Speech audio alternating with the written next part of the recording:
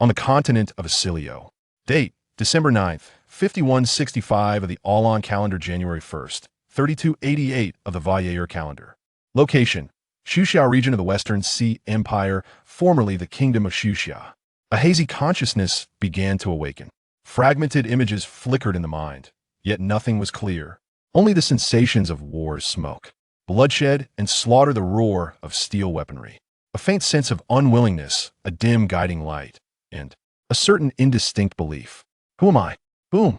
A sudden, violent explosion and a powerful surge of fire elemental energy jolted the consciousness awake. The scene before him instilled an unprecedented sense of shock.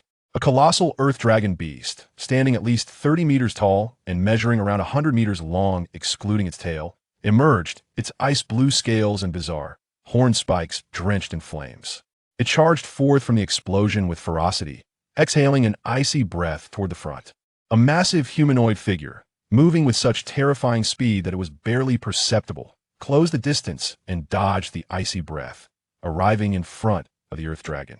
Wielding a sword over 10 meters long, infused with rich magical power, it swung down toward the dragon's neck. The earth dragon, stunned, immediately halted its breath attack and raised its claws, covered in scales and armed with horn spikes, to defend itself. Yet, as the massive magic sword struck, explosive magical energy surged forth, effortlessly severing the claw and cleaving into the dragon's neck. In an instant, cold dragon blood sprayed forth, and the dragon was sent flying high into the air. The gigantic humanoid figure immediately raised its left arm, releasing a terrifying blast of fire elemental energy, directly hitting the dragon, which had its neck almost severed. Like the initial violent explosion, it covered the dragon completely. It was in that brief moment of attack with the left arm a fleeting pause. He caught a glimpse of the figure's exterior. It was not a giant towering around 20 meters in height, nor a monster in humanoid form. Rather, it was a massive machine, exuding a metallic sheen, yet imbued with an exceedingly terrifying magical energy. Mecha, a strange term, suddenly flickered within his consciousness. But just as surprise washed over him, the towering mecha erupted with force, creating a massive indentation in the ground as it swung its sword toward the already fallen earth dragon, executing a rapid melee attack with an agility that completely belied its heavy machinery nature.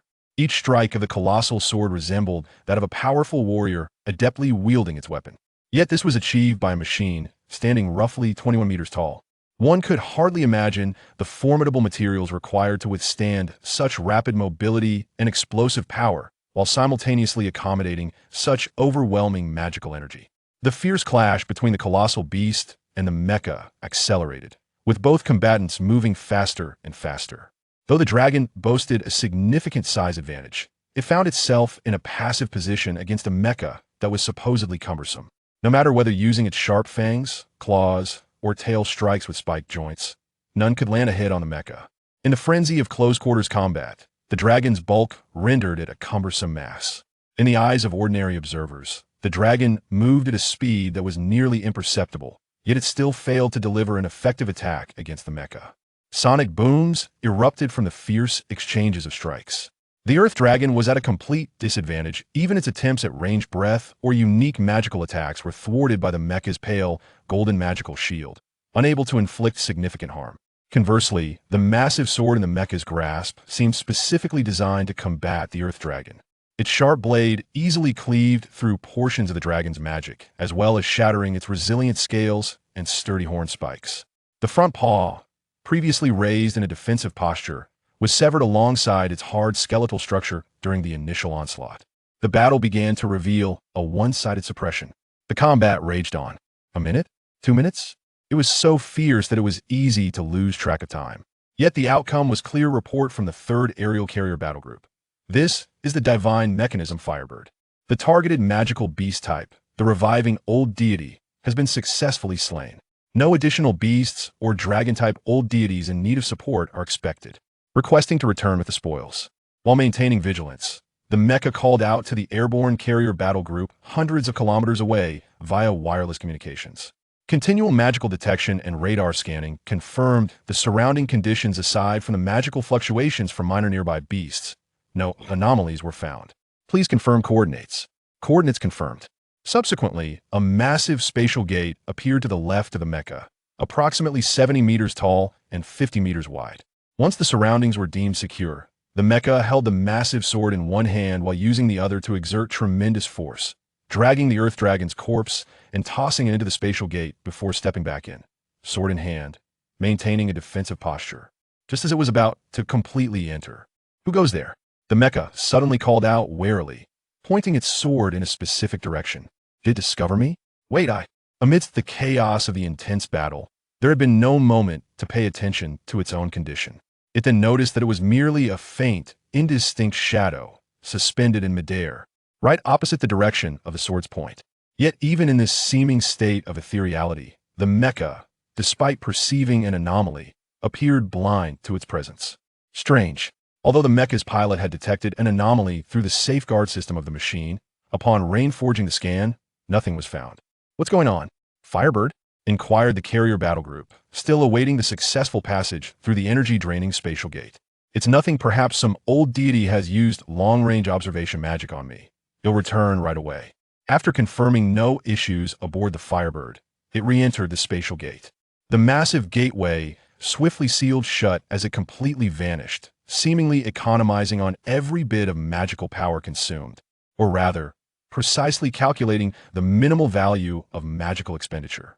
Hundreds of kilometers away, above the waters of the Atlantis holdings of the Sea People, a colossal aerospace battleship, its wingspan nearing 1,000 meters and shaped like a blunt-angled triangle, hovered beneath the gray autumn sky. Surrounding it were various models of aircraft, many returning from afar with roaring sonic booms. Alongside the main ship were two additional aerospace battleships, each with wingspans of approximately 600 meters, serving as the auxiliary vessels of the battle group. There were minor differences in their designs, but the coordinated squad of aircraft appeared to be of the same model. Prominently displayed on their hulls were striking red flags, a design featuring a red background with silver warhammers and black sickles crossed, which represented the most powerful nation in the world, boasting the strongest magical technology of banner of the Komi United Kingdom. In the third aerospace carrier battle group, the primary vessel was the carrier battleship Jekka. Inside the docking bay of the Jekka.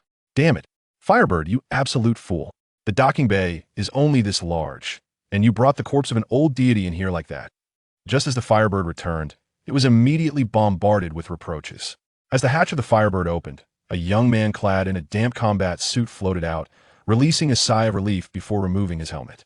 With brown, slightly curled hair and a handsome face, he was the pilot of the Firebird, an 8th-tier fire elemental mage and a 7th-tier war king. Summoning space storage, the divine mechanism vanished. "Did you even hear me?" A heavily built beast man, brimming with rage, strode forward. A member of the bear tribe. "Hey, the interior space of your Jekka is ample enough. Look at you, there's enough room for a big fellow like yourself to move around fine, right?" The Firebird pilot chuckled jovially. "Great. Now, there's ice dragon blood everywhere. You'll be the one cleaning it up, got it? Huh, you little punk." The bearman scowled furiously, almost as if he might eat him alive. "They'll be heading back to the Northern Deity's ship. Soon, I'm afraid. I won't have time to help." The Firebird pilot shrugged helplessly. "Damn you." The bearman was about to explode in fury. Beep, beep, beep. The pilot's portable communication watch on his left wrist went off, causing him to immediately open it. A magical display screen shone forth. Marshal Jekka. The once carefree Firebird pilot straightened with a salute, raising his left arm to ensure the magical screen remained level with him. "Sorry for the sudden communication. I hope I didn't interrupt your operations." "Not at all, Marshal." Marshal Jekka nodded lightly in response. The screen revealed none other than Jekka, the supreme military commander of the Komi Union, known as the Empress. Her beautiful visage was the object of many men's desires, yet simultaneously a figure that instilled terror in her commanders and foes alike. According to the newest intelligence from the Witch Clan, a dragon high-level deity may have resurfaced in the Xuxiao region of the Western Sea Empire. You are one of the divine combat members recently executing operations in that area. Have you noticed any anomalies? Marshal Jekka inquired. Anomalies? The Firebird pilot suddenly recalled the final warning from the alert system just before departing. Could that be considered an anomaly? There were no anomalies during combat, only at the very end, when the alert system seemed to register something, but upon enhancing the scan, it returned no response, and I subsequently returned safely. The Firebird pilot answered honestly, not daring to exhibit any nonchalance. "Well, Never mind, report immediately if you think of anything. According to the Witch Clan speculation, the awakened dragon high-level deity is likely one of the 9 elemental dragons under the dragon god during the Age of Divine Rule. Even if it doesn't recover all its strength immediately upon resurfacing, it remains a significant threat. Marshal Jekka spoke with solemnity, placing considerable pressure on the Firebird pilot. Understood, Marshal, the Firebird pilot affirmed. After a slight nod, the communication was terminated and the magical screen disappeared. Phew, the Firebird pilot let out a long sigh of relief. I was terrified it was a personal communication from the Empress. Is it over? The bear man, hiding beside the dragon's corpse, inquired cautiously. Damn, why are you hiding so far? The Firebird pilot asked in surprise. Of course, that's the Empress. Earlier this year, a squad from our bear tribe colluded with old deity rebels and was directly executed alongside the old deity. By her, the aftermath was gruesome. The bear man responded, still in fright. I wasn't involved, I don't know. The Firebird pilot shrugged, attempting to appear disconnected. The bear man dismissed him and turned to leave. Watching him depart, the Firebird pilot pondered Marshal Jekka's inquiries. The anomaly he sensed upon returning related to the old deity of the dragon kind or something else altogether. Similar problems also surfaced at the site of the battle between the Mecha and the Earth Dragon. There, a youth, entirely bare, sat cross-legged in a pool of frigid dragon blood, deep in contemplation about life. Who am I? Where am I? How did I suddenly acquire a physical form? And this dragon's blood is really cold. Chapter 2. Captured. The young boy sat cross-legged in the chilling dragon's blood of ice attributes, contemplating for a moment before arriving at a decision. He felt a semblance of common knowledge. Perhaps he should first seek out nearby villages or towns, as long as communication was feasible. He could likely gather a wealth of useful information. However, now, the boy glanced at his naked form. Entering a village or town in such a state would surely brand him a pervert, wouldn't it? Blood magic, auxiliary magic, blood garment. As the notion of clothing crossed his mind, a sudden memory of a particular spell surged within him, instinctively channeling his magical energy. The icy blue dragon's blood beneath him was swiftly absorbed and transformed into a suit adorned with a measure of metallic armor, resembling the attire of an adventurer, emanating an inexplicable coolness. With pure white hair and faint golden eyes, the boy's handsome features presented a striking visage.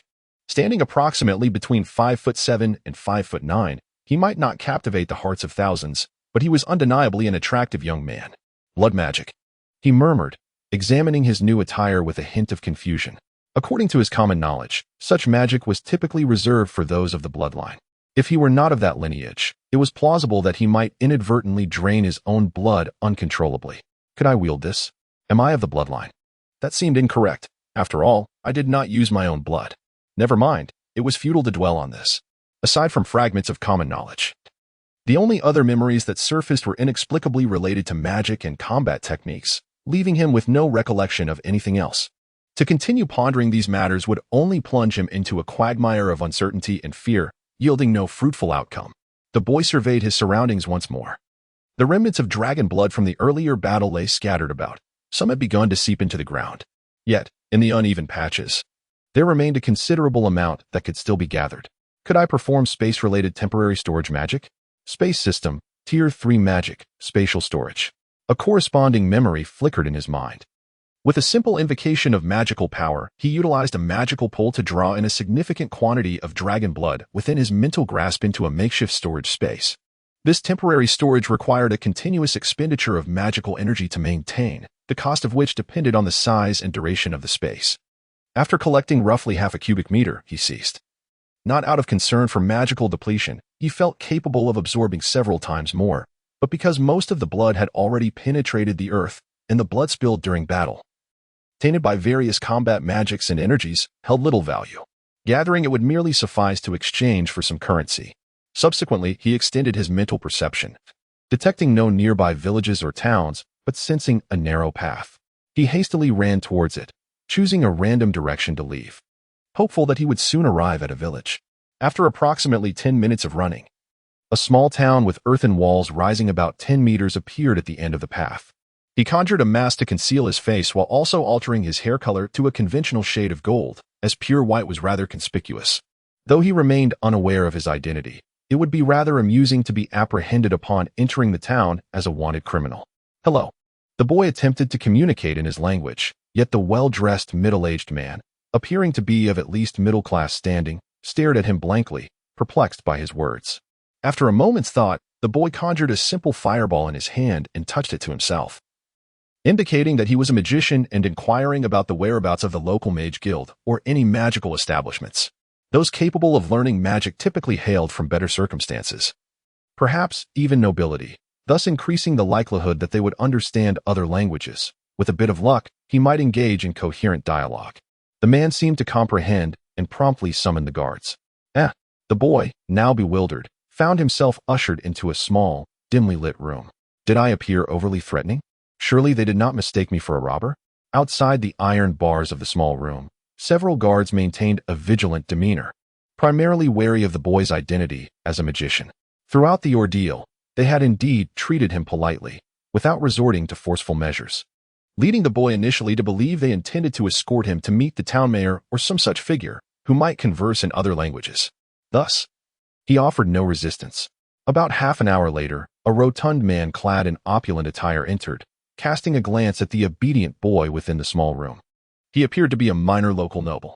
Similarly, he attempted to communicate in 2 different languages before retrieving a book and began reading aloud, line by line. Soon, after flipping only a few pages, he spoke in a language the boy recognized. "Where do you come from?" the portly man inquired.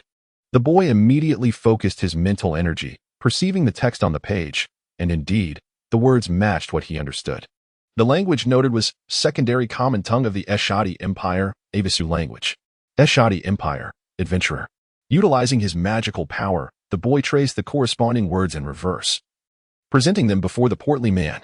Observing the text aligning perfectly with the language annotations and the boy's reaction, the man may not have recognized the term adventurer, but he confirmed the boy's basic identity, blood god territory, Eshadi Empire. The portly man then conveyed in simple terms that the boy should wait a moment before departing. Approximately 3 hours later, an elderly man clad in military garb approached. "You are an adventurer from the Eshadi Empire?" he inquired, speaking in a relatively standard language. "Yes." The boy nodded eagerly. Youngsters these days, instead of remaining in the safety of their own country, venture to our Cilio continent, unaware that the resurgence of deities has led to territorial conflicts, resulting in utter chaos. The elder scolded, adopting an educational tone. "Apologies for the unexpected circumstances," the boy replied, somewhat sheepishly. "Well, I shan't concern myself with whether you are a fugitive or something else. This small place is unlikely to contain you. You have cooperated for long enough. So I assume you wish to inquire about something?" The elder was quite astute. Having practiced magic himself, he discerned that the boy was formidable, certainly beyond the capacity of the town's defenses. His ability to remain so composed indicated he posed no malicious intent. "In truth, I am lost. Could you tell me where I am?" the boy asked. "Currently? In the past, I could have referred to this area as the Kingdom of Zooxia. However, it was completely conquered by the Western Sea Empire 9 years ago, and now it is temporarily governed by the Dragon God as a territory. In reality, those dragons hardly concern themselves with our affairs. As long as we do not cause destruction, we are left to our own devices. Thus, the Western Sea Empire and the Dragon God territory are similar to your Eshadi Empire as the Blood God territory," the elder explained, his tone tinged with resignation. The shifts in leadership were beyond the control of someone of his humble station. "I seek the Adventurers Guild, or the Mage Guild, or any nearby large city. Could you assist me with directions?" the boy inquired. "Very well, but before you leave, you must complete a simple registration, even if it is just false information," the elder replied, summoning the guards to bring forth the relevant documents in Zooxia language. They were accustomed to having adventurers sign various forms, harboring no hopes of evading such procedures. Adventurers are inherently nomadic beings, many of whom carry burdens of blood debts. It would be quite extraordinary for them to leave behind any trace of information. They merely adhere to regulations, going through the motions of their tasks. Here, one writes their name, and over there, notes what they're to do. A simple gesture indicates various points without concern for how much the youth comprehends. After all, it is merely a matter of signing casually. For those who leave unfinished signatures, assistance will be required later on, occasionally. One encounters individuals who scribble a name and depart without a second thought. The youth picked up the pen, hesitating slightly as he regarded the name field. What should he call himself? Even if he fabricated something in the moment, it would ultimately be necessary to have a name for convenience. The first sight upon awakening was that of a brilliant explosion of flames, followed by the icy blue of a dragon and the fiery red of a mech. His hair was strikingly white, and his memories, as blank as the color itself, offered no guidance. Thus, he decided on White Dragon. The elder glanced at the name. Evidently a haphazard entry, perhaps a title befitting an adventurer, yet he paid it no mind. He had seen such things countless times and had grown accustomed to them. After all, it was already commendable that upon hearing they were in the dragon god's territory, one would not simply adopt the title of Dragon Knight. Taking hold of a rudimentary map, the elder noted that the vast Empire of Ashar had produced many such simplified maps, which should be comprehensible to the youth. He unfolded a map, revealing only the continent of Asilio, surrounded entirely by seas and islands. We are situated here, following this path, roughly 15 degrees northwest. We shall soon reach a grand city, one that once served as the capital of our former kingdom, Shushia. The elder pointed out the route succinctly. Thank you, the youth. White Dragon expressed his gratitude. You may depart now. However, when inquiring with others, refrain from wearing a mask. The current atmosphere is quite chaotic, and unfamiliar masked sorcerers are likely to be met with suspicion. If you must conceal yourself, a simple face mask will suffice. Just do not cover yourself too thoroughly. The elder cautioned at last. So this is how I was welcomed here. Perhaps it is a downside of being overly cautious. Departing the small town, he aimed to reach the former capital of the Shushia kingdom and thereafter find a way to the Empire of Ashar. Given his grasp of the language and familiarity with the script, there must be some connection. Yet, in the recesses of his common knowledge, he was aware of the Holy Continent, while the Asilio continent before him left him with no recollection whatsoever. How peculiar. Chapter 3. The Dragon God's Domain and the Sale of Dragon Blood in the Vast Expanse of the West Sea Empire. The most prominent city in the region of Shushia is Mesa. The young white dragon arrived at the city's outskirts. Gazing up at the towering city walls that reach nearly 50 meters in height, which testify to the city's former glory as the capital of Shushia. However, despite being designated as the dragon god's territory, there was little else to indicate its association with dragons, save for the dragon imagery adorning the city walls. Upon entering the city, the young dragon swiftly located the Adventurers Guild. With the assistance of the receptionist fluent in Ashar Imperial language, he successfully registered a new adventurer title, also named White Dragon. As part of the registration process, he visited the Mages Guild and the Warriors Guild for a brief evaluation of his abilities. His magical prowess was assessed at the 6th tier, marking him as a Grand Magus, while his combat skills were rated at the 5th tier, identifying him as a Moonlight Warrior. In this chaotic world, identification issued by the state often pales in comparison to the significance of the adventurer title confirmed by the Adventurers Guild. Particularly for smaller nations, the threat of obliteration looms, reducing citizens to the status of refugees. Conversely, adventurers, who roam freely, are less likely to attract suspicion as they can appear anywhere under their adventurer identities. However, there lies a dilemma. To engage in adventuring tasks that grant access to other nations, one must elevate their rank to purple gold, the young white dragon pondered, glancing at the adventurer handbook provided to him. This requirement is mandated by the Callian, while other imperial powers generally allow normal adventurers free passage, primarily to guard against spies misusing the adventurer identity to infiltrate the Callian territory. Achieving the purple gold rank is not merely a matter of completing a few challenging tasks. Is the Callian a powerful nation? The young white dragon inquired curiously. How could you not know? The receptionist replied with surprise. For even a child in a remote village would likely have heard of the Callian. It is a nation capable of contending with deities. On the continent of Asilio, even the mightiest West Sea Empire must concede to the resurrected gods, surrendering its territories to these beings. I have been somewhat remiss in my education due to my rigorous training and prolonged wilderness experiences, the young white dragon explained, offering a prepared excuse. Indeed. You should consider remedying that soon. The world is rife with tension due to the Callian's presence, and the gods seem to harbor their own conflicts, making the specter of a new world war ever present. It is crucial to choose your faction wisely, the receptionist advised. You must be from the Ashar Empire, which is commendable, being the primary domain of the blood god. The only drawback is its proximity to the Callian, and despite the previous leader's bloodline heritage, relations with them are rather strained now. The receptionist's brief account provided the young white dragon with a clearer understanding. Why does the Callian resist the deities? He suddenly asked. Who can say? Personally, I have no qualms with the dragon god's dominion. Life seems to proceed as usual. And I wonder if the Kalians people are simply out of their minds, stirring up such trouble with inevitable sacrifices, the receptionist remarked, perplexed. Those people? The white dragon questioned, a hint of confusion in his tone. It appears you are genuinely unaware. The Kalian is a multicultural nation, home to humans, beast folk, dwarves, and goblins. Rumored to be a realm where every race is equal, though the reality of such equality remains dubious. Isn't that always the case? The common folk are deemed equal, while the dominant race thrives in fertile areas, leaving the subjugated races to reside in desolate regions under the guise of equality, the receptionist speculated, recognizing it as a long-standing norm. On the surface, equality prevails, yet a hierarchy persists, with the dominant race retaining their superiority as the ruling elite invariably belong to them. Even when it comes to resource distribution, the priority remains with their own kind, ensuring that others merely survive without rebellion. Racial equality, the white dragon murmured softly. Suddenly, a thought struck him.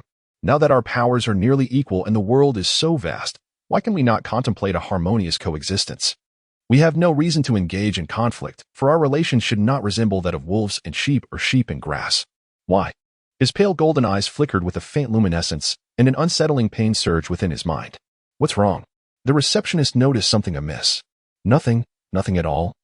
The white dragon shook his head, instinctively redirecting the conversation. Is there a merchant association nearby that purchases magical materials? I wish to sell some items and then take a merchant ship to the Isha Empire. Indeed, there is one. Would you like me to accompany you as a translator? A mere two of the transaction would suffice, the receptionist smiled.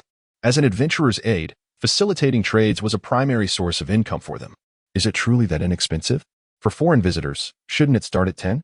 The white dragon expressed mild surprise, jokingly.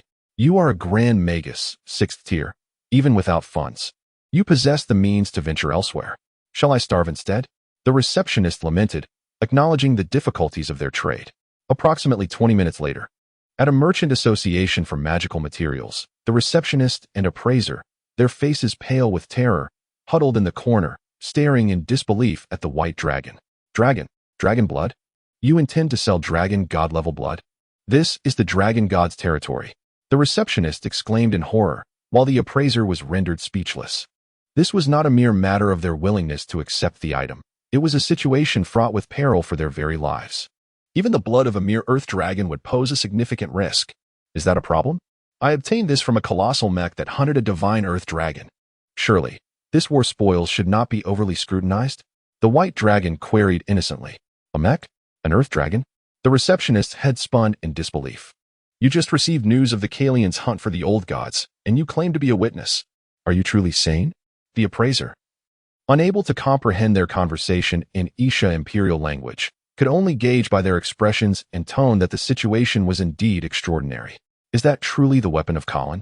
No wonder they dare to defy the divine. The white dragon is also enlightened. At this moment, the receptionist's mind races as he explains the situation to the appraiser beside him, and they engage in discussion. The item has been presented, and they have all laid eyes upon it. Although the risks are indeed substantial, the association with the dragon god's territory renders dragon blood a remarkable resource for cultivation, potions, and alchemical endeavors, an exorbitantly priced commodity in their black market. The adage that rarity begets value is not without its merit. The battle between the divine and Colin's ingenious contraptions is shrouded in mystery, yet it is rumored that Colin's devices can effortlessly detect formidable beings in the vicinity. If he managed to procure this discreetly, he likely went unnoticed. Are you certain he sought you out directly and did not consult others? Of course not. The registration of adventurers, as well as the mages and warriors, was facilitated by me, and the information has just arrived. He had no time to seek others. Then shall we take a gamble? The receptionist and the appraiser swiftly come to a resolution. Being seasoned partners, they readily comprehend their course of action. Cough. The receptionist steadies his emotions and thoughts. Given that this item is undoubtedly hazardous and of inferior quality, laden with impurities. Before he can finish, the white dragon interjects. Just to offer me 1/3 of the standard price, you may retain 1/10. The receptionist is momentarily taken aback. Pardon me. Are you perhaps a prince from some royal lineage? So lavish in your dealings? A counteroffer? Eventually, with his exceptional bargaining prowess, the white dragon effortlessly secures a pouch of gold coins. The appraiser and the receptionist, having received both quality items and additional remuneration, conclude the transaction with satisfaction. parting ways amicably. Subsequently, the White Dragon employs a translator from the Merchant Guild and embarks toward the coastal trade city, preparing to set sail for the Ashadi Empire. Although he awakens in the Asilio's continent, he feels an undeniable compulsion to visit the Ashadi Empire first. Perhaps it is due to his apparent affinity for blood magic, or perhaps it stems from the need to be in a familiar linguistic environment for comfort. Regardless, he embarks on his journey with unyielding determination, leaving no room for delay. The territory of the Blood God, the Ashadi Empire. Onward. Chapter 4. Arrival at the Isha Empire aboard the merchant ship en route to the Isha Empire. One finds a rather traditional wooden vessel. However, it is equipped with a magical elemental power core suitable for night mechs, ensuring no issues with speed. The ship's hull, crafted from special wood and inscribed with magical arrays, also serves to ward off sea beasts and storms, making it one of the most cost-effective configurations for oceanic merchant vessels. The materials employed are inexpensive, and the ship's relatively modest size allows for a greater cargo capacity compared to steel ships. Yet, should the vessel be larger, the wooden structure would struggle to withstand water pressure, necessitating increased materials and structural design, thus diminishing its carrying capacity compared to iron ships. The ship on which the White Dragon travels measures approximately 60 meters in length and 18 meters in width, categorizing it as a rather large wooden merchant vessel. What are you all doing? The White Dragon, feeling somewhat bored while wandering the deck, observed sailors replacing something on the mast. It was a beacon manufactured by the Coalition of the United Kingdom, capable of connecting to their satellite system for positioning. However, due to its proprietary nature, it could not be used freely in divine territories and was only operable after departing the port. One sailor, with a hint of pride, remarked, "Heh. Don't underestimate this little gadget. It has saved our lives during critical moments with its positioning and storm warnings." Another chimed in, "Weren't you the one complaining about the captain spending a fortune on this?" "Bah. The divine can't save me. This thing is far more reliable." Others nearby joined in the light-hearted banter. "Is this your first time seeing such a device?" The ship's first mate approached the White Dragon. "Yes," he nodded. It was understandable, as the Coalition's satellite systems were primarily military-grade and, when paired with their regional magical arrays, known as the Area Array System, could accomplish comprehensive surveillance of land and air. It was rumored that even deities found it challenging to infiltrate the Coalition. The commercial application of such technology was limited, with most iron merchant vessels unable to afford it. With this beacon, warnings of severe storms and disruptions caused by chaotic elemental forces, which could lead to unintended encounters with sea beasts, could be significantly mitigated. Is it truly that remarkable? It seems akin to having an 8th-tier mage guiding and guarding the ship. The White Dragon expressed his astonishment. "Indeed, it appears you have yet to visit the Coalition. If you have the chance, you should definitely go. It will undoubtedly leave you in awe." The first mate replied with a smile. "Yes, I shall make it a point to visit." The White Dragon resolved inwardly, feeling an inexplicable urge to explore the Coalition, though he deemed it prudent to first reach the Isha Empire. "By the way, how much does this beacon cost?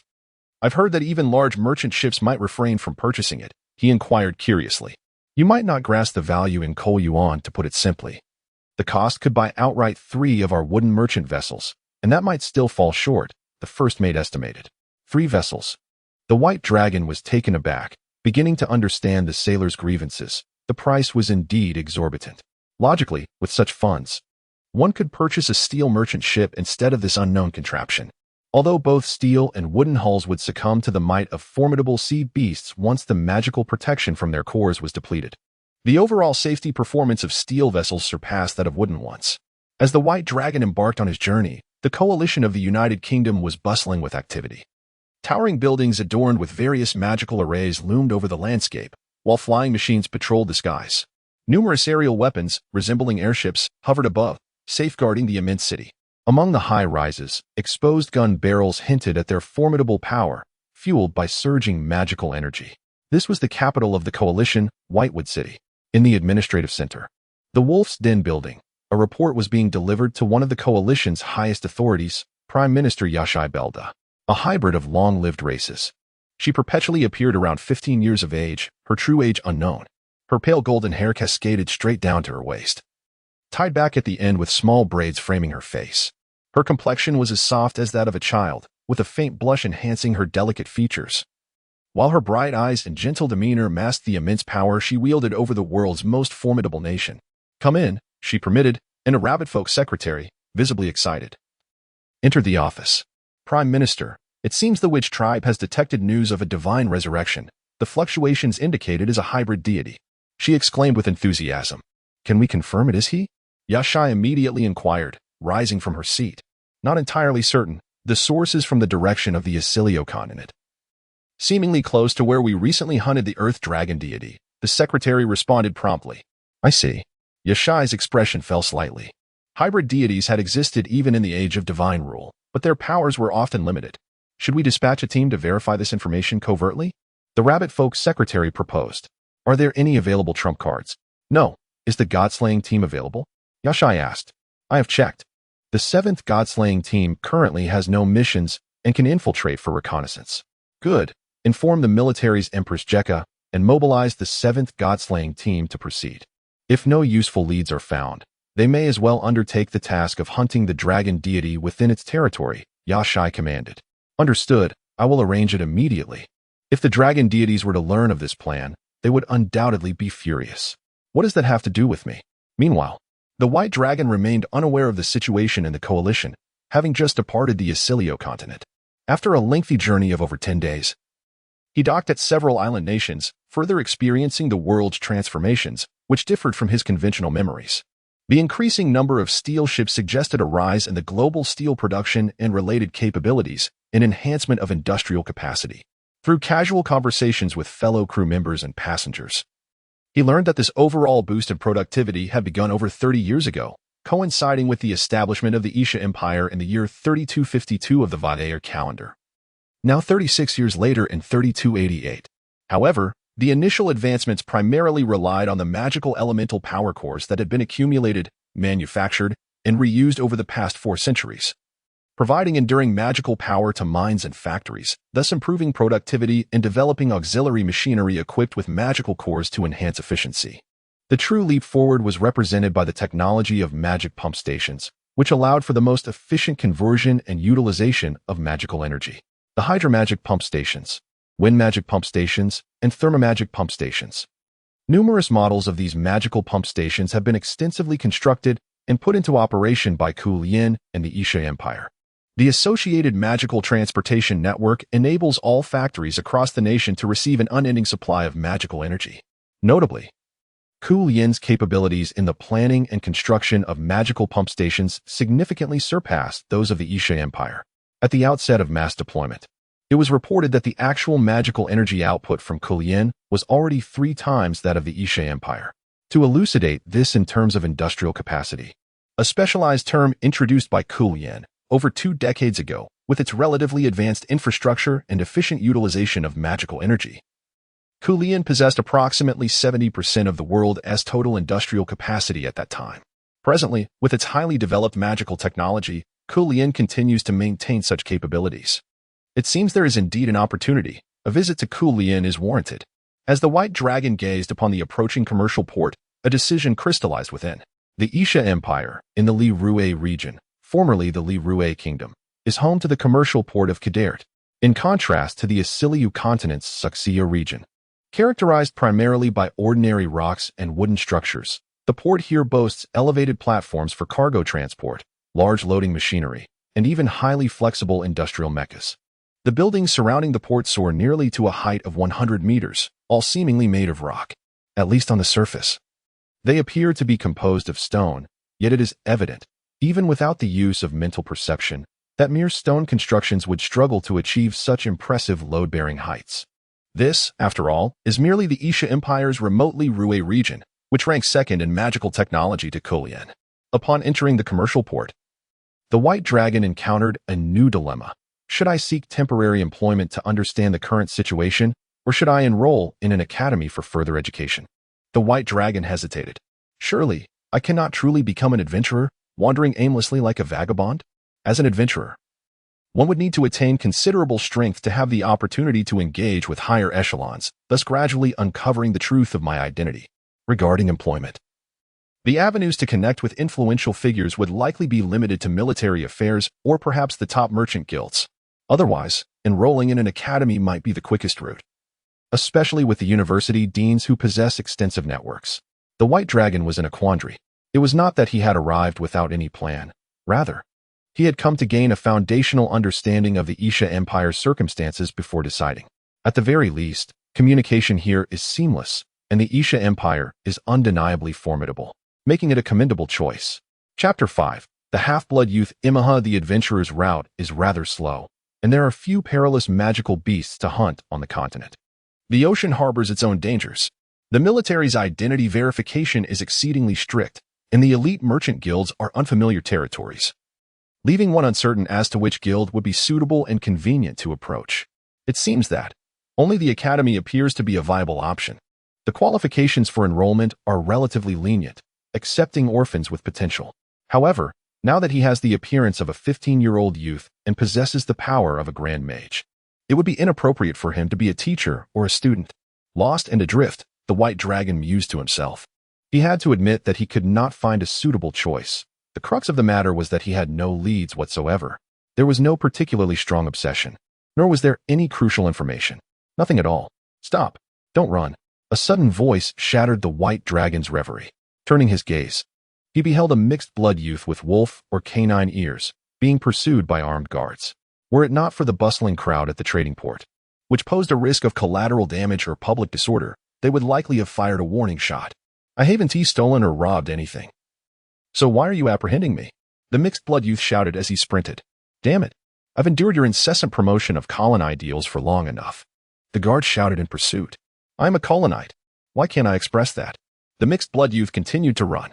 He soon found himself before the white dragon. Beyond this point lay the edge of the trading port, where the crowd thinned rapidly. Among the pursuing guards, one had already disengaged the safety and was preparing to aim. The posture clearly indicated that this was not merely a warning shot. At the very least, they intended to fire in the direction of the mixed-blood youth, attacking the ground beside him as a form of admonition. A fleeting thought crossed the white dragon's mind. A Colonite? Since he hadn't committed any theft or robbery, perhaps he could intervene and learn some information. Silently, he unleashed a faint surge of magical energy, deftly jamming the guard's trigger, rendering him unable to pull the trigger after aiming. The guard was instantly perplexed. Stop. If you don't stop, I'll fire. Another guard shouted. However, the absence of warning shots from his comrade raised suspicions, and the Colonite mixed-blood youth was about to escape. What are you doing? He asked, getting away. The guard questioned. The trigger S jammed. The armed guard replied, urgency creeping into his tone. Yet, when they turned back, the half-blood youth, owing to his superior physical prowess, had already distanced himself. Damn. We didn't catch him. Next time we'll just fire a warning shot, the guard muttered in frustration. Given the crowd, firing directly was out of the question. If something went awry, the consequences would be dire. The armed guard sighed, resigning himself to the situation. Forget it. Let us continue patrolling. He is not a criminal guilty of murder or arson. If he escapes, so be it. Half a minute later, the mixed-blood youth found a secluded corner to pause, glancing back in confusion. They had threatened to shoot, yet there was no further movement, and the pursuers had ceased their chase. How strange. When did those imperial lackeys become so lenient? He pondered. Just as he mused, a voice interrupted. Are you a Colonite? The white dragon inquired, appearing behind the mixed-blood youth. Holy crap! The youth exclaimed, startled. A passing mage just helped you by controlling their weapon S firing mechanism. The white dragon stated plainly. The mixed-blood youth was momentarily taken aback, then contemplated before coming to a realization. Is there something you need my assistance with? I'm all ears. First, I need to confirm a few matters. Are you familiar with the Isha Empire or this city? The white dragon asked. Very much so. I was born here. I've urinated on every street. There's south no place I don't know, the youth boasted with a hint of pride. But you claim to be a Colonite? The white dragon queried, puzzled. Oh, that's because my father was once a slave sold to the Leary Kingdom, captured during the tumultuous times when the Colin, or rather the Kimi Kingdom, was just being established. About 15 years ago, the ruling Isha Empire temporarily recognized the powerful Colin as a suzerain state and ordered the liberation of many slaves. That is how my father had the chance to marry a fellow slave, but unfortunately, my mother passed away shortly after I was born due to her poor health. My mother was also a slave brought over from elsewhere. While she was originally from a Colonite nation, she now lives under Colin rule. So I consider myself a Colonite. The mixed-blood youth recounted his lineage simply. A child of slaves, a half-blood of the Isha Empire, not particularly esteemed. It was not surprising that he longed for Colin and promoted its ideals in this land. Do you lack the means to go to Colin? The white dragon inquired further. With my mixed heritage, I occasionally find odd jobs to scrape by, but I can hardly afford to travel to Colin. Moreover, I don't speak Colonite and have no idea if they would accept someone raised in the Empire. Most importantly, after my mother's death, my father, burdened by his past as a slave, struggled to raise me. Once I grew a bit older, he succumbed to various ailments from his past, and I had to take on the responsibility of caring for him. Sadly, he passed away last year to reunite with my mother. The mixed-blood youth appeared to have come to terms with his situation, displaying only a hint of resignation. Time, money, and countless other issues kept him tethered to the Urshan Empire. I have a proposal. I intend to hire you as my guide to the imperial capital of Vachicum in the region of Avasu. Upon successful completion of this task, I shall reward you with 20 Xuxia gold coins, the white dragon swiftly decided. He indeed required a guide. Their competency mattered little, for he primarily wished to explore the academy. A mage leading an apprentice to seek stable employment at the academy seemed quite fitting. Once he established contact with the academy as higher-ups, he would likely acquire more valuable information. You're not an Ursha person? The mixed-blood youth inquired, bewildered. His cautious nature prevented him from being swayed solely by the promise of reward. Traveling outside, one encounters many changes and unfamiliarities, the white dragon casually explained. Oh, and what is the value of Xuxia gold coins? They aren't thin like gold leaf or merely gilded, are they? The mixed-blood youth asked, still wary. They should be comparable to the Empire's currency, the white dragon replied, casually producing a coin and offering it to the youth. He accepted it, expertly biting down and weighing it in his hand, confirming its authenticity. All right, I suppose a dignified mage wouldn't condescend to deceive a poor fellow like me. My name is Imeha Nebushan. You can just call me Imeha. What is your name? The mixed-blood youth introduced himself, deftly stashing the coin in his pocket. White dragon. There is no need for such formalities, the white dragon replied with a smile, extending his hand. Imeha regarded the offered hand with slight surprise. A noble mage, even when entrusting him, would likely disdain shaking hands with someone of his lowly status. Yet, seeing the hand extended, he chose to accept it. Pleasure to collaborate, the white dragon said. Indeed, Imeha nodded in agreement. Imeha Nebushan, 13 years old, a half-blood of human and wolf descent, with a father who was also a mixed blood. Thus, he bore a stronger human lineage, with his beastly traits limited to wolf ears and a tail. He was the first individual the white dragon encountered in the Ursha Empire. 2 days later, in the southern region of Finsan within the Ursha Empire, a calamity of autumn floods and magical disasters struck at the heart of the misfortune. Amidst the cacophony of a torrential downpour, the air was filled with swirling branches, leaves, and other unidentified debris. The ground was inundated with rushing water, forming a flood that swept away everything in its path, submerging even the original alchemical stone road. Abandoned vehicles lay strewn about as passengers desperately sought higher ground for refuge. By the heavens, Lord White Dragon, is your magical barrier truly effective? The water is on the verge of engulfing us, cried Imeha, clinging to a sturdy tree in a state of distress. Magical disasters, akin to sudden earthquakes, typhoons, or tornadoes, arise from the chaotic convergence of various magical elements within a defined area. Such phenomena can manifest anywhere, given sufficient accumulation of magical energy. The most common magical disasters typically result in familiar occurrences such as earthquakes, storms, and wildfires, classified in this world at a maximum of 6 tiers. Disasters exceeding this threshold pose formidable challenges even for adept mage warriors and may even give rise to so-called natural magical beasts. Fear not. This magical disaster has not surpassed the 6th tier. Only a few magical beasts will emerge, and it shall soon pass, the white dragon reassured calmly. Can't we just fly away? Lord White Dragon, you can fly, right? Imeha inquired earnestly. I would manage alone. But with you alongside me amidst this chaotic maelstrom of magical elements, I cannot ascertain the danger to myself, let alone the heightened risk you face.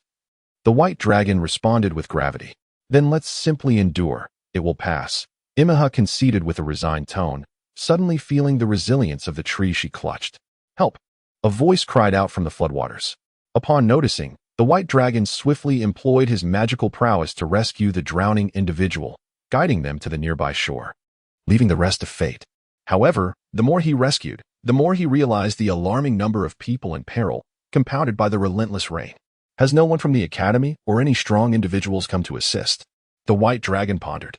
Flood-related magical disasters typically unfold at a gradual pace, allowing ample time for a response.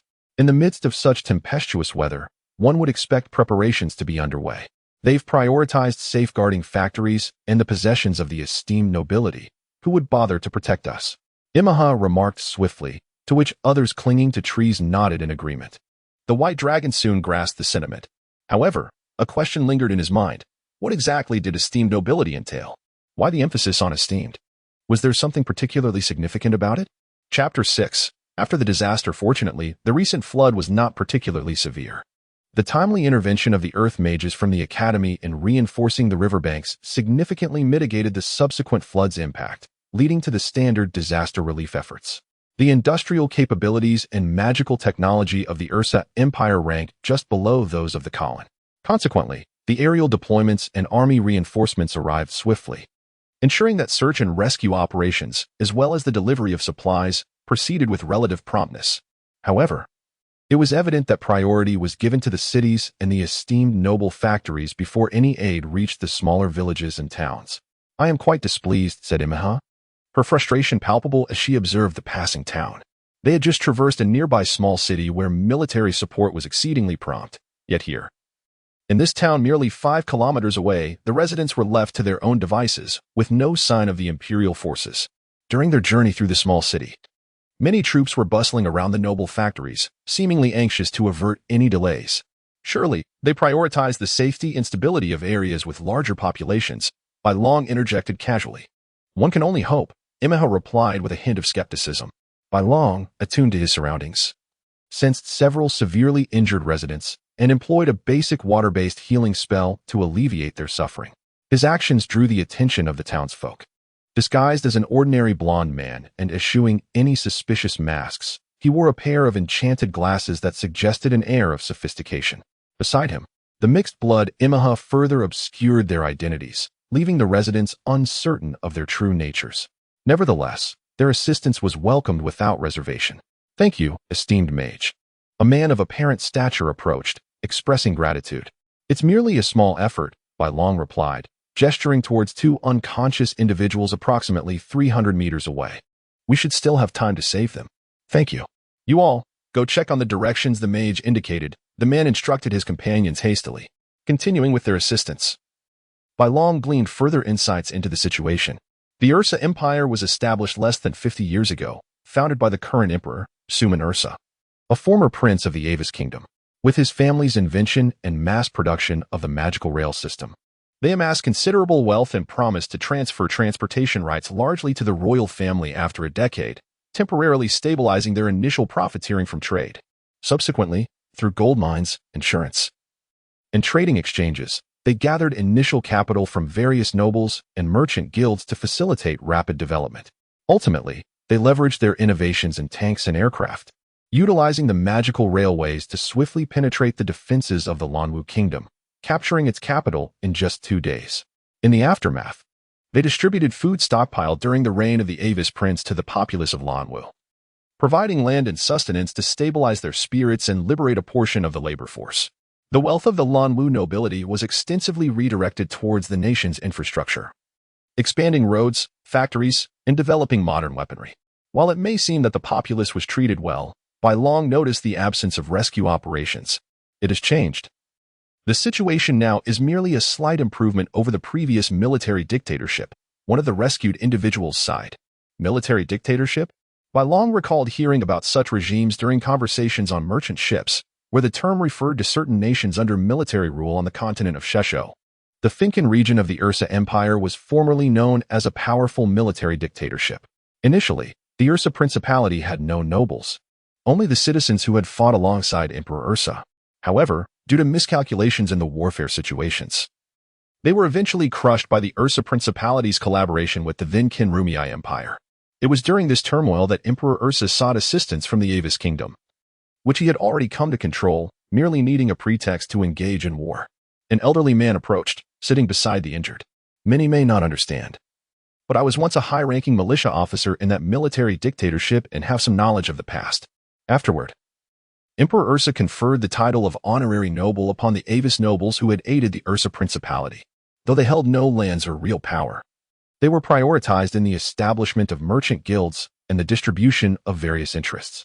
Since then, Through self-defense and aggressive conquests, the foundations of the current empire were laid, gradually departing from the initial policies of caring for the populace. However, we were unaware of this transformation at the time, the elder reminisced, filled with nostalgia. By long had also heard of the Ursa Principality's policies of yore, which offered free land to every citizen, allowing them to cultivate their own food without taxes. Those who chose not to farm could receive a daily subsidy equivalent to 3 loaves of bread, ensuring they could sustain themselves. Free education and affordable medical care were also provided, and with a year or 2 of hard work, one could purchase a house they had helped to build. Yet, what was the reality now? In essence, while the honorary nobles of the Ursa Empire possessed no real power or lands, they monopolized wealth across various industries, leaving the common populace relegated to basic labor. Only those with exceptional magical or martial talents, or individuals at the pinnacle of certain fields, can rise above their circumstances. By long observed the elderly and children, as well as the young men returning from the small city, and began to understand much about the current state of affairs. Ultimately, the Ursa Empire is a nation that has risen through the support of its people during its growth, only to later transform under the pressures of a new era while retaining the old systems, resulting in a unique imperial system. The upper structure remains unchanged. Nominally devoid of lands and power, their descendants still enjoy elevated status. The social strata have solidified, bearing little difference from the feudal imperial era. My son works in a nearby city. His income barely covers our household expenses. Last year, my wife fell seriously ill, and after exhausting our savings, she passed away. We could not afford the large cleric or the expensive potions, the elder lamented. Isn't the pay quite high? Imeha inquired, puzzled. As a mixed-blood individual, her opportunities were limited to casual labor, making her envious of the stable, high-paying jobs. Indeed, high, if one excludes taxes, deductions, and fines. A young man returning from the small city remarked with a sense of resignation. Imeha replied, lost in her thoughts. Let us put it this way, the mandatory base salary in the Isha Empire is set at 2,000 copper coins, equivalent to a standard 20 silver coins or 2 gold coins. My remuneration amounts to 3,500 copper coins each month. However, after various deductions such as taxes, penalties for tardiness, underperformance fines, and fines for idle chatter, I am fortunate if I end up with a net of 1,500 coins. Naturally, receiving my wages punctually in the second month would be an even greater stroke of luck. The young man chuckled derisively at this, the reason for his laughter a mystery. The purchasing power of a gold coin in the Isha Empire can be likened to that of 10 coins for a mature bovine, as I vaguely recalled. What value does a cow represent? This leads one to contemplate the true worth of their wages. Regardless, we have long ceased to harbor any expectations from those in authority.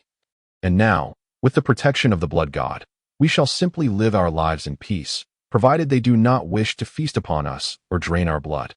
Haha. The young man chuckled once more, the cause of his mirth unknown. At this moment, Bai Long's mental acuity detected the approach of military vehicles, those tardy rescue forces. He rose to his feet, preparing to depart. Imeha, observing his actions, quickly comprehended the situation and ready to leave alongside him. Casting one last glance at the town ravaged by disaster, a flurry of thoughts crossed his mind. Had it been Kelly Inn, such a scenario would have been inconceivable. Imeha asserted with unwavering conviction, "Let us go. We shall certainly return when the opportunity arises." "Indeed," Bai Long replied. The 2 young men then departed from the small town, while the residents whom Bai Long had treated expressed their gratitude, bidding them farewell as they left. Soon to arrive were the forces of their imperial army. They have departed, the young man reflected, feeling a twinge of reluctance at Bai Long's exit. In the present Isha Empire, the noble magicians seldom offered their assistance anymore. They have all left, just as Prince Lyander did in those days. The elder lamented, lost in reminiscence. Will that Prince Lyander ever return? Could he truly assist us as this young magician has? The young man pondered aloud. Who can say? But aside from him, whom else can we place our hopes upon? The elder replied with a sense of resignation. The young man chose not to respond further, instead quietly complying with the directives of the arriving imperial troops to aid in addressing the aftermath of the calamity. Chapter 7. The Magic Pump Station, Isha Empire, Lanwu Region. This area is the most prosperous in the entire Isha Empire. The former kingdom of Lanwu was the first nation conquered by Prince Isha with his territorial army, and it was also the first region to establish various infrastructure and industrial foundations. Furthermore, with its coastal advantages and relatively favorable geographical environment, development flourished remarkably. Continuing northeast leads to the imperial capital, Voskam. As Imeha observed the map, he found it puzzling. The white dragon must be affluent. However, since the recent floods, he had abandoned travel by automobile and had no intentions of using the magical train or airplane, opting instead for a traditional horse-drawn carriage for a leisurely journey. The reason was simple. The white dragon was uncertain of his destination and hoped that the long journey might unveil familiar surroundings from his memories. Perhaps, with a stroke of luck, he might rediscover his path. As for big cities, he had heard of them, like Voskam, which had been a war-ravaged ruin decades ago, a mere collection of crumbling walls. Yet now, it was a bustling metropolis with towering buildings, unrecognizable from its former self. Could he truly recall anything? Suddenly, a roar from a magical beast startled both Imeha and the horse pulling their carriage. It was a third-tier tiger-like magical creature, but its target was not them. It aimed for an elderly man nearby with a donkey cart. Just as the beast was about to attack, the white dragon effortlessly dispatched it with a mental spell, drawing the intact corpse toward him with magical energy. Once they entered the city, it would become currency. Why are there magical beasts here? Imeha pondered, somewhat perplexed. The elderly man, having recovered from his fright, repeatedly expressed his gratitude toward the white dragon, yet he appeared hesitant to approach too closely, fearing the presence of someone of high status. It was not a matter of why are there, but rather there have always been, albeit the construction of these alchemical roads had encroached into their territory. Construction crews typically included earth magic practitioners to assist in road development, and the subsequent vehicles often employed miniature magical cores, capable of withstanding a few impacts without issue, thus achieving speeds that were hard to match thereafter.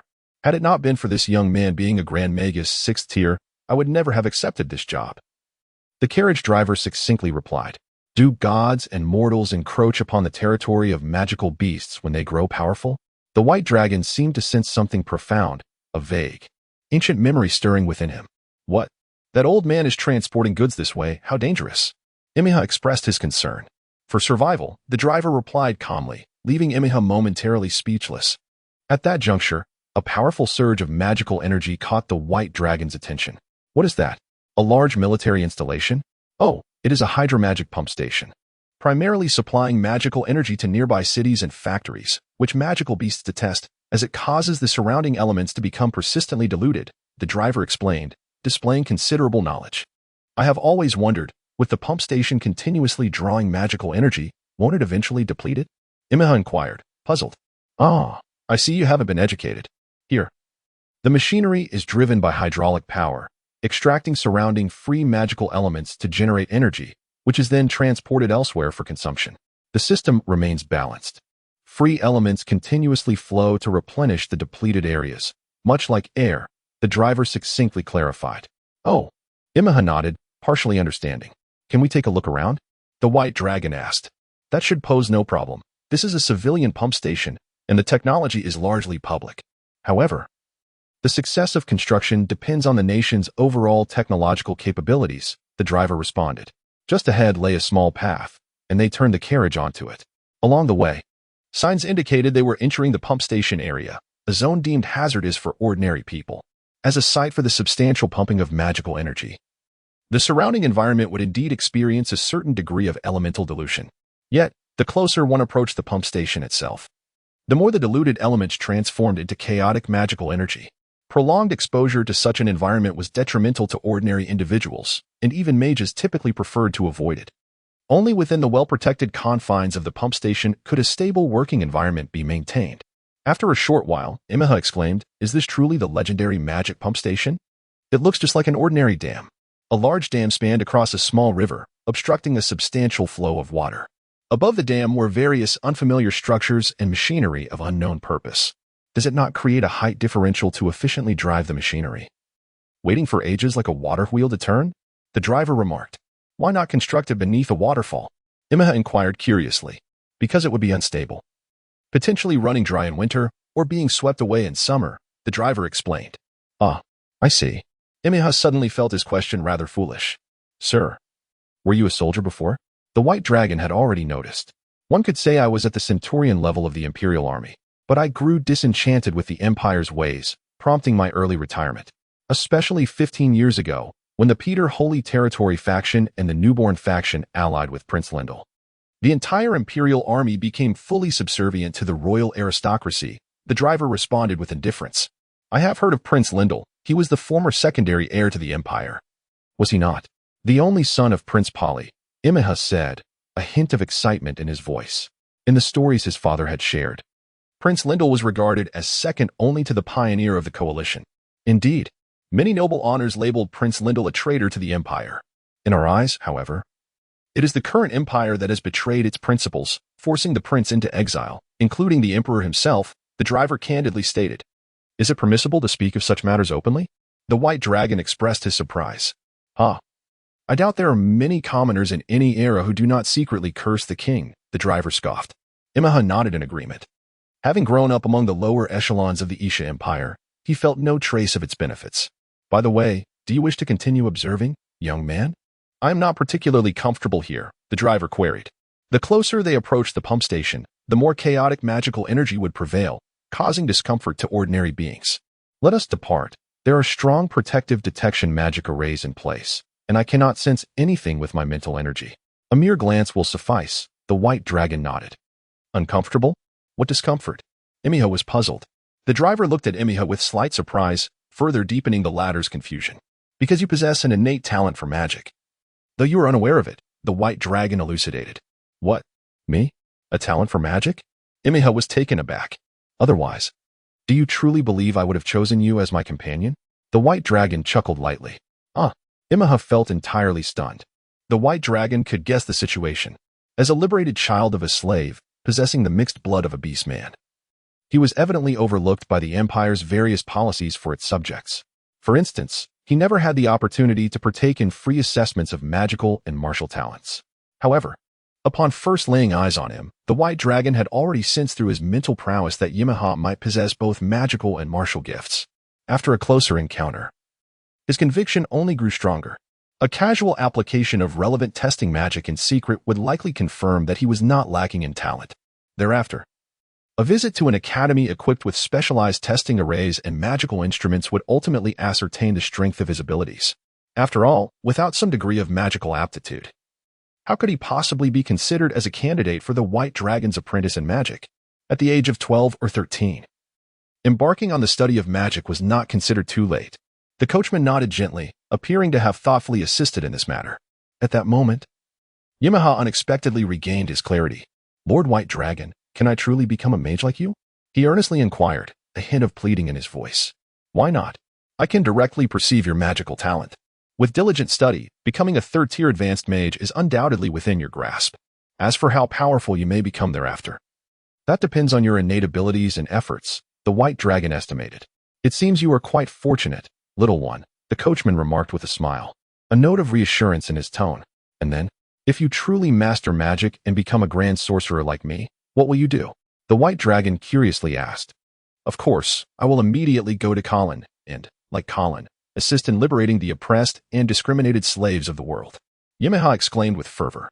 He still considered himself a citizen of Colin, rather than a lowly subject of the Empire. Then let us find an academy for you to explore, the White Dragon declared. Is it still possible to enroll now, even though it's not the admission period? Imeha quickly pondered. The testing arrays and magical instruments were not one-time use. Borrowing them would suffice, with payment being the only requirement. They won't deduct from my compensation, will they? Though it seems it shouldn't be a problem. Imeha expressed some concern, but upon reflection, he realized it was reasonable to spend money on testing his own magical talent. The White Dragon, slightly speechless, nonetheless understood the perspective of a child raised in such harsh conditions, who naturally placed great value on money. What kind of grand sorcerer would be unable to afford the cost of testing? You need not worry, the White Dragon reassured him with a smile. Hee. Then thank you very much, Lord White Dragon. Imeha replied. Chapter 8. The flourishing capital of the Isha Empire, the capital, Voskam. As Bai Long and Imeha entered the outskirts of the city, they were taken aback by the scene before them. A faint magical barrier, formed by a regional-level magical array, enveloped the vast city of steel and alchemical sand, resembling a celestial canopy. Airships and other flying machinery patrolled the skies, continuously employing various magical means to monitor the city's condition. It was autumn dusk, and the unified magical glow emitted from every towering edifice was distinctly visible. The city flickered with its magical radiance as night approached, akin to a beast awakening from slumber, revealing its powerful and proud demeanor only under the cloak of darkness. The territory of the Blood God, the capital of the Isha Empire. The sound of orderly footsteps resonated along the bustling streets. It was the patrol force of the Isha Empire. Not merely a contingent of soldiers, but a squad led by 4-meter-tall night mechs, equipped with external mechanical armor and exoskeletons. Due to the necessity of urban mobility, these night mechs employed a track-based bipedal structure to minimize wear on the city's surfaces, while still retaining adaptive capabilities that allowed them to transition into a more agile bipedal form during combat. The trade-off for such versatility was a lack of durability and strength. However, as patrol models, they were sufficiently equipped to handle short-term skirmishes. It was likely that any troublemakers would be swiftly subdued. Imeha gazed at the patrol with a hint of trepidation. The lightly armored exoskeleton soldiers wielded rifles, while the heavily armored ones brandished heavy machine guns, complemented by grenade launchers mounted on their left arms. The night mechs carried standard melee weaponry, a great sword on their backs, a machine gun on the right arm, and a miniature magic cannon on the left, with a magical shield crafted from alchemical metals inscribed on their chests. Bai Long noted the lack of mobility of the mechs, while Imeha, somewhat perplexed, wondered about their capabilities. Are they really that inadequate? Imeha questioned, having limited experience with such machines.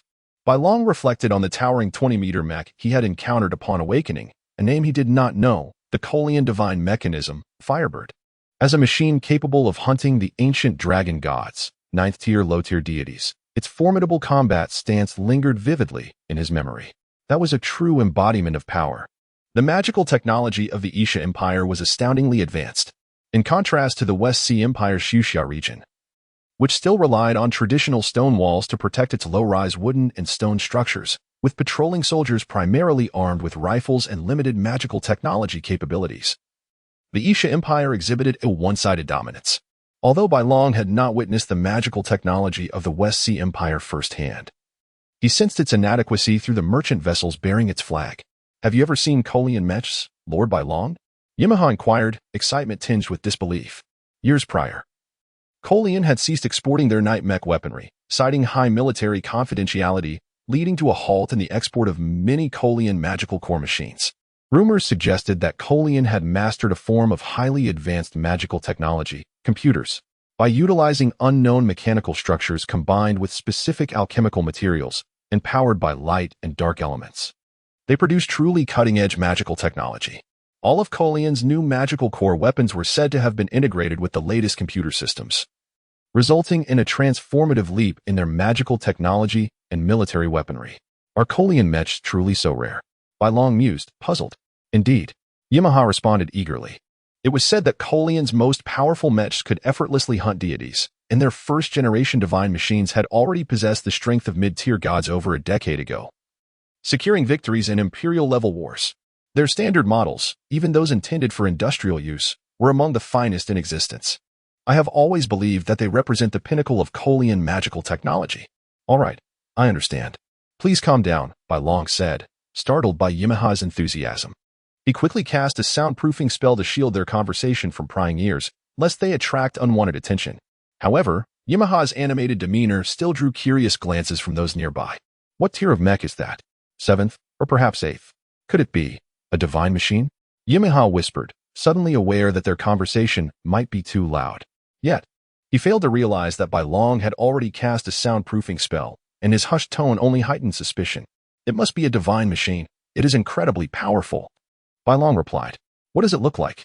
I have seen many illustrations of Kolian's public divine machines. If you describe its appearance, I should be able to name it. Imeha's excitement surged. Bai Long observed Imeha's fervor and realized for the first time that beneath the layers of life-esque trials, he remained a 13-year-old boy. A youth enamored with mechs, powerful weapons crafted by mortals capable of standing against deities. The primary color is a red alchemical metal, with magical cores primarily responding to fire attributes. Its melee weapon appears to be a magic sword approximately 7 or 8 meters long.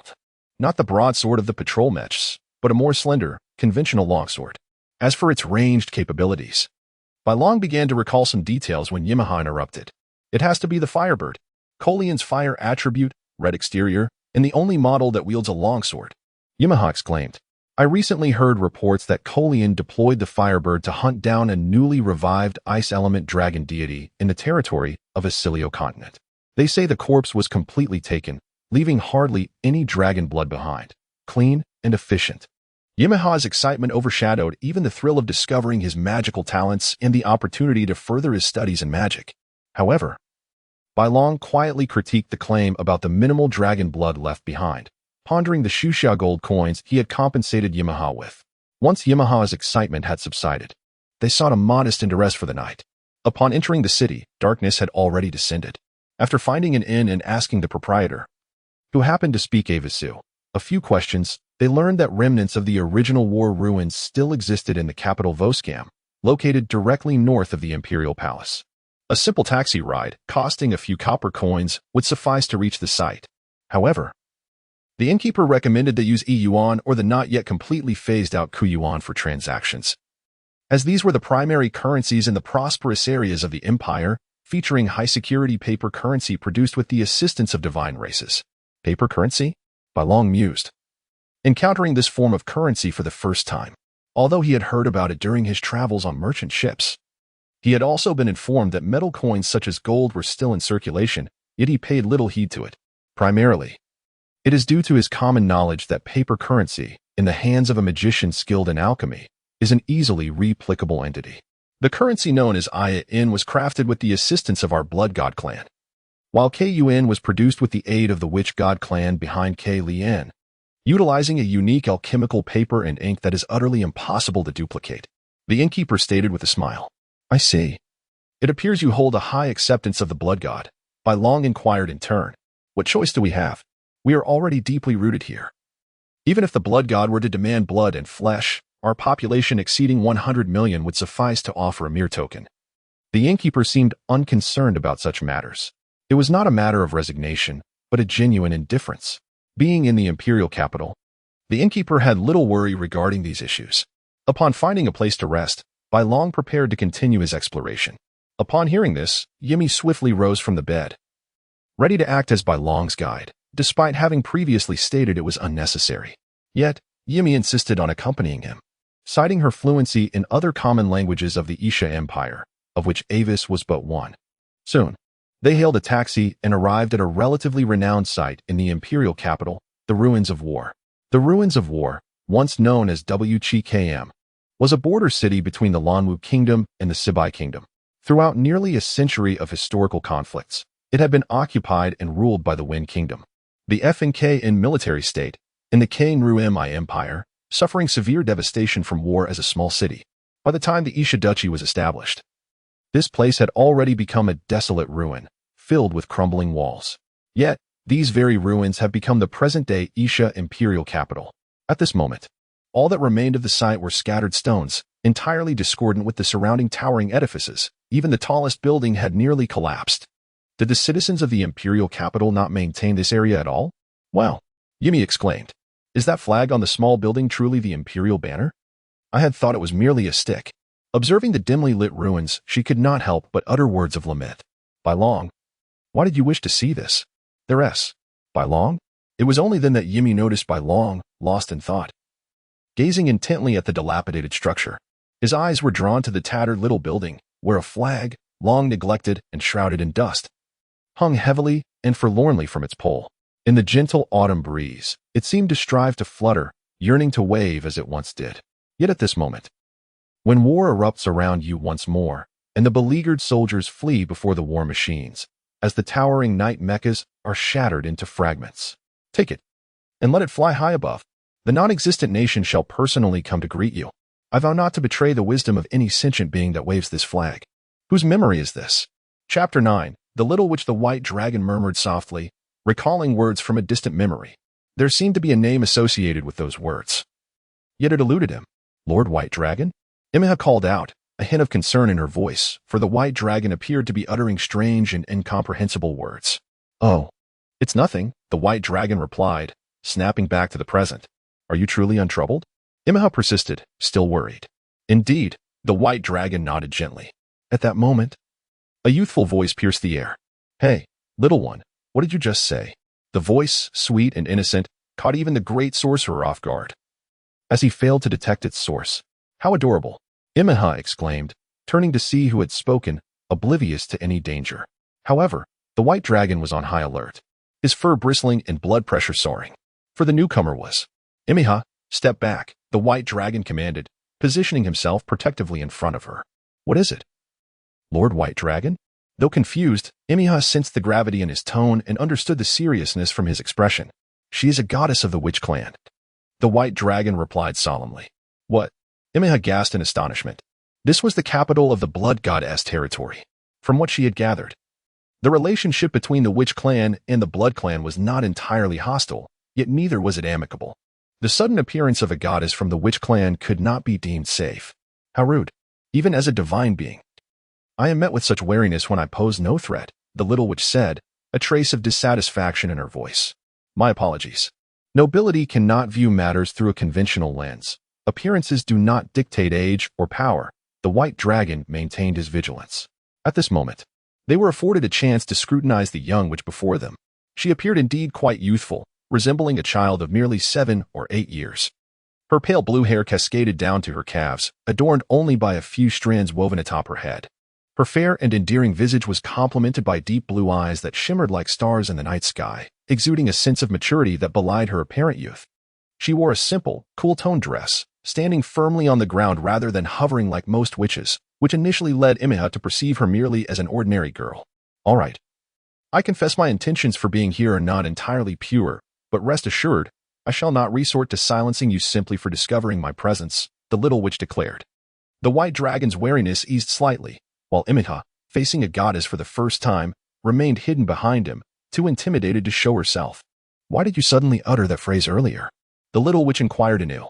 "It was merely a spontaneous remark. Is there a problem with that? Or perhaps someone has spoken enough?" The white dragon replied, his expression slightly shifting. In his memory, the phrase had a subject, which should have been followed by a name. Yet, he could not recall who had uttered it, only that the manner of expression bore resemblance to someone he knew. The little witch observed him thoughtfully, her deep blue eyes radiating a faint magical glow, as if seeking to uncover something hidden. The white dragon, in turn, maintained his caution, clearing his mind. For some witches possessed the ability to read thoughts, especially a goddess of the witch clan. With her striking white hair and light golden eyes, she was a rare combination among humans, and he did not recognize her face.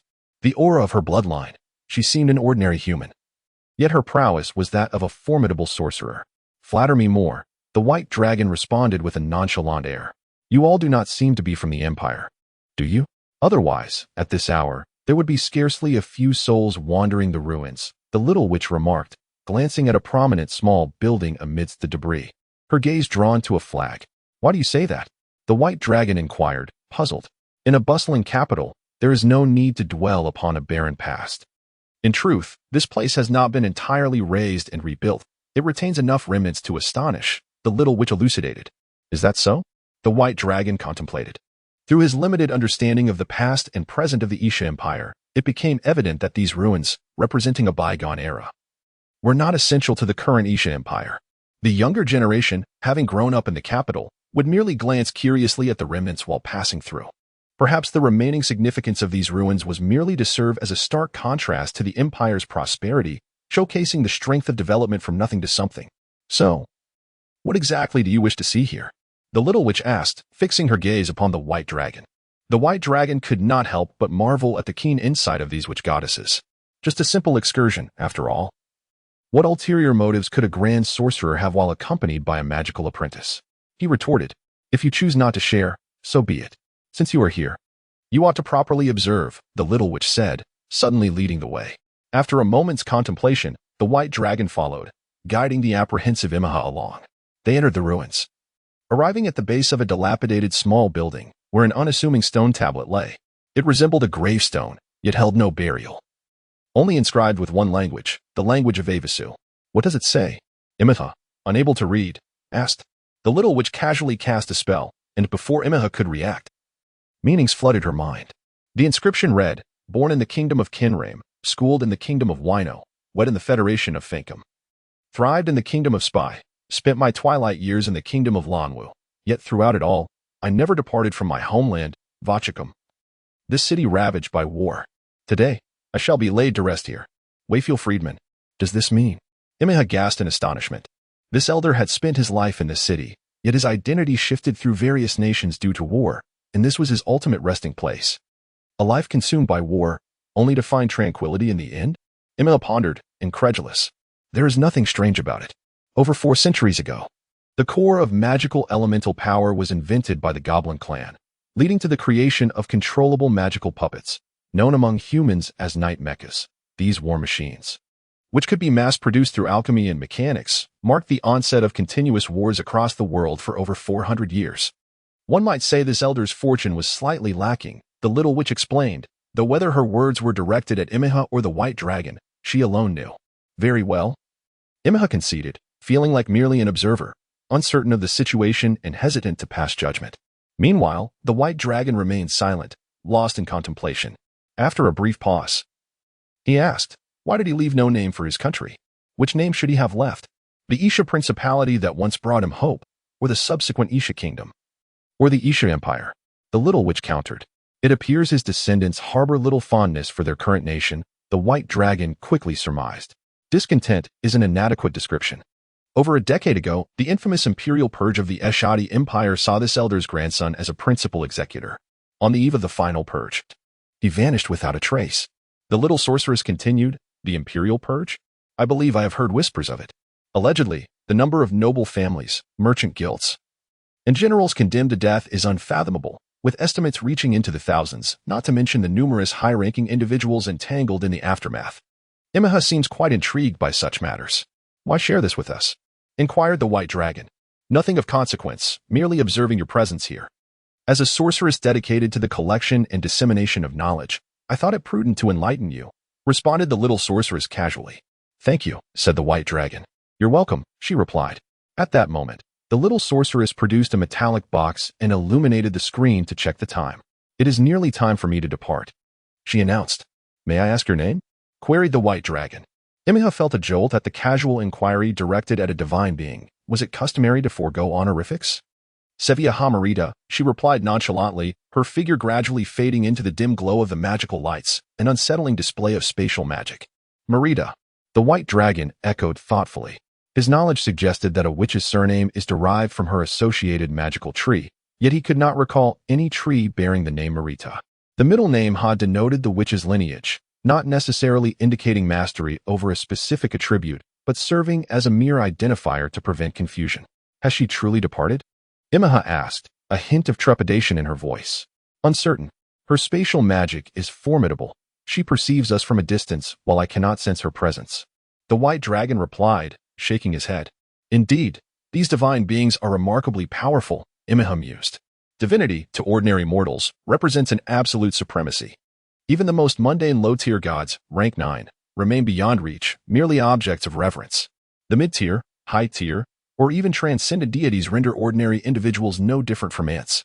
Shall we take our leave? Proposed the White Dragon. Yes, Imeha affirmed. With no compelling reason to linger, they swiftly exited the premises. Meanwhile, atop a towering 100-story building, the little sorceress Sevia gazed silently at the ruins, observing the departure of the two figures. It was, indeed, rather peculiar that she could discern their thoughts so readily. Perhaps it would be prudent to leave a magical mark on this individual. Mayhap the spells taught by my clumsy sister prove useful. With a sense of vigilance, the little sorceress Sevia discreetly cast a magical mark before vanishing from the lofty edifice. Chapter 10. The Assault on the Mountains within the Empire of Ashar. The grandest mountain range, the Hydalia Mountains, now lies shrouded in a complete blanket of ice and snow as autumn draws to a close. The White Dragon, seeking to explore as extensively as possible, opted for a trek across the mountains. In contrast, Imeha had hired a red deer, a tamed second-tier fire element magical beast, known for its gentle disposition and ability to carry weight through the snow while emanating a pleasant warmth of fire magic. I had heard tales of the Hydalia Mountains, but experiencing it firsthand, it is indeed frigid. Imeha shivered, despite being clad in an unprecedentedly thick attire. The cold was undeniable. The heating spell I taught you should be recited frequently. As an entry-level magic, you should have no trouble mastering it, the White Dragon observed, withholding assistance as he noted Imeha's demeanor. But my magical energy is insufficient, Imeha lamented, feeling quite helpless. He had only just begun his studies and had barely meditated a few times. His magical reserves were woefully low. Repetition of meditation and expenditure of energy is essential. This will not only expedite your mastery of magic, but also enhance your internal magical reserves, the White Dragon advised, adapting his instruction to the situation. I will do my utmost, but in this cold, it is exceedingly difficult to enter a meditative state, especially while on the back of the red deer, Imeha complained. Yet he persevered in his efforts. The White Dragon glanced at him, silently acknowledging his determination. At the very least, Imeha's attitude towards training was commendable, despite his complaints. His actions remained steadfast. Regardless of my plans, you will undoubtedly gain admission to the Magic Academy, even without my intervention. Your talent should afford you the opportunity for free education, as the Empire's current educational policy will not allow the loss of magical prodigies, the White Dragon stated. Regardless, I am immensely grateful, Lord White Dragon. Should you require assistance in the future, I shall endeavor to help you to the best of my abilities. Imeha quickly responded. Ultimately, it is merely about recognizing your talent and providing you with an opportunity. Whether you consider it a great favor depends on your character. I harbor no expectations in this regard. However, I must caution you. Should you choose to assist me in the future, prepare yourself mentally. I may find myself embroiled in perilous situations that could prove far more daunting than encounters with that sorceress deity, the White Dragon remarked, sensing the looming challenges. Especially as they approach the territory of Avis. Should matters escalate beyond my capacity to manage, or should I feel overwhelmed? I shall flee to avoid being a burden to you, Lord White Dragon. If I am able, I would gladly assist you in confronting those vile adversaries, Imeha replied earnestly. Your understanding is commendable, the White Dragon nodded. At that moment, he sensed an unsettling disturbance. The White Dragon mused, puzzled. What is it? Imeha inquired. It is strange. I believe I have detected a merchant caravan under attack. Given the existence of magical vehicles traversing the mountains and establishing railway transport, such caravans should be rare. The White Dragon reflected, uncertain of the nation's current state. Oh, I have heard that some caravans cannot utilize the standard magical vehicle transport routes, especially for interregional shipments. Imeha explained. Smuggling, perhaps? That would make sense, the White Dragon concluded. Is there danger? Should Lord White Dragon intervene? Imeha asked. The White Dragon pondered for a moment before swiftly arriving at a decision.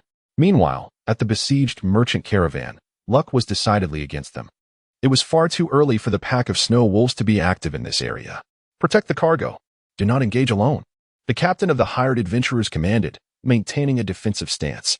As long as they did not reveal any weaknesses, the beasts would not dare to attack recklessly. The caravan's defenses were reasonably solid, and the situation was not yet dire. However, as the pack of snow wolves, varying from first to third tier in strength, began to linger, there was a growing concern that more wolves from their clan would soon arrive.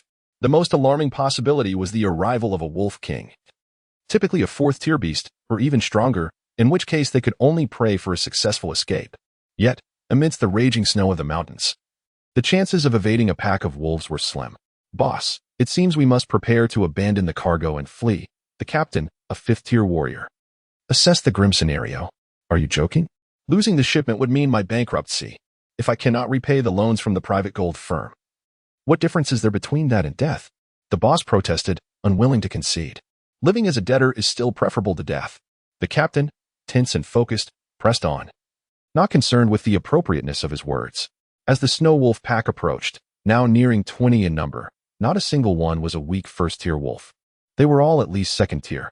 The most critical concern was that the Wolf King had yet to make an appearance, indicating that they were likely facing a pack of at least 50 formidable snow wolves, with the Wolf King being at least fifth tier, if not sixth, within their adventurer group.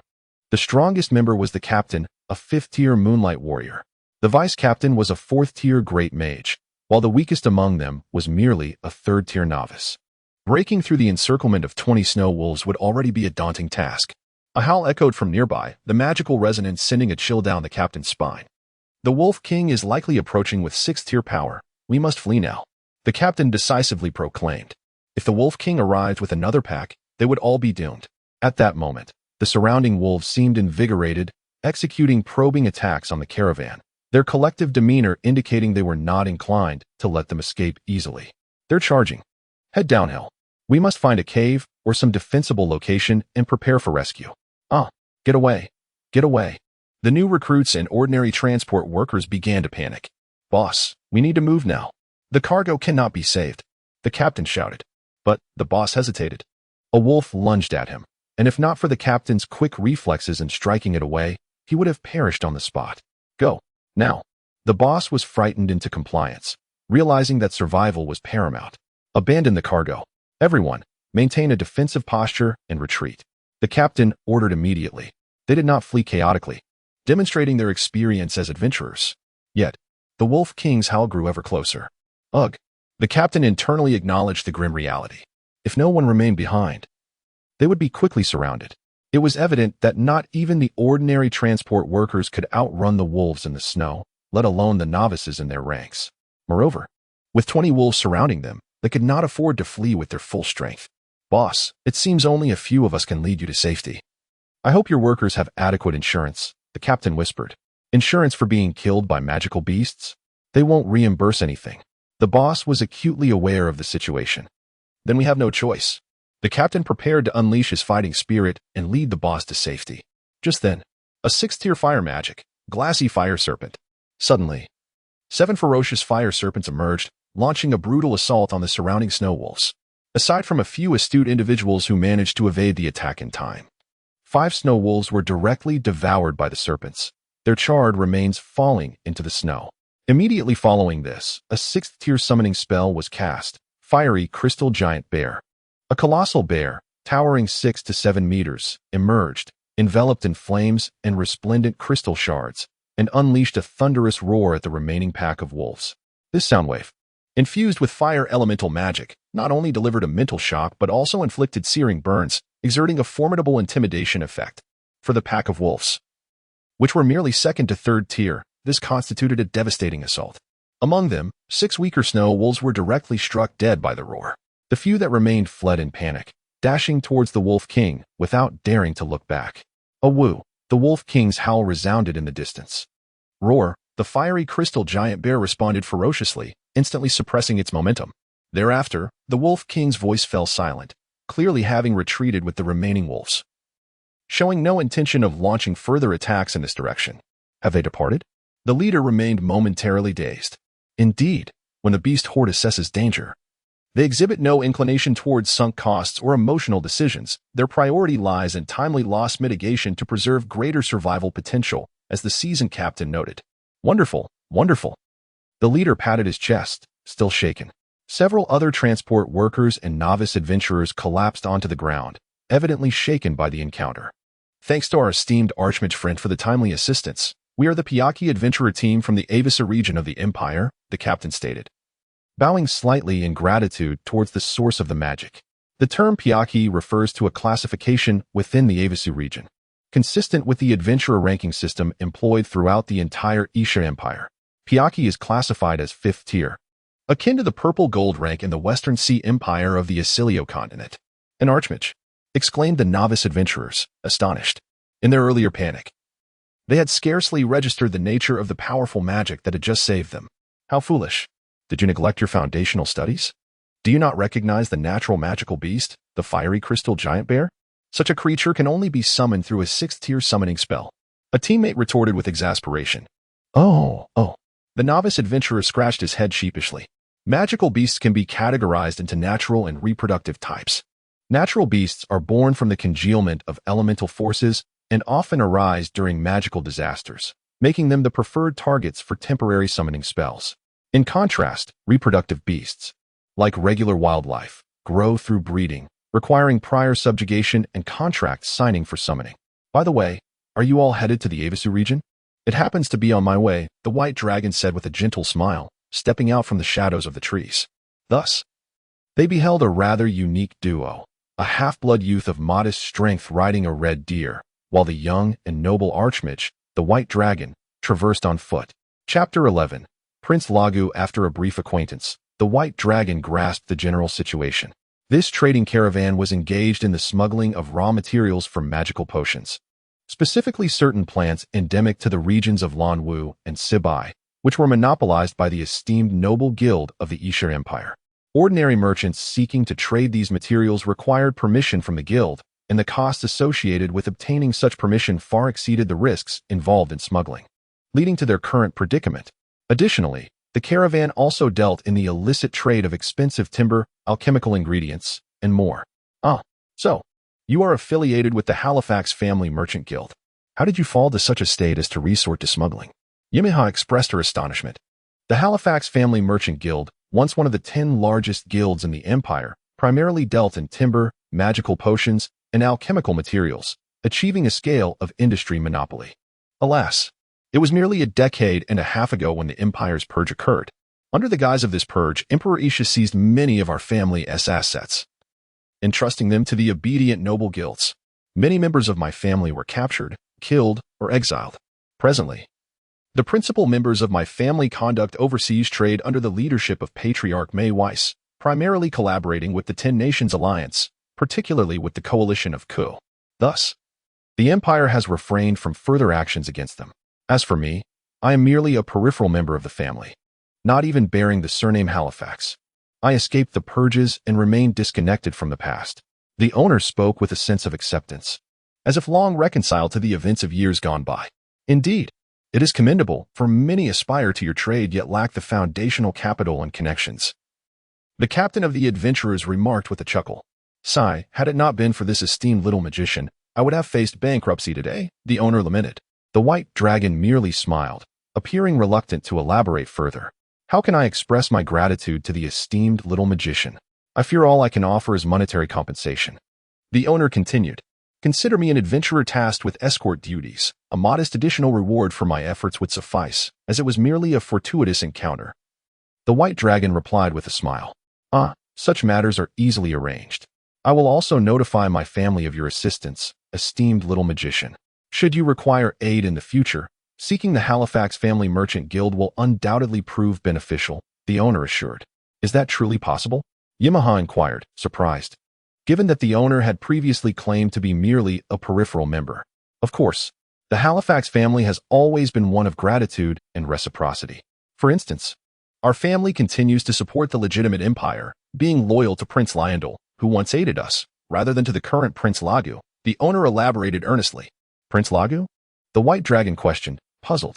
Having resided in the Isha Empire for some time, he had often heard of Emperor Isha and the legendary Prince Lionel. But this was the first mention of Prince Lagu. Are you unfamiliar with him, esteemed little magician? The owner queried, astonished. Simply call me White Dragon, he corrected succinctly.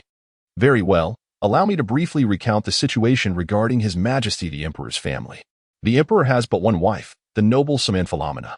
Initially, they had only one son, the former Prince Suanboli. By the way, the royal family employs a unique prefix for their surnames, the owner explained, cautious to clarify any potential confusion regarding the surname shift.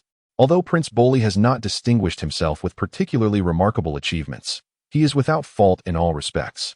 Most notably, he has 2 children, one of whom is the illustrious Prince Lionel, Suman Lionel. The other, a young princess, is Suman Saiwiya.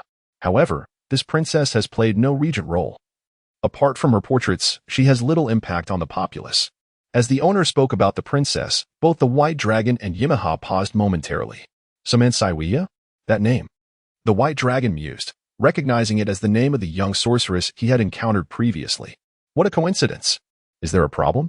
The owner asked, bemused. Not at all. I merely met a girl named Saiwiya before, the White Dragon replied. That must be a coincidence. However, it is curious. Princess Saiwiya should be around 40 now, yet I have not heard any news regarding marriages, the owner added, with a hint of curiosity. Perhaps the emperor would be reluctant to part with his only daughter, the adventurer captain laughed. That makes sense, the White Dragon concurred. Moreover, it is said that Princess Saiwiya possesses exceptional magical talent, having already ascended to a level far surpassing that of ordinary mortals. She is in no rush to wed, I presume? An only princess with such prowess is unlikely to be easily married off. The other adventurers chimed in agreement, aside from Prince Boli and his kin. A decade and a half ago, Emperor Isha and the Empress welcomed another son. The previous year, he was formally recognized as the heir, now known as Prince Lagu. He is currently 17 years of age and is still studying at the Polaris Academy. The owner concluded his discourse regarding Prince Lagu's whereabouts, noting that for most individuals, reaching graduation from a magical institution by the age of 16 is typical. Only those deeply engrossed in academia or research would remain in such institutions. Prince Lagu evidently falls into the latter category, with Emperor Isha, a being of divine strength, showing no signs of abdicating anytime soon. There is no urgency for the young prince. This age gap is rather astonishing, Imeha remarked, taken aback. The youngest child of Prince Boli is around 40. Yet his younger uncle is merely 17? Haha. The young lad lacks a proper understanding of strength. Both Emperor Isha and the Empress are divine beings, their lifespans extending threefold beyond that of ordinary humans. It is rumored they are preparing to ascend to mid-tier divinity, which would further extend their lives, making them impossible to assess through conventional metrics. The adventurer captain chuckled. Those who cultivate their powers possess a clearer perspective on strength, distinguishing it from that of ordinary individuals. Prince Lagu must bear considerable pressure, the white dragon quickly surmised. Indeed, the owner agreed. His father, Emperor Isha, is the architect of the empire. The most formidable heir was the remarkable Prince Lionel, who excelled in governance, military leadership, and innovation. It is said that the magic vehicle we are familiar with was invented by him at the tender age of 7. Tanks and aircraft were also developed with his involvement when he was merely 11 or 12. And he personally led military campaigns to conquer the Lanwu kingdom during the Peter Saint's reign. As the saying goes, while your child is pondering how to spend the winter break, Prince Lionel was already leading an army to conquer a nation. The owner spoke with a tone of admiration. Prince Lionel also played a significant role in subsequent wars, yet the owner's expression darkened as he continued. However, what is it? Imeha inquired curiously. It became evident later that due to Prince Lionel's exceptional abilities, Emperor Isha, reluctant to relinquish power, chose to strip Prince Lionel of his governing authority under the pretext of his youth. The adventurer captain leaned against a nearby tree, reflecting. Indeed, yet even then, Prince Lionel endeavored to advocate for the rights of the populace, hoping that the future Isha kingdom would not revert to the antiquated feudal imperial system. The owner lamented. What a pity. He no longer possesses actual power, and Prince Bali has subsequently lost his status as heir, rendering him unable to assist His Highness Lander in any meaningful way. The boss reminisces, filled with a profound sense of regret. At such a young age, he was already expanding territories and engaging in battles as a founding general, a stark contrast to Prince Lagu, who is still ensconced within the academy. Indeed, one can already sense the mounting pressure. Imeha also expressed understanding. The disparity between His Highness Lander and the current Prince Lagu is exceedingly vast. I find myself intrigued to visit the academy he attended, which is called the Polaris Academy, correct? A peculiar desire to see it stirs within the heart of the White Dragon. Indeed, His Highness Lander was once a student at Polaris Academy, and our current clan leader, Mavis, was also a professor there in those days. Presently, Polaris Academy ranks among the top 3 in terms of comprehensive capabilities within the empire. The boss nodded in acknowledgement. However, the standards for seeking employment or education at Polaris Academy are exceedingly high, the captain of the adventurers cautioned. At worst, one could merely visit. The White Dragon seemed unperturbed by this notion. Haha, with the talent and strength of little brother White Dragon, it should be no problem. The captain laughed heartily, clearly jesting. The White Dragon remained indifferent to such remarks, silently making a decision in his heart. The chosen institution is Polaris Academy. The target he seeks is Prince Suman Lagu of the Isha Empire.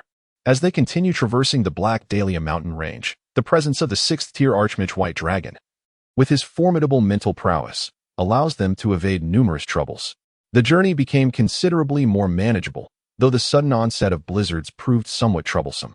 Throughout this expedition, the White Dragon gleaned valuable insights from the experienced boss and the adventurer team regarding the Isha Empire.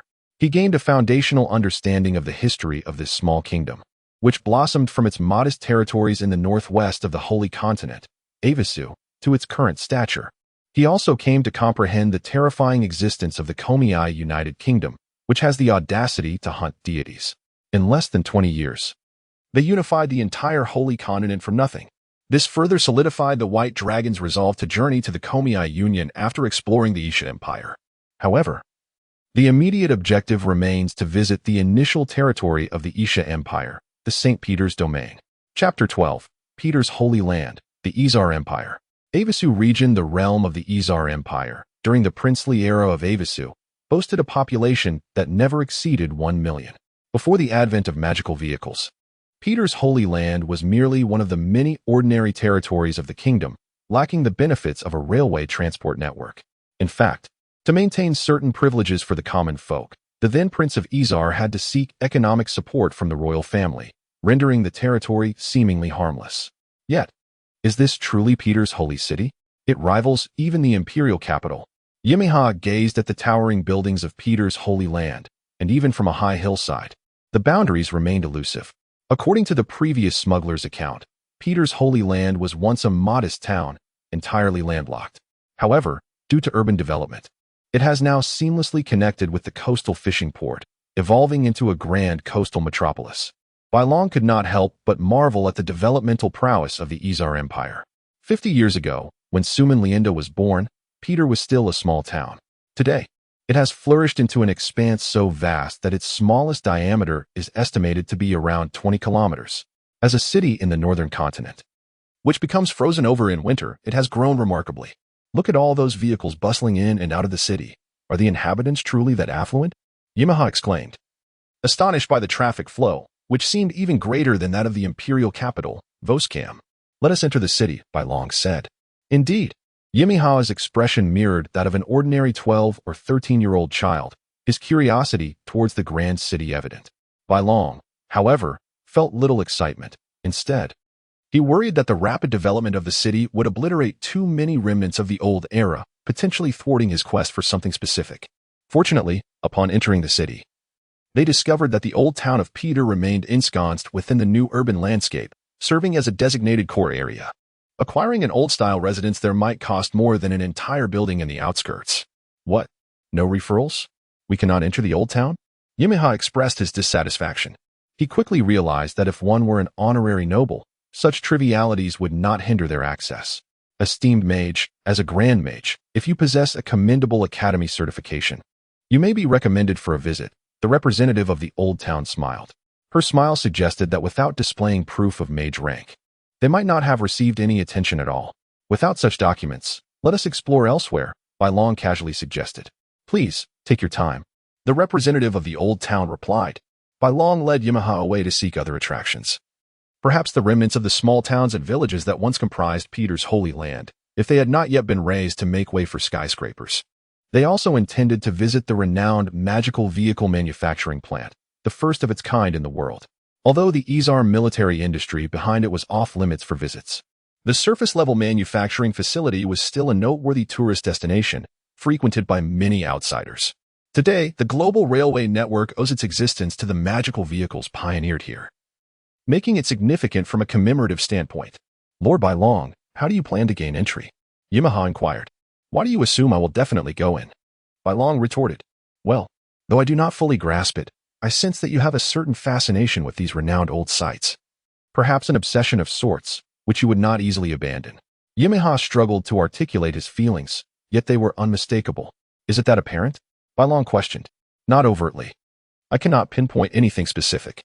It's merely an instinct I have, Imeha said, scratching his head in embarrassment. Bailong nodded lightly, realizing that Imeha was quite perceptive, albeit without many friends to converse with, thus unaware of his own talents in this regard. Let us proceed to the magical vehicle factory. Entry is granted upon payment. Bailong declared. Indeed. Imeha appeared intrigued.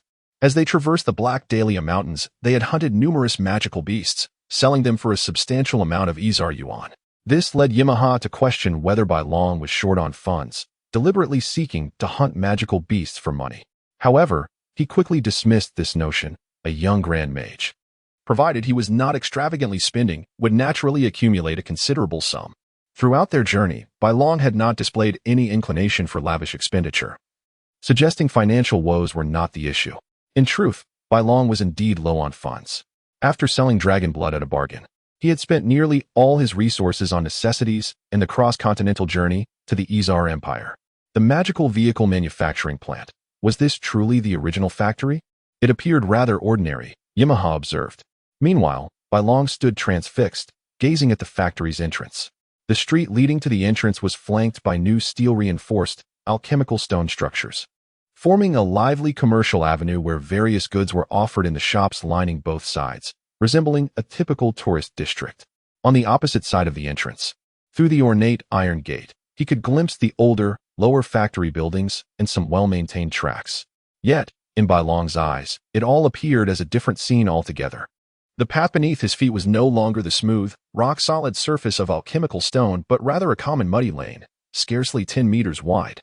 The surroundings were not vibrant buildings, but fields basking in the autumn harvest, where local villagers toiled joyfully, greeting newcomers with warmth and slight bows of acknowledgement. It seemed that even the concealed lookout points, established to prevent the exposure of the military factory behind the magical vehicle manufacturing plant, were keenly aware of their purpose. Lord Bai Long. Lord Bai Long? Imeha's voice roused Bai Long from his reverie. Let us go inside and take a look, Bai Long quickly replied. Ah. Imeha paid little mind, accustomed to Bai Long's moments of distraction when encountering these old places. As they entered the magical vehicle manufacturing plant, the scenes before them, though initially unfamiliar, exuded an inexplicable sense of familiarity. Before the staff could provide their introduction, Bai Long already sensed the function of the various areas behind the scenes. Notably, he was acutely aware of which of the 5 large sealed doors within the factory concealed the passage to the military facility beyond. He even knew that beneath the military facility lay 2 additional levels, designated for storing finished weaponry and equipment, including the tanks and aircraft initially utilized by the military of Peter's Holy Land. It felt as if he had participated in the construction of this place. This conviction left Bai Long certain that he had visited here before, having spent a considerable amount of time within its confines. But why?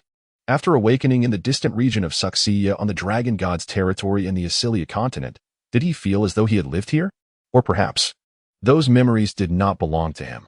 Rather, they were fragments influencing his perception, leading to a semblance of misplaced familiarity. Leaving the magical vehicle manufacturing plant with a sense of curiosity, Imeha embarked on the next leg of his journey. Inside the taxi, although it was not his first experience, the luxurious ambience still captivated him, prompting him to gaze around with childlike wonder. How fast can this car go? Imeha inquired, his curiosity piqued. The speed limit is enforced in the city. Otherwise, I could let you feel the thrill of soaring, the driver casually replied.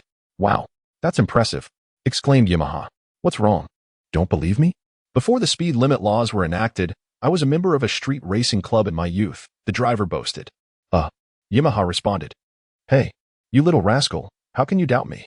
If it weren't for the fines for speeding, I would show you, the driver began, but was interrupted. Did a 3-wheeler just pass us? Bai Long suddenly remarked. The driver fell silent, while Imeha innocently scanned the road ahead to confirm the sighting of the 3-wheeler. Suddenly, a powerful surge propelled the taxi forward, as if it were taking flight, weaving skillfully through the bustling traffic. Wow, you're amazing, uncle. Ha! Imeha exclaimed, his excitement palpable. The exhilarating rush of speed was undeniably irresistible to him. Today, I'll show you young ones what the romance of street racing truly is. Yippee! The driver echoed with enthusiasm. Ha! Go faster! Imeha shouted, leaning out the window to relish the exhilarating wind. With Bai Long's mental prowess safeguarding them, he made no effort to curtail their reckless antics. Should a crisis arise, he could simply levitate the entire taxi to avert danger. Hold on tight, little ones. Let me give you a taste of what it means to be the god of taxis in Peter's territory, the driver proclaimed with pride. Oh, the god of taxis in Peter's realm, Imeha echoed, joining in the exuberant cheer. Approximately 3 minutes later. I apologize, officer. It won't happen again, I assure you. The driver bowed slightly, offering his apologies to the traffic police. Imeha remained silent in the back seat, feeling as though he too was being reprimanded. Ultimately, it was Bai Long who settled the driver's fine and contributed extra to the fare as compensation for the points deducted, acknowledging that without his mention of the 3-wheeler, this predicament might have been avoided. Chapter 13, The Prince's Manor. The old Prince's Manor, once a grand estate during the era of Prince Avis, has retained its original charm even after decades. Within the manor, dedicated caretakers ensure that any damage caused by frost or storms is promptly repaired. Aside from the trees and shrubs flourishing more abundantly than before, it remains largely unchanged. However, access for outsiders is still strictly regulated, as it is a royal property that must uphold its dignity. Visiting here is far more challenging than entering the old town. Though it is a manor from the prince's time, it still possesses an impressive stature, as Imeha remarked with a hint of envy. The estate is perched upon a hill, making it difficult for outsiders to see more than the 5-meter-high walls and the spires of the castle-like main house. The surrounding area remains largely vacant, with no towering buildings encroaching upon this space. Beyond the manor, for a radius of about a kilometer, everything retains its original appearance, with even the roads paved in ancient cobblestone rather than the more modern alchemical gravel. It offers a glimpse into a bygone era, and the manor is quite ordinary, lacking any lavish decorations aside from the necessary defensive mechanisms. Is that so? Imeha asked, puzzled. He had never encountered such grand estates, having previously lived in a small port town, yet it seemed that White Dragon was well acquainted with this subject. Indeed, an elderly voice interjected. White Dragon recognized it belonged to an old man who had noted their presence upon their arrival. Though I possess saintly power, it was forcibly augmented through potions and the like. Besides extending my lifespan, it offers no real combat capabilities, the old man said with a gentle smile. From the 1st to the 7th rank, royal beings do not experience an extension of life. Only upon breaking through to the 8th rank, the saintly level, does one enter an extraordinary phase, potentially adding about 50 years to their lifespan. Achieving the 9th rank, the divine level, lower tier god, would further extend life by roughly 100 years.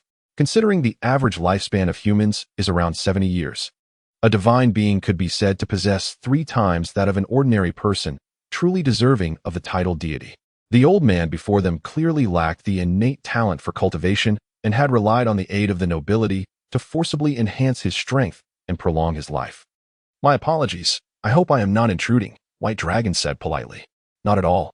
It has been many years since a young person has shown interest in visiting here. The old man replied, shaking his head gently. Really? No one wishes to visit the residence of His Majesty the Emperor? Imeha asked, perplexed. Despite his own lack of fondness for Emperor Isha, he would not have considered coming without White Dragon. Surely, in such a vast empire, there must be individuals eager to see it. Do ordinary people dare to visit the imperial palace? The old man retorted. I see, Imeha conceded. Occasionally.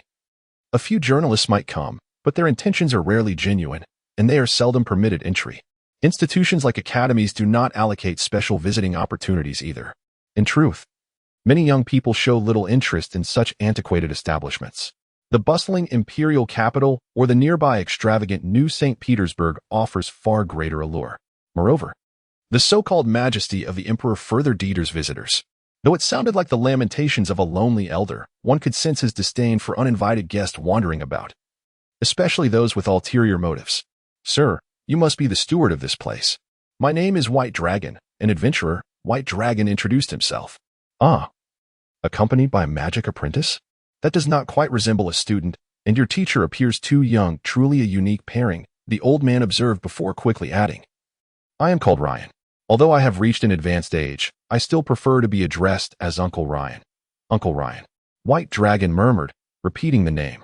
The shifting light and shadows momentarily disoriented him, and he felt an inexplicable familiarity with the elderly man, reminiscent of his experience at the ruins of Vachicum or the old site of the magical vehicle factory. Did I know this uncle before? No, that can't be. Why do I subconsciously refer to him as uncle? The self-proclaimed Uncle Ryan observed the young boy's bewilderment. What is the matter, little one? Lord White Dragon occasionally experiences such moments of distraction, Imeha explained, having grown accustomed to it. Oh, it is true that mages may encounter peculiar phenomena. I can understand. Uncle Ryan remarked, dismissing any concern. May I ask how many years you have served as the steward here? White Dragon inquired. How many years? I cannot quite recall. I came here when Polly was still a child. It must be over 60 years now, Uncle Ryan reflected. Wow. So, Uncle Ryan, does that mean you are over 80? Imeha exclaimed, astonished. I have forgotten how long it has been since my last birthday, Uncle Ryan replied. Is that so? Imeha responded, while White Dragon fell silent. Unsure of what to say next, he found himself puzzled by the fact that among the descendants cared for by the Isha royal family, the most renowned should be the renowned Prince Linder, yet Uncle Ryan only mentioned Prince Polly. Does that mean you witnessed the legendary Prince Linder grow up? You must be very proud of such an outstanding prince, Imeha queried eagerly. Indeed, Uncle Ryan nodded. Yet, both Imeha and White Dragon could sense the weight in his tone, as if the topic of Prince Linder was one he preferred to avoid. I apologize if I have spoken inappropriately, Imeha quickly offered, sensing the shift in the atmosphere. It is nothing. You need not worry, little one, Uncle Ryan said with a gentle wave of his hand. Ah, Imeha responded softly, recognizing that they should steer clear of the subject concerning Prince Linder. If you wish to explore, I can show you around. Though I will not take you inside the house, Uncle Ryan proposed. Is that acceptable? White Dragon inquired, wanting to confirm that it was not merely a polite diversion. Just a brief look around. Once you reach the level of a saintly mage or a god of magic, this manor, with its minimal defenses, will hold no secrets for a mage like yourself, Uncle Ryan chuckled. Then we would be grateful for your guidance, White Dragon replied. Very well. Follow me, Uncle Ryan said as he led the way. He walked slowly, resembling an ordinary elderly man, yet his steps were familiar, as if he had traversed this path countless times. The lush vegetation flanking the narrow path was vibrant, though the evergreens could not escape the occasional falling leaves in the autumn breeze. Yet, the scene did not seem chaotic, nor was there any effort to tidy it up. Gradually, they arrived before the grand gate. The seemingly ordinary iron gate, likely infused with some alchemical metals, was inscribed with defensive magical arrays. Its strength may not withstand formidable attacks, but it would suffice against petty thieves or unexpected natural beasts. Upon opening the grand gate, one is greeted by the familiar scenery of the estate. Indeed, it is familiar. As the White Dragon meanders along the path, an inexplicable sense of recognition washes over him, even more profound than that experienced at the magical vehicle manufacturing plant. This area is essentially the outer zone, with a wall ahead marking the residence of the esteemed Lord Isha and his companions. The periphery is generally occupied by guards who reside and patrol the area. And of course, there are remnants of the night mechs from that era. Behold, the storeroom over there was once used for housing night mechs. The models from that time were of the Frostblade Knight variety, boasting a formidable third-tier strength from the days of the Avis Kingdom. Uncle Ryan, leading the way, provided this information. It turns out there is a double-layered wall separating the inner and outer courtyards. If a petty thief were to intrude, they would likely come to regret it too late. This is Imeha's first encounter with such an estate. While she is unaware of the other territories, Lord Isha has always treated his subjects well. At least during the decades I have been here, I have not encountered any thieves. The only time the walls were breached was during a winter night-esque beast attack. If memory serves correctly, it was a black-scaled dragon, though I cannot recall its precise tier of strength. In any case, it was swiftly dealt with by the Frostblade Knights. Uncle Ryan attempted to recollect, though some details had faded from his memory. Surely, that beast must have wandered in by mistake. Otherwise, it seems rather foolish. Imeha remarked. Who knows? Uncle Ryan continued their leisurely stroll around the outer courtyard, arriving at a patch of ground overrun with weeds, which appeared to be a training ground of sorts. Little one, you possess fire magic, do you not? Perhaps you could lend a hand and clear this mess, Uncle Ryan suggested. Certainly, the White Dragon nodded, quickly inquiring.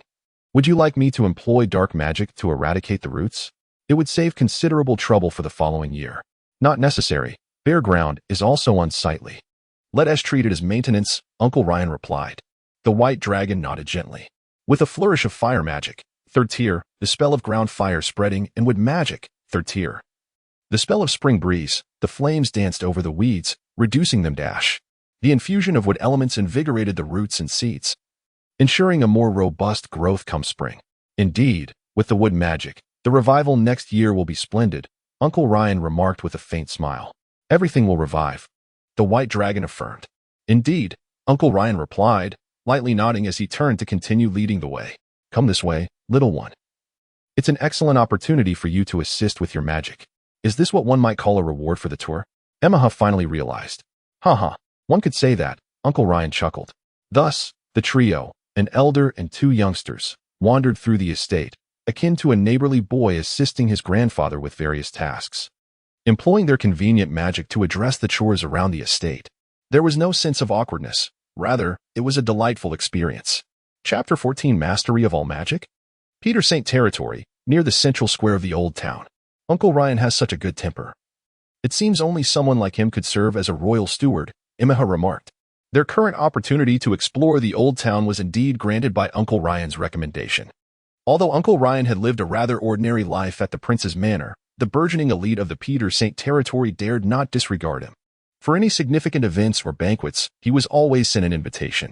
Whether he chose to attend was another matter. The invitation simply had to be extended. This place. The White Dragon gazed at the merchant buildings lining the street. The architecture remained largely unchanged, retaining its old-fashioned charm. Is there a problem? Imeha inquired. As he could neither read nor recall anything about the merchant association named Gate Merchant Association. Longtemps, the White Dragon began to mumble. Imeha was accustomed to this behavior and soon, the White Dragon approached a young man who was strolling nearby. Excuse me. May I ask if this merchant association was originally called Lanting Merchant Association? He queried. Lantung. Oh, you mean one of the largest merchant associations in the empire? The young man replied. It indeed flourished alongside His Majesty. However, it was significantly impacted during the clearing of the empire, with many of its industries taken over by various noble families. If your master had any connections with that association, I would recommend you to the Ten Kingdoms Alliance instead. Otherwise, you might only be able to go to the coalition. But they have very strict reviews for outsiders. The young man offered some advice. Oh, thank you, the White Dragon replied. It's a minor matter. But it is quite rare to see such a young Grand Magus. Which academy do you belong to? The young man asked with a smile. I haven't decided yet. The White Dragon replied. I see, the young man responded. As a resident of the noble old town, he would not typically respond so courteously unless he noticed the 6th-tier Grand Magus insignia on the White Dragon's chest. Subsequent conversations revealed that he perceived the White Dragon as possessing a mentor of holy Magus caliber, recommending him to the Isha Empire to seek out the former Tung Merchant Association. After all, a holy Magus was of a saintly level, with a lifespan far exceeding that of ordinary individuals, and it was not unusual for them to have varied experiences. The inquiry regarding the academy was merely a means of elimination. If possible, befriending such a young Grand Magus would not be a bad thing. However, the White Dragon was not particularly interested in this exchange, as he was more preoccupied with matters of memory. Nightfall. On the magic train bound for Polaris Academy in Peter Saint territory. This time, the White Dragon opted not to walk but to travel in the more comfortable magic train. It was Imeha's first experience aboard a magic train, especially in the luxurious business carriage with private rooms and beds. After a brief period of excitement exploring his surroundings, he soon succumbed to sleep amidst the fatigue of the night. By morning, this leisurely sightseeing magic train would arrive at Polaris Academy. Yet, at that moment, the White Dragon felt no inclination to sleep. Watchicombe Old Town, the site of the magic train manufacturing facility. The White Dragon employed light magic to manifest words and rough images. The final presentation revealed today's ultimate destination, the old town of Peter Saint territory. However, the most striking images were those of the prince's manor and the name Uncle Ryan. Observing these, he could nearly ascertain his connection to this place. Who am I truly? Where'd I originate? Blood magic, the domain of the blood god. Isha Empire. The various familiar scenes encountered since his arrival had reached an undeniable depth within his heart. Yet, aside from extremely vague fragments, there was no additional information. The occasional clear recollections of words and names seemed to lack any critical clues. And then there was Sanaye Marita, or rather, Suman Sagaye. The name Sagaye inexplicably captivated his attention. But I should have nothing related to the witch clan, right? Does that little witch truly have any connection to me? If so, as a deity, she should know more than I do. Wait, the witch clan? My magic. The White Dragon has suddenly realized something. Whenever he wished to employ a particular type of magic, it would manifest in his mind as if he were initially desiring clothing. Thus, blood magic would automatically surface in his thoughts, allowing him to utilize dragon blood to weave blood garments. Similarly, when he aimed to store dragon blood, he intuitively understood how to activate spatial storage magic. It appears I remain unaware of the upper limits of my magical capabilities. After a simple test at the Mage Guild in the Xuxia region, I learned that my current magical energy capacity and quality correspond to that of a 6th-tier Grand Magus. Taking human magical talent as an example, any magician can theoretically learn any conventional elemental magic. The foundational 7 elements are light, dark, fire, water, wind, lightning, and earth, along with commonly used elements like wood and ice. The only distinction lies in the instability of human magical talent. Some may excel in only 1 or 2 attributes. In extreme cases, even those who reach the Holy Magus level may only be able to cast 1 or 2 types of 8th-tier magic, while others might find their limit at the 3rd tier. This situation is similar even among long-lived races such as elves and demons. The mastery of different elemental magics remains limited. In the entire world, only the Witch Clan possesses the extraordinary ability to maintain a stable and balanced mastery of all magical talents. Even another group akin to the Witch Clan, known as the Miko clan, cannot achieve such comprehensive mastery as effortlessly as the Witch Clan. I am a 6th-tier Grand Magus. I have utilized 6th-tier fire magic in the Black Dahlia Mountains. While traveling from the Xuxiao region to the port, I employed 6th-tier wind magic for flight. Thus, the White Dragon contemplated, quickly leaving a spatial mark before disembarking from the magic train. After finding a secluded patch of land, he gazed at the flora before him, musing on a notion that should be impossible. The witch clan has no males. The reproduction of the witch clan occurs through their unique spirit tree, which, when periodically nourished with the blood of different witches, produces the birth spirit fruit that enables witches to conceive. Once a witch reaches maturity, she may choose to harvest the birth spirit fruit and consume it to fulfill the reproductive process. Therefore, the surnames of the witch clan primarily derive from the spirit tree. For instance, Sayahe Marita. The Marita is likely named after a spirit tree called Marita. The existence of males in the witch clan is only possible through mixed blood descendants. And they must be third-generation hybrids, as second-generation hybrids of the witch clan will invariably be female. Deep breath. The white dragon inhaled deeply and exhaled, calming his emotions. Then, he invoked the light magic, 6th-tier magic, radiant sunlight, with the concentration of rich light elements. A powerful single-target light magic attack was unleashed from the white dragon's hand, striking a nearby patch of ground and creating a tremendous explosion that left a massive crater in its wake. The debris and vegetation were scattered, some of which were blocked by the white dragon's surrounding magical barriers, preventing them from splattering onto him. Indeed, I can release spells without incantation. The white dragon was taken aback. Darkness magic, 6th tier, dark spirit devour. A creature formed from dark magic emerged from the spell, resembling a gaping maw that voraciously devoured the large rocks and soil just obliterated by the explosion. Similarly, the casting of spells without incantation ensued. Subsequently, the elemental forces of water, thunder, earth, wood, and ice, the release of 6th-tier magic corresponded, regardless of whether the spells were offensive or defensive in nature. As long as the thought of casting lingered in his mind, the magical abilities that seemed inherently his would swiftly manifest, effortlessly released in a formless incantation. He possessed the remarkable ability to master 9 elemental magics, a true polymath in the arcane arts. This mastery was not merely ordinary. As a 6th-tier grand mage, it was typically necessary to engage in intricate incantations for the casting of advanced spells, unless one had delved deeply into the study of 6th-tier magic. The lower the tier of magic, the more adept one became, requiring less magical energy to achieve instant spells without incantation. However, he was not limited to 1 or 2 spells, nor merely a handful of elemental magics. With a mere thought, he could instantaneously conjure 6th-tier spells from all 9 elements without uttering a single word.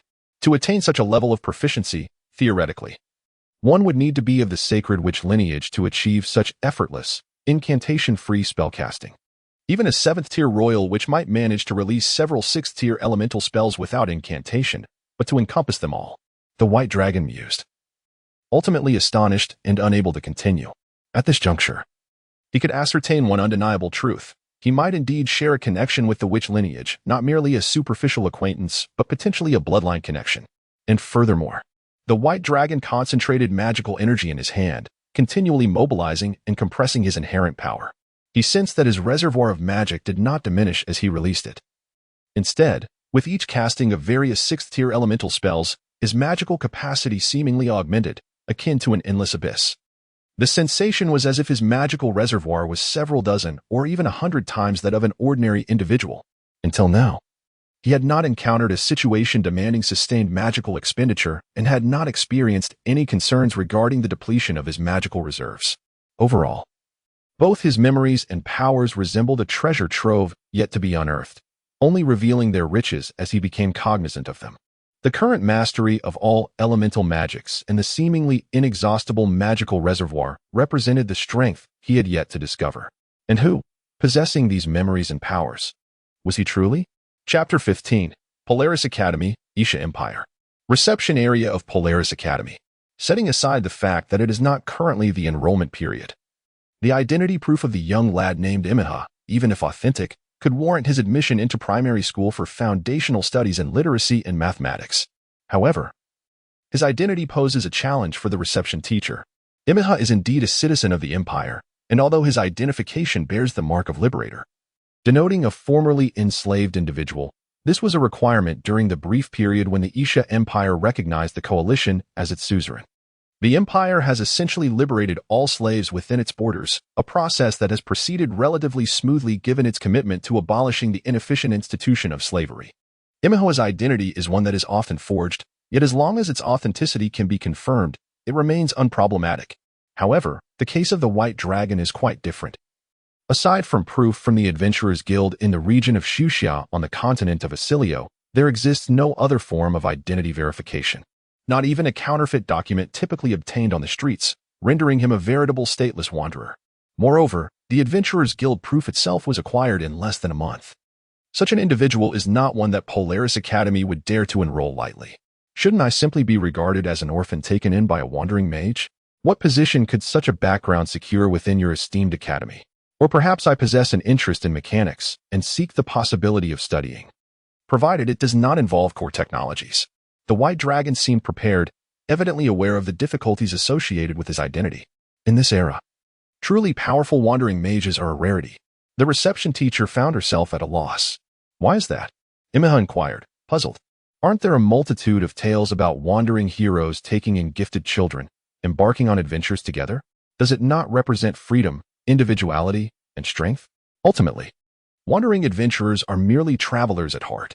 In a world of peace and stability, one might explore various lands, experience diverse cultures, and acquire myriad knowledge.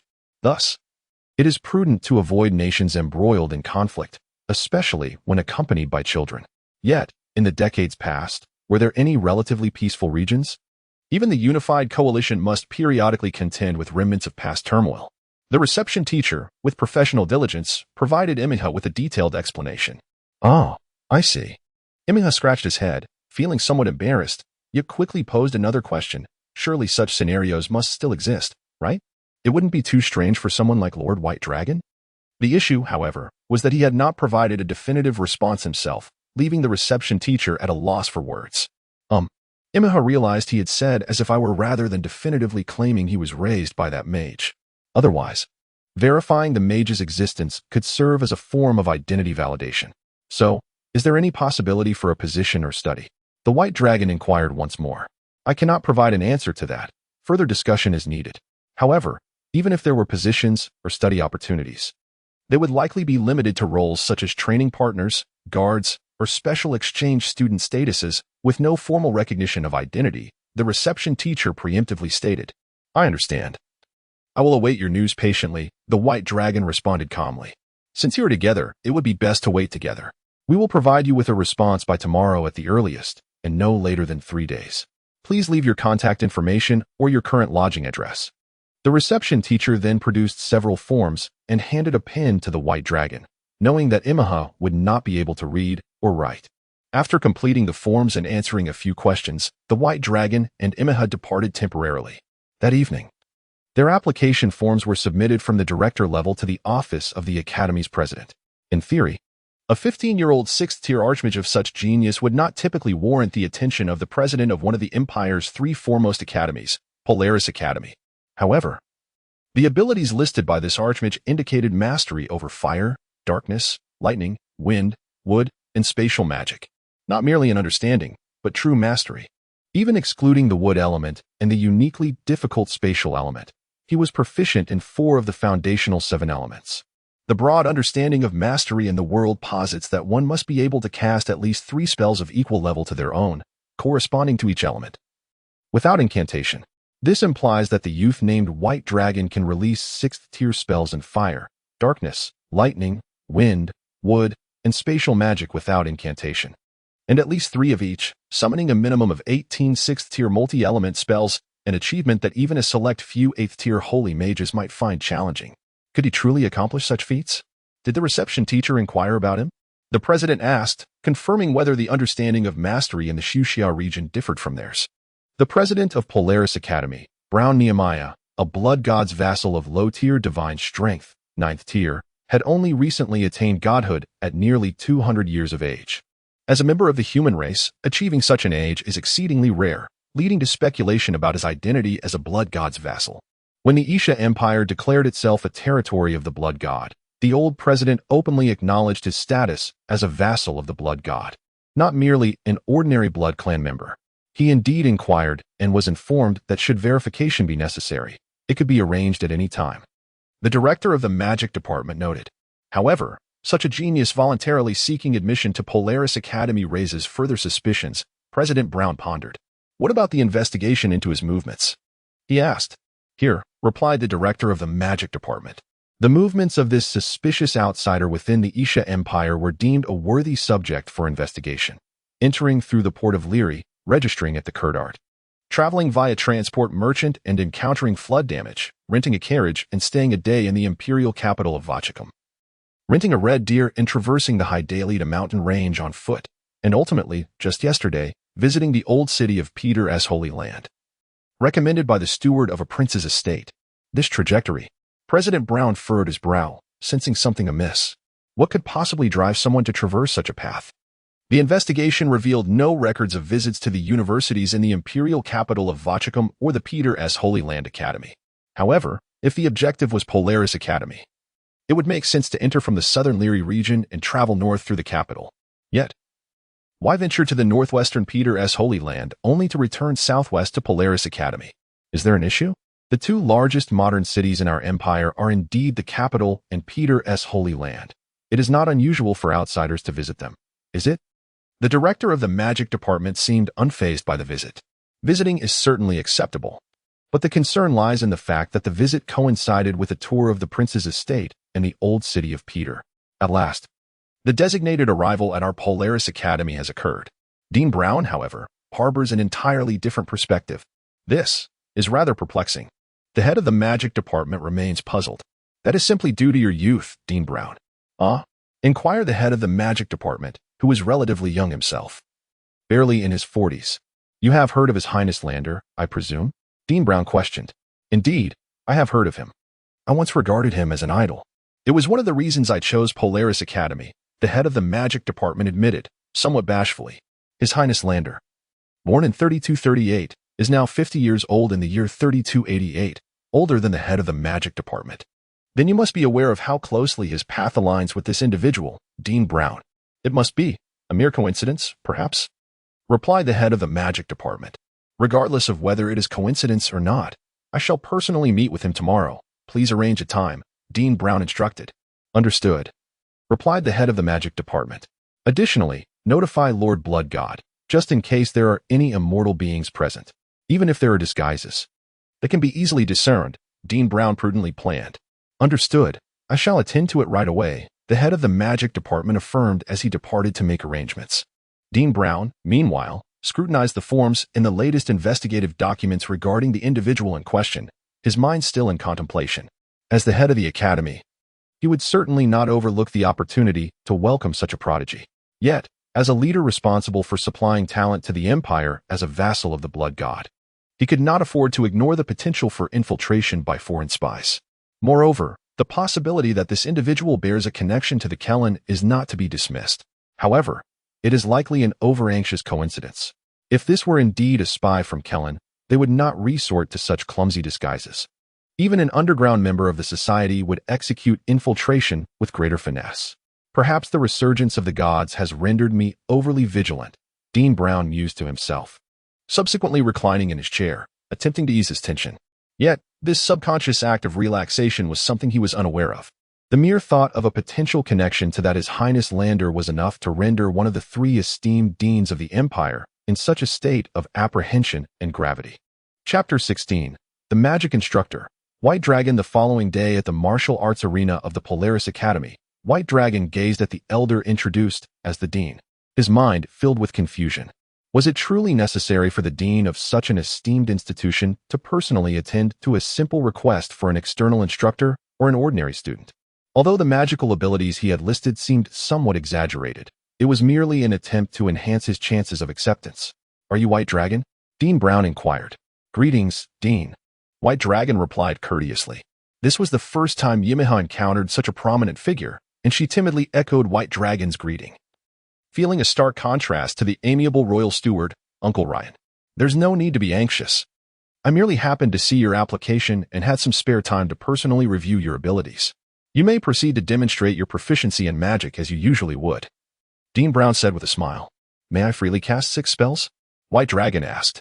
Certainly, Dean Brown nodded. Thus commenced White Dragon's display of talents. As he swiftly unleashed 6 6th-tier spells, fire, darkness, lightning, wind, wood, and space. Each spell was executed in an instant, encompassing single target, area effects, defense, amplification, and assistance types. Leaving even the magic department head beside him in astonishment. It is well known that even the most skilled practitioners often excel in only one or two of these categories due to personal inclinations and innate talents. However, White Dragon showcased an exceptional range: single target and area attacks, defensive spells, amplification magic, and assistance capabilities. His spatial magic even allowed him to temporarily contain a spherical mass of sand and stone with a diameter of approximately 5 meters, sufficient to accommodate a smaller night mech along with the necessary supplies. This was not mere mastery, it was a display of comprehensive expertise. Very impressive indeed. Our academy is in dire need of talents like you, Dean Brown remarked, lightly clapping his hands with a smile. Though internally astonished not just by the breadth of White Dragon's abilities but by his capacity to instantaneously cast 6 6th-tier spells, a feat that would exhaust even a seasoned archmage, akin to an ordinary person sprinting 100 meters at full effort. Yet, White Dragon exhibited no signs of fatigue. Just how vast was his reservoir of magical energy? Dean Brown pondered, somewhat awed. Do you require additional spells? A brief respite is also an option, he offered. My request is quite simple. I merely seek a relatively stable environment to settle down. Therefore, I would not mind a lower standard of treatment or even being under supervision, White Dragon quickly responded, seemingly aware that he had appeared too relaxed. That poses no issue. Whether you wish to be a student or a teacher is entirely up to you. You could even pursue both roles. As a teacher in the magic department, you will also have the opportunity to study mechanics, which interests you. However, due to your status, there will inevitably be a degree of oversight. There are areas of the academy that you cannot enter without permission. Is that acceptable? Dean Brown stated, nodding in agreement. Is that truly possible? Then I thank you, Dean, White Dragon replied, somewhat surprised. Indeed, your information will be submitted to the Empire. Essentially, it involves some administrative procedures. If you desire, we can also arrange for a brand new imperial identification for you. Given that you lack a national identity, Dean Brown added, I shall defer to your arrangements. Dean, White Dragon nodded. Imeha, standing beside him, appeared elated but refrained from expressing her joy vocally, covering her mouth to suppress her excitement. And thus, enrollment was achieved with remarkable ease. After a simple handover, White Dragon and Imeha were temporarily invited to the reception area to proceed with the subsequent formalities. Lord White Dragon. I never expected the Dean to be so accommodating. Imeha exclaimed joyfully. Perhaps so, White Dragon chuckled. Perhaps? Imeha questioned, puzzled. I'm not entirely certain. I simply sensed a powerful presence observing me, perhaps the blood god behind Polaris Academy scrutinizing me before granting permission, White Dragon speculated. Is there really a blood god at Polaris Academy? Imeha gasped in astonishment.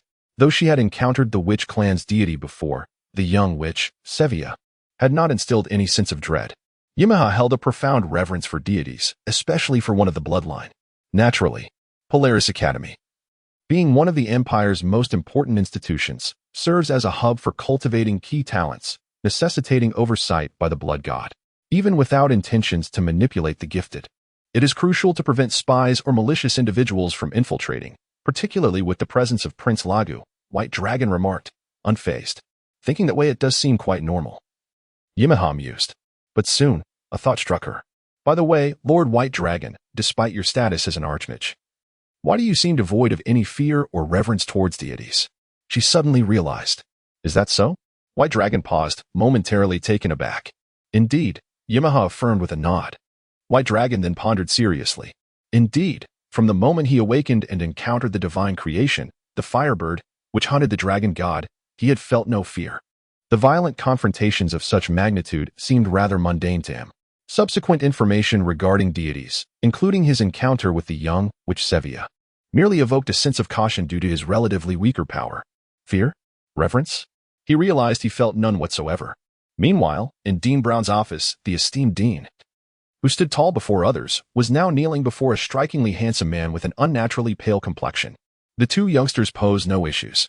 I discreetly examined their bloodlines and detected no abnormal fluctuations. Even the witch clan cannot disguise their presence from our perception, unless the ancient witch queen herself intervenes. The handsome man casually remarked, crossing his legs. Given that the blood god perceives no issues, I shall proceed to report to the imperial capital, Dean Brown replied. If the witch queen were to intervene, it would not merely be a matter of whether the blood god could discern it, but they would lack the qualifications to be discovered at all. The witch queen is a transcendent deity, far surpassing lower, mid, or high-tier gods, and is among the most formidable of the transcendent beings. Proceed with the report, but maintain regular surveillance.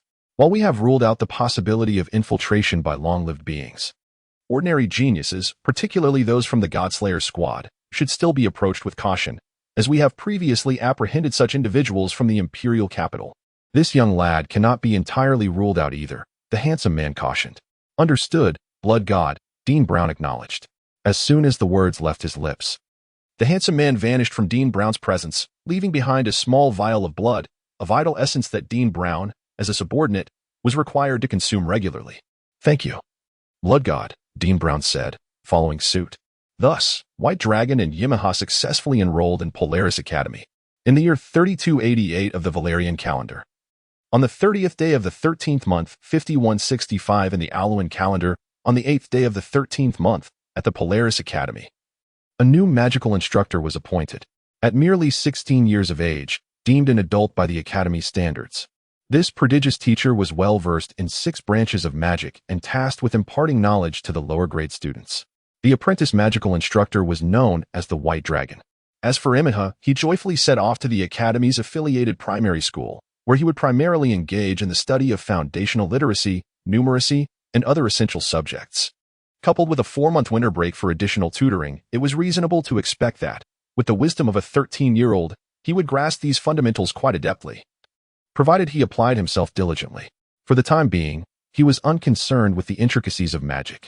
The mere opportunity to acquire such foundational knowledge was enough to bring him delight. Furthermore, he was already privy to the knowledge that upon entering Polaris Academy, he would be placed in the White Dragon's class, thereby officially becoming one of the White Dragon's pupils. This arrangement aligned closely with the initial vision of the wandering magician who had brought his apprentice to the Academy. Thus, in the blink of an eye, Polaris Academy welcomed a winter break in the 15th month. The academic year comprised 16 months, totaling 480 days. Spring commenced in March, summer in July, autumn in November, and winter in the 15th month. In the preceding traditional feudal dynasty, the royal family and nobility, possessing vast knowledge and wealth, offered little in the way of education to the common folk. Even within the confines of the Magic Academy, the structure adhered to a 4-month schooling and 4-month vacation system. Presently, in the Isha Empire, despite a degree of transformation, the academic schedule remained unchanged.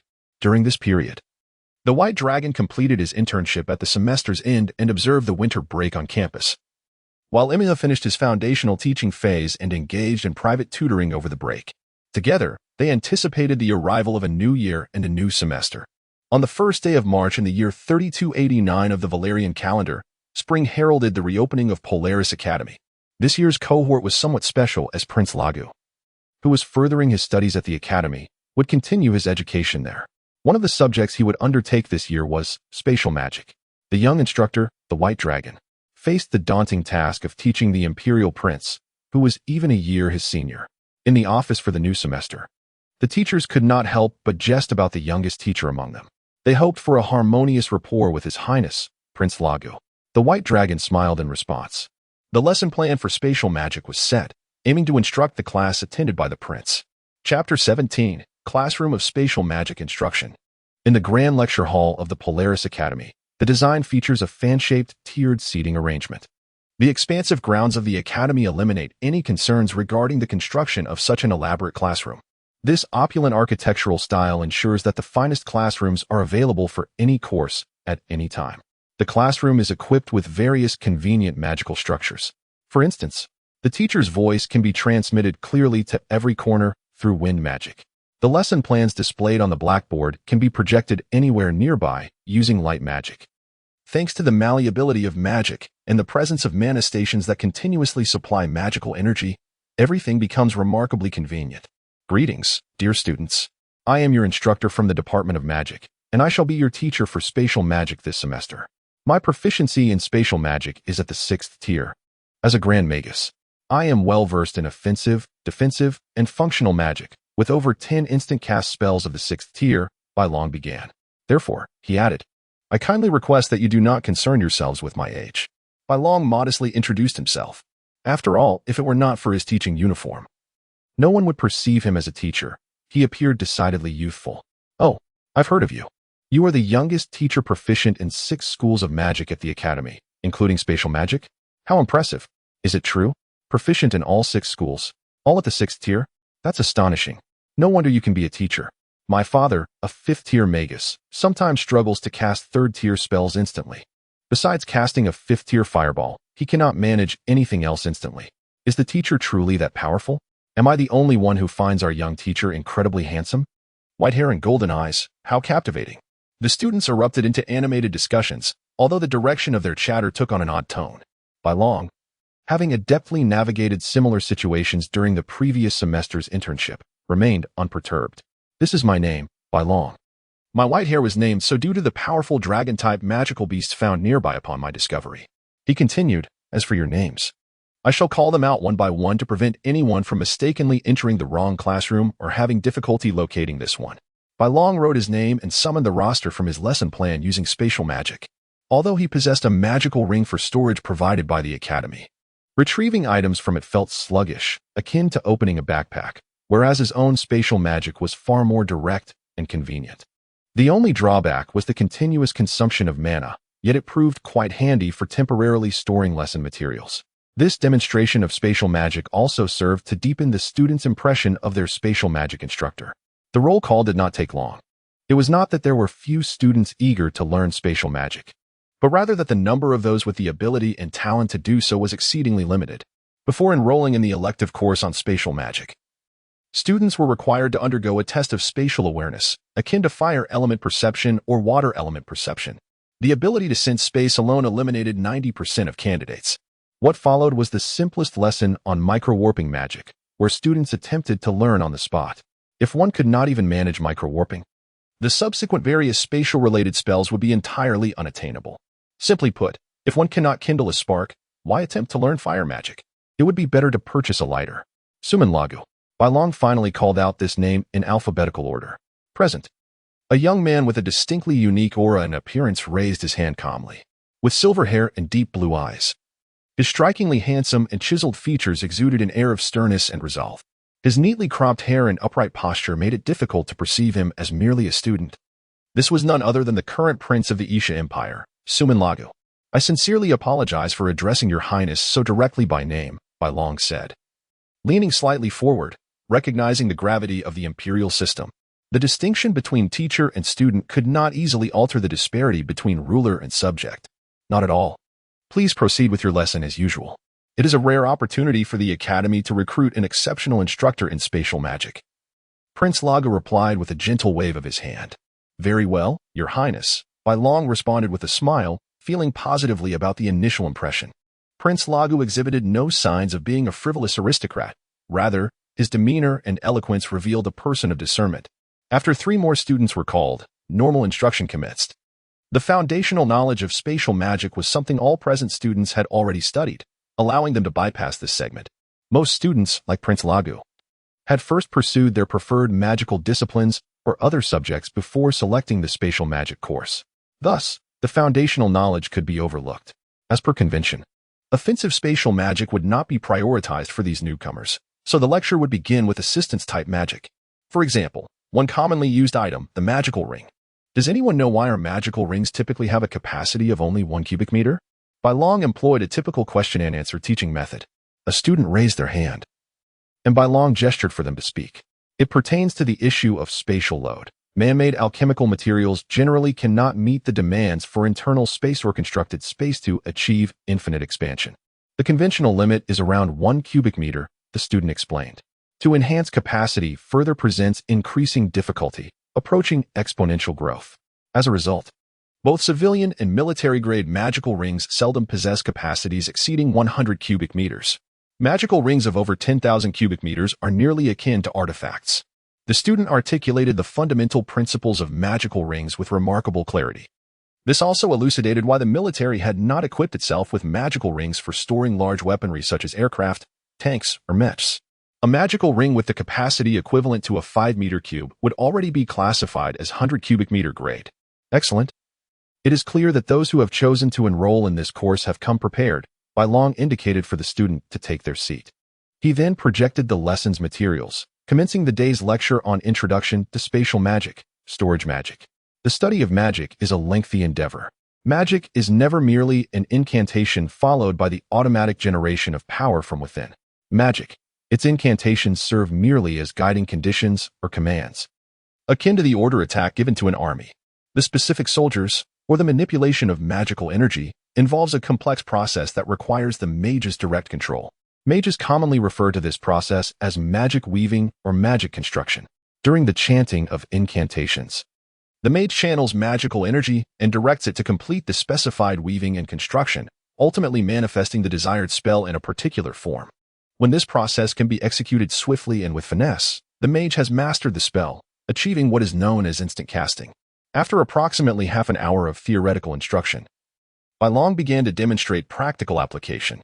I will demonstrate the process of constructing with the fire element, using this 1 centimeter diameter glass sphere as the object of focus. Pay close attention, for this will serve as your assignment to be reviewed next week. The final words of the white dragon revealed a source of immense anguish for countless students, the homework. Amidst the expressions of joy on the students' faces, the white dragon began to let them vividly experience the process of magical construction under the influence of the fire element. The initiation of spatial magic requires precise timing of magical energy. One must know when to mobilize it and to what position, how to establish connections with the appropriate structure, and when to induce transformations. All these elements must be executed with meticulous accuracy. A disorder in magical energy could instantaneously result in the collapse of the spell. In the case of ordinary spells, such as the fireball technique, the most one might face is the dispersal of fire elemental energy. As long as one does not recklessly alter the construction method, leading to a violent reaction of the fire element that spirals into an uncontrollable explosion, they typically remain unharmed. It is crucial to exercise caution during the manipulation of magical energy and its interconnections, as this is a common point of failure. In other aspects, a slower and more careful approach will suffice.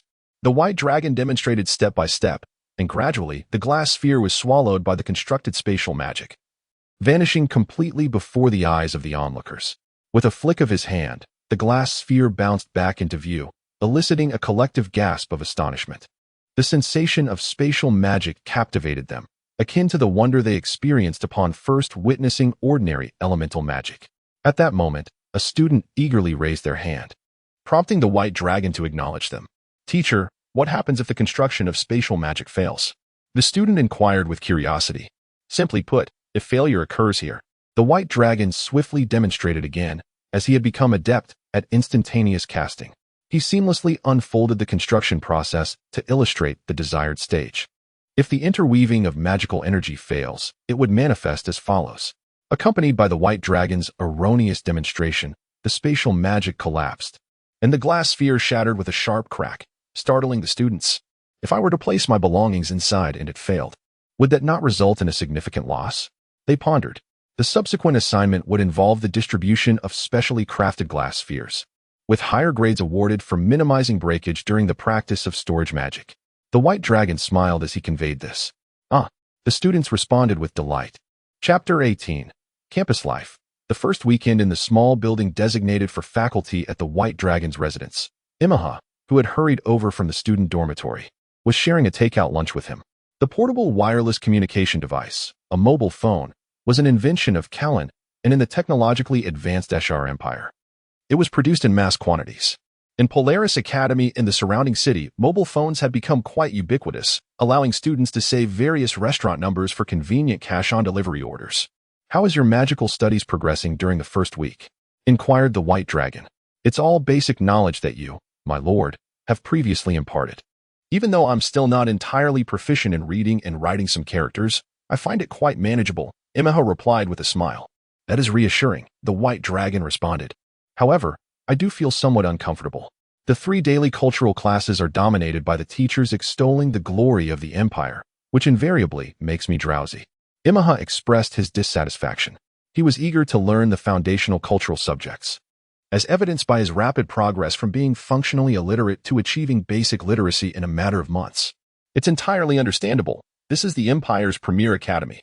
Whether it's mages, warriors, mechanics, alchemists, or potion masters, all are trained to serve the Empire. Naturally, they wish to prevent their hard-trained talents from seeking opportunities elsewhere after graduation. In extreme cases, The possibility of coercion by the Blood Clan cannot be dismissed. Even if one does not become a thrall, the Blood Clan possesses ancient and formidable magics, allowing them to easily control those of lesser strength, the White Dragon remarked, seemingly unfazed by the notion. Isn't that terrifying? Imeha responded, a note of fear creeping into his voice. You'll grow accustomed to it. We are in an era of divine resurgence. And the powers and values of the long-lived races are something we, the short-lived races, must gradually adapt to. After all, we will spend our lives interacting with them. The White Dragon reassured him. Is there anything more fearsome than the Blood Clan? Imeha queried, already finding the control methods of the Blood Clan daunting. Yes, for instance, the Dragon Race. While a typical Blood Clan vampire bite one kill, a Blood Clan werewolf only needs a single meal of flesh and blood. However, if the Dragon Race desires a change in diet, their massive bodies could easily consume 1 or 2 individuals. In the distant age of divine governance, if commoners could not provide enough food for the dragon deities, they would need to offer themselves as sacrifices, the White Dragon explained, his knowledge of these matters evident. Your homeland, the Xuxiao region, is that not the territory of the dragon god? Imeha suddenly remembered. The White Dragon had introduced himself as hailing from the continent of Asilio, specifically the Xuxiao region, a territory of the dragon god within the Western Sea Empire. There was no need for further clarification, as it was commonly accepted that this was the White Dragon's homeland. He did not deny it. As he himself was uncertain of his true origins, perhaps he truly was from the Xuxiao region. I did not leave for that reason. In fact, the funds for my journey to the Ashar Empire were acquired through the sale of dragon blood, the White Dragon remarked casually, showing no reverence for dragons. Cough, cough. Imeha, who had just taken a sip of his drink, nearly choked. Did I not mention that? The White Dragon replied, momentarily taken aback. Certainly not, Imeha exclaimed, recovering and rising from his seat. Selling dragon blood from the dragon god's territory? What audacity it takes to do such a thing. Oh, I only told you about seeing the Firebird's divine machine.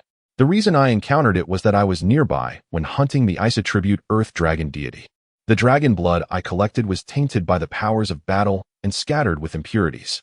Even if other dragon deities were aware, they likely wouldn't care much about it. After all, such substances tend to be scattered during combat. It's quite normal, the White Dragon clarified. Imeha now understood. The reports he had heard previously explained why there was so little dragon blood on the battlefield. It was because the White Dragon had collected it all. Did you sell all that dragon blood?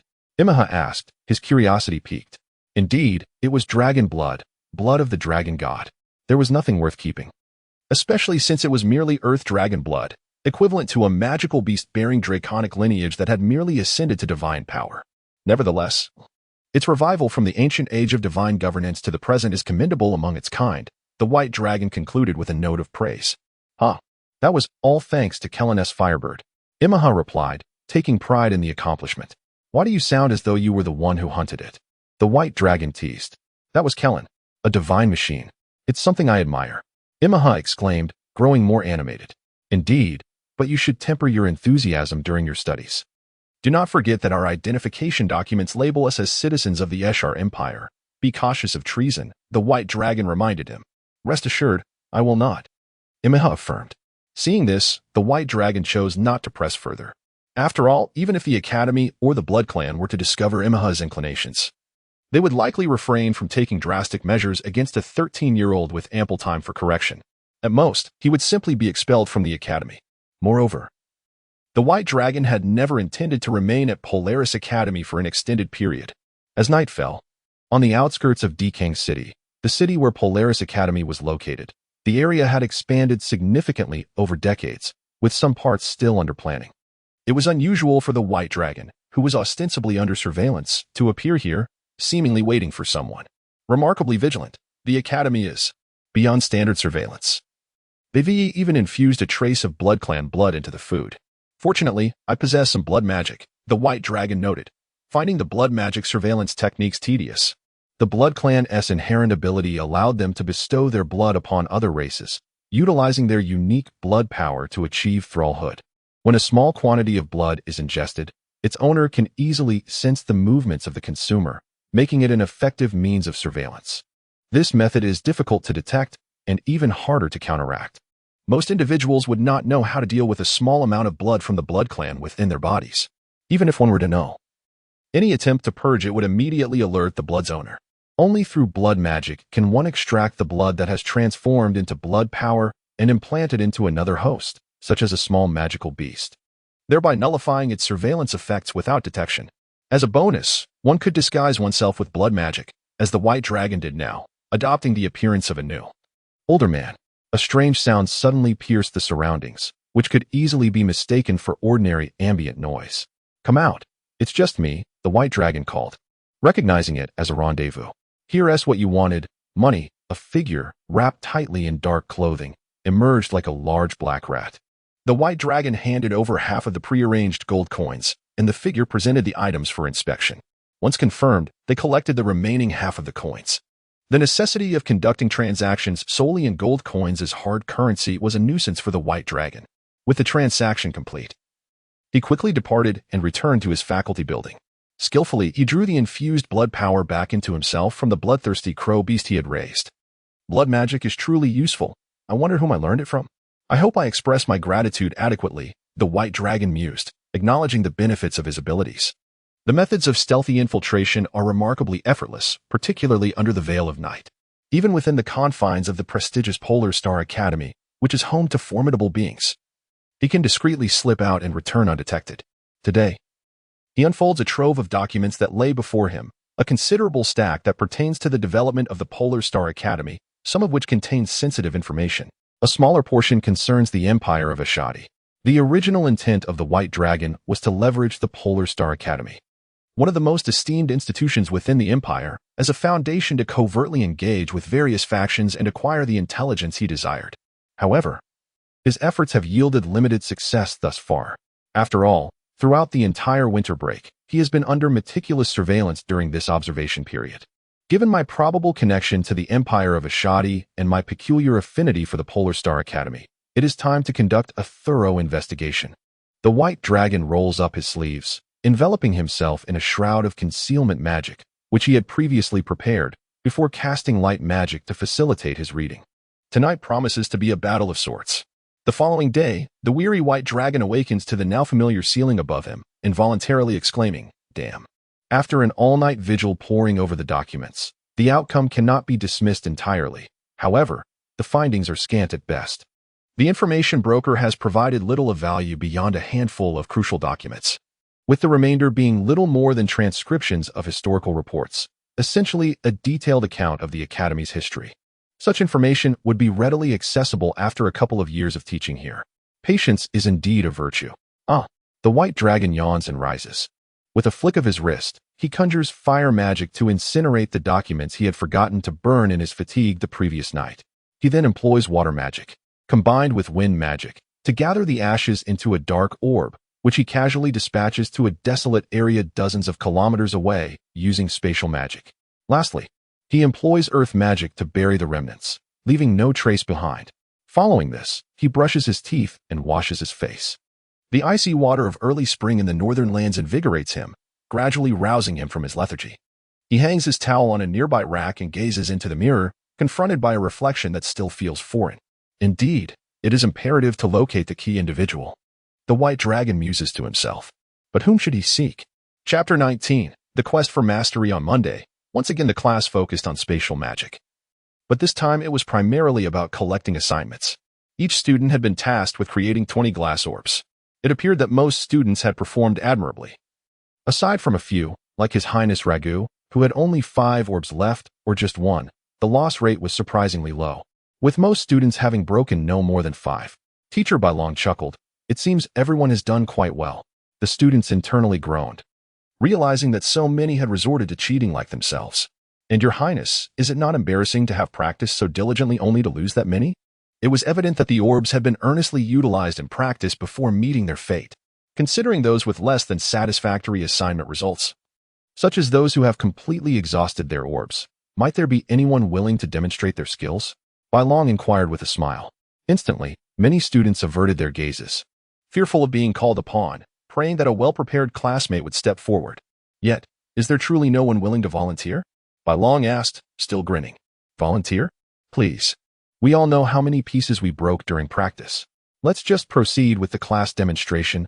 Teacher, Prince Ragu interjected, unable to bear it any longer. Isn't that tantamount to suspecting many students of cheating? As a teacher, how can you casually cast such doubts upon them? Bai Long countered, maintaining his cheerful demeanor.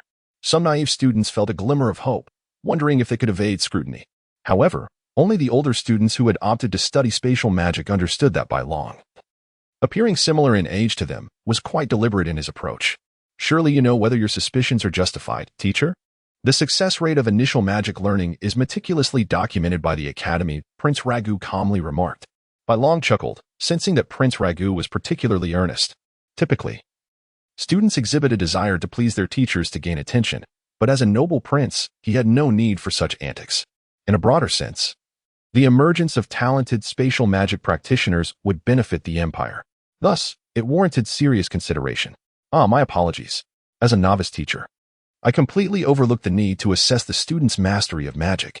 Regardless of assignment completion, each must perform 3 demonstrations. 2 successful attempts will be deemed satisfactory. Bai Long expressed with feigned regret. Even the youngest and most innocent students discerned the persistent twinkle of amusement in Bai Long's eyes. Next came the delightful task of assessing success rates. Each student would perform 3 attempts, with 2 successes indicating a preliminary grasp of the magical concepts learned. This method mirrored that of the warrior department's combat technique practice, which typically allowed a week for self-study. The course taught 1 week would be evaluated the following week, with all results tied to academic credits. If a student's credits fell below the requisite threshold and they failed the final examination, they would be unable to progress to the next level and would have to retake the course. For instance, in spatial magic, if by the end of the term a student had not mastered 3 basic, first-tier, spatial spells, they would be deemed to have failed in practical assessments. As for the standard for mastering basic spatial magic, one of the simplest examples is the storage spell, which is foundational. If you wish to showcase this spell during your final examination, you must be able to store glass spheres with a diameter exceeding 20 centimeters without a single crack. Isn't that simple? Bai Long remarked, observing the students' despondent faces as most had shattered their glass orbs during practice. Simple.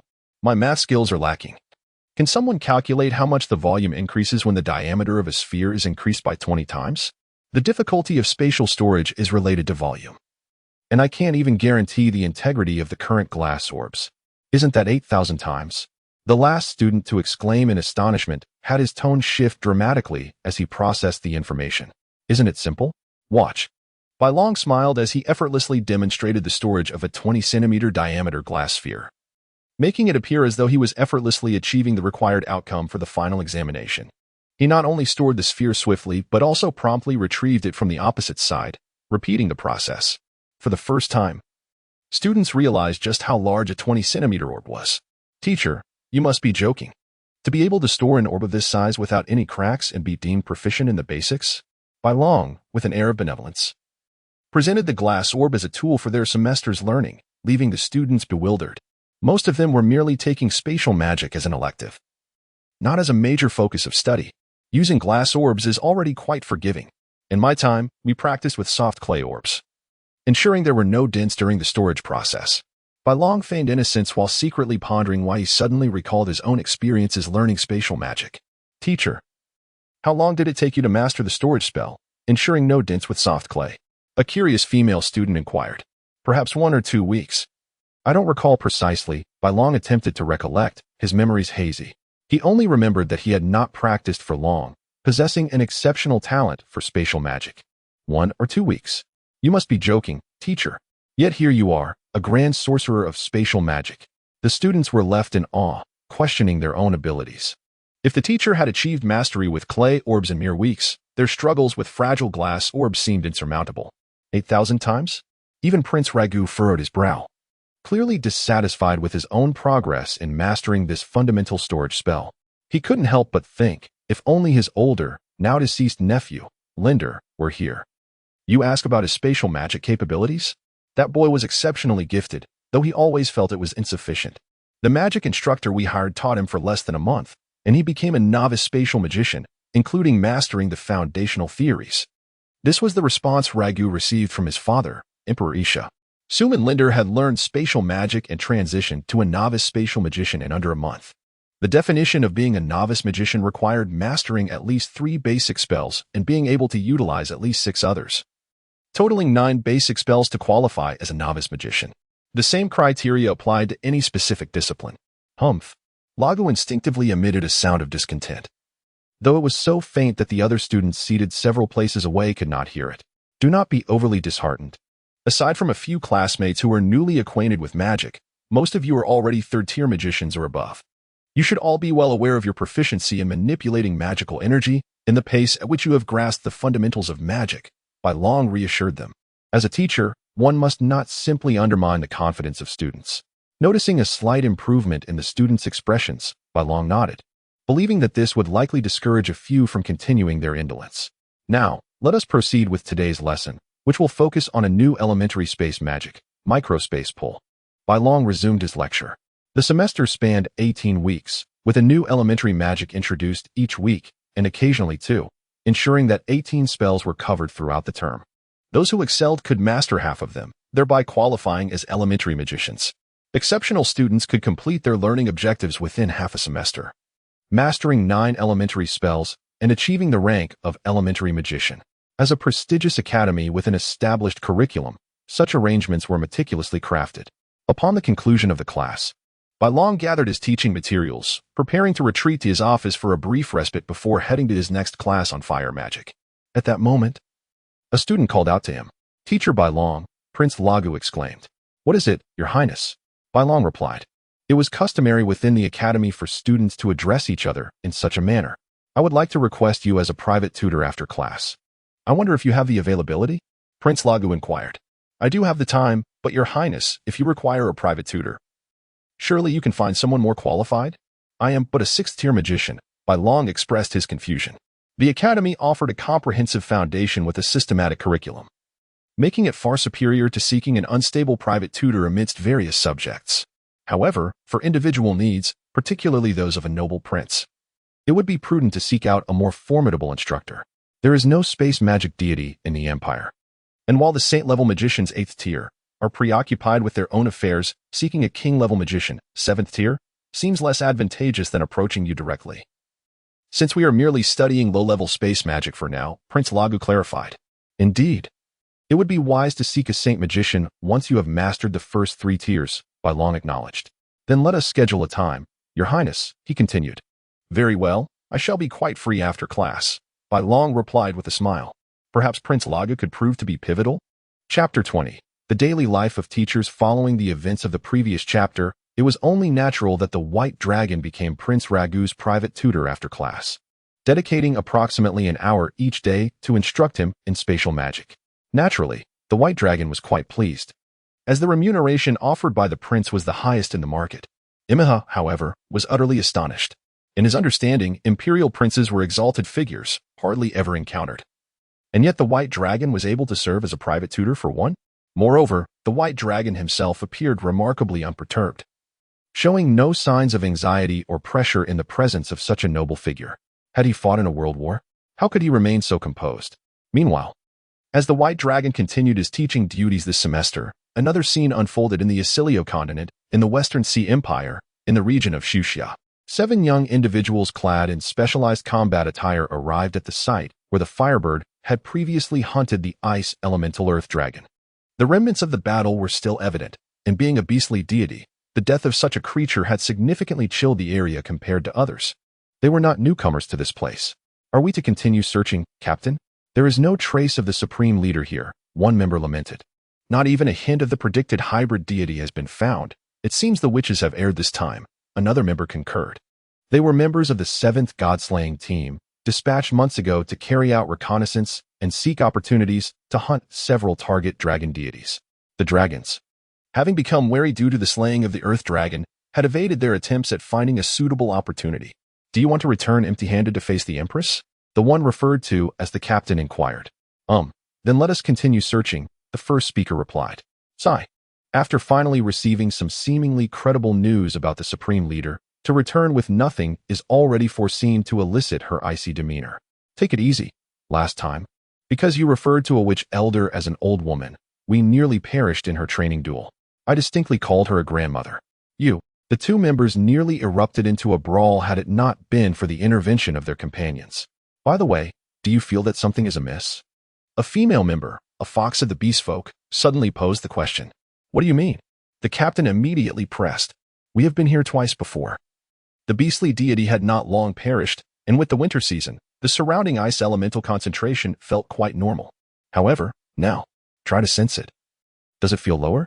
The beast folk possessed slightly superior fighting spirit talents compared to humans, and their magical aptitude was marginally lower. However, the fox tribe within the beast folk had a slightly higher magical talent than humans. It does feel somewhat diminished. That deity, based on intelligence, was at the pinnacle of low-tier gods. Even if it has not fully regained its strength post-resurrection, the impact of its death on the environment should remain unchanged, especially with the abundance of dragon blood scattered about. Dragon blood? I recall that the regional reports we collected previously indicated that there was relatively little dragon blood residue here. The Firebird had no liquid storage devices, and thus could not carry away the remnants of battle. If we exclude the possibility that the first group who discovered this place took some of the dragon blood, could there be another reason? Are you suggesting? They quickly considered a possibility. The ancient deity that revived in this area was not solely the ice elemental earth dragon. The scarcity of dragon blood could be attributed to another entity's actions.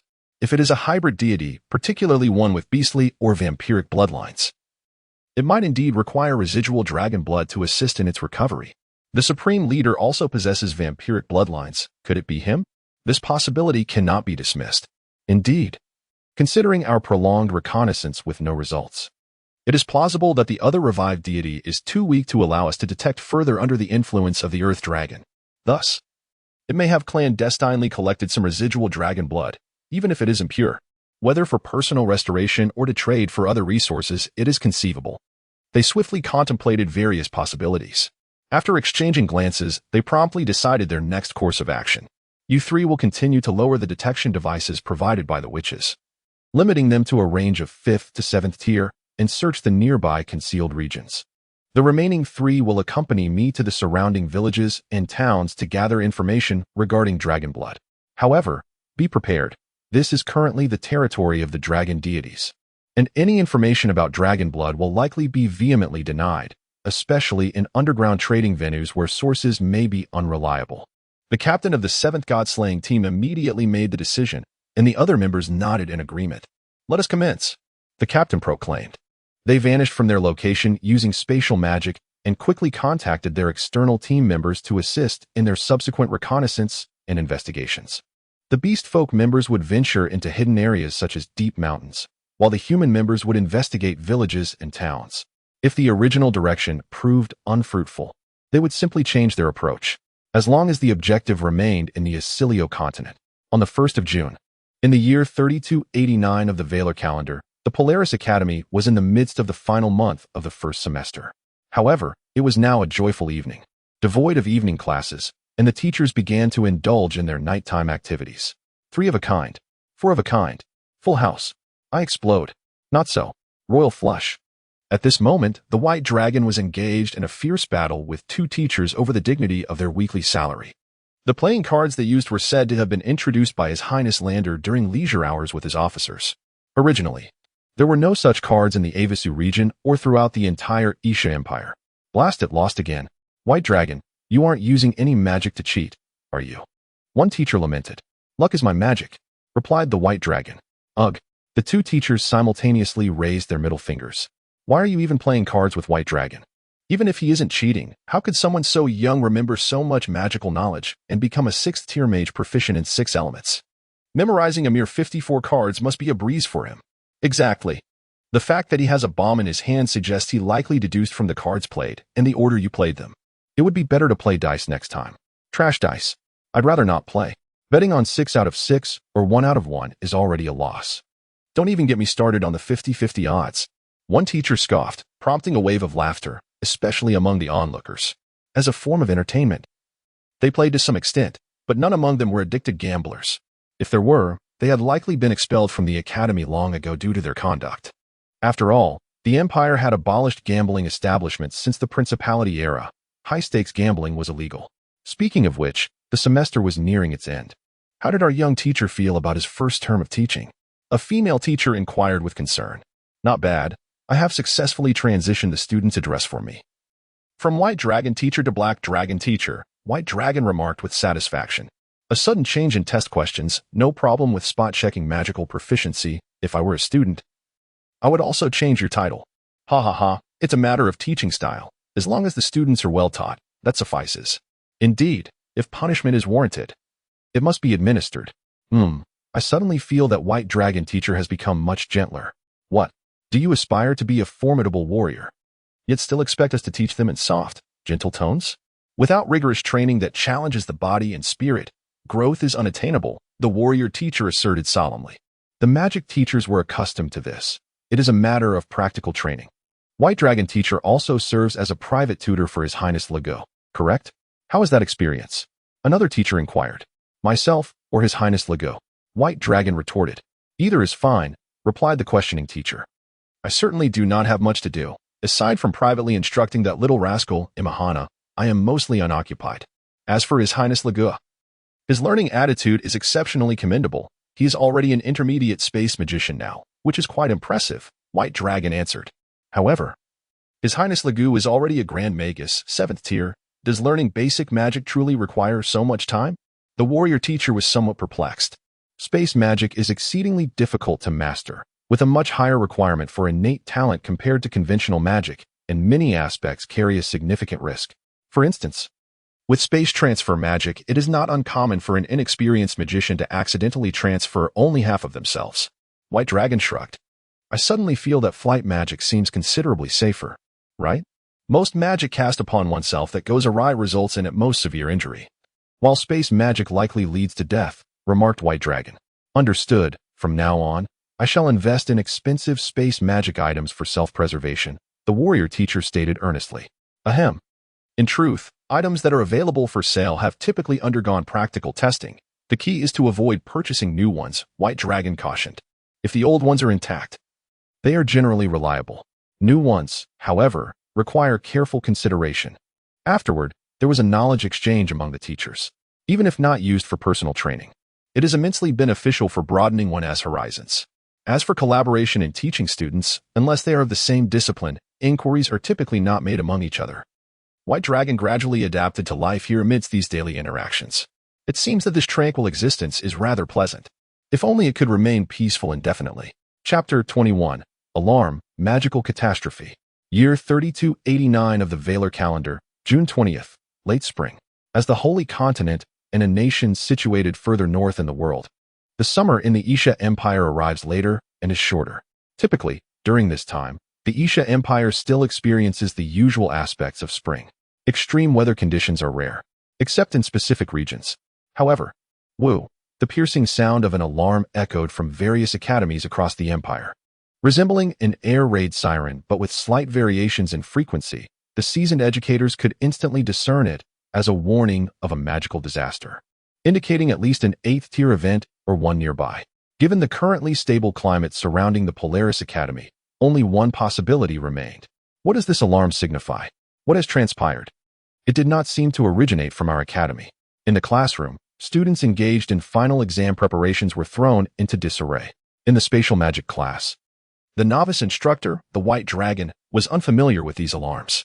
However, recognizing the unusual frequency, he surmised it was indeed a magical catastrophe. Gather up, White Dragon. You will continue your lessons, commanded Prince Ragu, his sudden authoritative presence compelling the students to comply instinctively. The Black Dahlia Mountain Range? The White Dragon could surmise the origin of the alarm. At that moment, the head of the magic department appeared urgently. Quickly, use spatial magic to teleport us southward. As far as possible. Understood, the White Dragon replied, nodding immediately. He sensed other spatial magic fluctuations within the academy, indicating that other instructors proficient in spatial magic were mobilizing high-tier educators to the disaster area. Should I accompany you? The White Dragon inquired. If you possess additional capacity for spatial magic, it would be prudent for you to join us. Your assistance may be required. The head of the magic department stated after a brief contemplation. In theory, summoning individuals below the 7th tier to confront a 9th-tier magical disaster was uncommon. However, the White Dragon, being a spatial magician well-versed in 5 other magical disciplines, could prove invaluable. Rest assured, students, this magical catastrophe will not affect the academy. We are going to provide assistance, the head of the magic department assured the students as he departed. As the teleportation commenced, they vanished from the scene. leaving the students bewildered, exchanging puzzled glances. Turning to inquire with Prince Ragu, who had been the first to recognize the alarm, they discovered he too had vanished, evidently compelled to take action in response to this imperial disaster. A ninth-tier magical disaster, arguably the highest level among conventional calamities. Whether it was an earthquake or a thunderstorm, one could only hope it posed a minimal threat. But how minimal could it be? If classified as ninth tier, it likely indicated the emergence of ninth-tier natural beasts amidst the chaotic magical energies, akin to a divine-level threat. Indeed, at the very least, several eighth-tier beasts would emerge. If not contained swiftly, a beast tide was inevitable. The students were filled with trepidation, particularly the older ones, who were more familiar with such knowledge. Magical disasters are typically categorized into 6 tiers. The autumn floods encountered previously by the White Dragon and others only ranged from 5th to 6th tier. While formidable for ordinary individuals, such disasters posed little threat to mages or warriors. At the very least, they offered a chance for self-preservation and escape in the face of an eruption. However, disasters exceeding the 6th tier would invariably give rise to natural beasts. Creatures born from the chaotic elemental energies unleashed by the magical disaster itself. 7th tier would yield at least 1 king-tier beast. 8th tier would produce several king-tier beasts or 1 saint-tier beast. 9th tier would result in multiple saint-tier beasts or a single divine beast, often accompanied by a beast tide that indiscriminately devastates all surrounding areas. In the Isha Empire, the largest mountain range, the Black Dahlia mountain range, loomed ominously. Hurry! Activate the regional magic array with the highest level of magical supply. The beast tide is expected to arrive in approximately 20 minutes. We must fully prepare to intercept their initial assault. Call for remote fire support and aerial assistance. We have locked onto the estimated attack range of the beast tide. Prepare for strikes. Chaos reigned in the city of Al as civilians were directed towards the old town with its ancient walls. Military and police forces had already gathered in the southern region. A vast regional magic array was being layered upon layers, enveloping the entire city while reinforcing the magical defenses in the south, ready to confront the impending assault from the Black Dahlia mountain range. The level of the beast tide about to erupt far exceeded anything they had previously encountered. Even they themselves were skeptical of their ability to withstand it. The city's architecture, constructed from alchemical materials and steel, was being swiftly fortified with long-range artillery, and armored tanks were rapidly assembling outside the city.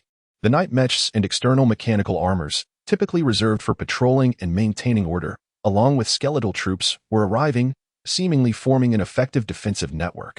Yet, the observers monitoring the magical radar could feel an overwhelming sense of dread and pressure. The magical response: too numerous, too dense, too powerful. Support from Polaris Academy.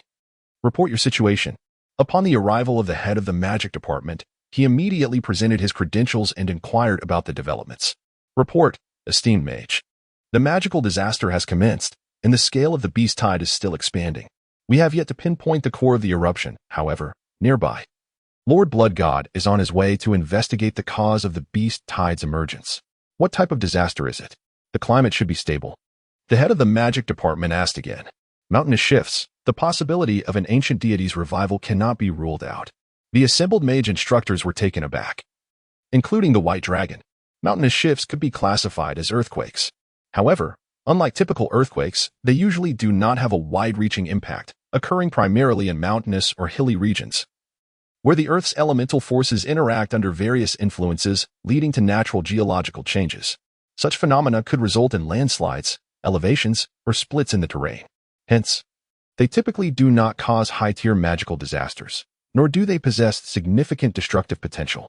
Yet, this mountainous shift magical disaster has escalated to the 9th tier. The likelihood of an ancient deity's revival is substantial, and it can be determined that it is at least of mid-tier significance.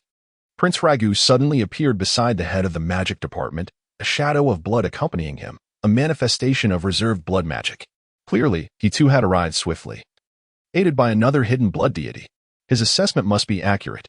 Chapter 22, The Old Gods, The Roar of the Mountains. Meanwhile, within the Black Darius Mountains, 2 other factions were concealed amidst the storm and snow.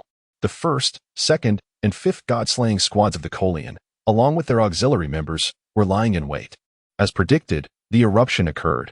The forewarnings of the elder sorceresses proved to be remarkably accurate.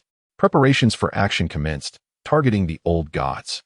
Who were the deities of the beasts? Since they did not possess dragon blood, the bloodkin showed little interest in their flesh and blood, likely opting for expulsion rather than a fight to the death. Thus, it was imperative to avoid any expulsion towards our location. Shall we not consider direct extermination? One inquired. You wish to go?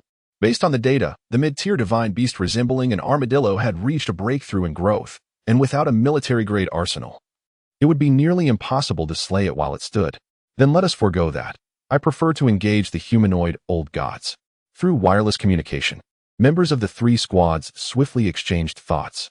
They had received news of the old gods' revival in this region before the Isha Empire and had prepared accordingly. However, their current objective was no longer one of slaughter. At least for the moment, they had no intentions of indiscriminately hunting the old gods. There was no necessity to provoke those old gods that posed no clear threat, such as the current one, a mid-tier divine beast from the age of divine governance, fallen during the tumultuous era of the ancient races. Meanwhile, within the Bloodkin's domain, a mid-tier divine presence loomed. The epicenter of the magical calamity reverberated with a thunderous rumble as boulders cascaded down the mountains, accompanied by the cracking and collapsing of the terrain. The mountains, once shrouded in snow, now succumbed to avalanches. The epicenter of the magical disaster, a chaotic disturbance of elemental energy, resembled an apocalyptic scene. Numerous beasts fled the mountains. And in the turmoil of magic, wild beasts proliferated, indiscriminately attacking their surroundings. Even the indigenous creatures were not spared, and the chaos only escalated. The blood intent of the mid-tier divine beast had previously gone undetected. The blood god appeared grave. The mountains teemed with too many beasts, and the mingled blood intent indeed muddled perception. Furthermore, this beast primarily harnessed earth-based powers, allowing it to conceal its resurgence within the earth-rich mountains more effectively. It was likely in its final stage of revival. Another blood god followed with a grim observation. If a divine beast of dragon blood were to revive, it would be manageable, as it could stabilize the gathering of its own power. However, these conventional divine beasts, once awakened, cannot adequately control the elemental magic that coalesces during their revival, leading to a chaotic surge of magical energy across the region.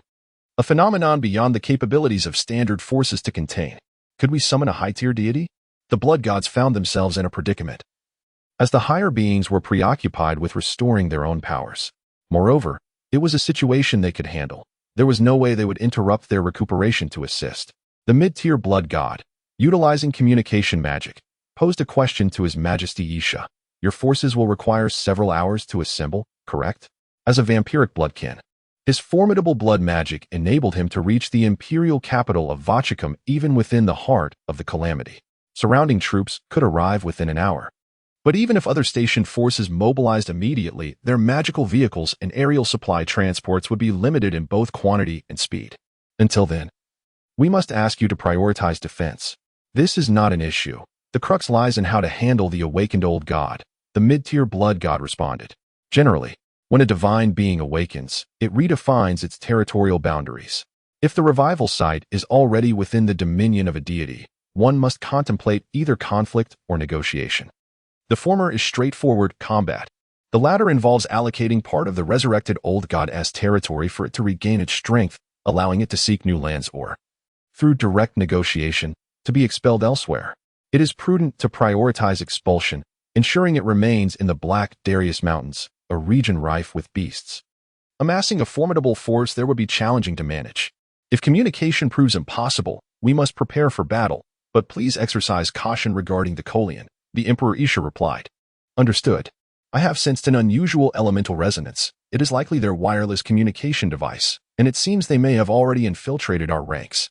Your Majesty, please prepare for negotiations, the mid-tier deity observed calmly. Understood, Emperor Isha affirmed. The communication spell was severed. With clarity on their course of action, they wasted no time. The powerful blood intent spread forth, rapidly forming an expansive barrier under the guidance of the mid-tier blood god, its diameter exceeding 100 kilometers. The sky appeared to be veiled in a sanguine hue, inducing an inexplicable sense of dread. Under this influence, ordinary individuals experienced dizziness and nausea. Faint traces of a metallic scent lingering in the air. I am blood god Anton Marolo Giovanni. A crimson barrier has been established to assist you. Once you acclimate to the discomfort, you will be able to perceive the blood intent, discerning the number of beasts approaching from each direction. We shall eliminate any magic calamities of 8th tier and above, The remaining tide of beasts will be your responsibility. Should we possess the capacity? We will employ long-range magical assistance, the mid-tier blood god Anton Marolo proclaimed, his powerful wind magic carrying his voice across the distance. The emergence of the blood god instilled fear in the hearts of the common folk, a natural response to such overwhelming power. Yet upon learning of their assistance, they swiftly regained their composure, reminding themselves that they were now protected by the blood god and must adapt to this new reality. Simultaneously, in concealment, the Colians' first god-slaying squad shifted to a new communication channel to minimize the risk of detection. Channel number 826498641. Calling headquarters. The blood god has initiated action and intends no direct conflict with the awakened old god, provisionally opting for an expulsion strategy. Please prepare accordingly. The captain of the first god-slaying squad understood immediately upon hearing the words of blood god Anton Marolo. They were merely prepared to address the natural beast associated with the magical calamity and evidently did not intend to engage with the revived old god. Initially, they had concluded that the Empire would never permit the coexistence of mid-tier divine beasts, making expulsion highly likely. Not only did they need to take action, but the Colian also had to prepare for diplomatic engagements. Chapter 23. A familiarity with the Black Darius Mountains. At the northern foothills, near the hydro-magic pump station by the stream. White Dragon, can you teleport inside? Inquired the teacher from Polaris Academy, who had arrived to provide assistance. At that moment, the hydro-magic pump station had already activated its maximum defense system. However, as a small magic pump station powered by the stream, the continuous magical energy output was struggling to withstand the relentless onslaught of the monstrous creatures. These natural beasts, born from chaotic magical energy, possessed an inherent light-seeking tendency towards structures of high magical potency, akin to moss drawn to a flame.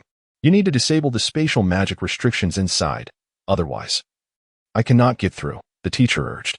The white dragon has already disabled it, came the reply. Then we have a problem, the teacher responded. The teleportation magic was rendered ineffective, or rather, there was insufficient power to initiate the transfer, likely due to the overwhelming chaotic elemental energy in that area, which impeded the construction of a stable spatial node necessary for a successful teleportation. The pump station's defenses can hold for a while longer. If I hurry, I should be able to teleport in alone, the white dragon contemplated aloud. But just going in won't help if you can't bring anyone out, the teacher pointed out. At least I can fly with others, the white dragon retorted. Let me check in, the teacher said, retrieving his phone for communication. Fortunately, the wireless communication technology of the phone was not based on traditional communication magic, but rather operated on a principle of elemental resonance theory, allowing for basic signal transmission that was unaffected by the surrounding magical disturbances. Conversely, traditional communication magic would likely falter amidst the tumultuous magical energies. After a brief moment, the teacher concluded, "All right, White Dragon, you may enter. Report any issues promptly. However, if you can hold the fort, assist the technicians inside the pump station. Other teachers and powerful adventurers from different academies will soon arrive for rescue." Understood, I shall proceed, the White Dragon affirmed. 6th tier, spatial magic, spatial teleportation. Magical energy coalesced and wove together as the spatial node was established, pinpointing the target area. The White Dragon encountered immense resistance from the surrounding chaotic magical energy generated by the pump station's protective maintenance, complicating the construction process. Nevertheless, he gradually found a narrow opening for his teleportation. In the next instant, the White Dragon materialized within the pump station, specifically in the turbine room. Are you teachers from the academy? Finally, you have arrived. How many of you are there? What is your strength? Upon noticing the arrival, a figure rushed forward. Hold on, let me explain the situation first, the White Dragon interjected, pushing the individual aside. It was then that he clearly saw the person's features. The individual appeared to be a 7th-tier archmage, exuding a hint of age, likely around 50 years old. While such power does not extend one's lifespan, a robust constitution should be expected. Theoretically, he should have merely an uncle-like appearance, yet he appeared somewhat aged. And yet, he seemed somewhat familiar. What is going on? Speak, the person urged, anxious. Well, my spatial abilities are only 6th tier, so I can only teleport myself here for now. The rest of the rescue will require a bit more time. However, I am also proficient in 5 other schools of magic, which should prove helpful, if necessary. I can fly you out. Other teachers will be waiting outside, so safety should not be a major concern. But I hope we can hold this position as much as possible, the white dragon swiftly explained. Hold. There are already 7 or 8 king-level beasts clawing at the magical defenses. The magical energy emitted by this small pump station cannot withstand the assaults of the hundreds of monsters they lead. If they had known to cut off the stream, we would likely have exhausted our temporary magical reserves by now, the individual replied, visibly distressed. Cough. In truth, if not for the blood goddess intervention, at least 2 8th-tier beasts would be attacking here, the white dragon remarked, as the sole conspicuous source of immense magical energy at the foot of the mountain range. The pump station's predicament was hardly surprising. How frustrating. Why must I always endure these magical disasters, especially in such a central area where escape is not an option? When will the Empire finally fortify its defenses in this regard? The individual lamented, their tone tinged with both dissatisfaction and resignation. Meanwhile, others busied themselves at various positions. Lacking formidable mental strength, they seemed oblivious to the sudden arrival of the rescuer. The technicians at the pump station, although somewhat flustered, executed their emergency operations and adjustments with remarkable skill. The white dragon, having learned a modicum of mechanical arts, found no fault in their actions. Were it merely a 7th or 8th-tier magical disaster, they could likely manage on their own. Is there any area where my assistance is required? My magical reserves are several times that of my tier, effectively equating to 7th-tier strength, the white dragon inquired. Not for the moment. The defenses can hold for a while longer. When rescue arrives, we will prepare to evacuate, the individual replied. All right then, may I ask how to address you appropriately? The white dragon inquired, reassured by the temporary lack of danger. Casper Jorash, but you may call me Director Jorash. I am the designer of this original magic pump station. The individual introduced. Original meaning. The white dragon paused, intrigued. This magic pump station serves as the prototype for all other stations, having undergone numerous optimizations over the decades. The original design was largely conceived by His Highness Lander, with detailed construction undertaken by some of our engineers at the time. Director Jorash explained succinctly. The original magic pump station, the white dragon grasped its significance. Then, I am perplexed as to why, until now, the Empire has only dispatched you. Director Jorash gazed at the turbine assembly, listening to its continuous mechanical hum, bewildered. It must be related to its ties with His Highness Lander, the white dragon instinctively replied. If this place were to cease to exist, it might be a more favorable outcome for the Empire. A magical disaster serves as an excellent excuse for destruction. Few dare to voice such sentiments, especially not a teacher from Polaris Academy. Director Jorash regarded him thoughtfully. The white dragon then realized that his instinctive remarks were discordant with his standing. Polaris Academy, one of the 3 great academies of the Empire, had been built upon collaboration since the Duchy era, always prioritizing the Empire's interests.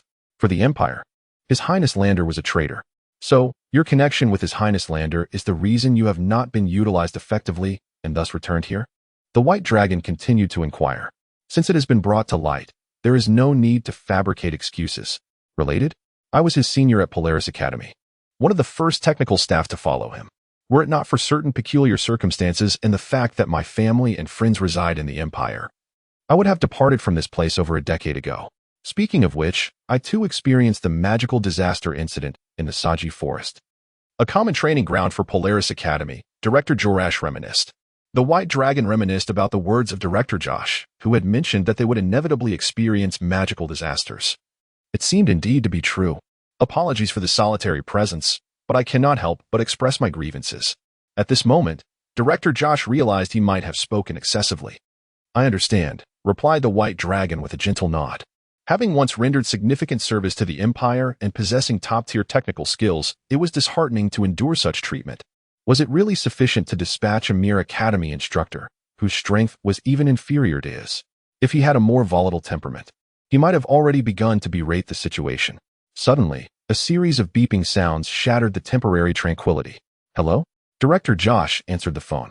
Although portable wireless communications devices were expensive and there were few relay stations in such remote areas, he still had what was necessary.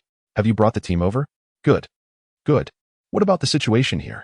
The blood god has dealt with the 8th tier and above, and there are only about a dozen 7th tier magical beasts, surrounded by perhaps 1,000 or so other creatures. Understood. Knowing this, I will make the necessary preparations, as Director Josh communicated.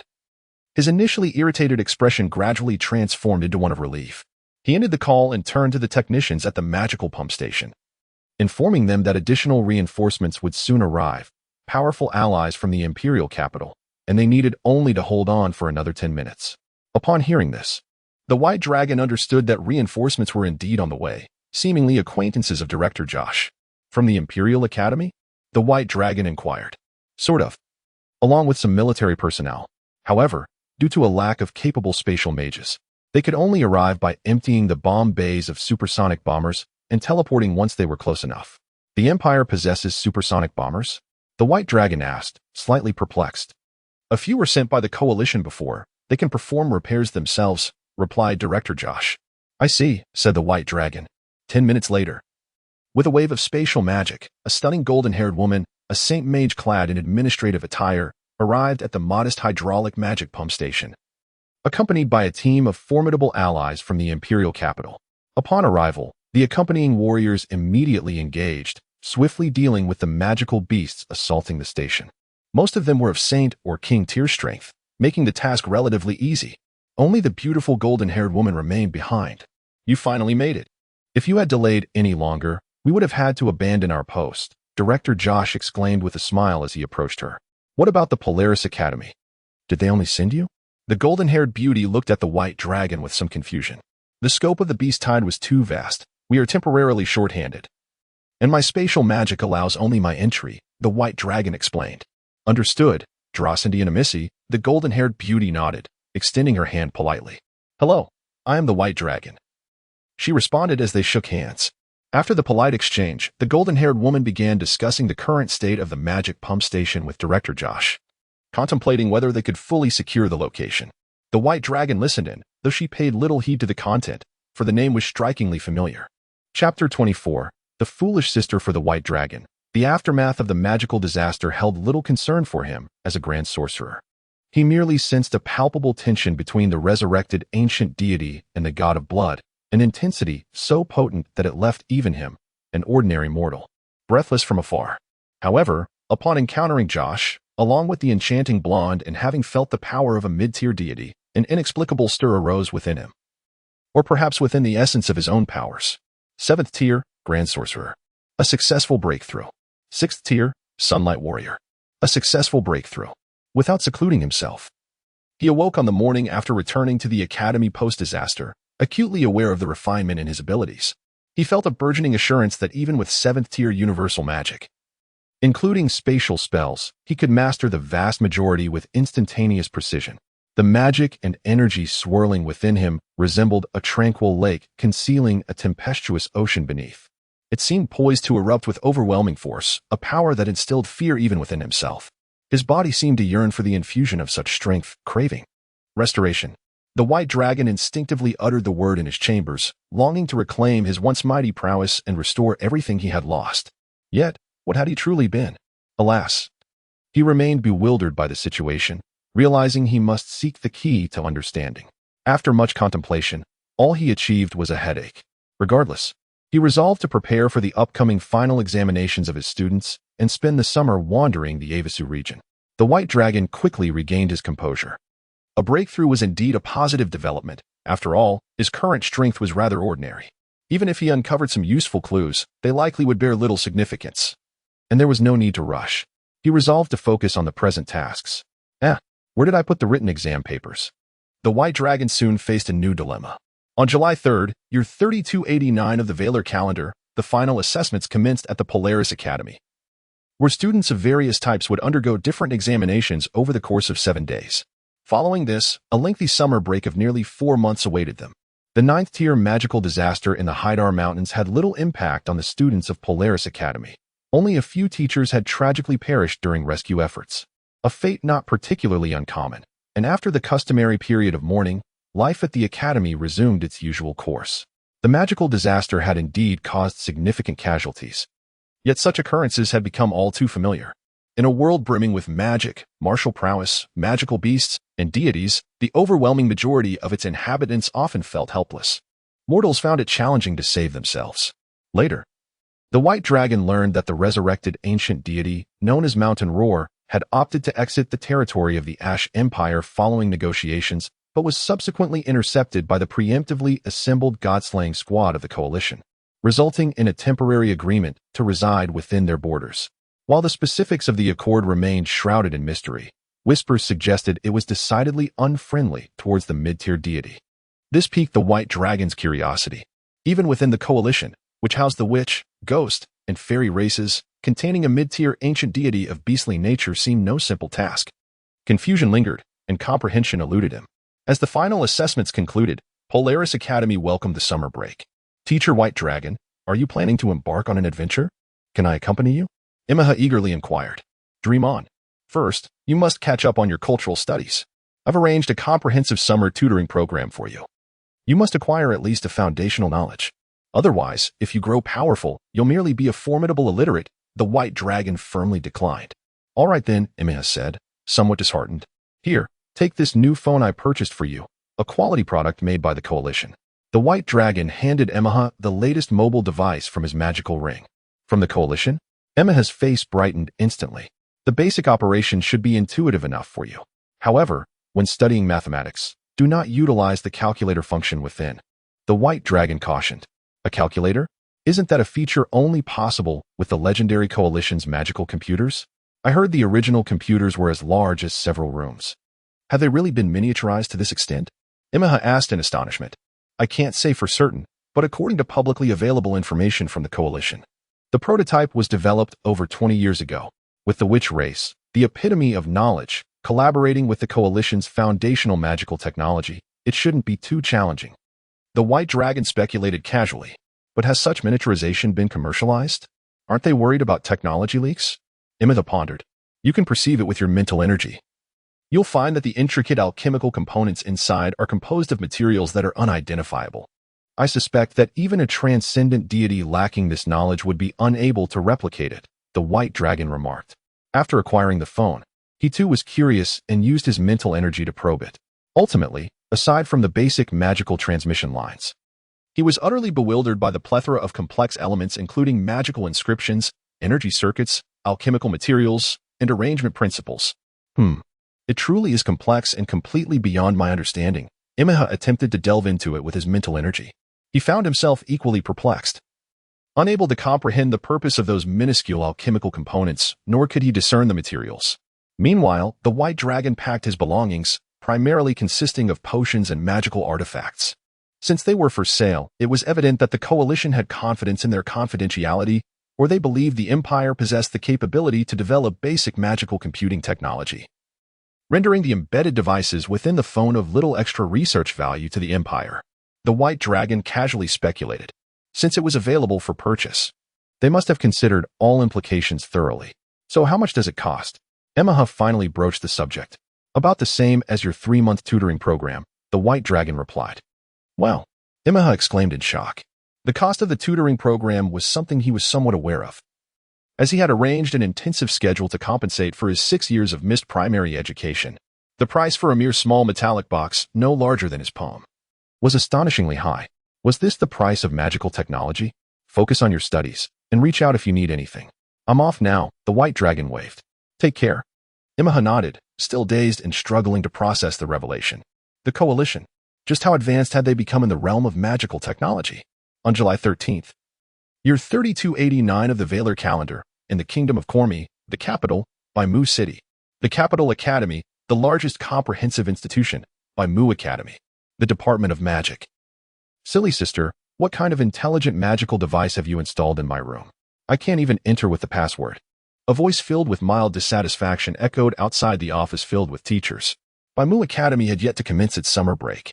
The teachers present did not turn to look. They knew precisely who was calling out, and if the White Dragon were present, he would undoubtedly recognize her. The witch deity. The little sorceress who calls herself Sevia Haymarita. I merely enhanced your protective measures. I made no alterations to the identification aspects. A lovely girl dressed in the faculty uniform of Mu Academy remarked, peering curiously. Her oval face, complemented by fair, slightly pinkish skin, boasted delicate features, with notably large, expressive eyes that conveyed an extraordinary vivacity. Her pink twin tails nearly matched her height, with the ends spiraling in curls. At first glance, she appeared to be a girl of the pink hue, yet she was a teacher at Mu Academy. Then it seems there is a conflict in the program. Must you always conduct your experiments in my room? The little sorceress Sevia said with exasperation, hands on her hips. That shouldn't be the case. I have entered and exited several times myself, the girl teacher replied, puzzled. In any case, that must be your inept handling of the program settings. Please, do consult a professional programmer to rectify this, Sevia said helplessly. I'll be more careful next time, the girl teacher said sheepishly, sticking out her tongue. Never mind, Sevia said, not wishing to dwell on the matter. She floated over to stand before the girl teacher, whose name was visible on her name tag, by Mu Academy's professor of magic and mechanics, Seli Haymarita, a witch of the mid-tier divine rank. Do you recognize this individual? The little sorceress Sevia conjured an image using her magical abilities. It was a portrayal of a white dragon, devoid of any magical disguise. I do not recognize him, the witch teacher Seli said after examining the image closely. White hair and golden eyes, could there truly be a human with such a combination? Indeed, it was peculiar. As I prepared to synchronize my mind-reading magic, he was able to empty his thoughts. Moreover, the disguise magic he cast upon himself, while devoid of bloodlust, bore resemblance to the structure of blood magic. Hence, I simultaneously cast a bloodline observation spell, yet he still appeared to be an ordinary human. The little sorceress Sevia had already attempted to unveil many aspects during her initial encounter, but to little avail. What strength does this individual possess? The teacher inquired curiously. At that time, he was still at the 6th tier, with reserves of magic and martial energy significantly higher than average. He should belong to a class of considerable talent. Sevia responded. Could he be wary of mind reading? The witch teacher Seli seemed to be recalling something. Are you thinking about my brother again? The little sorceress Sevia asked with a smile. I am not. I am merely curious. It seems unlikely that anyone could be prepared to face mind reading for the first time, the witch teacher Seli said, her cheeks slightly flushed. Even that person, during our initial encounter, was unable to guard against her mind reading abilities. In any case, I have left a magical mark, the kind you entrusted to me. Should any issues arise, I will observe him discreetly, Sevia remarked. When did you do that? Seli asked. It was during late autumn last year. Afterward, I wandered for quite some time, Sevia explained. That magical mark, to ensure it goes undetected, can only maintain its subtlety for half a year before gradually fading, Seli noted. Sevia, Seli. The two witches exchanged glances, each feeling a measure of awkwardness. Ultimately, they converged on a familiar appellation, clumsy sister-in-law. Chapter 25, The Strength of Warriors. In the year 3289 of the Valar calendar, on the 5th of July, aboard a magical train heading from the Boja district to the nearby Znai district, the carriage glided slowly past the recently repaired areas. Yet the magical beasts unleashed by the magic disaster had still inflicted some damage on the railway. Although these creatures, much like ordinary flesh and blood beasts, would not recklessly tamper with the iron tracks, which resembled stones from the natural world, their sheer numbers inevitably caused some disruption.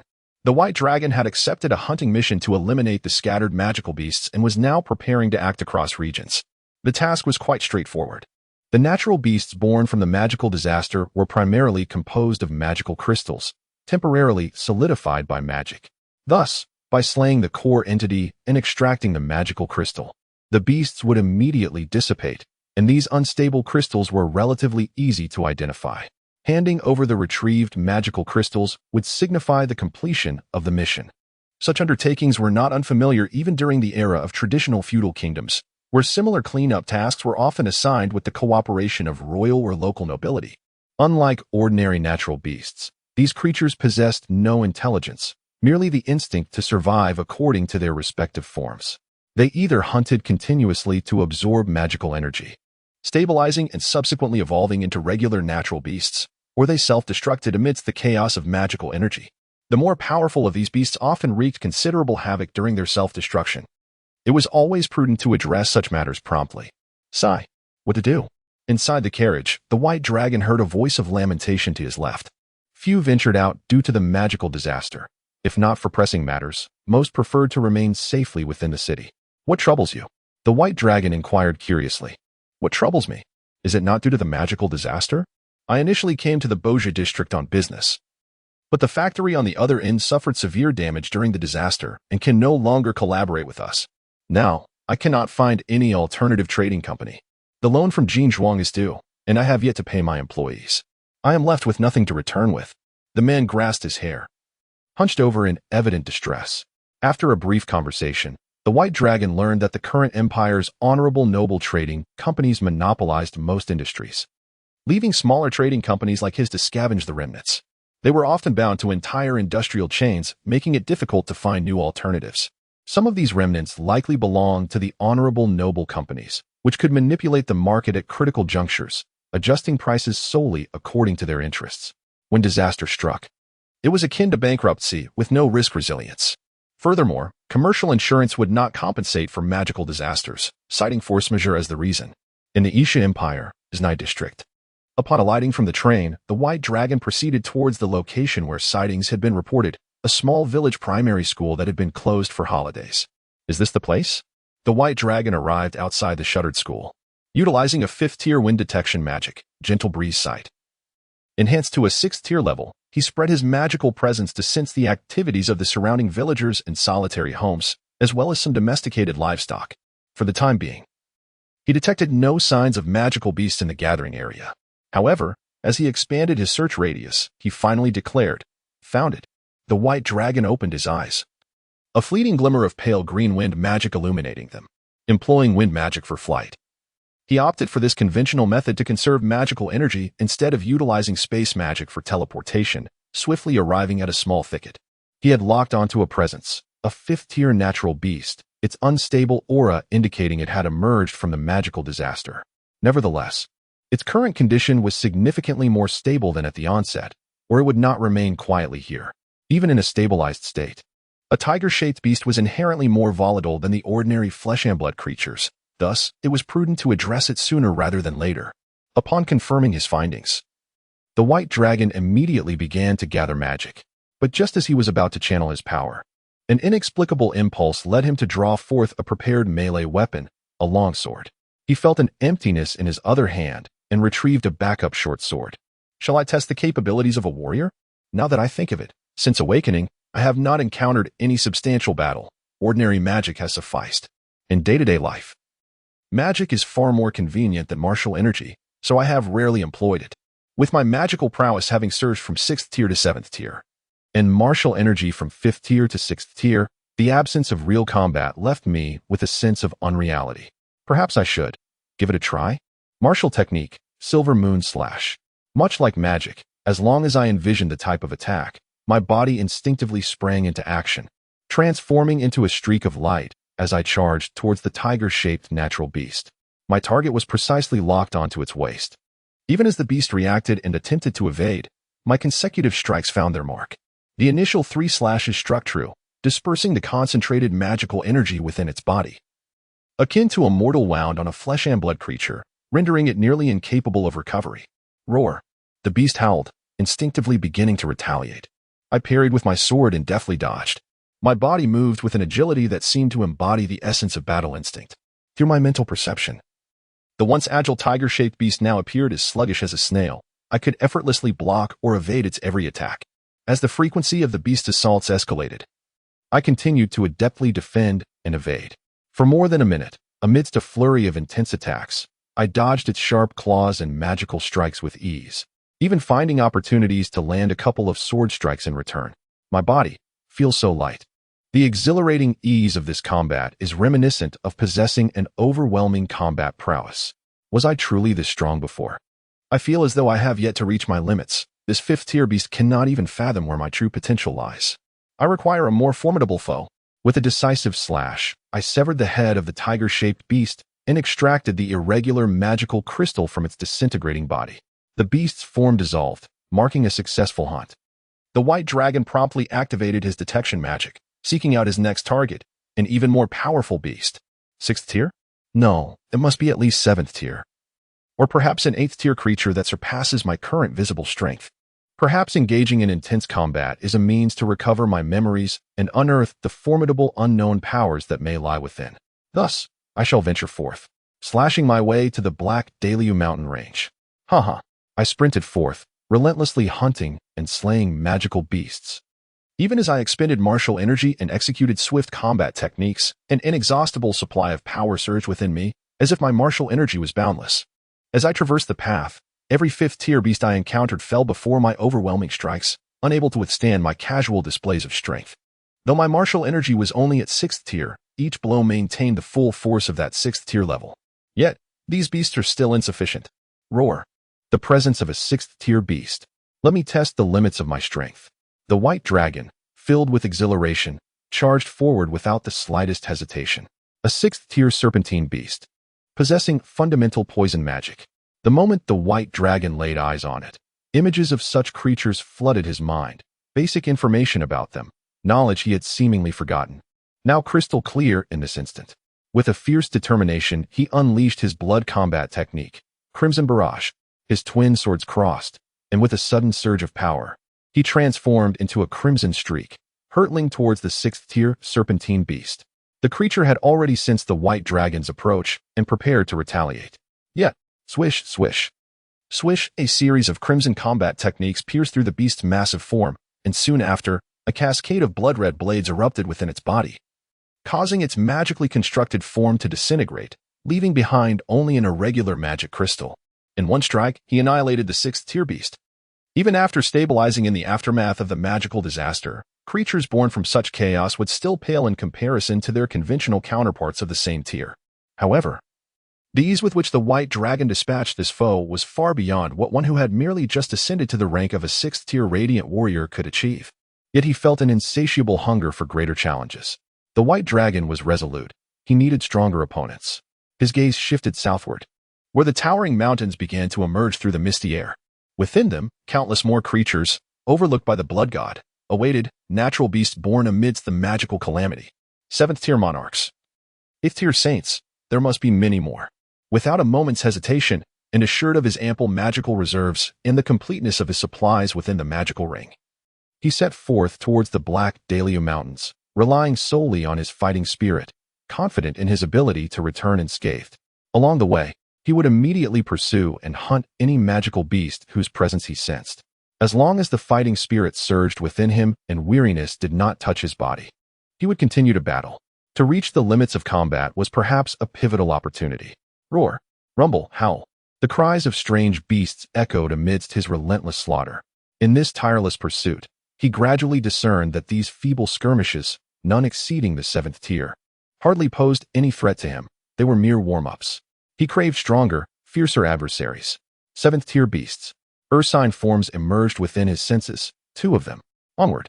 The white dragon laughed, exhilarated, as he surged towards the sensed direction. Chapter 26. The Blood Clan. The power of blood in the midsection of the Daliu mountain range. The air reverberated with the thunderous sounds of battle and the roars of magical beasts, causing numerous birds and creatures to flee in terror. A fearsome beast, possessing the lower body of a serpent yet adorned with 2 pairs of elongated, clawed arms and a trunk as robust as that of a giant ape, stood over 20 meters tall. This grotesque creature, born from a previous arcane disaster, was engaged in a fierce clash with the battle-hungry white dragon. It was one of the few survivors evading the relentless pursuit of the blood god. Initially, the beast had sought refuge in the mountains, hoping to stabilize its magical powers and evolve into a more natural form. However, the sudden intrusion of the white dragon ignited a profound rage within its nascent consciousness. Not only was its evolutionary process disrupted, but the audacity of the white dragon, whose aura of battle energy was merely at the 6th tier, invading its territory was infuriating. With a surge of lightning-infused power, the beast unleashed a barrage of strikes toward the white dragon, its serpentine lower half exhibiting remarkable agility akin to a spring. It outmaneuvered its adversary with ease, showcasing a formidable combination of high mobility and aggressive prowess, which had previously enabled it to elude the blood god's grasp. Yet now, in a fit of fury, the serpentine beast found itself unable to land a single hit on the human before it. The white dragon, employing only 6th tier battle energy and techniques, danced around its assaults with deftness that felt mocking to the beast, intensifying its ire. The white dragon, reveling in the chaos, laughed heartily. If Imeha were present, they would be astonished by this transformation of the white dragon from a congenial figure to a frenzied warrior. His expression now one of ferocity. With a primal roar, the white dragon instinctively activated a technique to enhance his physical capabilities, enveloping himself in a crimson aura. His agility surged, and in a bold move, he charged directly at the serpentine beast, displaying no hint of fear even in the face of its augmented magical prowess. Employing his dual blades, one long, one short, the white dragon initiated an offensive, weaving through the beast's defenses with remarkable speed. The beast, possessing an innate combat instinct. Adeptly parried the majority of the white dragon's strikes with its sharp claws, the sounds of their clashes ringing out like a symphony of metal. However, the serpentine beast could no longer contain its rage. With an earth-shattering roar, it unleashed a wave of magical energy, forcefully pushing the white dragon back. The sudden burst was powerful enough to be met with the white dragon's own strongest sixth-tier defensive technique, leaving him momentarily shaken but unharmed, a fact that only deepened the beast's dissatisfaction. Determined to retaliate, the beast surged forward, employing low-tier ranged spells in an attempt to hinder the white dragon's evasive maneuvers. While the spells had some effect, they were far too weak to impede the white dragon, who instead countered with a spiraling thrust of his blades.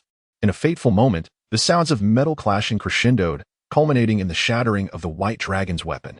The blade, crafted for sixth-tier battles, finally succumbed to the relentless onslaught, splintering into fragments. Seizing the opportunity, the beast lunged with its remaining claws. One aimed at the white dragon's head, the other at his body, creating a nearly inescapable assault. Yet, in a remarkable twist, the white dragon's own claws, now transformed by his beastly metamorphosis, intercepted the strikes, manifesting his newfound power. With a swift counterattack, he executed a powerful technique, delivering 3 devastating slashes that severed one of the beast's arms and carved deep gashes into its muscular torso, the deepest cut compromising its very bones. The beast, sensing the grave threat, unleashed its magical energy, propelling the white dragon away and retreating swiftly, creating a distance of 200 meters in an instant. The beast growled lowly, its fierce visage betraying the gravity of its injuries. One claw pressed against its grievously wounded abdomen, desperately attempting to mend itself with its magical energy. Yet, the wounds were too profound, far beyond the capabilities of a creature newly birthed from an arcane disaster. The white dragon, meanwhile, rose slowly from the ground, adjusting to the unfamiliar strength coursing through his body. Even the rudimentary consciousness of the serpentine beast could discern that the white dragon had undergone a transformation. His hands had become claws, his legs more beast-like, and his entire physique had grown significantly stronger. The key revelation was that his battle energy had escalated to the 7th tier. He had broken through in the midst of combat. My power surpasses all expectations, he mused, gazing at his clawed hand, feeling the surge of strength at his disposal. He lifted his gaze to the serpentine beast, a cruel smile curling upon his lips. The beast's instincts, now sharper than ever, recognized a change in the white dragon's eyes. They were no longer a gentle gold but a glaring crimson. The awakening of the Blood Clan's lineage thirsted for bloodshed. The white dragon recalled the knowledge that flooded his mind. True awakening required the essence of slaughter. Conventional beasts would suffice little. The essence of humanity was vital. Without a moment's hesitation, he charged forward, after sensing a distinct surge of bloodlust. The serpentine four-clawed beast recalled the terror of being pursued by the blood god and swiftly turned to flee. Yet, just as it had not escaped 100 meters, a blood claw strike materialized directly in its path. In a moment of panic, it raised its long, sharp claws to defend, but one arm was severed, and the other was grievously wounded. The massive creature's body was violently propelled backward by the force of the attack. The white dragon emerged from the inky vortex of space. Wolves are notoriously vengeful creatures. Having narrowly escaped death at my hands, you shall not evade me so easily. With a cruel smile, the white dragon momentarily envisioned a ferocious wolf, a bloodline werewolf. He was now convinced that within the depths of his own power resided not merely raw strength but also a formidable bloodline heritage, the legacy of the long-lived divine beings, the Bloodkin. However, the true and complete awakening still required an act of bloodthirsty slaughter. For now, he would make do with this holy-grade natural beast. Blood battle technique. Unleash. A fierce struggle ensued. This time, it was not the mighty beast attacking the frail human, forcing the latter to evade desperately while seeking a chance to counterattack. Instead, the once weak human had ascended from a 6th-tier warrior to a 7th-tier king. The power of blood and the enhancement of physical strength had resulted in a qualitative leap in ability. Although an 8th-tier holy beast was undeniably powerful, it had only recently coalesced from the magical disaster and had not yet stabilized its form, nor mastered any substantial spells. Lacking the capacity for resistance, it was mercilessly slaughtered. Even in peak condition, it was no match for this once feeble human. 10 minutes later, within the snowy peaks of the mountain range, in a cavern, the white dragon entered a meditative state, calming the turbulent power of blood within and the battle intent that had briefly spiraled out of control.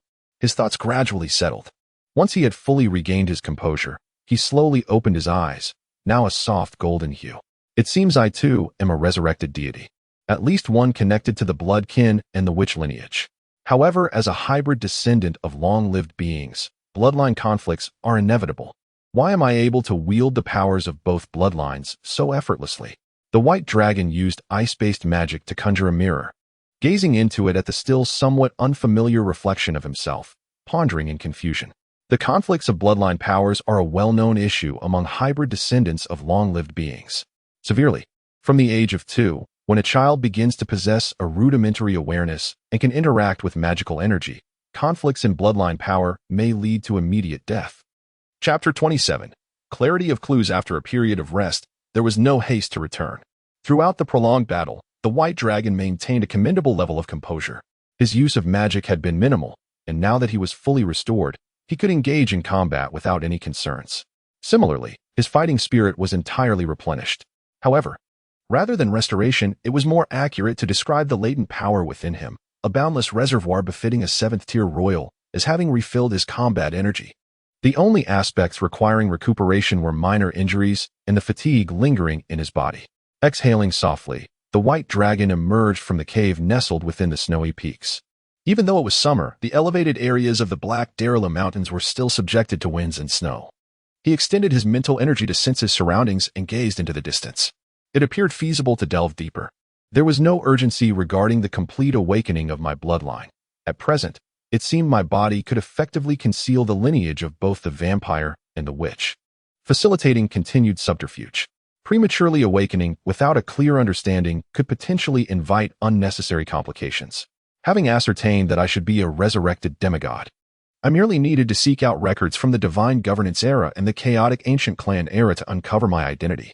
As for the recent past, the ceiling of divine powers had only been lifted for a little over a year. It was unlikely that any formidable demigods had emerged. The only beings capable of brief resurrection post-divine demise were the immortal phoenix or the entities from the spirit race, undead. Thus, which race should I consult for information? From the divine governance era to the present, only the 5 major races defined by the contemporary populace have persisted. 1. The dragon race, which, having no need for territory, isolates itself on remote islands to protect its dragon eggs and young dragons from covetous eyes. 2. The vampire race, which has survived numerous purges due to its insatiable thirst for flesh and awaits the revival of their blood god. 3. The demon race, which returned to the Gallia continent after suffering defeat in the demonic wars over 5,000 years ago. 4. The elf race, which collectively migrated to the current elf islands from the ancient clan era. 5. Lastly, the witch race, which has maintained a high degree of mystery due to its dwindling population.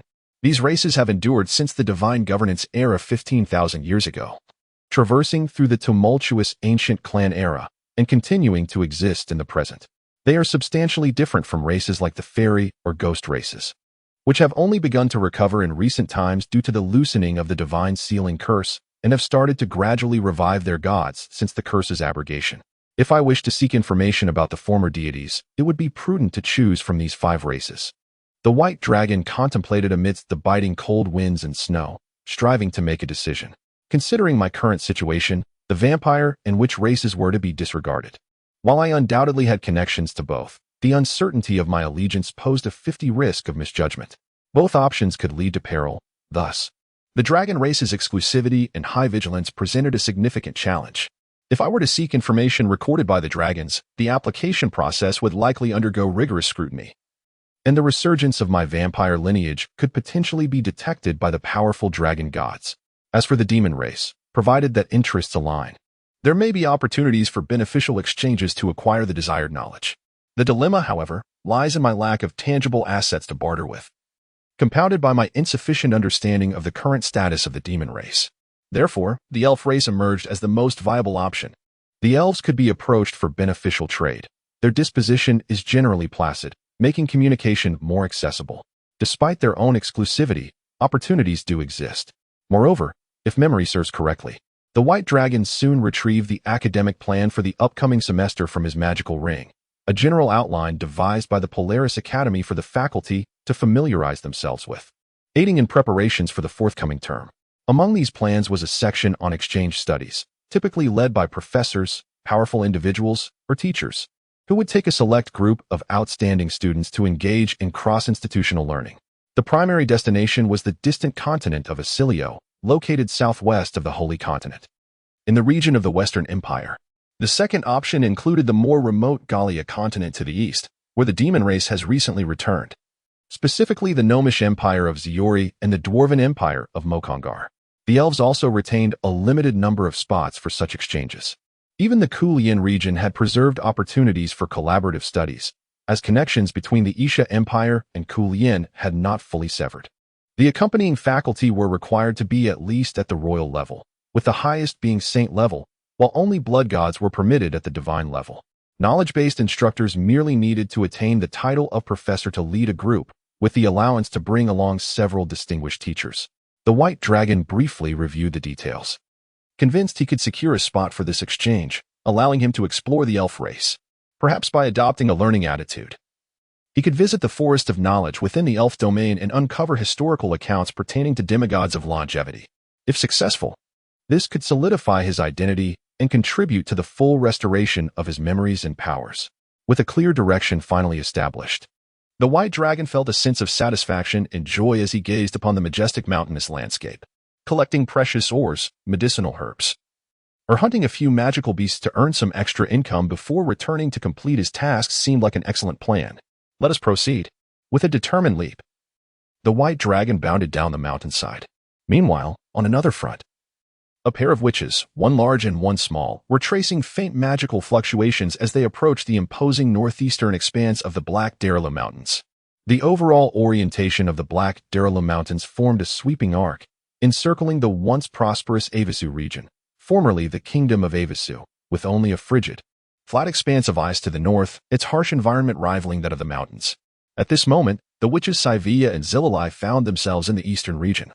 Slightly to the north, the magical sensing appeared to have faded.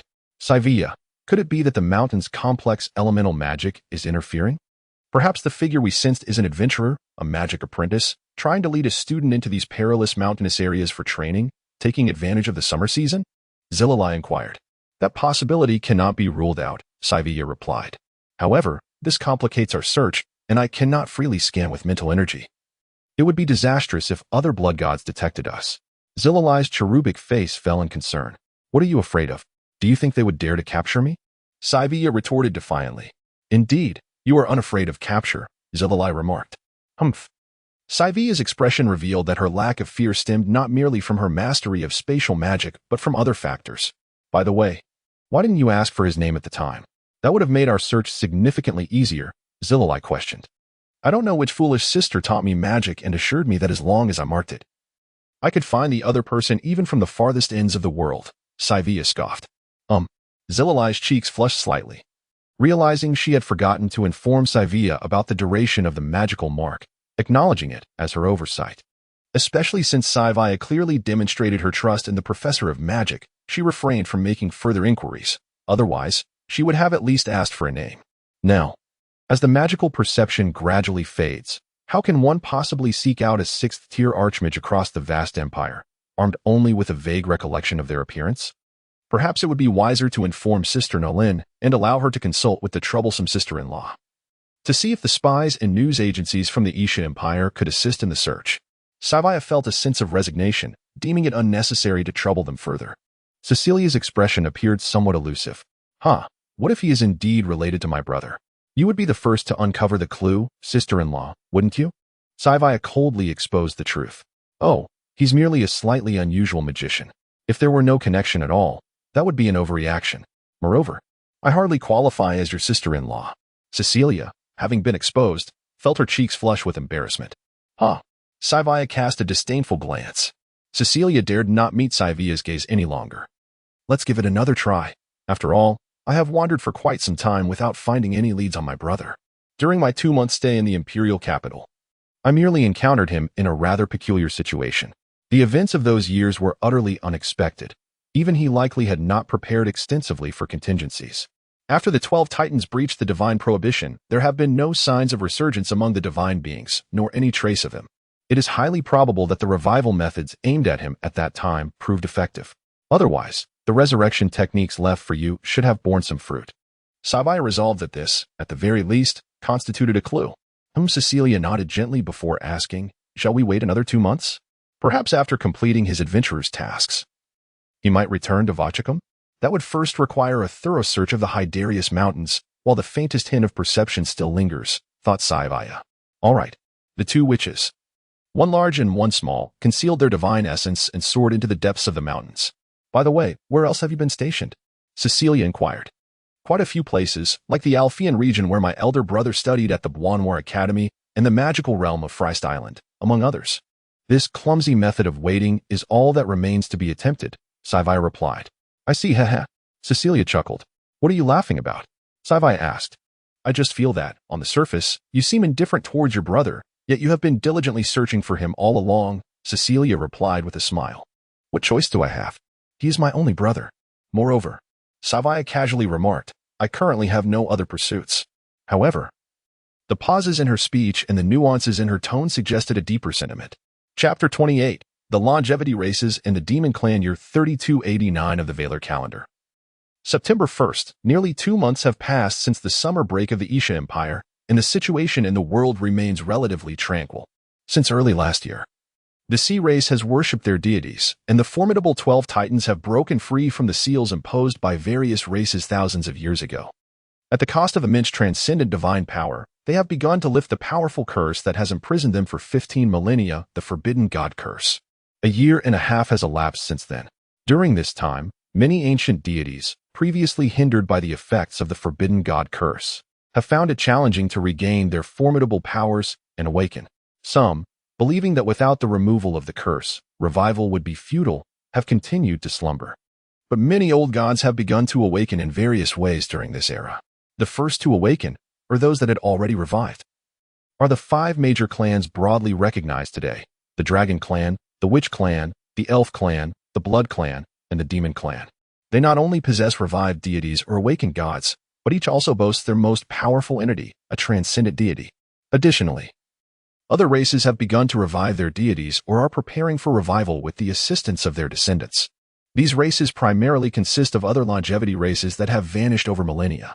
They include humanoid longevity races such as the Divine Clan, Giant Clan, Ghost Clan, Spirit Clan, Undead Clan, Fairy Clan, Demoness Clan, Witch Clan, and the All Clan. Semi-humanoid longevity races such as the Centaur Clan, Treant Clan, Abyssal Clan, Winged Clan, Celestial Clan, and the Behemoth Clan, and beast longevity races such as the Phoenix Clan, Immortal Birds, Unicorn Clan, and Chimera Clan. For the 5 major clans, which have persisted to this day and currently possess the most substantial overall power, the revival of other longevity races is perceived as a threat. Unless they join the Witch Clan like the clearly aligned Ghost Clan and Fairy Clan, while some longevity races remain undecided about their affiliations. They may either lack such intentions or prefer to wait until their powerful deities are fully revived before making decisions. During this period, each of the 5 major clans has its own thoughts. For instance, the Demon Clan. The Demon Clan, residing on Frist Island, the stronghold of the Demon King, was exiled to this island following their defeat in the Demon War 5,000 years ago. Several years ago, they began to seek opportunities to return to the Gallia continent amidst the wars of the Goblin and Dwarf empires, and they have since managed to establish a foothold. However, they still consider the Demon King's castle here as their center. In the conference hall, the design blueprint for the new Demon King's castle has been finalized. It is time for the Dwarven and Goblin craftsmen to commence construction. This time, remember to adopt a gentler approach to governance. Do not drive them like slaves, or it will give the Colin an opportunity to exploit the situation. At the very least, we must ensure they can live normally, preferably following the management system of the Isha Empire. In that case, we should also design a new currency to replace the outdated metal currency that can no longer keep pace with industrial production. Otherwise, the wages we pay will not suffice for the craftsman's labor. The key lies in commerce, or rather, in the talents pertaining to economics. Our previous efforts to return to the Gallia continent were primarily focused on how to utilize the limited military strength and resources for warfare, leaving us with little energy to seek additional talent. Other factions have also been closely monitoring us, making it difficult to find good opportunities. Moreover, even if opportunities arise. Whether then or now, the Colon's speed in talent acquisition and the environment for attracting talent far surpasses ours, making it challenging to find suitable chances. Without talents related to the economy, recklessly issuing currency poses too many unknown risks. The royal family of the demon clan and the high-ranking deities are currently troubled by the issue of managing the common folk. This is something they would have never contemplated in the past, nor dared to consider. What is a commoner? Their immense power allows them to obliterate a city with a mere gesture. The existence of commoners is akin to a swarm of ants, easily extinguished by floods or fire at their whim. Yet now, after their revival in this era, they are compelled to earnestly consider how to effectively and safely manage the common folk. The root of this concern is, once again, the Colin. Furthermore, the challenge of anti-counterfeiting is also formidable. Our research in alchemy is vastly inferior to that of the witch clan. The decline over the past 5,000 years has left us with scant technological accumulation in this regard. Should the materials for our developed currency be thoroughly studied, or if they can be produced at a lower cost, the Colin's minting facilities may outpace ours in printing. In a state of non-war, they would not make such blatant moves, but the risks remain excessively high. Including other members of the demon royal family, there is a general consensus against the current proposal to issue currency. The new currency system, paper money, was initiated by the Colin with the assistance of the witch clan, and the widespread adoption of this new currency system across the world has only begun in the past 20 years. Many economic issues related to the new currency system, even the Colin cannot claim to have fully grasped. Furthermore, in a world imbued with magic and alchemy, the difficulty of counterfeiting paper currency is immense. Otherwise, after a development span of thousands of years, even if industrial capacity has not significantly increased, a substantial paper currency should have already emerged. The management issue can be addressed gradually. The populace under our rule consists of those who have endured the suffering of imperial wars. As long as governance does not become excessively tyrannical, they can maintain a semblance of normalcy. It is more crucial to focus on the affairs of other deities, such as the Divine Clan, or rather, the first leader of the Colin, chosen by the Divine Clan, who possesses the ability to revive their divine powers, Enigmatic. The current demon king, Basil Dinza Alamor, uttered this name, Enigmatic. The mention of this name plunged the meeting into a brief silence. Not only does he represent himself and the Colin, but he also connects to the Divine Clan. For the Demon Clan, this is a significant threat. In the past, before the lifting of the Forbidden God curse, when the gods had not yet begun their formal revival, they mobilized 70 deities of varying strength to form an assault of 210 deities to annihilate that individual. It was that ambush that resulted in their escape with less than 30% of the deities after facing a formidable counterattack from that individual and subsequent pursuit by the Witch Clan. Currently, there are no signs of the revival of the Divine Clan, and based on the current status of the Colin, it appears that our various measures to prevent their revival have been effective. Over a year has passed without any movement. We should be secure now, right? Yet we cannot afford to be complacent. Thousands of years ago, we employed numerous means to eradicate the Divine Clan, only to inadvertently provide them with an opportunity for revival. It has now been confirmed that their celestial gateway still exists, and the key to its opening remains in hand. What of the Blood Clan and the Dragon Clan? No abnormalities have been detected. Their prophetic holy fire and the Blood Clan's blood sense have shown no reactions. Such responses offer a modicum of reassurance, yet it is merely slight. It seems we can only await the complete recovery of the Demon God King from his revival to utilize his magical eye to search for answers. The Demon King Basil regards this matter with caution, yet there are presently no alternative methods. What if we inquire with the Elf Clan? A proposal arose from within the Demon Clan. You go? Suddenly, a member of the Demon Clan retorted. Ahem. The notoriously poor relationship between the demon and elf races is well known among all factions. In any case, with no signs of reassurance, it is imperative to continue spreading more agents across the world, particularly in the homeland of Colin, where more magical servant spies must be deployed to gather relevant information. Since they cannot extract secret technologies from the tightly controlled military-industrial complex, they must at least prove useful in other areas. The Demon King Baser has issued the latest directive. So, should we dispatch magical servants to the Elf Clan? Will you handle the arrangements? Very well, let us disregard that. In this era of divine resurgence, all races are acutely aware of the revival status of others. Regardless of the deep-seated animosities among these long-lived beings, they universally monitor the condition of one race, the divine race. This interest is not solely due to their formidable power, but also because the fall of the divine race is a consequence wrought by these mighty races collectively. It seems that now, the only entity harboring no hostility towards the divine race is Colin. How ironic it is that a nation actively hunting deities is the least concerned about the resurgence of the most powerful divine race. And some even harbor hopes for their revival.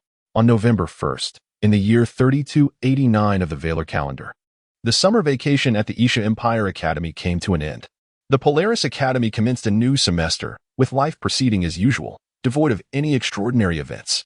The White Dragon, the youngest teacher at Polaris Academy, having undergone adventures during the summer break, has elevated his warrior prowess to the 7th-tier king level, making him one of the few subjects of discussion at the start of the semester.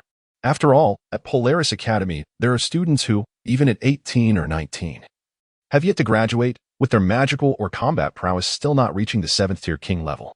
Meanwhile, their White Dragon teacher, who is merely 16 and not yet 18, has already achieved the traditional status of a double king powerhouse, a master of both magic and martial arts. Are you applying for an exchange program with the Elf clan? The head of the magic department regarded the application presented by the White Dragon teacher with mild surprise. Learning knows no bounds. I wish to learn more. The White Dragon replied with a smile. Very well, I will approve this on my end, and then it will be reviewed by the dean. Once approved, you shall be permitted to proceed. The head of the magic department also smiled. Given that their youngest teacher is capable of serving as a private tutor for Prince Lagu, they are certainly willing to invest in his development. Thank you, Director. The arrangements for the opportunity to visit the Elf clan are effectively secured. Chapter 29, The Elven Race. Communication and Learning Year 3289 of the Valar calendar, the first day of the 13th month. The Elven Race. The Elven Isles, Fire Elf region. In response to the changes brought about by industrial and magical technological advancements, the forest-loving elven race has reluctantly designated certain areas for the construction of modern buildings. This includes the only small airport located in the Fire Elf region. Currently, only the Colin Empire has the capability to mass-produce large passenger aircraft.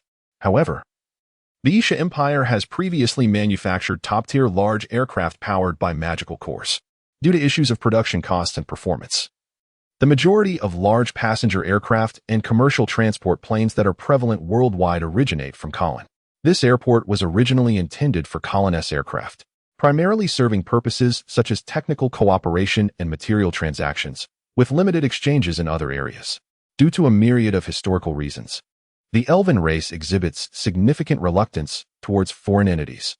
While the Colin Empire may be more accepted, empires like the Isha and the West Sea, which are characterized by powerful royal and noble influences, necessitate a more cautious approach in interactions with them. This is largely due to the historical predilection of certain powerful males, and even some females, to exploit elven children as means to satisfy their desires, perpetuating a cycle of abuse and breeding for mixed blood longevity. Over the millennia, numerous similar incidents have occurred, provoking the typically peaceful elven race to retaliate with devastating attacks on their aggressors. Carnal desire remains an inescapable longing for those in power, particularly within feudal empires.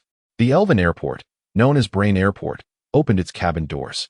Students and faculty from the Isha Empire's Polaris Academy, the Imperial Capital Academy, and St. Peter's Academy began to disembark. Some faculty members had previously visited, maintaining a stable demeanor. However, many students, especially the girls, were filled with curiosity about the reputedly exclusive yet breathtakingly beautiful elven race. Welcome, announced an elder fire elf, accompanied by 2 other fire elves and 10 individuals who were clearly half-elves. Greetings, once again, we appreciate your hospitality, said the vice president of the Imperial Capital Academy, stepping forward to shake hands. He was of divine, low-tier god strength. Communication and learning benefit us both. It is hardly a burden. The fire elf elder replied with a smile. He too was of divine strength, along with the 2 accompanying fire elves, although they were all male. Students continued to curiously observe their surroundings, with some girls whispering so handsome in admiration of the fire elf men, who stood around 6 feet tall, possessing balanced physiques and striking features, an ideal aesthetic for many young women. Similarly, among the accompanying half-elves, half were female, their exquisite beauty captivating the attention of young men. There was, however, one student who, if not for his attire, would undoubtedly be mistaken for a fellow student. He appeared disinterested in the elven deities and half-elves, instead observing the environment with keen curiosity. During the ensuing pleasantries, the Fire Elf deity took note of the young teacher who seemed to be gazing around in wonder. Does Polaris Academy now have such youthful instructors? Inquired one of the Fire Elves with curiosity. Oh, Teacher Bylong. He just completed his internship last year and is proficient in various magical disciplines, including spatial magic. However, he is primarily here as a companion and may even study alongside the students, replied the head of the mechanical department at Polaris Academy. Spatial magic? Can he truly master the 7th tier? The Fire Elf deity asked, intrigued. He could sense that this teacher Bylong was indeed of 7th tier royal strength, and his mastery of both martial and magical energies at the same tier was remarkable. Modestly speaking, I have a basic understanding, Bylong responded with a humble smile. Fascinating. While we do have a god of magic proficient in spatial spells, talented instructors in this field are still a rarity. If you have reached the 7th tier, you must find practical applications in battle. Would you like to engage in a sparring session later? The Fire Elf deity proposed, his interest piqued. Although the head of the mechanical department at Polaris Academy felt a twinge of apprehension, he rationalized that the elven deity posed no threat compared to those of demonic descent. Since I have surpassed the 7th tier and honed my magical skills, I have yet to engage in proper combat. If an opportunity arises, I would not wish to miss it, Bylong replied with enthusiasm. This represents a chance to deepen our interaction with the elven race. The success rate of entering the elven memory forest increases with favorable relations and goodwill, the vice president of the Imperial Capital Academy suggested with a smile. Eager to observe what made this young teacher so special as mentioned by the head of Polaris Academy. Shall we begin this year's communication and learning with a combat exchange? The Fire Elf elder concurred. I have no objections, Bylong nodded. The students were suddenly filled with excitement, particularly those from Polaris Academy. We just arrived, and we can witness a battle exchange between Teacher Bylong and an elven deity? How thrilling. However, I am not well versed in spatial magic. Even a 6th tier spatial teleportation requires utmost caution, the proposing Fire Elf remarked. Not to worry, it's entirely manageable, Bylong assured him. At that moment, the Fire Elf deity produced a phone of the same model that Bylong had gifted to Imeha, albeit with a red casing, and began dialing. After concluding the call, a wave of spatial magical energy manifested outside the airport. The airport, situated on a small island, was protected by magical arrays, preventing direct spatial teleportation. Although Bylong could faintly hear a girl's voice from the phone, he was taken aback when a young girl appeared. Even considering the elven race's growth rate and lifespan, a girl appearing youthful would typically be around 50 or 60 years old. Who could possibly rival my spatial magic? The Fire Elf girl inquired boldly upon her arrival. Can't you learn a bit of decorum from your elder sister? The Fire Elf deity chided, a hint of exasperation in his tone. Humph. The Fire Elf girl retorted. This is my daughter, Nello Soroa Angruzen. Although she is still considered a minor by elven standards, she possesses holy level strength and is equally proficient in 7th tier spatial magic. The Fire Elf deity introduced succinctly. Is that acceptable? Of course. Greetings, I am Bylong, Bylong said, bowing slightly as he removed his hat. This simple gesture naturally masked any subtle changes in his expression. While he felt indifferent towards the name Nello, her surname struck a familiar chord in his memory. Could it be that he had previously known someone from the elven race? What an intriguing name. Shall we commence our battle? Nello inquired eagerly. The Fire Elf deity lightly tapped her head, disapproving of her lack of composure. Following brief preparations, they proceeded to the open sea surrounding the airport island. This area was chosen for its spaciousness once Bylong demonstrated his adept flying abilities, an ideal venue for their engagement. The rules of the duel were straightforward. In a confrontation between two godly beings, they mutually agreed to cast the same exceptional protective magic, serving both as a safeguard and as a victory condition in their duel. The White Dragon and the Fire Sprite Nero, aside from the fundamental abilities of flight and evasive acceleration, were permitted to utilize other auxiliary spells. However, all offensive and defensive magic was strictly limited to spatial magic, remaining in effect until one party's protective enchantment was entirely shattered. The side that succumbed first would be deemed the loser, due to Nero's superior foundational strength. The White Dragon was allowed to employ a magical artifact as an aid for flight or evasive maneuvers. Additionally, a time limit was established. If no victor emerged within 10 minutes, the one with the greater residual strength of their protective magic would be declared the winner. Above the sea, suspended approximately 20 meters over the water and separated by a distance of around 150 meters, the two combatants prepared for their duel. Humph. Are you ready, little human brother? Nero proclaimed confidently, poised for the commencement. The signal to begin was signaled by a sudden explosion. Boom. A 7th-tier spatial magic, spatial impact, was unleashed. 2 identical 7th-tier spatial spells were instantaneously cast towards each other. Amidst the invisible waves of magical energy, a violent explosion erupted upon the surface of the sea between them, creating a fleeting rift in space and causing a pit approximately 70 to 80 meters in diameter to form beneath. Wow, you can truly unleash spatial magic instantaneously. How impressive. Little brother, Nero exclaimed in awe as she vanished into thin air. In the next moment, a multitude of distorted spatial attacks materialized around her, launching toward the white dragon. Simultaneously, an instantaneous spatial blockade ensued, preventing him from escaping immediately. However, the white dragon remained unperturbed, deploying a defensive spatial magic that countered the lower-tier distorted spatial attacks while also breaking through the temporary blockade, subsequently disappearing into the air. Such a deft display of launching an attack followed by a rapid counterattack astonished both divine beings. Even the instructors from Polaris Academy were taken aback, acknowledging the white dragon's remarkable prowess in spatial magic. Yet, your method of constructing spatial magic is rather peculiar. The instantaneous release does not resemble the draconic or elven spells typically favored by your Ashadi empire, Nero observed keenly. Fortunately, after gaining proficiency, I modified it based on my personal preferences and sensations, which indeed diverges from the standard teachings, the white dragon elucidated. You can even fine-tune it according to your own style? Nero remarked, somewhat astonished. Even she had yet to achieve such customization, adhering strictly to the prescribed methods of spatial magic. Despite being capable of instantaneous release, it was always executed in a conventional manner. Is this little human truly that remarkable? Chapter 30. The Fire Spirit. Nero. The battle persisted until the very end, with the Fire Spirit Nero emerging victorious, bolstered by a higher remaining strength of protective magic. At first glance, the combat appeared rather ordinary, easily discernible to an outsider as merely a sparring session. The contest revolved around sheer magical proficiency and the number of flexible combinations one could employ. The White Dragon, having just ascended to the 7th-tier king-level space magician, naturally possessed fewer spatial magic spells than the Fire Spirit Neve. Thus, it was only to be expected that he would falter by the end of their prolonged exchange. After the conclusion of the battle, the Elder of the Fire Spirits guided the Academy members into the vast island inhabited by their kind, the Island of the Elven Clusters. Despite being named an archipelago, the combined area of the main islands approaches that of the smaller continents of Riffiga or Acilio. The principal island, where the Fire Spirits reside, is the largest, shared with the Thunder and Wind Spirits, dividing the island into 3 distinct regions. In terms of overall environment, it is the most pristine among all the main islands. Remember to keep the items provided to you closed at all times. Otherwise, you will be repelled by the area-level magic array that envelopes the entire island, triggering alarms and unnecessary complications.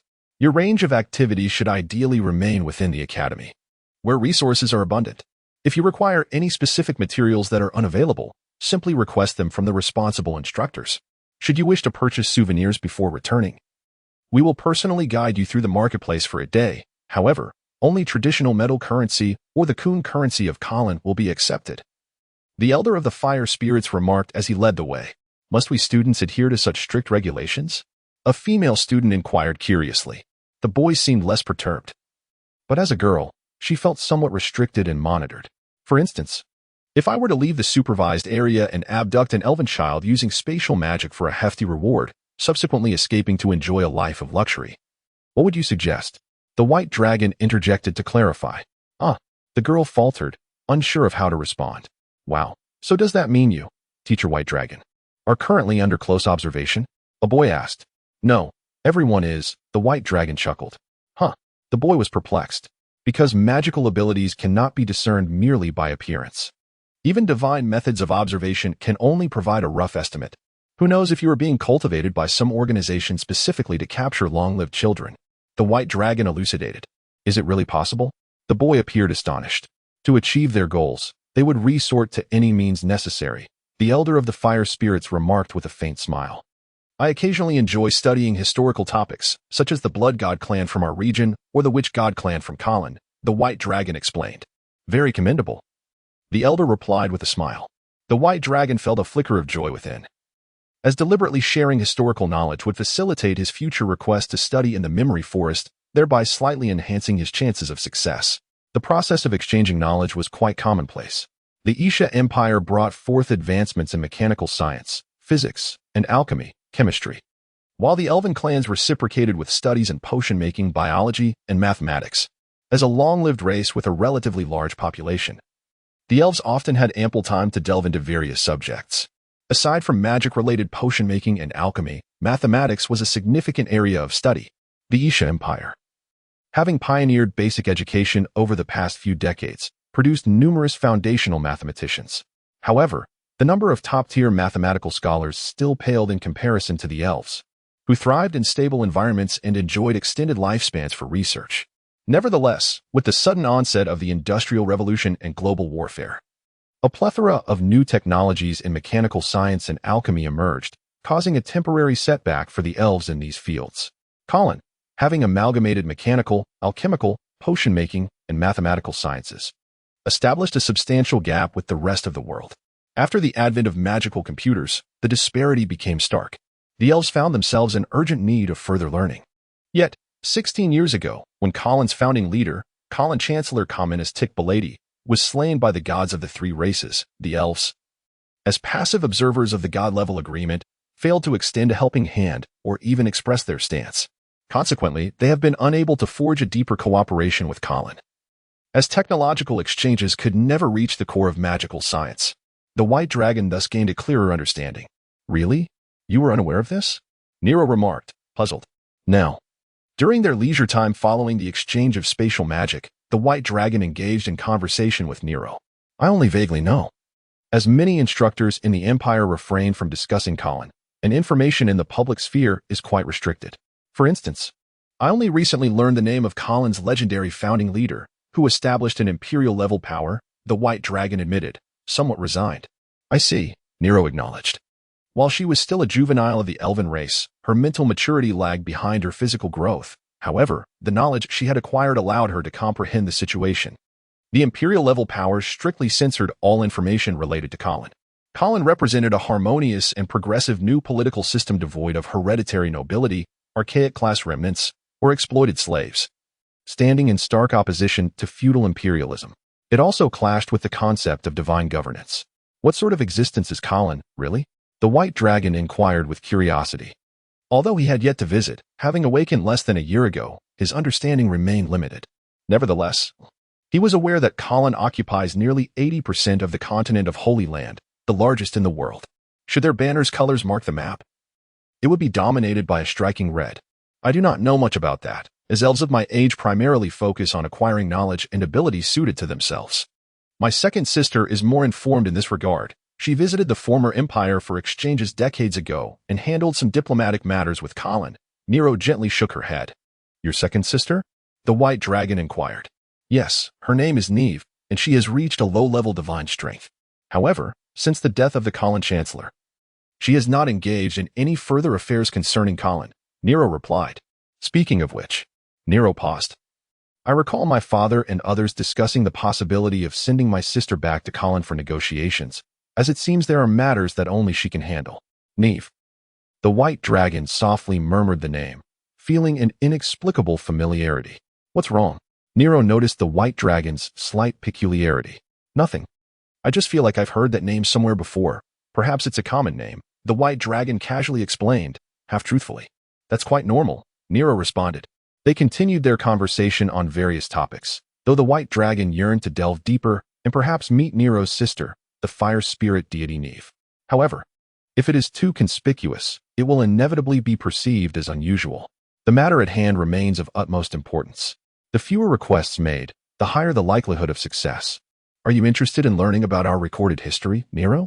Long inquired, having engaged in considerable conversation with Nero and finally steering the topic towards this subject.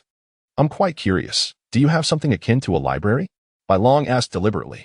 No, we do not, Nero replied. Really? Long responded, puzzled. It seems your understanding of our ways is somewhat limited. Our elven race, or rather, we long-lived beings, possess a distinct method of recording information. For instance, the Witch clan has something similar to a library, but they refer to their extensive repository of knowledge as the Hall of Tomes. In contrast, our elven race archives its knowledge within the forest of memories. In essence, It is a unique forest, and each elven clan maintains its own, ensuring that 7 such groves exist simultaneously to safeguard and compare various pieces of knowledge. Nero explained with a hint of pride. Knowledge recorded within trees? Bai Long inquired. That is one way to interpret it, Nero nodded. It seems that under such circumstances, I would be unable to visit, Bai Long said, a touch of disappointment evident in her demeanor. However, if you truly wish to see it, it is not an insurmountable challenge. The historical section does not contain core technical knowledge. The history that is not suitable for all elves is specifically sealed within another area, and gaining access to it is quite feasible, Nero remarked. Can I also apply? Bai Long asked, transforming her disappointment into hope. That should be possible. I can assist you in making inquiries, Nero responded enthusiastically. Is it possible to view the history from the ancient chaotic era and the divine governance era? Bai Long asked shyly, aware that only these 2 epochs would yield extensive information about fallen deities. I'm not certain about that. We will only know after inquiring, Nero said. Retrieving her phone. It was the same model Bai Long had purchased for Imeha, indicating that the Kelian product was quite popular. Let me see. Well? Perhaps I want to ask my father. It seems rather troublesome, Nero mused as she scrolled through her contacts. Eventually, she found the name of her second sister, the Fire Elf Knife, with whom Bai Long had previously conversed. Chapter 31. The Forest of Memories, the Elven Forest. The city of ancient fire spirits, Fail. In the urban office, Neve, a fire spirit, hung up the phone with her sister, feeling perplexed. A young teacher, merely 16, wished to explore history? Setting aside the absurdity of such a youthful educator, it was not unusual for scholars of other races to request more comprehensive studies of elven history. On occasion, the elves would acquiesce. Yet, could it truly be that a mere child, still legally a minor in many nations, had an affinity for the dry and tedious subject of history? Perhaps it was best to let him observe. Given that he was part of the exchange program from the Ashar Empire, after some contemplation, Neve decided not to dwell on it. She submitted a simple application to the elves managing the Forest of Memories, detailing the situation and awaiting their response. There might be a cumbersome review process ahead, and her presence might be required for recommendations, but it was not overly burdensome. Meanwhile, on the other side, White Dragon felt a slight relief upon receiving a response regarding his application. With his current status, he should pass the review without issue. After all, the historical district's materials were not classified technological data. Until the results emerged, he would continue his studies and exchanges. Over the course of the 2-week exchange, White Dragon gradually came to a realization. Do you also study potionology, Teacher White Dragon? You seem to know the optimal ratios for agricultural fertilizers. The elven elder he was instructing expressed surprise. I have a rudimentary understanding, White Dragon replied hastily. Their recent discussions had sparked detailed recollections of knowledge within his mind. While not a true expert, he certainly possessed more understanding than most scholars who had not specialized in potionology. You appear to have a grasp on many subjects. How do you manage to learn so much in addition to your magical studies and martial training? Another teacher from Polaris Academy inquired, puzzled. They had noticed that White Dragon seemed well-versed in a broad range of academic topics, able to address diverse inquiries with ease. Occasionally, I delve into other fields. White Dragon humbly responded. After a brief discussion, they moved on, not fixating on the matter. At that moment, White Dragon understood that the recovery speed of life memories and knowledge memories was entirely distinct. Knowledge-based memories, once recalled or encountered, and if previously mastered, could be retrieved almost instantaneously, including instinctual combat abilities. This encompassed learned spells, common knowledge from bygone eras, and various academic insights. As night fell, the elven archipelago fell silent. The elves were a quiet race, minimizing noise even during the day.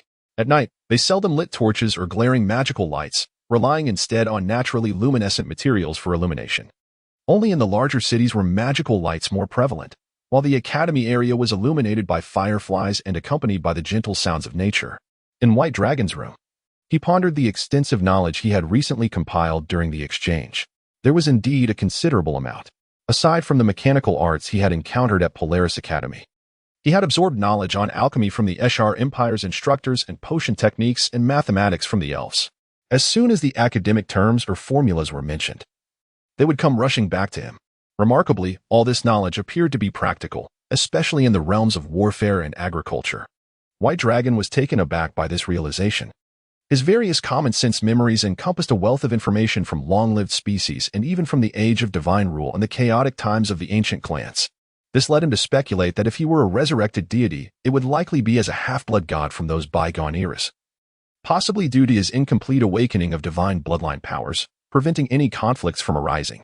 Yet, when it came to knowledge-based memories, he found it curious why he understood certain mechanical arts during his studies at Polaris Academy. He had assumed it might be due to a prior acquaintance with the mundane of the gnomes, which seemed innocuous enough. Upon reflection, however, most of his knowledge was modern or, at the very least, from the past century. Was he not a god from the two ancient eras? If he were a recently fallen deity, a sudden knock at the door jolted White Dragon from his thoughts. "Are you asleep, White Dragon? My sister just messaged me, saying you can choose a time to visit the Forest of Memories tomorrow." It was Nero, and White Dragon exhaled in relief, unsure of what had unsettled him.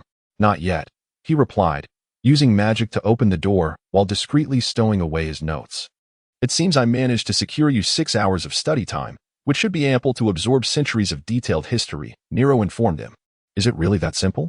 "I cannot simply memorize everything in one go," White Dragon retorted. "Well, you could employ memory magic to temporarily record it all. As a Grand Mage, maintaining the magic for a few days should pose no problem, allowing you to remember quite a bit," Nero suggested with a grin. Memory magic, a common form, could allow a mage to record the knowledge from an entire book into their mind for a limited time, depending on the mage's strength. Once the effect wore off, the recorded knowledge would dissipate. However, for temporary review and rapid reading, it proved exceedingly practical. "Thank you, and please extend my gratitude to your sister as well," White Dragon said with polite appreciation. "Not at all. It's not every day we encounter someone like you among humans," Nero replied with a smile. White Dragon paused, quickly comprehending her implication. Humans driven by desire. In the past 2 decades, while the elves had engaged in exchanges and learning, they had primarily permitted only female representatives of other races to visit, typically during the cooler autumn months or the elves' brief winter. The temperate climate of the elven archipelago allowed for bolder attire, rendering them exceptionally alluring to males of other races with similar tastes. During autumn and winter, garments tended to be slightly more substantial. Those permitted to study among the elves were often from the aristocracy of the old kingdoms, with their demeanor varying greatly based on luck, some exhibiting remarkable grace, while others were truly distasteful. In the present day, the elves had been compelled to relax certain conditions for exchanges due to a brief, yet severe technological gap. In the realm of the Isha Empire, the interactions between students and instructors are notably unrestricted for males. This absence of limitations has led to instances where young boys and male teachers, despite their attempts at restraint, occasionally cast lingering glances filled with desire upon the enchanting elven maidens. Such gazes evoke discomfort in the delicate Nilo. Conversely, the words of the White Dragon convey a complete lack of such intentions, with his primary objective being the memory forest. The allure of beauty? Strangely, it seems to hold no temptation for him. Naturally, the presence of handsome men is even less impactful. Perhaps this is attributable to his witch lineage, he muses. The witch race consists solely of females, resulting in an absence of desire for cross-gender unions, rendering them quite indifferent in this regard. Suddenly, the White Dragon recalls a remark made about him. "Has your witch blood awakened so thoroughly that it has extinguished all male desires?" He cannot recall who uttered this, yet he perceives that the speaker may have been rather insufferable. "What's wrong?" Nilo inquires, noticing his momentary distraction. "Nothing. Just a fleeting thought," he replies swiftly, redirecting the conversation. "I have no academic commitments tomorrow. Choose a time that you find convenient." "All right, I shall escort you then," Nilo responds. "Yes," the White Dragon affirms with a nod. The following day, during the midday recess, Nilo dials the White Dragon's number.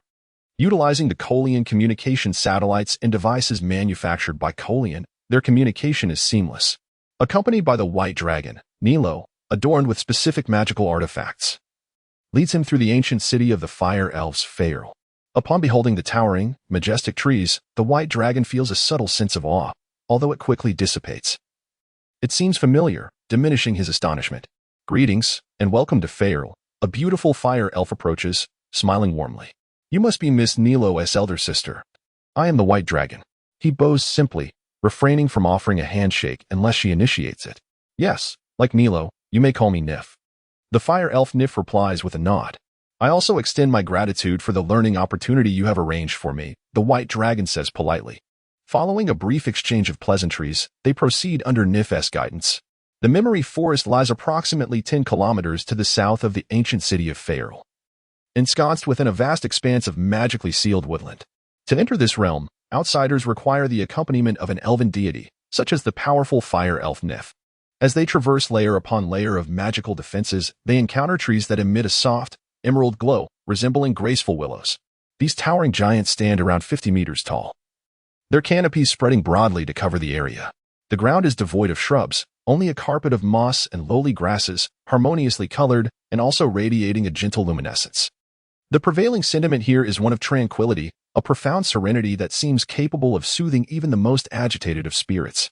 This enchanting place is the memory forest. Come.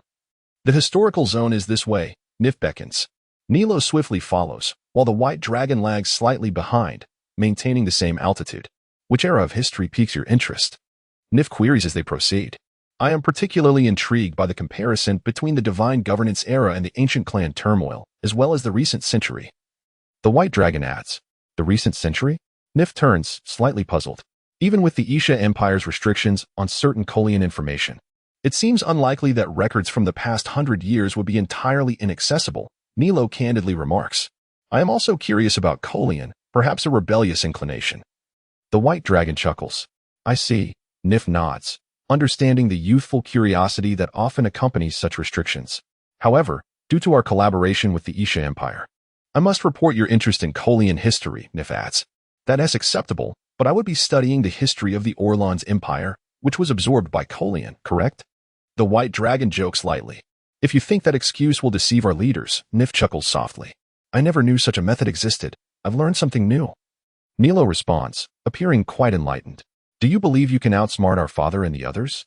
Nif retorts. Well, you never know, Nilo giggles.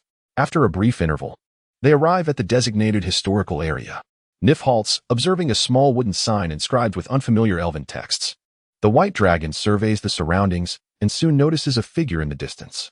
It is not unusual to see elves studying within the memory forest, but this particular figure stands out because of her pure white hair. In a realm inhabited by fire elves, such hair color seems most unusual. Chapter 32. Historical Review. Who is that? The white dragon inquired, unable to suppress his curiosity. Do not mind. They are merely outsiders here to explore history, much like yourself. Nif spoke in response. Oh, the white dragon replied. Despite her words, he felt an inexplicable urge to learn more about these outsiders who shared a similar purpose. However, Nif showed no intention of making introductions, and instead led him to a grand tree beneath which they could observe history. Utilizing the temporary communication magic that Nif had taught him, they connected with the tree, known as the Tree of Memories, and commenced reviewing the historical information stored within its vast trunk. The white dragon's task was not merely to read, but to memorize the information within a permissible 6-hour time frame using memory magic, allowing him ample opportunity to delve deeper into the knowledge he sought. One aspect that Nif and her sister Nero were unaware of was that although he was only a 7th-tier archmage, his actual magical prowess and skill in spellcasting far exceeded that of an ordinary mage of the same rank, boasting an immense reservoir of magical power. This power, continuously replenished from within, was not outwardly apparent. Thus, he could temporarily record far more knowledge than anticipated, maintaining the memory for an extended duration, at least 2 to 3 months, if not longer. Have you already finished so quickly? Nif asked, a hint of confusion in her voice as she glanced at her phone. Noting that only 15 minutes had passed, I only needed to focus on the sections that piqued my interest, as my time for learning is limited. The white dragon answered with rationality. This was indeed a commendable approach. Many visiting historians would find themselves overwhelmed by the vast historical records. You must have noticed that, unlike your human races which often experience gaps, losses, or even alterations in history, we elves place great importance on our past. We regularly gather historical records from other races and compile them within this memory forest. Even a century's worth of world history could occupy an ordinary human's lifetime of study. Nif felt a growing fondness for the young human before her. Her hand rested upon the Tree of Memories, and it was evident from her words that the tree contained a complete record of the past century's history. To encompass millennia of history, we would require 100 such trees of memories. The white dragon chuckled, recalling the overwhelming sensation he experienced while perusing the records. Well then, let us continue. With 1 tree per hour, you will be able to grasp 2,400 years of history, particularly the historical lines that interest you. Neve nodded gently. 2,400 years, the white dragon mused, calculating in his mind. He had taken 15 minutes to fully memorize the first tree of memories, as he was unfamiliar with its contents. For the subsequent trees, he would rely on memory magic to temporarily retain information related to the fallen deities, thereby saving considerable time. Otherwise, he would never have been able to fully review the entire period of the ancient clan's chaotic era, which spanned approximately 15,000 to 10,000 years ago. This era, marked by the most significant fall of deities following the outbreak of the ban on gods, was a time when many deities perished and were seldom revived thereafter. Those deities that fell during this tumultuous period could only be resurrected once the ban on gods was lifted, essentially in the present day. If he were indeed a deity from ancient times, he knew he must thoroughly review the history of the ancient clan's chaos. Subsequently, the white dragon significantly reduced the time spent on each tree, averaging around 5 minutes per tree of memories, ensuring he could review a millennium of history within an hour. He managed to survey the entirety of the ancient clan's chaotic era along with the concluding millennium of the god-ruled age. This remarkable pace caught Neve's attention, perhaps even piquing her curiosity. "Sister, it seems the white dragon possesses a distinct sense of purpose," Nero observed. "Indeed, he appears to be searching for something specific within history, rather than merely indulging in curiosity. Otherwise, he would be drawn to particular segments of history like most scholars, resulting in varying durations spent with each tree of memories." Neve remarked. Although not the overseer of the memory forest, as an elf of over a century, she was well versed in many related matters. "Should we intervene?" Nero inquired. "That is unnecessary. He is merely examining historical resources. Such knowledge can be accessed through various means, even among the witch and dragon races. It is not classified information." Neve replied. "What about the Blood Clan?" Nero asked, intrigued. "Among the 5 major clans, only the Blood Clan does not place much value on history. They may have their records, but they lack the depth and detail we possess. Besides, this young white dragon wishes to explore the past century as well," Neve explained. "True. And not only the Blood Clan. The information pertaining to the coalition is unlikely to be easily accessible for the youth of the Isha Empire." Nero nodded in agreement. No one could guarantee whether the coalition's existence would captivate the youth, and once such an attraction emerged, it could become irrevocable. "You may observe him for now. I have matters to attend to. Should any issues arise, seek out the elder administrators here," Neve stated, preparing to depart. "Understood, sister. Take care," Nero replied. As Neve left, Nero found herself with idle time and began to explore some historical materials. The vast history of 15,000 years, excluding the god-ruled era, was a subject even the long-lived elves would find difficult to comprehend fully within a single lifetime. Therefore, she limited her studies to significant events relevant to her race. While most of the remaining history remained unfamiliar to younglings like herself, even if she had pursued academic study, the knowledge contained in books would suffice for a lengthy period. Instances requiring a visit to the memory forest were rare. "Nero," a familiar voice suddenly called out, interrupting her historical review. "Yes?"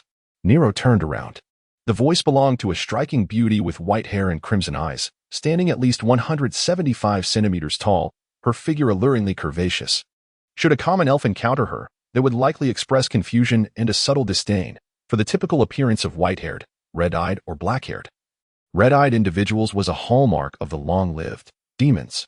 The white dragon recognized this enchanting white-haired woman as Tiffany. "Tiffany, have you finished your research?" Nero inquired, seemingly well acquainted with the demoness. "Indeed, the details surpass those of my own kin. I appreciate your assistance." Tiffany, a member of the demon royal family, nodded in gratitude.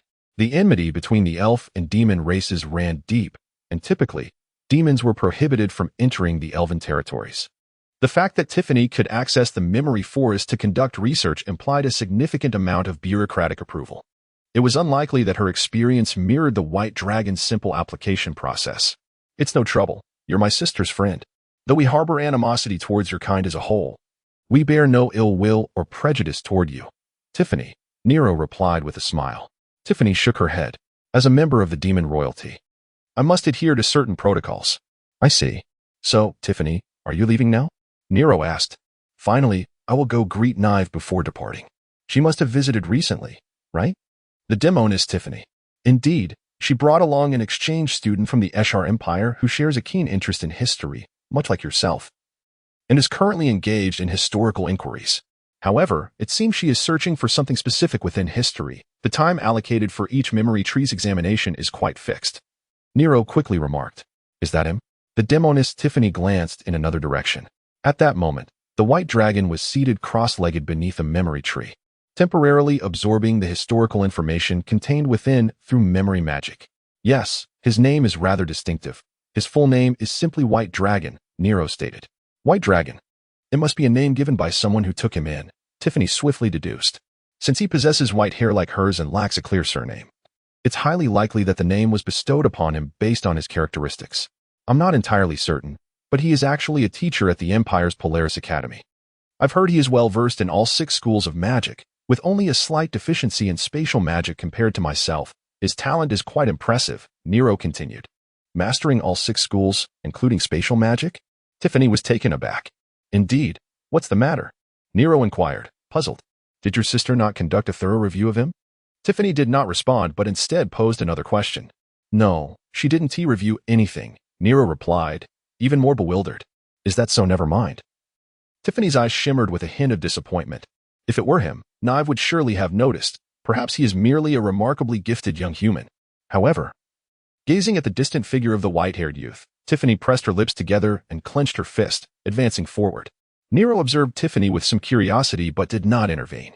Approaching with a glimmer of hope, even if just a minute possibility, the white dragon sensed someone approaching.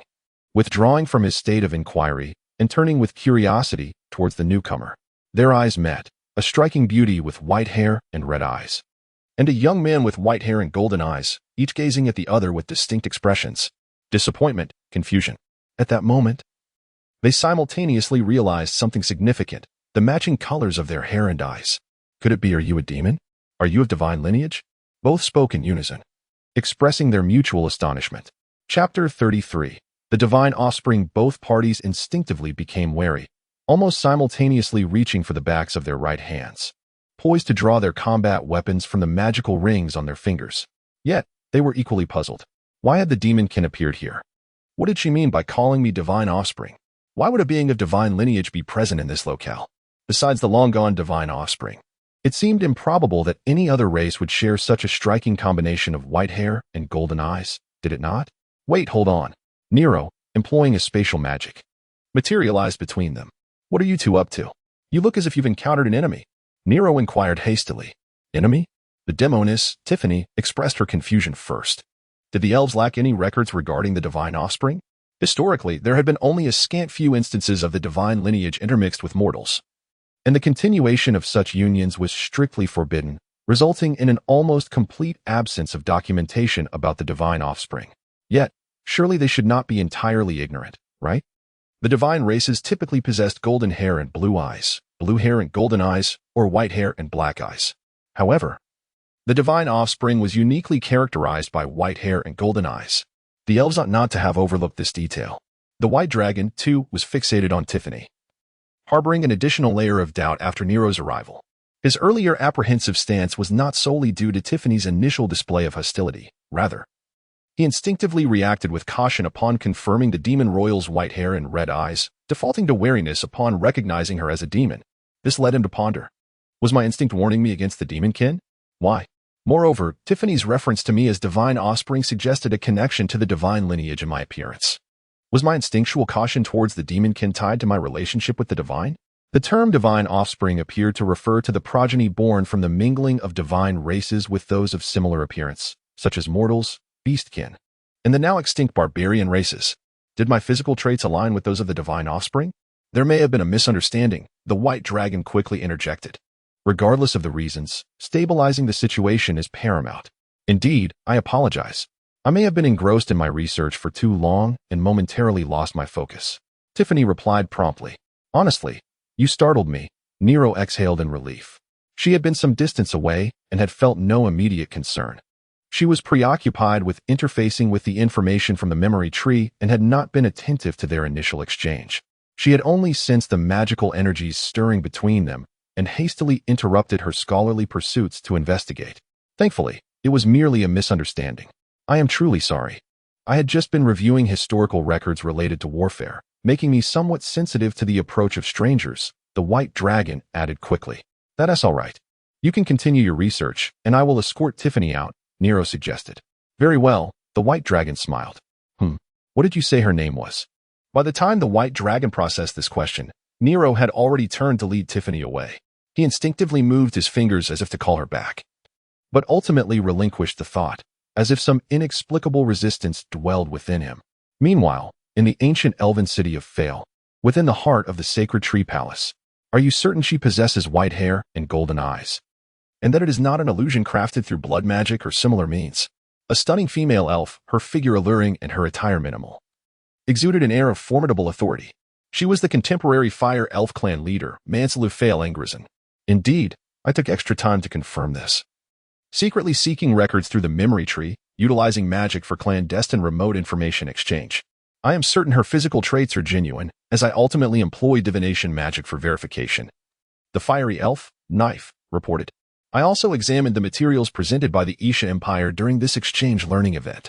It appears this boy, referred to as the White Dragon, is not originally from the Isha Empire. He likely drifted here from the Western Sea Empire of the Asalu continent. Knife had come to handle this matter, and after a brief encounter, she sensed something amiss. Unlike the male fire elf deities who initially welcomed the White Dragon and his companions, including her father, she had not paid much mind to the White Dragon's unusual demeanor. Being young, Nero would not have pondered it deeply. Only Knife understood. Having been an exchange student to the old empire and engaged in long-term diplomatic affairs, she was acutely aware of the allure she possessed as a female elf to human males. Even those from noble lineages might outwardly appear courteous, yet their gazes would inevitably wander, stealing glances of admiration. However, the White Dragon was entirely different. Did you notice his demeanor?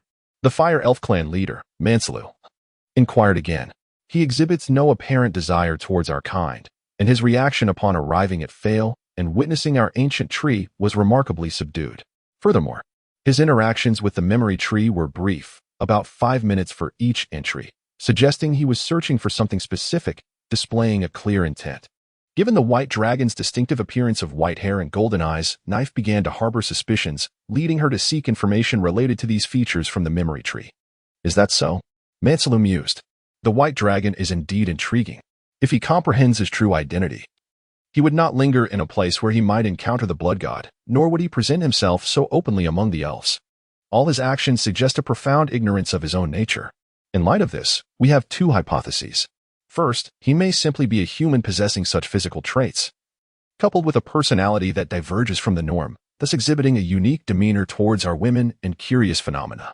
Second, he could be a divine offspring, an ancient deity who unexpectedly perished and has yet to be reborn, leading him to seek out our realm in hopes of retrieving historical knowledge to restore his memories. The first scenario is inconsequential. However, if the latter holds true, we cannot dismiss the possibility that he may be a contingency plan for the revival of a deity, other than the prime leader Colin, designated by the divine races. At this point, the expression of the Fire Elf clan leader, Manselu, grew serious.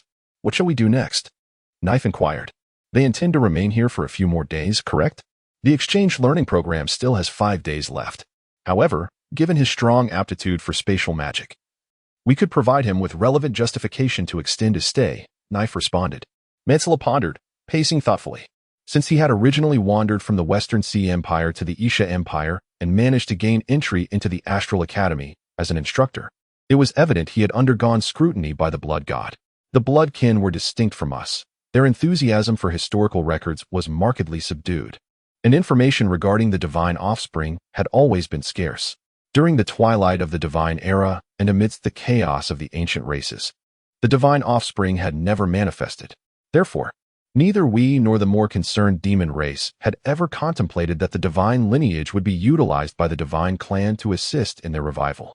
As a rarity, already overlooked, the blood clan, apart from the clan elders or the two chieftains, is likely unaware of the existence of the divine lineage.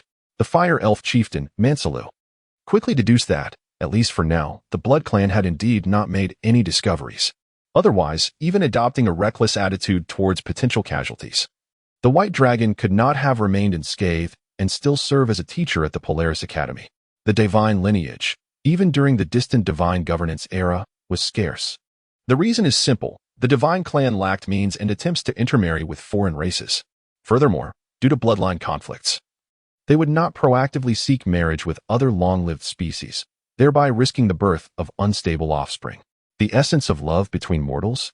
At least among long-lived beings with a lifespan of a millennium and mortals likely living less than a century? When a divine lineage did occasionally emerge, it would, at the demand of the divine clan, lead a life devoid of all but the duty of procreation. The divine lineage would vanish entirely upon the end of its lifespan until the next unexpected emergence. Such occurrences are exceedingly rare, so rare that, aside from other long-lived races, even the divine clan itself may not guarantee the knowledge of the divine lineage's physical characteristics. Only those like the royal demon, Tiffany, could discern them at a glance. For now, I shall maintain appearances. I need to confer in detail with the other 6 chieftains, as well as the elf king and the ice god. If the divine clan is indeed involved, it must be handled with utmost caution. At the very least, we cannot allow him to return to the Isha Empire too easily. The fire elf chieftain, Mansalu, is resolute in this regard. Will there be no direct eradication? Neve probed tentatively, as she hoped for an alternative. It is impossible to proceed with direct annihilation. Due to our connection with Kulien, we have already confirmed the existence of the Divine Realm's gateway. Their revival is inevitable. It is merely a matter of time. Thus, we cannot recklessly continue our enmity with them. We may even consider assisting them, much like the Witch Clan. This requires comprehensive consideration based on the current situation, future strategies, and our interests. The Fire Elf chieftain, Mansalu, made a rough assessment. Assisting the Divine Clan or not? When and how should assistance be rendered? Such matters that impact the larger picture and involve the interests of entire races must be treated with caution. At worst, we could merely observe. To continue actively opposing them? Unless there is direct evidence indicating that the revival of the Divine Clan will lead to the annihilation of the entire world. This option does not exist for the elf race. Chapter 34. A century of history in the following 3 days during his leisure time. The White Dragon diligently sought to review the historical records temporarily inscribed in his mind through memory magic. He began his investigation from the twilight of the Divine Governance era, scouring for any information regarding the Witch Clan and the bloodline of mixed deities. Alas, his efforts bore no fruit. The rationale was rather straightforward. By the end of the Divine Governance era, the Witch Clan had dwindled to a mere handful, their numbers scarcely exceeding 300. Such a limited population was easily manageable, and thus there existed no customs of intermarriage with other races, not even the occurrence of love between the common folk. At that time, the bloodline was a formidable divine lineage, entirely disinterested in forging any connections with the inconspicuous Witch Clan. Even the second and third generations of bloodlines refrained from pursuing unions with other long-lived races. Subsequently, during the protracted and tumultuous era of ancient clans spanning 5 millennia, numerous intermarriages were indeed documented as factions sought to solidify alliances, giving rise to lower-tier mixed deities. However, a thorough examination of these unions revealed no recorded instances of intermarriage between the bloodlines and the Witch Clan. Apart from a few experimental endeavors initiated by the Witch Clan itself, there were no external marital records to be found. The White Dragon did not abandon his search outright. Instead, he reevaluated his approach, focusing not on mixed deities, but specifically on the deities from both the bloodline and the Witch Clan. What if one of them concealed a hidden power? If he were to encounter a name or title of a deity that resonated within him, it might awaken some dormant memories. Regrettably, after perusing the extensive records of countless deities, he found no flicker of recognition. Yet, undeterred by these setbacks, he recalled how a beautiful demoness from the memory forest referred to him as Divine Scion, leading him to speculate whether he might share a connection with the divine lineage. Thus, he meticulously examined records from both eras concerning the divine beings.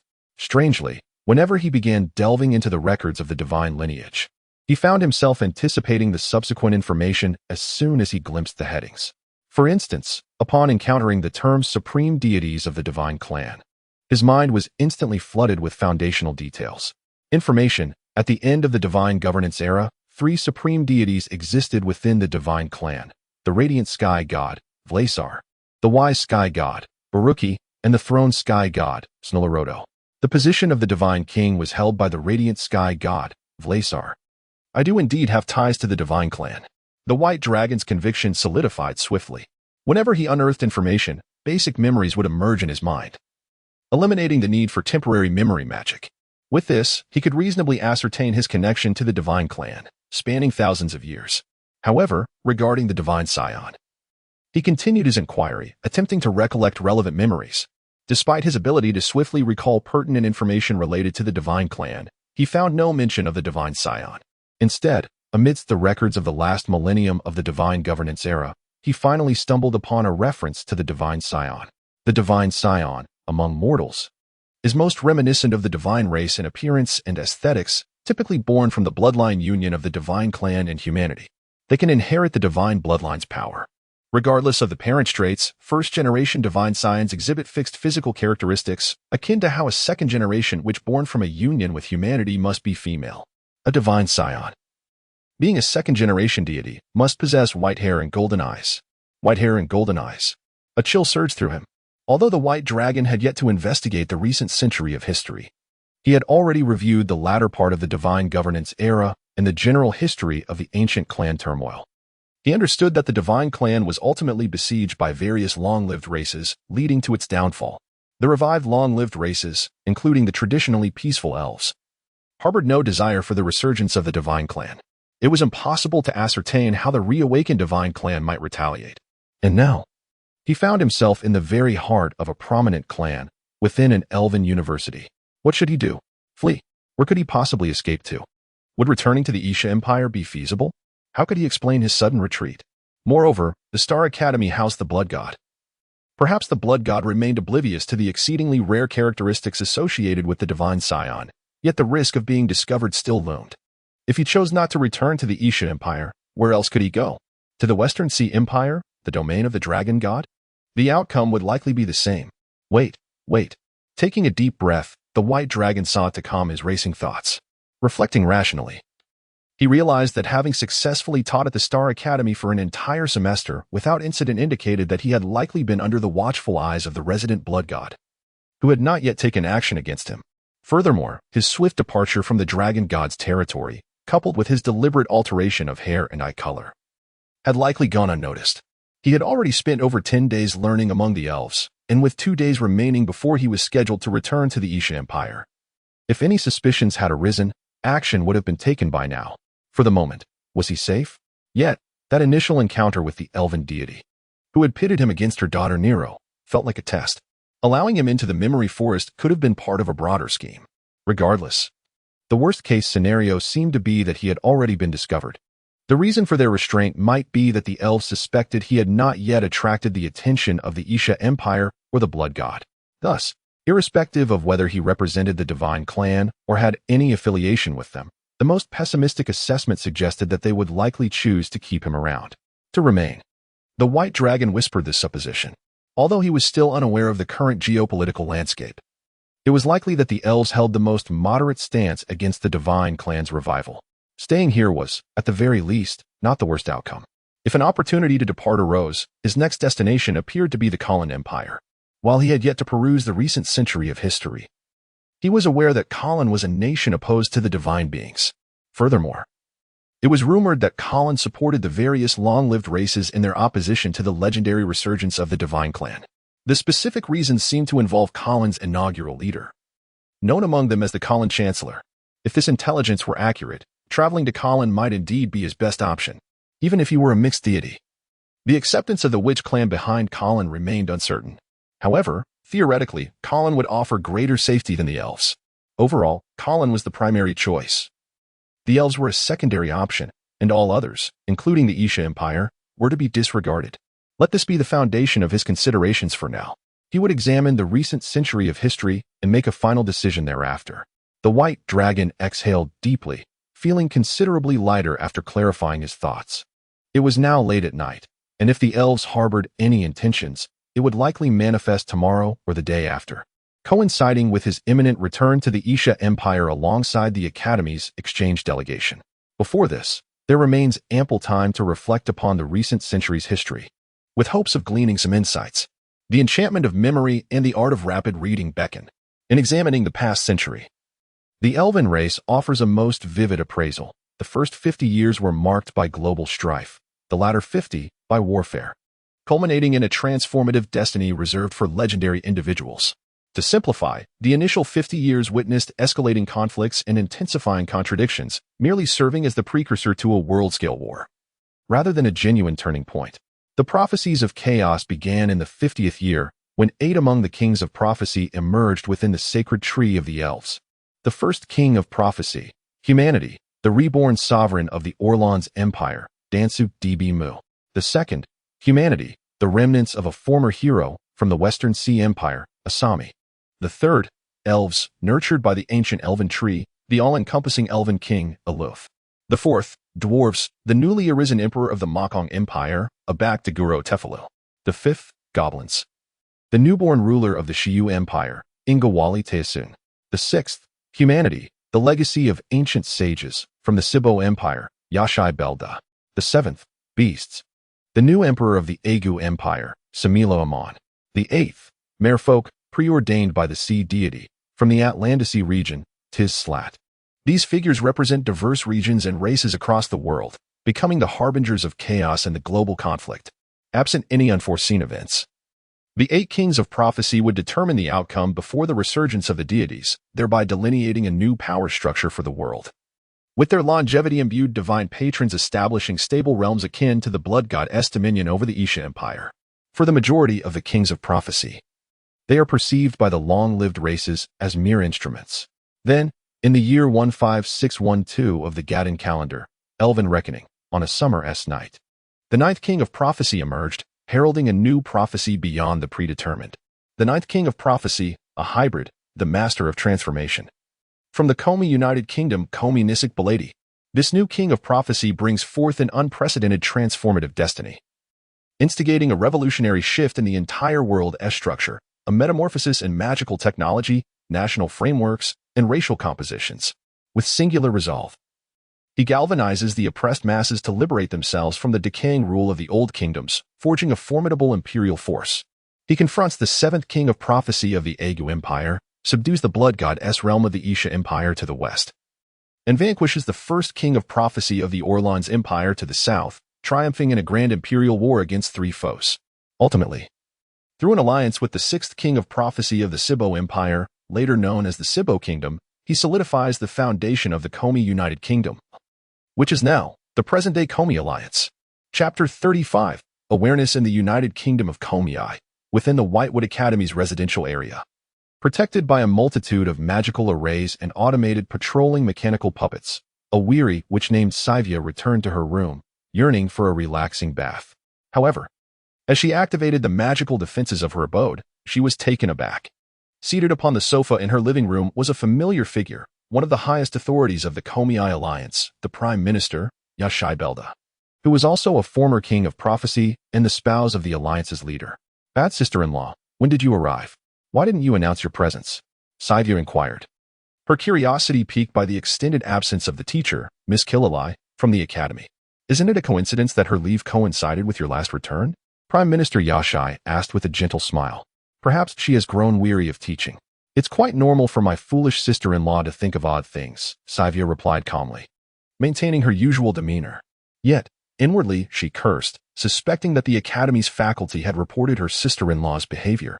After all, it was improbable that Yashai, as one of the Komi Alliance's leaders, would possess the time to concern herself with whether Killalai was fulfilling her teaching duties. Quite well, in fact. Far better than your sister Killalai, Yashai remarked with a smile. Sivia was momentarily taken aback, realizing the gravity of the situation when Yashai produced a specialized phone and played a pre-recorded audio clip. The recording revealed a conversation, Sister Killalai.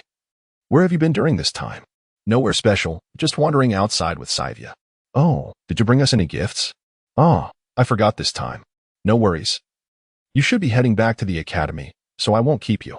With a sigh, Sivia lamented, this foolish sister-in-law. How can she be nearly 200 years old and yet incapable of lying? The tone of her voice practically screamed, I am lying. Moreover, Killalai had a habit of returning from trips with small gifts. The absence of such offerings raised further suspicion.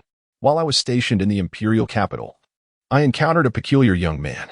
Unfortunately, once my foolish sister-in-law's tracking magic expired, I searched for quite some time, Sivia confessed, revealing her findings. Please continue. I believe you can articulate it more clearly, Yashai urged, nodding lightly. Saivia then detailed her encounter with the young man, his behavior, and the anomaly she observed. Though the information was scant, it did not take long to relay. Throughout, Yashai's expression remained serene until she suddenly inquired, what were his physical characteristics? Physical characteristics?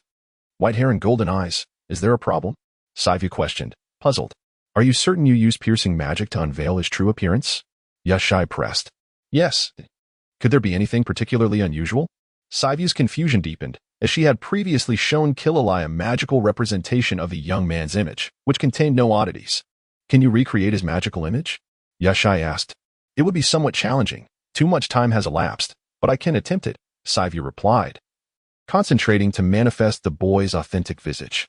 The result was a typically handsome youth, yet distinctly marked by his striking white hair and golden eyes, a unique appearance easily recognizable. If this is not mere coincidence, you may have indeed overlooked a lead in your quest for your brother. The worst-case scenario is that he has already been discovered by the Blood Clan and either imprisoned or eliminated, Yashai stated gravely. How could this be? My foolish sister-in-law has seen his image, Saivia exclaimed, her heart racing with panic.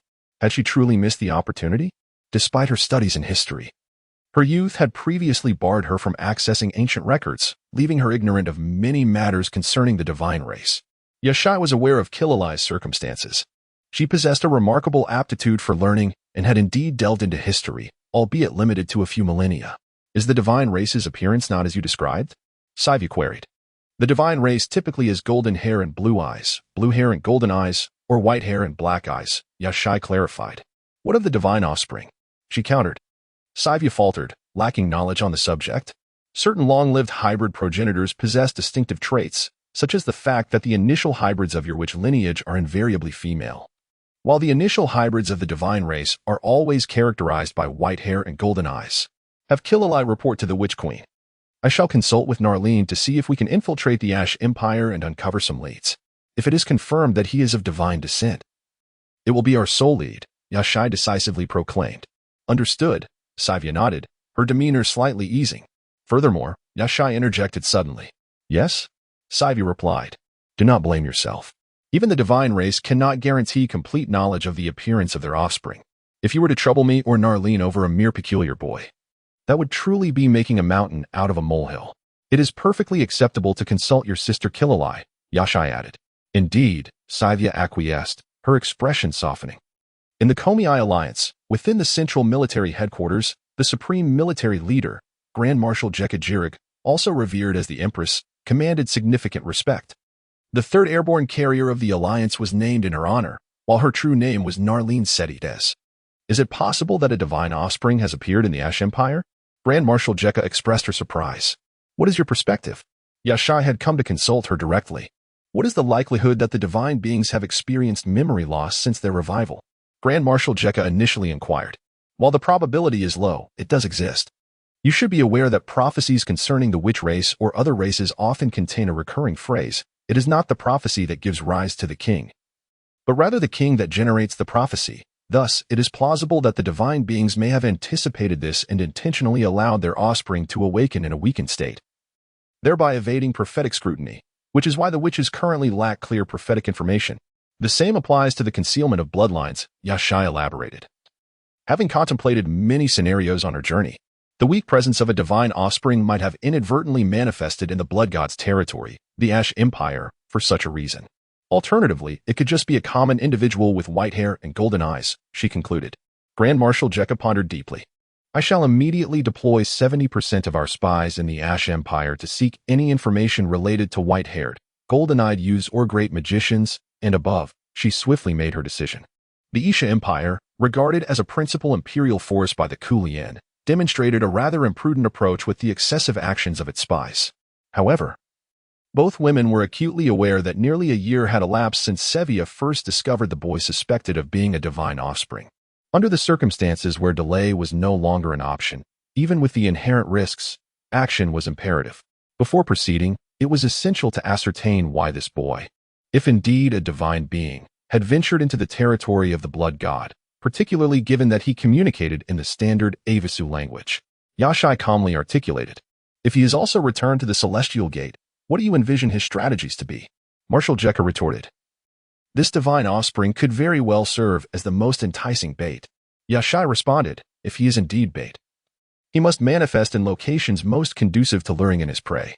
His presence in the imperial capital indicates a potential appearance in the Peter Holy Land, or even in the city of Rifer in the Alpha region, in the Demon King's castle on the island of Freist. The likelihood of finding him in such places is significantly high. Marshal Jekka reached a similar conclusion. It aligns closely with my thoughts. Let us observe how the Demon Queen responds in due course, Yashai concluded. Indeed, Marshal Jekka nodded. As far as the divine offspring was concerned, they had collectively determined that the boy in question was a bait. Such a clear declaration was a perilous maneuver, uncharacteristic of someone who would take personal action. Days later, the delegation from the Isha Empire that had traveled to engage with the elven race returned, with a few students and teachers opting to remain an additional week. During this weekend, Prince Lagu of the Polaris Academy awaited the return of his spatial magic instructor, the White Dragon, who was scheduled for supplementary lessons but did not arrive. Without any arrangements, he decided to return to the imperial capital of Vachicum. It was a rare opportunity to dine with his father and mother. Are you not studying spatial magic this week? Queen Philomena inquired. The queen had publicly declared her identity as the consort of Emperor Isha, though her true name remained undisclosed. Yes, it seems my teacher, the White Dragon, is required to stay with the elven community for an additional week due to his exceptional teaching capabilities, Prince Lagu replied. That is splendid. The elven race holds him in high regard, which reassures us regarding his abilities, Queen Philomena remarked with a smile. The documentation and credentials have all been thoroughly vetted. What issues could possibly arise? Although, I must admit, his name is somewhat peculiar, Emperor Isha mused with a faint smile.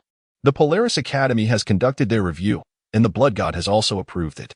Although there are a few points of concern in the submitted materials, everything appears satisfactory at present. His name? I believe I heard it was derived from his white hair and the circumstances of his upbringing. When he was discovered alongside a dragon-like magical beast, Prince Lagu recalled. White hair. Queen Philomena expressed mild confusion.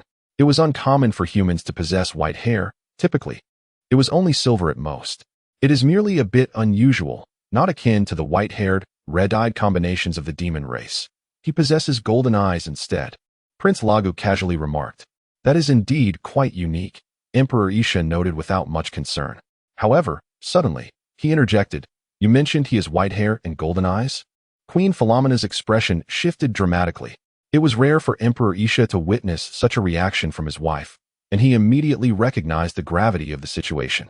Do we have an image? Emperor Isha swiftly inquired. Oh, yes, it resembles this. Prince Lagu conjured an image of the white dragon using light magic. Upon seeing the image, Queen Philomena spoke with a tone of near certainty, uttering a term that was somewhat unfamiliar to both father and son, divine offspring. Chapter 36. Known information. In the early hours, the Izar Empire continued to utilize the communication model of the Kulian, inquiring normally with the elves regarding the matter of their esteemed teacher, the White Dragon. Prince Lagu sought to learn spatial magic and inquired about the estimated duration of his return. The elves responded that he would return next week, accompanying several teachers and students who had stayed behind, aboard a commercial flight to the Izar Empire. However, there was uncertainty as to whether they had noticed the urgency of ensuring his safe return. Queen Philomena spoke gravely, emphasizing that to avoid alarming the enemy, this had become a standard mode of inquiry. The response from the elves revealed no signs of suspicion. If only I had informed you earlier, mother. Prince Lagu expressed with regret. This is not your fault, even among the divine race. It cannot be guaranteed that every member is aware of the information regarding the divine offspring. At least there remains a possibility that the elves have not yet discovered anything. Philomena reassured him. While extending the duration of the exchange for learning was quite normal, the presence of the white dragon made the situation precarious. Emperor Izar expressed his concerns. Could Mother summon a powerful blood god to infiltrate and retrieve him? Prince Lagu inquired. It is unlikely, Philomena replied. The regional magical array of the elves grows increasingly formidable the closer one approaches the core. Even a high-ranking blood god in the state of Blood Moon Night cannot guarantee a safe infiltration. Moreover, the elven absolute ice god has long awakened and is likely residing on the northernmost island of the Fire Elves to guard against incursions by foreign powers. Philomena shook her head, deeming this approach impractical. While the elves maintained a generally peaceful demeanor, this did not imply weakness. On the contrary, their enduring strength over millennia stemmed from their formidable capabilities. Then we shall dispatch a team to attempt a standard retrieval, covertly accompanied by a powerful blood god, ready to seize him if necessary. If he is indeed a divine offspring, even if merely a decoy, he must not fall into the hands of the elves. We cannot allow them to leverage him as a bargaining chip to negotiate the acquisition of advanced magical technology from Kulien, thereby granting them an upper hand. If all else fails, he must be eliminated, Emperor Izar declared resolutely. Philomena nodded in agreement with this plan and promptly reported the situation to other high-ranking members of the Blood Clan, particularly to the revived and regaining strength of the Blood Clan's supreme deity, the Blood Ancestor, in a manner that would not alert the elves. The Izar Empire prepared to utilize a standard retrieval method, dispatching a team to the elven territory. Covertly, the Blood Clan's vampires and werewolves each sent forth a mid-ranking or high-ranking deity from their 13 clans to the surrounding seas of the elves, readying for the worst-case scenario should conflict arise. The divine offspring must never fall into the hands of the elves or Kulien. They must be eradicated without a trace. Simultaneously, spies from Kulien embedded within the Izar Empire received an urgent directive from the highest echelons of Kulien.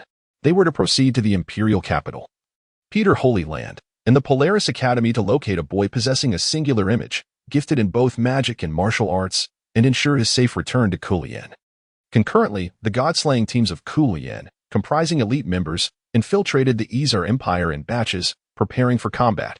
The god-slaying teams currently engaged in operations were ordered to cease their missions and return to the headquarters of Kulien for resupply and rest.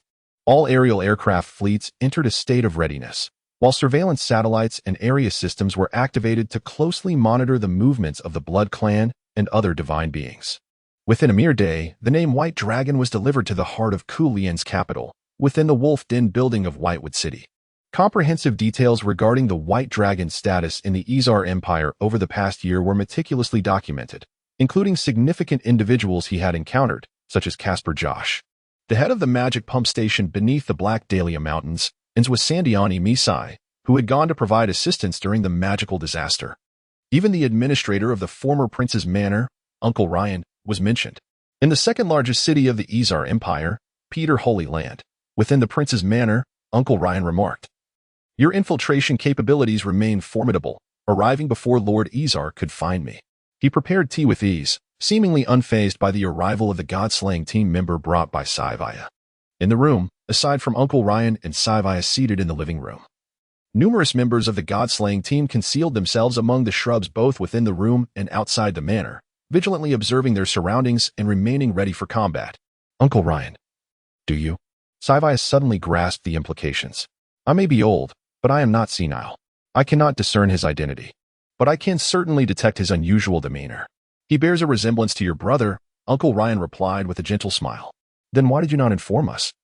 Saivaya exclaimed, her excitement evident. "I did not share this with Lord Izar either," Uncle Ryan continued to smile calmly. Saivaya fell silent. "Now that you seek me, it must pertain to that boy, who indeed has some relation to him," Uncle Ryan inquired. "Most likely, he is a divine offspring, akin to my mother, a second-generation hybrid of long-lived lineage, a mix of divine blood. Whether as bait or the unlikely genuine article, he remains her sole lead. Therefore, I implore you, Uncle Ryan, to assist us," Saivaya earnestly pleaded. However, Uncle Ryan gently shook his head. "I possess little that could aid you. I merely require him to use magic to tend to the overgrown weeds and shrubs that I no longer have the energy to manage. The patch of grass visible through the window is still the result of his help from last year," Uncle Ryan remarked, gazing out at the now slightly withered grass. "Is there no useful information at all?" Saivaya expressed her disappointment. "What do you think you would discuss with an old man like me?" Uncle Ryan replied with a wry smile. "Is that so?" Saivaya lowered her head, crestfallen. "Honestly, I believe you should not seek me. Rather, you ought to find the other boy who accompanied him, who seems to have acted as a guide. Perhaps he conversed with him extensively along the way and might possess the useful information you seek," Uncle Ryan added. "The other boy?" Saivaya recalled from the reports submitted by the spies, noting that there was indeed a well-connected magic apprentice, someone who might have been invited to teacher gatherings to play cards. "Confirm with the spies over there whether that lad named Imeha is still at the academy and if there is a chance to bring him out directly, even if it means exposing his identity," Saivaya decisively instructed. Members of the god-slaying team immediately understood and attempted to contact the spies at Polaris Academy. Subsequently, as Saivaya anxiously awaited news, Uncle Ryan calmly sipped his tea. Finally, after approximately 20 minutes, a message was relayed back. Confidential translation. Student Imeha has been secretly taken away and is en route to the imperial capital. The flight number is currently being confirmed. These our Empire has also taken note. An exceptionally clear idea surged into Saivia's mind: hijacking. Moreover, it needed to happen swiftly, once they neared the airspace surrounding the imperial capital. Where numerous blood gods lurked in the shadows, extricating someone would not be an easy feat once we determined the target. Let us depart quickly. Lord Isha and his companions have certainly taken notice, and it will not be long before they become aware of my own involvement, Uncle Ryan remarked at that moment. Thank you, Uncle Ryan, for your assistance this time, and here is a gift I brought for you. Sevia hastily left some items behind, preparing to depart. Do take care on your journey, Uncle Ryan said with a gentle smile. Sevia nodded in acknowledgement. Almost simultaneously, the entire God-Layer team from the Prince's Manor, along with Sevia, vanished, leaving behind only the gift, as if they had never been there. Oh, this child, Uncle Ryan mused, shaking his head lightly at the gift left behind.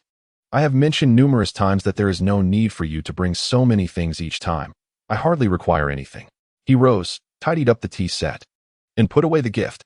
Everything returned to its usual state. The known intelligence from the Isha Empire indicates that the teacher known as the White Dragon from the Polaris Academy is highly likely to be a divine offspring. The individual with whom they share the closest ties is Imeha Nubian, a student at Polaris Academy. The White Dragon is currently situated among the elves. Additionally, it remains uncertain whether the elves are aware of this and what their stance on divine offspring might be, thus discouraging any rash actions. Furthermore, the intelligence from Collins suggests that a suspected divine offspring, named the White Dragon, is a teacher at Polaris Academy. The closest individual to them is again Imeha Nubian, a student at Polaris Academy, and the White Dragon is presently among the elves. As before, it is unclear if the elves are cognizant of the situation or what their attitude is towards divine offspring, preventing any impulsive maneuvers. The only feasible course of action is to prioritize the capture of Imeha Nubian, who has had the most interaction with the White Dragon. An unknown aerial battle involving divine beings erupted high above the Black Dalar Mountains, at an altitude of 10,000 meters. The ferocity of the conflict affecting the magical beast within the mountains. The cause remains unknown, as does the outcome.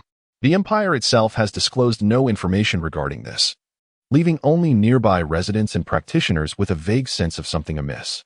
Those with a modicum of astuteness quickly discerned that a secret must be at play, prompting both parties, including the Empire, to exercise caution and thus suppress the dissemination of information regarding the incident, forcing a fade of normalcy.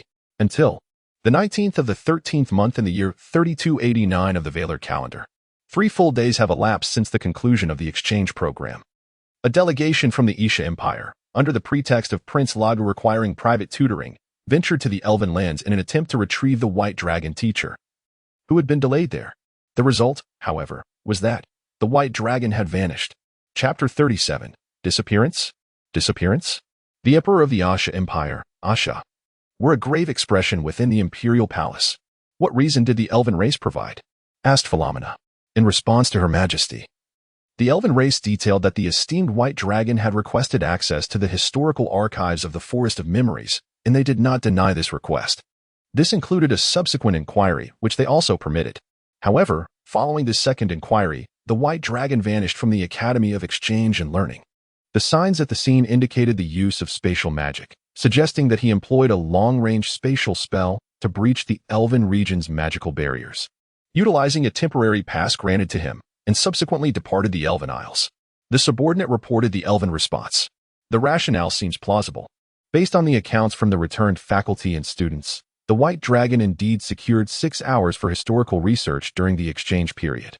If he found this insufficient, extending his inquiry during the ongoing exchange was certainly a possibility.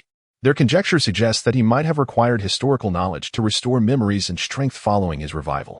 It is conceivable that he could have escaped after uncovering crucial historical information that triggered a resurgence of memory or power. However, the Emperor furrowed his brow. The credibility is lacking.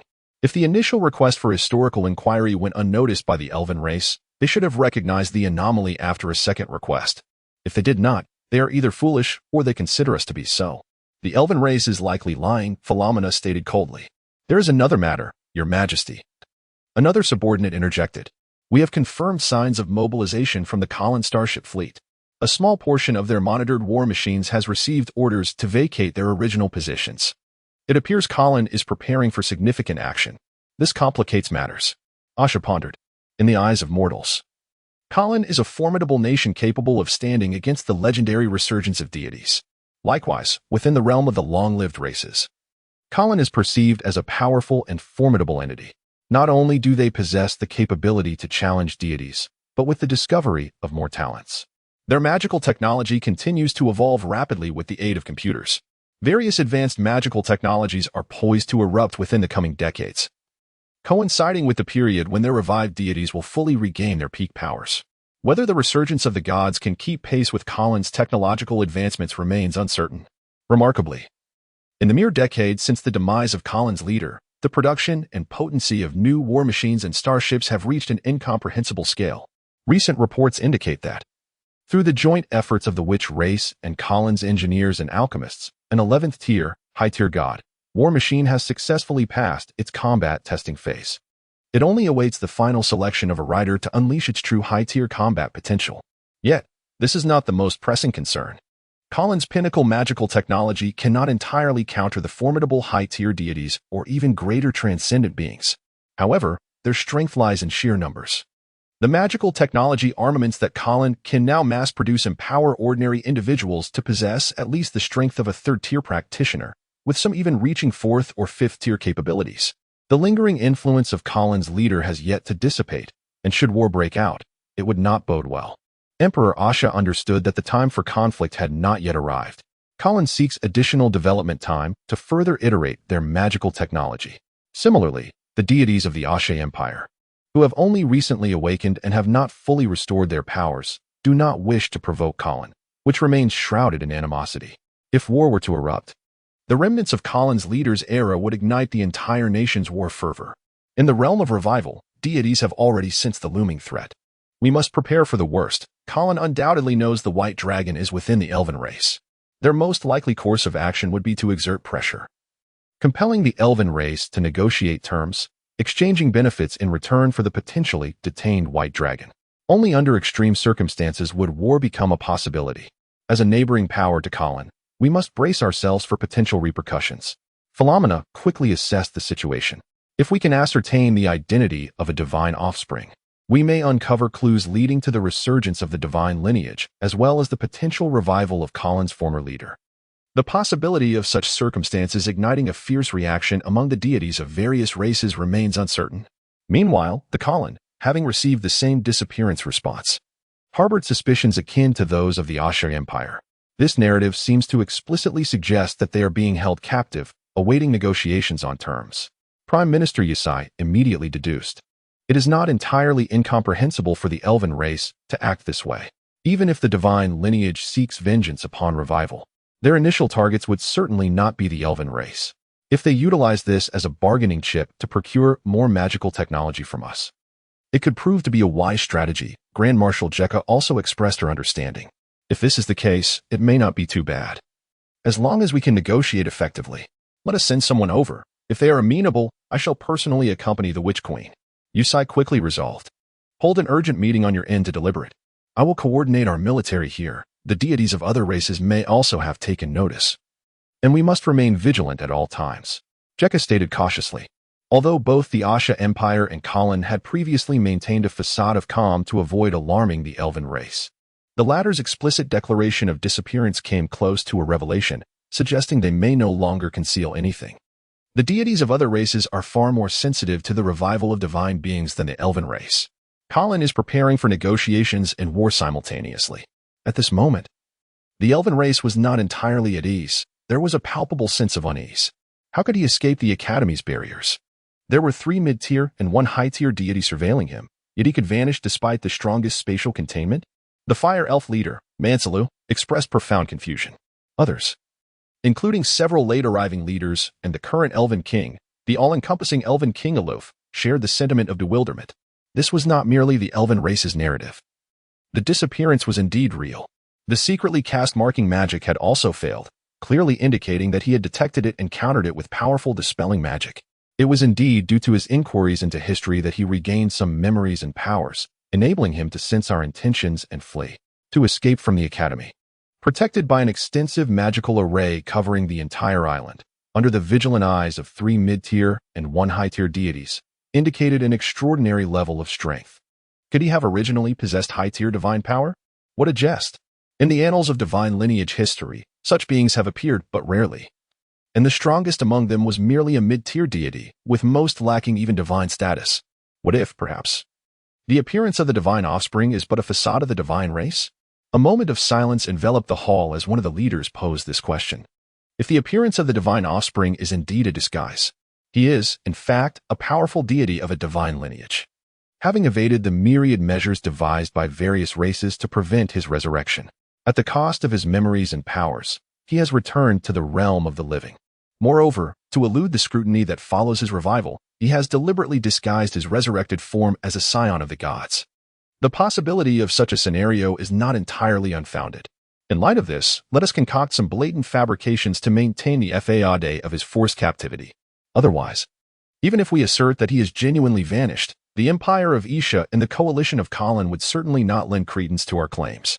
For now, this ruse will afford us some time to maneuver. At this juncture, King Aluv, the elven monarch, spoke. Their responses to the Empire of Ashar and the coalition of Colin were intentionally fabricated, following the dictates of reason and logic. They would justifiably suspect that the elven race had temporarily detained him, thus leaving room for further negotiations. Has there been any word from Lord Essay? Inquired Monsi, the Fire Elf chieftain. Lord Essayer is the transcendent deity of the elven kin, the absolute ice god, Essayer Buluhit. She had sensed no aura of a supernal deity, which at least indicated that this white dragon could not be directly connected to a transcendent god of the divine race. However, she could not afford to prematurely conclude her meditation on regaining her powers, leaving her unable to provide direct assistance in this matter. The elder responsible for contacting the absolute ice god responded. In truth, the absolute ice god had already been resurrected prior to the lifting of the divine prohibition. Yet her powers had not returned to their zenith due to the enduring effects of the divine suppression spell lasting for millennia. In terms of power recovery, she was not significantly superior to the dragon god of the dragonkin, the blood ancestor of the bloodkin, or the demon king of the demon race. What shall we do next? The water elf chieftain inquired. Eventually, we will have to confront this issue, and if he indeed escapes once his memories and powers are restored, could we not surmise that the time for the divine race's resurgence is drawing near?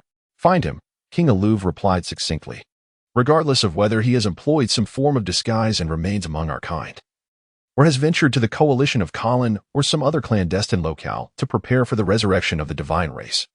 We must locate him before he formally engages with the coalition or takes measures to revive his kin. Furthermore, we must be prepared for the chain reactions that his disappearance might trigger among other informed races, which could lead to the potential for war.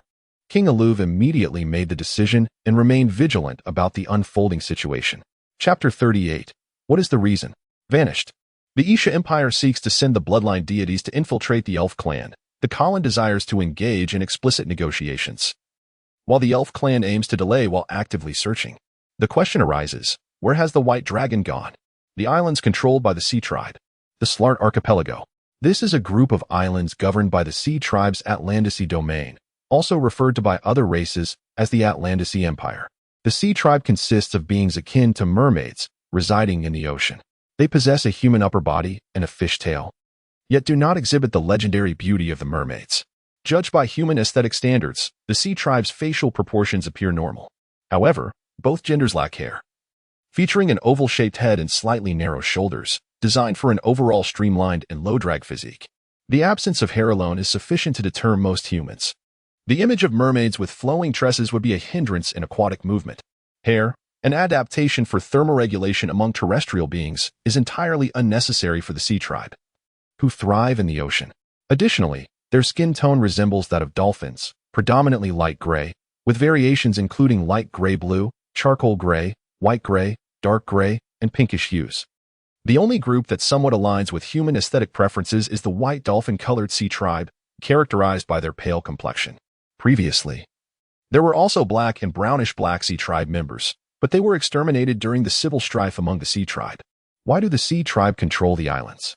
This is akin to how terrestrial races seek to establish air supremacy.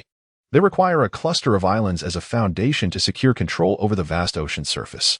When necessary, the sea tribe can also inhabit the land. Ordinary members of the sea tribe can survive on land for 2 to 3 days without seawater, and with continuous moisture, they can live normally for several months. Thus, on the archipelago, unique architectural complexes of the sea tribe exist, with fixed rotations of sea tribe members stationed each month. Are you certain this is the right course of action? The white dragon inquired, concerned, addressing the striking woman with white hair and red eyes. Is there a problem? The woman countered. Standing at 1.75 meters tall, her height surpassed that of the white dragon, especially when she wore high heels, creating an inexplicable sense of pressure on him. Is it common for royal demons to rescue divine beings? You consider it your utmost effort to have brought me to the demon realm, yet what is the meaning of bringing me to the neutral territory of the sea tribe? The white dragon could not help but question. Indeed, his successful escape from the elf clan was not due to a sudden surge in strength from the recovery of partial memories. His spatial magic was insufficient to breach multiple layers of seals and the surveillance of 1 high-tier and 3 mid-tier deities. The reason lay in the formidable spatial magic artifact wielded by the demon royal beauty before him, Tiffany, which transported them both from the elf clan, even directly to the sea tribe's islands located 2,000 to 3,000 kilometers away. How much of your memory have you recovered? Tiffany did not respond directly, instead posing a question. Regarding some chaotic memories of ancient clans, I have yet to regain knowledge on how to revive the divine race, the white dragon answered. If we assume your words to be true, what are your subsequent plans? Tiffany inquired again. You do not intend to save me simply to extract methods for me to fundamentally prevent the revival of the divine race, do you? The white dragon asked warily. While he felt an inexplicable affinity towards the demon royal beauty before him, his identity compelled him to maintain absolute vigilance against her. If I claimed to assist you in reviving the divine race, you would not believe me, would you? Tiffany replied instead. That is indeed difficult to ascertain. The white dragon responded. Oh, Tiffany expressed surprise. In the memories I recovered regarding the tumultuous period of ancient clans, there are indeed instances of long-lived races betraying their own, including high-ranking members of the divine race and demon royalty. The white dragon seemed to accept this notion readily. Is that the only reason? Tiffany was skeptical about such a simple explanation. It appears we must engage in a thorough dialogue. Otherwise, given your displayed spatial abilities and overt strength, I find myself unable to defeat or escape from you, the white dragon stated with seriousness. Tiffany, a demon royal, a dual-trained deity in both magic and martial arts. At the pinnacle of low-tier gods, proficient in spatial magic and possessing an artifact of unknown spatial capabilities. Should I discern your true intentions, I might even consider allowing you to leave and secretly aiding you, Tiffany remarked, arms crossed. First, I need to confirm one matter. The records I reviewed over the past century indicate that the Colin leader, who fell 16 years ago, did indeed summon the celestial gate of the divine race upon breaking through to the mid-tier god level. Correct? Furthermore, that he possessed the ability to wield the supreme artifact, the authority of the divine? The white dragon queried. This historical record had astonished him. For among the common knowledge he retained, the divine race's supreme artifact, the authority of the divine, was not merely a powerful magical artifact but also represented the authority of the divine king, akin to a crown for human emperors.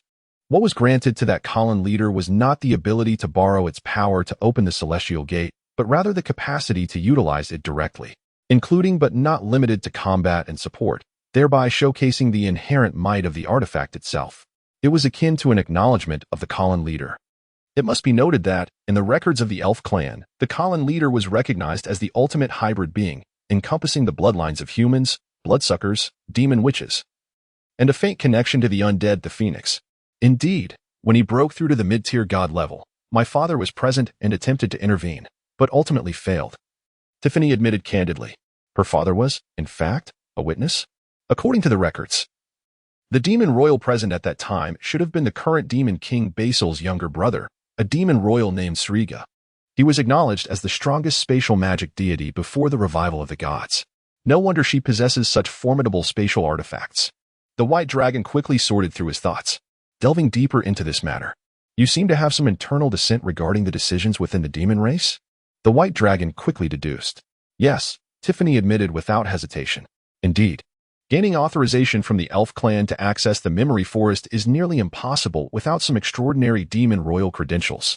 At the very least, Seeking assistance from the elf clan does not align with the expected conduct of demon royalty. As a divine being, I should be associated with the divine race and connected to the most powerful realm of Colin. May I further deduce that your internal conflicts regarding overall decision-making involve the Colin? The white dragon continued. Yes, Tiffany maintained her succinct response. So it is indeed connected to the Colin. Further reasonable deductions. She seems to have a close relationship with the sisters Nifanero, and based on Nero's introduction. Her sister Knife previously studied in the Old Empire. Though the exact empire is unknown, it can be inferred that, due to geographical proximity and recent historical interactions among multiple races, excluding the more distant and later unempowered Colin, it must be the Alpha Empire. The only possible context for the Elf clan and the Demon clan to establish relations likely stems from this cross-cultural exchange during the time when the demon race was weak, particularly as various technologies were completely monopolized. Deploying female demon royals for exchanges may also have involved considerations for intermarriage. Have you studied in the Alpha Empire? Inquired the white dragon. Did Nero mention it? Responded Tiffany. She only mentioned that her sister Knife had studied in the Old Empire. The white dragon gently shook his head. Continue. Tiffany refrained from further questioning.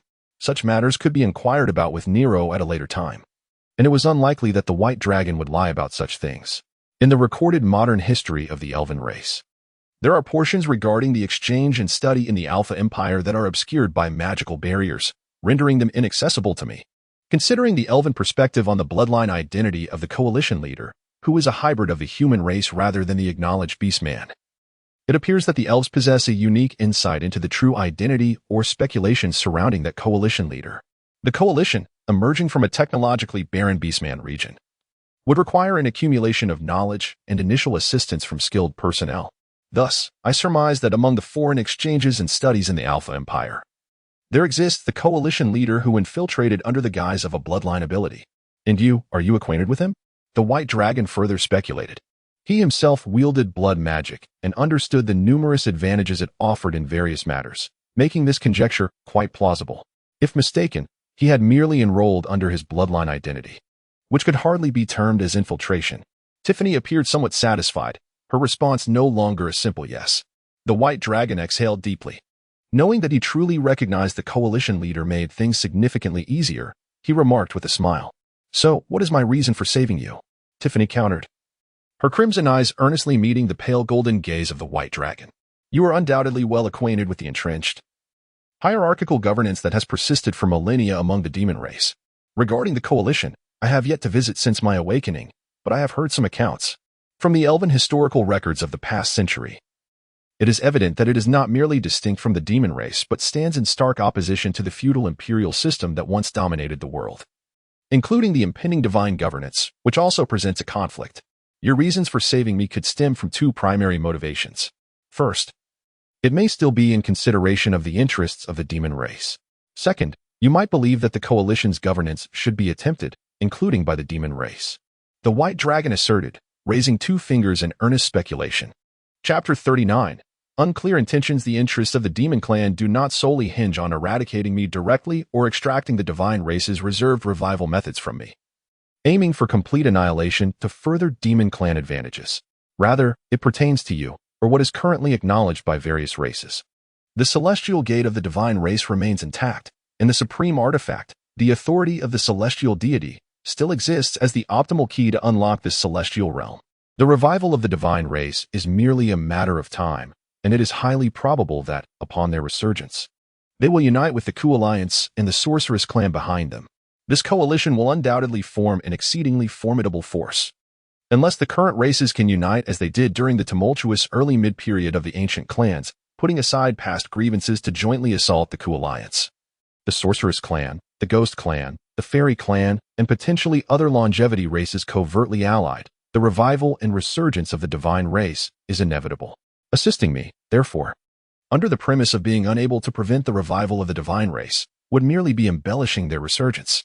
At the very least, your aid could preserve the ember of existence for the demon clan when they face dire straits, much like how they managed to survive the aftermath of their defeat 5 millennia ago. The white dragon coolly articulated the first reason for assistance. The revival of the divine race is destined. It is merely a question of time. Once, during the early mid-period of the ancient clan turmoil, Various races were able to unite temporarily to obliterate the most powerful and threatening divine race, a result of multiple interest factors rooted in the era's background. However, after the divine race's annihilation, the races fully experienced the chaos of the ancient clan era, and their conflicts had reached a peak. The animosity between the revived races has rendered any potential for a united front unattainable. This explains why the longevity races, whose deities have been on the verge of revival for nearly 2 years, have yet to convene to discuss how to address the Ku Alliance, which has a clear god-slaying agenda. Even the mighty dragon clan, in light of the hunting of their dragon god, has not led a counterattack. For all recognize that their adversaries extend beyond the Ku Alliance to other longevity races. In confronting the Ku Alliance, mutual destruction looms. What then? What is the second reason? Tiffany did not confirm the correctness of his analysis but continued to inquire. The demon clan is broadly categorized into 3 classes: the royal clan, the high-ranking demons, and the low-ranking demons. This inherent class stratification parallels the feudal imperial system of the human race, distinguishing royalty, nobility, and commoners. However, the rationale behind this classification is not merely external appearances, intellect, or control of production resources, but rather the genuine cultivation talent that determines one's standing. Low-ranking demons struggle to advance, with a lesser probability of ascending to divine status than even human commoners. This innate class stratification and deeply rooted racial ideology ensure the demon clan's governance remains steadfast. They are, by nature, an imperial race. The White Dragon possessed a general understanding of the demon clan, gleaned from common knowledge rather than historical records. Consequently, as long as the demon clan desired, the supreme authority of the Demon King could attempt to transition into any national or racial system. If the Ku Alliance's framework proves more efficient, the demon clan could easily adapt. Even if challenges arise, the demon clan's inherent characteristics enable a seamless return to their previous system. The demon clan possesses an exceptionally high tolerance for error. At this juncture, Tiffany maintained her calm demeanor, but an undercurrent of emotion began to surface. Given the evident fact that the Ku Alliance's magical technology is exponentially advanced, why should the demon clan, with its high tolerance for error, not make an attempt? Although, due to their innate racial traits, they may not be able to establish an electoral system as convincing as that of the Ku Alliance. They could certainly draw inspiration for elements beneficial to the demon clan. Regrettably, if I am not mistaken, the current perspective of the demon clan mirrors that of other races. It is likely a preference for divine governance. Am I correct? The White Dragon finally voiced his speculation. This could hardly be deemed mere conjecture, as the numerous territories of the deities serve as the best proof of the restoration of divine rule. Some understanding dawned upon me as to why the divine race might consider you as a candidate for revival. Even with memory loss, it is still possible to glean insights into the thoughts of this demon royal from the limited clues and actions. Setting correctness aside, there is one critical point you have overlooked. Or perhaps you are doing this intentionally. Tiffany edged closer to the White Dragon, encroaching upon the realm of intimacy. Very well. You have triumphed. I have begun to question whether I am indeed the leader of the Ku Alliance. Yet, I lack his traits, do I not? The White Dragon conceded with a shrug. Having speculated and analyzed extensively, he had indeed contemplated the possibility that this mature and beautiful demon royal might share some peculiar connection with the leader of the Ku Alliance, thereby increasing her motives for rescuing him. Yet, what relevance does this hold for him as a divine descendant? He could not detect any trace of the bloodline of the Blood Clan or the Sorceress Clan within her. Moreover, her utilization of spatial magic did not resemble his father's approach. Tiffany scrutinized the White Dragon once more. He internally scoffed, truly unable to sense anything. Had it not been for the battle, he would have remained oblivious to his own bloodline abilities. By the way, does your father's method of spatial magic resemble that of the leader of the Ku Alliance, or that of the formidable deity of spatial magic? What peculiar transactions of interest could lead you to impart your powers to others? It seems that the demon clan remains, as ever, driven by self-interest. Now, how do you intend to deal with me? The White Dragon returned to the matter at hand. Tiffany had yet to directly confirm whether he had accurately guessed her reasoning. Perhaps we should visit the Sea Tribe and meet a Titan deity. If you wish to revive the divine race, the Sea Tribe might be able to offer assistance. Tiffany suggested. The Sea Tribe will help? The White Dragon questioned, perplexed. Unlike other races, even the mightiest of divine races had only 3 super-tier deities during the ancient clan turmoil. In contrast, the Sea Tribe venerates 12 Titan deities, each possessing super-tier strength. However, According to other races, the super-tier power of the Titan deities is regarded as paper-tier super strength. Individual powerful high-tier deities may possess the capacity to vanquish them. Yet there remains a substantial gap between them and truly formidable super-tier deities. Nonetheless, super-tier is super-tier, even if each were the weakest among them. 12 such entities still constitute an immensely powerful force. You should be aware that during the early period of the ancient clan turmoil, the Sea Tribe refrained from involving themselves in terrestrial disputes, thus avoiding participation in the assault against the divine race.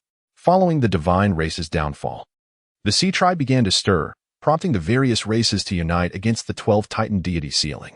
There exists no direct enmity between the divine race and the Sea Tribe, although they have since broken through their seal, employing the potent strength of the 12 super-tier deities at the cost of diminishing their high-tier status.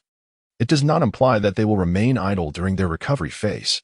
At the very least, they can make an attempt. Tiffany briefly outlined the situation.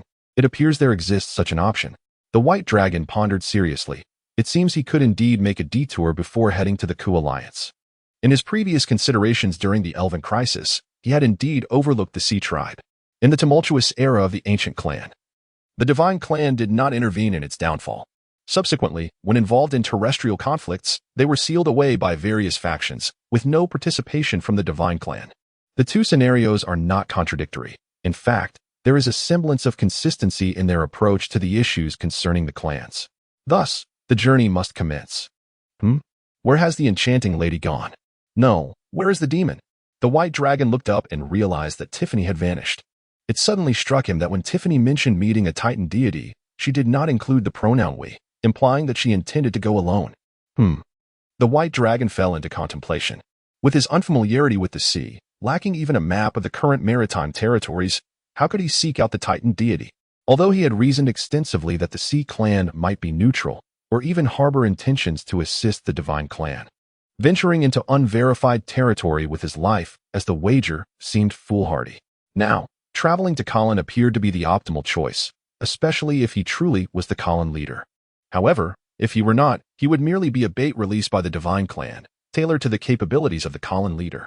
Upon reaching Colin, the possibility of being studied for the purpose of resurrecting the Divine Clan loomed large. A powerless individual is inevitably devoid of autonomy. Furthermore, do not relinquish the throne.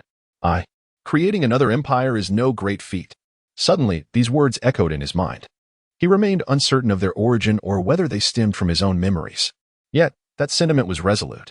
He had made his decision, time to embark. The White Dragon promptly resolved that if he truly was the Colin leader, venturing alone to the Sea Clan to seek an alliance should pose no significant issue. If not, being imprisoned by the Sea Clan as a bargaining chip would not differ greatly from being under house arrest and studied by Colin. The White Dragon was decisive. Without regard for potential magical disguises that might be seen through, he employed dark magic to erase his hair, transforming himself into a completely bald figure. A bald appearance would eliminate his white hair identity, ensuring his safety. Moreover, this transformation would allow him to adopt a visage befitting the hairless Sea Clan, achieving two objectives at once. He would locate the Sea Clan stationed on the island, accept their introductions, and then dive into the ocean. In the shadows, Tiffany observed the White Dragon's every move without any overt response. She silently watched, her intentions remaining enigmatic as she refrained from offering any conjectured answers to the reasons he had provided for seeking to save him. Chapter 40. Captured again, captured again. But why the word again? Let us not dwell on this detail. It is essential to clarify a few matters first. Firstly, although the sea folk do not possess the vast population of the human, beast, goblin, or dwarf races, their numbers still exceed hundreds of millions. They are organized into nations and tribes, similar to the terrestrial realms, with their own system of royal nobility, as well as slavery and class divisions. The most common classification is based on the skin color of the ruling sea folk. Those of the royal hue are deemed first class, while others are categorized into second, third, or other ranks depending on various circumstances. The overall disparities are not as pronounced as one might imagine. There exists a notable similarity in social structure. Before the unsealing of the 12 Titans, revered as the 12 sea gods, the sea folk, excluding the myriad tribes, were organized into 2 major empires and 11 kingdoms. The 2 most formidable empires were the Atlantean Western Domain, Atlantis Empire, and the Limbrian Domain, Lemuria Empire. After unifying the surrounding nations and tribes, They engaged in a protracted imperial war lasting 13 years, culminating in the Atlantean Western Domain's victory and the joint unsealing of the 12 Titans. The immediate consequence was the Titans' emergence, breaking free from their confinement, at the cost of their extraordinary divine power, which forcibly shattered the divine prohibitions. This leads us to the first issue at hand. The unification of the Sea Folk is still less than 3 years old, or at most 2.5. Is the situation in each region sufficiently stable? Has the old class system been properly addressed? Has post-war reconciliation been achieved? Clearly, the answer is no. Following the Titans' release, their primary focus has been on meditative restoration of their powers. Additionally, being unaware of the current overall situation among the Sea Folk, they opted not to intervene recklessly as long as no significant problems arose. The prevailing conditions are as follows. The old class issues remain unresolved. Conflicts among different skin-colored Sea Folk are inadequately addressed, and numerous other issues, including interest distribution and power structures, have yet to be satisfactorily managed. Presently, the leader of the vast Atlantean Western Domain, comprising over 100 million Sea Folk, is Tislat, the prophetic king among the 9 oracles, who, being one of the 3 female prophetic rulers, is often overlooked. Does she possess any issues? None at all. In accordance with the conventional practices of emperors, she is decisive in her actions, fair in rewards and punishments, and favors the virtuous while shunning the malevolent. In times of unrest, she suppresses with bloodshed and does not show mercy. In times of surrender, she embraces with magnanimity, disregarding past grievances. Her approach is quintessentially traditional, devoid of any apparent faults. Yet the problem lies in the refusal to accept the tyrannical rule of the empire. We must possess the same fundamental rights as those of the white folk. We strive for progress alongside the land races. The tyranny of the empire must not persist. The sea god surely does not wish for the new world to be tainted by the decaying class oppression of the old era. A group of Sea Folk, primarily of ash and deep gray skin tones, paraded a bald human boy through the streets of their underwater city, raising banners and emitting unique sound waves in a manner unbeknownst to the boy. This bald youth, naturally, was the white dragon who had been applying a diving spell upon himself to descend into the sea in an orderly fashion. As for why he found himself hoisted aloft despite his orderly descent, the answer lies in the fact that he had been deceived, or rather, misled. The white dragon now felt a sense of panic. He was seated upon a structure made of an unknown plant, restrained by a peculiar magic that made him appear as if he were comfortably seated. The root of this predicament is the second matter to clarify. Approximately an hour prior, the Sea Folk-esh translator had cheerfully informed the white dragon, "You wish to visit our realm? As long as you can afford it. We can even provide a translator to ensure your experience of our beautiful ocean is as enjoyable as possible." That sounds good. I actually don't speak your language. How much will that cost? I don't have many gold coins on me right now, the white dragon expressed, a hint of worry creeping in, primarily due to expenses incurred during summer tutoring for Imeha and the purchase of a high-tech magical device, leaving him with little spare gold. Rest assured, our rates are quite reasonable. Given the post-war economic situation of our empire, it is fortunate to have any means of earning, the Sea Folk translator replied. 10 gold coins. He offered a bargain for a month of food, lodging, and translation services. The value of 10 coins in the Isha Empire was roughly equivalent to that of a full-grown bull. Only enough for a month? Is that all you need for a profitable venture? Other empires offer tours for far less.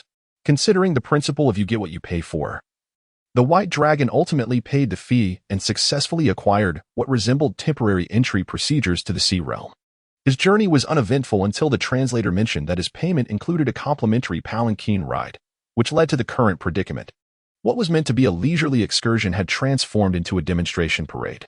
Despite his inability to comprehend the language, the translator's obvious fabrications and the fervor of the crowd indicated this was not a welcoming affair. Your Excellency, do not worry. This welcoming ceremony will last approximately 2 hours. You merely need to sit quietly and enjoy the experience. The translator maintained his polite demeanor while amplifying the magical restraints on the palanquin to prevent the white dragon from escaping. The justification being that the underwater environment is inhospitable to land-dwelling folk, necessitating comprehensive protection. Down with imperialism. We demand a regime of progress. Our emissary from the mightiest terrestrial nation, the United Kingdom of Comet, will lead us in overthrowing the tyrannical empire. We shall dethrone those pale-skinned rulers. The surrounding sea folk echoed in unison, their peculiar sound waves unsettling to the white dragon. Setting aside the content and tone of their chants, why did their enthusiasm seem to escalate? Moreover, Why were the sea folk casting hopeful glances in his direction? This certainly did not resemble a conventional ceremony. Nor were they utilizing his status as an outsider for some ulterior motive, was it? The white dragon's anxiety intensified. I wish to rest at an inn or hotel. Can we conclude this early? He attempted to communicate. Fear not, we shall escort you there, ensuring the utmost comfort. We can even prepare a room that isolates you from the seawater, a pure land-style accommodation. The sea folk translator continued to smile graciously. Down with imperialism. With the assistance of the comet envoy, we shall establish our new regime of progress. Long live progress. The surrounding sea folk continued to shout, and this time, they produced another banner, larger and more vibrant, adorned with a red background. The emblem of a silver warhammer crossed with a black sickle was unmistakably the flag of the coalition. Are you truly staging some sort of welcoming ceremony? The white dragon could no longer contain himself, pointing at the flag. Though he could not decipher their shouts, he certainly recognized the banner. Even the dimmest of minds could perceive that something was amiss. Are you not of the coalition? My apologies. It seems there has been a mix-up with their flag. We shall rectify it by tomorrow. If you harbor no animosity towards this banner, please bear with us for now. The sea folk's translator continued to smile politely. I demand to disembark, nay, to be let down. This is not a carriage for your kind. Release me. The white dragon began to resist, attempting to channel his magical power, convinced that he could break free from the enchantments binding him within the sedan chair. We kindly ask you, esteemed guest, not to put us in a difficult position. The sea folk's translator maintained his smile. However, this time, the smile bore a hint of menace.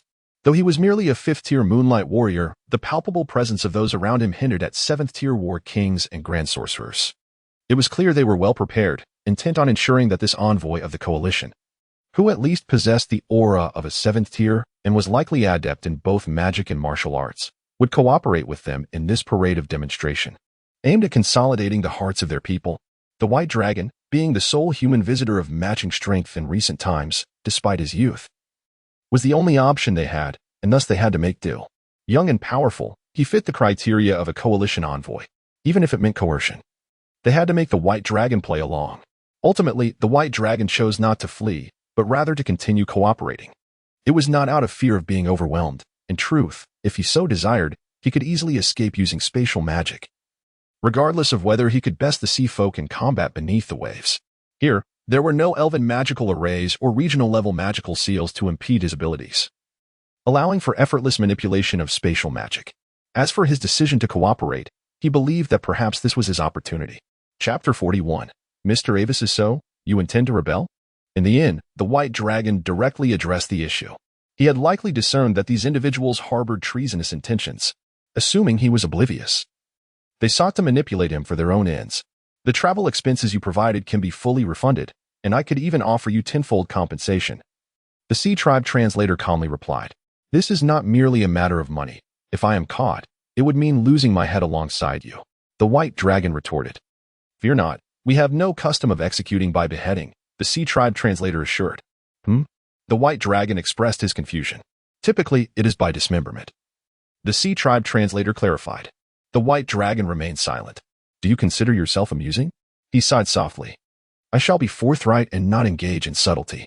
My inquiry regarding your intentions to rebel pertains to whether you wish to exploit the leadership style of the coalition as a fade, ultimately aiming to restore the nation devastated by the Atlantean domain, seeking vengeance and restoration. Or do you genuinely aspire to follow the coalition's path, one truly centered on the populace? The white dragon earnestly questioned the Sea Tribe translator before him. The change in expression and demeanor momentarily instilled an inexplicable sense of pressure in the Sea Tribe translator. It was a challenge to their innermost beliefs.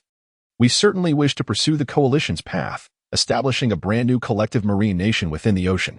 The Sea Tribe translator replied earnestly. Do you require assistance? The white dragon inquired bluntly. You? The Sea Tribe translator immediately expressed skepticism. If I were to claim that I am indeed a spy for the coalition, originally intending to assist you clandestinely, and that I was misled into your waters, would you believe me? The white dragon boldly fabricated a lie without a hint of hesitation. The power of blood is truly remarkable. I do not believe you. You cannot even speak our marine language, the Sea Tribe translator rationally stated. To avoid raising suspicion, it is best to arrive in the most unpretentious manner. The white dragon continued to deceive. Provide proof of your identity as a coalition spy. The Sea Tribe translator retorted coldly. Would a spy bring their own credentials when infiltrating? The White Dragon countered. The Sea Tribe translator was momentarily taken aback. Hiss. That seems to make sense. No, wait, I almost fell into your trap. Even without tangible proof. You must at least provide some verbal testimony affirming your identity as a coalition spy.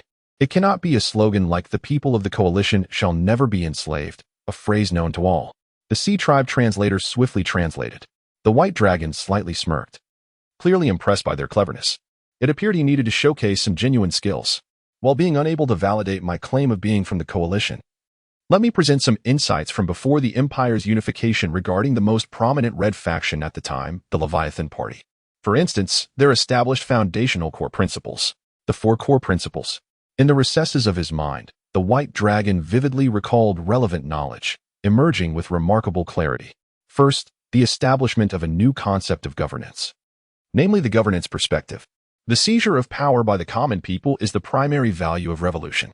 The Isha Empire and the coalition initially achieved this through force, a model you cannot directly replicate. Second, the pursuit of democratic ideals. The populace should possess the right to engage in the management of national and social affairs or freely express opinions regarding state matters. The first step of the civilian revolution is to elevate the common people to the ruling class, fighting for democracy. Third, the pursuit of equality. While inherent differences exist among various races and individuals, this should not negate the foundational principle of equality. Striving for basic equality when disparities are minimal is your foremost priority. Fourth, the pursuit of freedom. The fruits of labor by the common people should rightfully belong to them. Only under the dictatorship of the common class can they genuinely labor for themselves, enjoying a standard of living superior even to that of royalty. This is true freedom. The freedom to relish the rewards of one's labor. Governance, democracy, equality, freedom. The 4 core principles. Do you understand? The White Dragon concluded his lengthy exposition, which included detailed explanations of each point, taking a full half-hour. Dry-throated, he instinctively sought to drink some water, only to realize he was still submerged. Releasing a bit of his underwater magic, he opened his mouth to the pure ocean water. He awkwardly transitioned from reaching for a cup of water to merely clearing his throat. As for his audience, the Sea Tribe translator was left utterly astonished. Mouth agape, as if a fish could swim right in. This was no mere coalition spy. This was clearly someone from the coalition's upper echelons. Ahem. Do you have any fresh water for land travelers? The White Dragon awkwardly inquired, feeling quite parched. The water generated by magic was merely a temporary form of water element. Once consumed, it dissipated without sustained magical energy, serving only as an emergency measure, but hardly sufficient. Yes, yes. The Sea Tribe translator hurriedly replied, swiftly swimming over. Here. Please enjoy this. A cup of fresh water enveloped in magical protection was respectfully presented to the White Dragon, and the entire demeanor of the Sea Tribe shifted. Phew, after drinking. He sighed in relief. Indeed, fresh water was delightful. By the way, may I ask how to address you, esteemed sir? The Sea Tribe translator ventured. No need for such antiquated forms of address. Simply call me Mr. Avasu, the White Dragon replied, adopting a new name for himself. His original name was likely already on the search lists of the Blood Clan, the Isha Empire, the Elven Archipelago, and the Coalition. It was certainly a high-profile target. Thus, I shall be known as Avasu, after the former Isha Kingdom. It is clearly a name meant for a code name. The key is that this name, when presented to the Sea Tribe leading the collective, would prompt the coalition to associate it with individuals from the Isha Empire with shared objectives. If the Isha Empire were to become aware of this name, they would undoubtedly suspect it to be a deliberate ruse by a coalition spy, using the name of their ancestral realm. Your title. The Sea Tribe translator evidently recognized the Avisa Kingdom, showcasing considerable knowledge of the world's conflicts and politics. Do not concern yourself with such details, the White Dragon smiled. Understood, understood, the Sea Tribe translator quickly grasped. Using a codename related to the Isha Empire while adopting the identity of a coalition spy is a brilliant way to obfuscate the truth. Truly. You are a top-tier member of the coalition's espionage network. Now, may I be introduced to your current leadership? The White Dragon inquired. The Sea Tribe translator was about to respond when an unfamiliar voice, transmitted through sound waves, interrupted. Of course, Mr. Avasu. A voice from the adjacent room, where the Sea Tribe had been eavesdropping, confirmed. The White Dragon had already noticed their presence. Who are you? The White Dragon feigned ignorance. Greetings. It is a pleasure to meet you for the first time. I am the head of the Marine Cooperative in this region. You may refer to me as Mr. Manta. A young Sea Tribe man entered after politely pushing the door open. By the Sea Tribe's aesthetic standards, he certainly fit the mold of a handsome figure. His name, too, was a code name, as few would dare to use their real names in such matters. Mr. Manta, greetings. The White Dragon stepped forward to shake hands. Among the Sea Tribe, the simple gesture of greeting was quite common, as they generally did not reject such basic etiquette. Before anything else, allow me to apologize to you, Mr. Avasu, for our prior exploitation of you as a traveler. However, please do bear with us, as the land races are well aware that we have only recently concluded the Imperial War and the situation remains precarious. Consequently, the number of land races visiting has dwindled, and suitable candidates are even scarcer. I sincerely apologize, Mr. Manta expressed with earnestness. I understand, the White Dragon acknowledged. We are somewhat accustomed to such matters. Special circumstances necessitate special measures. He did not take offense at the minor issue. Thank you for your understanding, Mr. Siren replied with a smile. He then quickly continued. Regarding the core principles you mentioned earlier, might I request a more detailed explanation? I still harbor some uncertainties. This was no longer a matter of questioning your identity. It was merely a desire to gain a deeper understanding of your approach and various expressions. Our Sea Commune is in dire need of this information, Mr. Manta implored. Of course, that is precisely why I am here. I must admit, I was fortunate to have encountered you so fortuitously. However, at first, I was quite startled, as I genuinely do not speak your language. I feared you were preparing some peculiar ritual, intending to sacrifice me, the outsider, to your sea deity. Ah ha ha. The White Dragon chuckled heartily. Please, follow me this way, Mr. Manta gestured. The White Dragon accompanied him, transitioning to a more comfortable room for their discourse. What followed was an in-depth discussion regarding the coalition and the regional sea race, known as the Sea Commune. During their conversation, the White Dragon learned why Mr. Manta had been discreetly observing from the adjacent room. It appeared he had received a magical notification from an unknown deity, stating that the human guests planning to parade today could assist their Sea Commune, with a mix of skepticism and precaution. The highest-ranking sea race official in the region had silently entered the neighboring room and overheard the White Dragon's translation of the testimony. The profound revelation concerning the core tenets of the Leviathan Party, once labeled a red rebellion by the great empires, astonished him no less than it did the sea race translator. This individual truly seemed to be, as the unknown deity had foretold, someone who could aid them. Was there a sinister motive? There was no need for concern, as failure would likely result in their annihilation at the hands of the Atlantean army. Betting on this variable presented at least a chance for success. Chapter 42. The condition of the sea folk after approximately 3 days. The White Dragon had thoroughly grasped the current state of the sea folk. Firstly, regarding the overall structure of unity, it was evident that true cohesion was lacking. The war between the two great domains, the empires, had come to an end, and aside from the undeniable strength of the Atlantis domain, there was another significant reason. A pivotal traitor had emerged from the Limlian domain, leading nearly a quarter of its military to surrender. Consequently, the leader of the surrendering faction became a prominent figure in the Atlantis domain, akin to a founding hero, bestowed with a status equivalent to that of a duke, and granted vast territories with considerable autonomy, essentially the highest authority beneath the royal family. This outcome left many of the sea folk in the Limlian domain profoundly dissatisfied, particularly after their demotion to third-class citizens.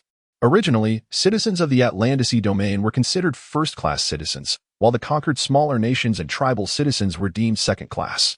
In contrast, those from non-surrendering regions of the Limlian domain were relegated to third-class status. The disparities were stark. First-class citizens faced a minimum tax rate starting at 5, second-class at 10, and third-class citizens faced a staggering minimum of 25. Although this was significantly better than the plight of slaves, who bore a tax burden of 99. It was still a heavy yoke for the majority of the common populace, exacerbated by additional social hierarchies. In this context, resistance became almost inevitable. Without the guiding influence of the Colin, even a world dominated by feudal empires would likely have faced no significant issues, as dissent would have been swiftly quelled. The existence of second- and third-class citizens meant that first-class citizens would have little inclination to revolt, while second-class citizens might find solace in comparing their situation to that of the third class. Should the third class rise in rebellion, first- and second-class citizens would likely conspire to preserve their own status. This stratification has been a common tactic employed by various feudal regimes throughout history. In time, newly crowned emperors, or even benevolent old ones, might grant substantial tax reductions to appease the populace. such as decreasing the tax rate for third-class citizens by 10 to bring them closer to second-class status, thereby earning the title of Good Emperor. However, the current prevailing governance in the world had shifted away from traditional feudalism. Even the Ursha Empire, the Iga's Empire of the Beastfolk, the Zyuli Empire of the Gremlins, and the Mokongr Empire of the Dwarves, along with the human-dominated West Sea Empire, had begun to concede certain benefits to their subjects, wary of the encroachment of Khalan ideology. Even the notoriously brutal demon races had to contemplate how best to maintain the welfare of their subjects. Yet, the sea folk had yet to undergo such transformation. The roots of their resistance were strikingly simple. They had glimpsed the light of land, the Khalan, amidst the darkness of the ocean depths. The question of how the reclusive land dwellers could illuminate so many sea folk remains a pivotal point of consideration, attributed largely to the advancements in magical and industrial technology. Living in the ocean, surrounded by water, the sea folk were constantly immersed in an abundance of water elements, which significantly interfered with numerous fundamental elemental alchemical reactions. On land, while the atmosphere was filled with wind elements, the concentration was not as overwhelming, allowing many reactions to necessitate the participation of wind elements. Consequently, even commonplace metallurgy became exceedingly challenging in the sea, as the most commonly employed method, high-temperature metallurgy, could only be executed by mages capable of wielding fire magic underwater. The sea folk themselves struggled even to produce conventional flames, rendering high-temperature metallurgy virtually impossible. Instead, the construction of night mechs became more prevalent. The metallic materials for these mechs were primarily alchemical metals, which the sea folk's alchemical mages could source from oceanic substitutes. Thus, the sea folk's warfare remained entrenched in the era of cold weapons, with the only semblance of hot weaponry being their unique mechs, known as hages, which roughly translates to mechs but takes the form of aquatic creatures. Unlike terrestrial mechs, which must account for water pressure, sea folk mechs were inherently designed to be water-filled. Composed entirely of alchemical metals forged from oceanic sources, eliminating concerns about waterproofing, akin to how land dwellers need not worry about airproofing. In terms of ranged attacks, water, lightning, and light attribute artillery could be equipped without issue. In summary, aside from the limitations regarding fire attributes, the sea folk faced minimal difficulties. The primary challenge lay in weaponry. Warfare inherently demands a substantial quantity of metallic arms. Cold weapons such as spears and swords require inexpensive and mass-producible metals. It is impractical to have alchemical mages manually craft these economical metals. Meanwhile, enemy alchemical mages could easily fabricate hages, wreaking havoc on the battlefield. The conventional metal supply had previously come from coastal empires like the Orlon's Empire, the Sibwa Empire, the Afar Empire, or the West Sea Empire on the Asalu continent. However, with the shifting global dynamics, the Khalan, offering superior quality and sufficient quantity, had emerged as the primary supplier. This included metallurgical factories built with the assistance of the Khalan on the islands they controlled, where sea folk workers were trained at no cost, presenting substantial advantages over other empires. Thus, the Khalan ultimately monopolized the supply of major metallic weaponry. Consequently, these workers became gradually influenced by the ideals and philosophies of the Khalan, including figures like Mr. Manta, who once served as a leader in a metallurgical factory on one of the islands. Regarding agricultural production, it suffices to say that the crops were cultivated underwater and differed significantly from those on land. Proper planning ensured sufficient yield. However, when it came to armaments, aside from the specialized submarines and underwater mechs the Khalan could export, the sea folk truly lacked access to any top-tier weaponry. In terms of magical technology, the sea folk lagged even further behind other land empires, with their communication methods being antiquated, relying on relay magical devices for traditional magical communication. Any disruption rendered them incapable of receiving messages, often less reliable than signals sent by small fish. Having pieced together the situation, the White Dragon felt a headache coming on. Many methods usable on land proved entirely unviable in the ocean. The industrial reform alone presented numerous challenges that needed addressing. Is it impossible to apply our original combat framework? Mr. Manda inquired. Reformation or rebellion, ultimately, both require sufficient strength. Peaceful evolution necessitates proactive participation from the upper echelons. Do you believe the current Atlantis domain possesses such a foundation? The only recourse is to opt for war and wrestle for rights through force. Otherwise, your voices will go unheard, and your pleas will not be acknowledged. Without a more robust and superior combat system, It is exceedingly challenging to achieve victory against greater numbers or stronger foes. A transformation in technology, along with a position of leadership, is an absolute necessity. The white dragon shook his head, expressing a hint of helplessness. Yet, how can we achieve superiority in technology and weaponry? Even the coalition cannot provide direct assistance to our maritime race in this regard, Mr. Manta inquired. Firstly, we must abandon the notion of conventional firearms used by terrestrial races. We must leap directly to magical firearms to exercise long-range combat capabilities in the ocean. Otherwise, we would inevitably resort to close-range melee combat. The competition would then revolve around the number of submarines, underwater mechs, and the strength of our warriors. The White Dragon emphasized the need to discover weaponry that surpasses the current capabilities of the sea race and can be mass-produced. Magical firearms. Only magical alchemists and engineers can fabricate them, correct? Moreover, they would merely be replicas, certainly inferior in quality to those produced by the coalition. And mass production would be out of the question, Mr. Manta lamented. Mass production. The most fundamental condition, not to mention the issues of technological prowess and raw materials. If we cannot cultivate workers in bulk, what can we mass produce? Do you think the magical technological weapons of the coalition are solely manufactured by their alchemists and engineers? The White Dragon retorted. Well, I have indeed heard that even ordinary individuals can produce them, provided they possess a modicum of magical aptitude, Mr. Manta replied. Precisely. The root of the coalition's capability for mass-producing magical technology lies in the fact that even those devoid of any magical talent can achieve this. Even if they can only muster a minuscule amount of magical energy, they merely need to select a very basic auxiliary spell and perfect it, thereby engaging in the foundational production of magical technology.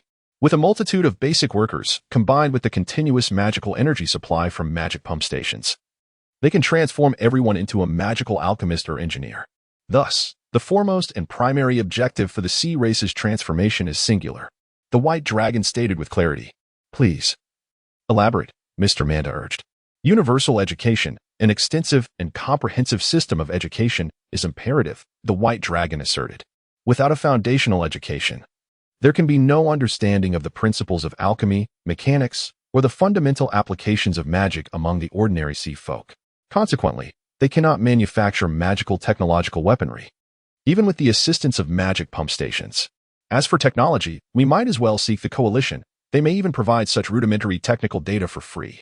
However, without a sufficient foundation, even if the coalition were to furnish you with all their magical technological knowledge, you would still be unable to produce anything. Top-tier specialized submarines and cutting-edge underwater mechs must still be imported. If the weapons behind the war are entirely supplied by the coalition, do you believe that in the end, it will be your own war, or one instigated by the coalition? Chapter 43. What do the elves desire? As the White Dragon pondered how to assist Mr. Manta Ray in refining their transformation proposal, other matters unfolded elsewhere. The Ash Empire, the Elven race, and the coalition found themselves in a perplexing predicament. The Ash Empire had attempted both direct and covert communications. They even secretly sent a powerful blood god to infiltrate, hoping to locate the White Dragon, who was likely under house arrest, as well as the divine scion possibly connected to the deity clan. Similarly, the coalition dispatched representatives and high-ranking officials to the Elven race multiple times, offering all manner of magical technology as bargaining chips, merely requesting the elves to hand over the divine scion. Yet, regardless of the efforts made by both parties, the outcome remained unchanged. Further consideration was needed. No matter the allure of the trade propositions, even the groundbreaking technology of the first-generation aerial battleships could not persuade the elves to acquiesce. Their response was consistently the same. They required more time to deliberate. The Ash Empire was somewhat at ease, recognizing their competitive disadvantage compared to the coalition in this regard, making their rejection of trade offers understandable. However, the sole point of confusion lay in the fact that a high-ranking blood god had indeed infiltrated the ancient tree city of the Fire Elves, Fire, including the academy where prior exchanges and studies took place. Yet, they discerned not a trace of any unusual bloodlust outside that of the elves, as if it simply did not exist. Had they relocated? The blood god could only conceive this as the most plausible explanation. Yet, the coalition remained perplexed. What were the elves truly after? Did they desire to bring the coalition under their dominion? Grand Marshal Jekka was growing increasingly frustrated. After numerous days of discussions, there seemed to be not a shred of intent. The trade propositions offered appeared ample, rendering the situation rather peculiar. Prime Minister Yashai began to question the motives. Were the elves confident in their position, seeking to drive the price higher?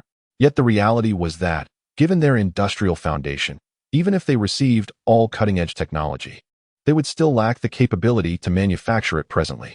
By the time they established a complete industrial chain, without a compatible educational system, they would not be able to keep pace with the speed of our iterative advancements. However, from the elves' long-term perspective, considering their racial stability, the potential for sustained development seemed considerable, even if they lagged behind during the technological saturation period. It would merely amount to a delay of several decades or even a century, a span easily manageable given their long lifespans. So, did they genuinely wish for all of our technologies? Yet, the negotiation materials returned indicated they had never hinted at such desires. If they truly wanted something, they would have expressed their thoughts, would they not? Communication among long-lived races was typically quite straightforward. The longer one lived, the clearer their vision, and the less they appreciated convoluted exchanges. What, then, was the reason for this ambiguity? In the conference room, the high-ranking officials from both military and political spheres engaged in a lively discourse. Observations from all angles suggested something was amiss. What did the elves truly desire? Speak up.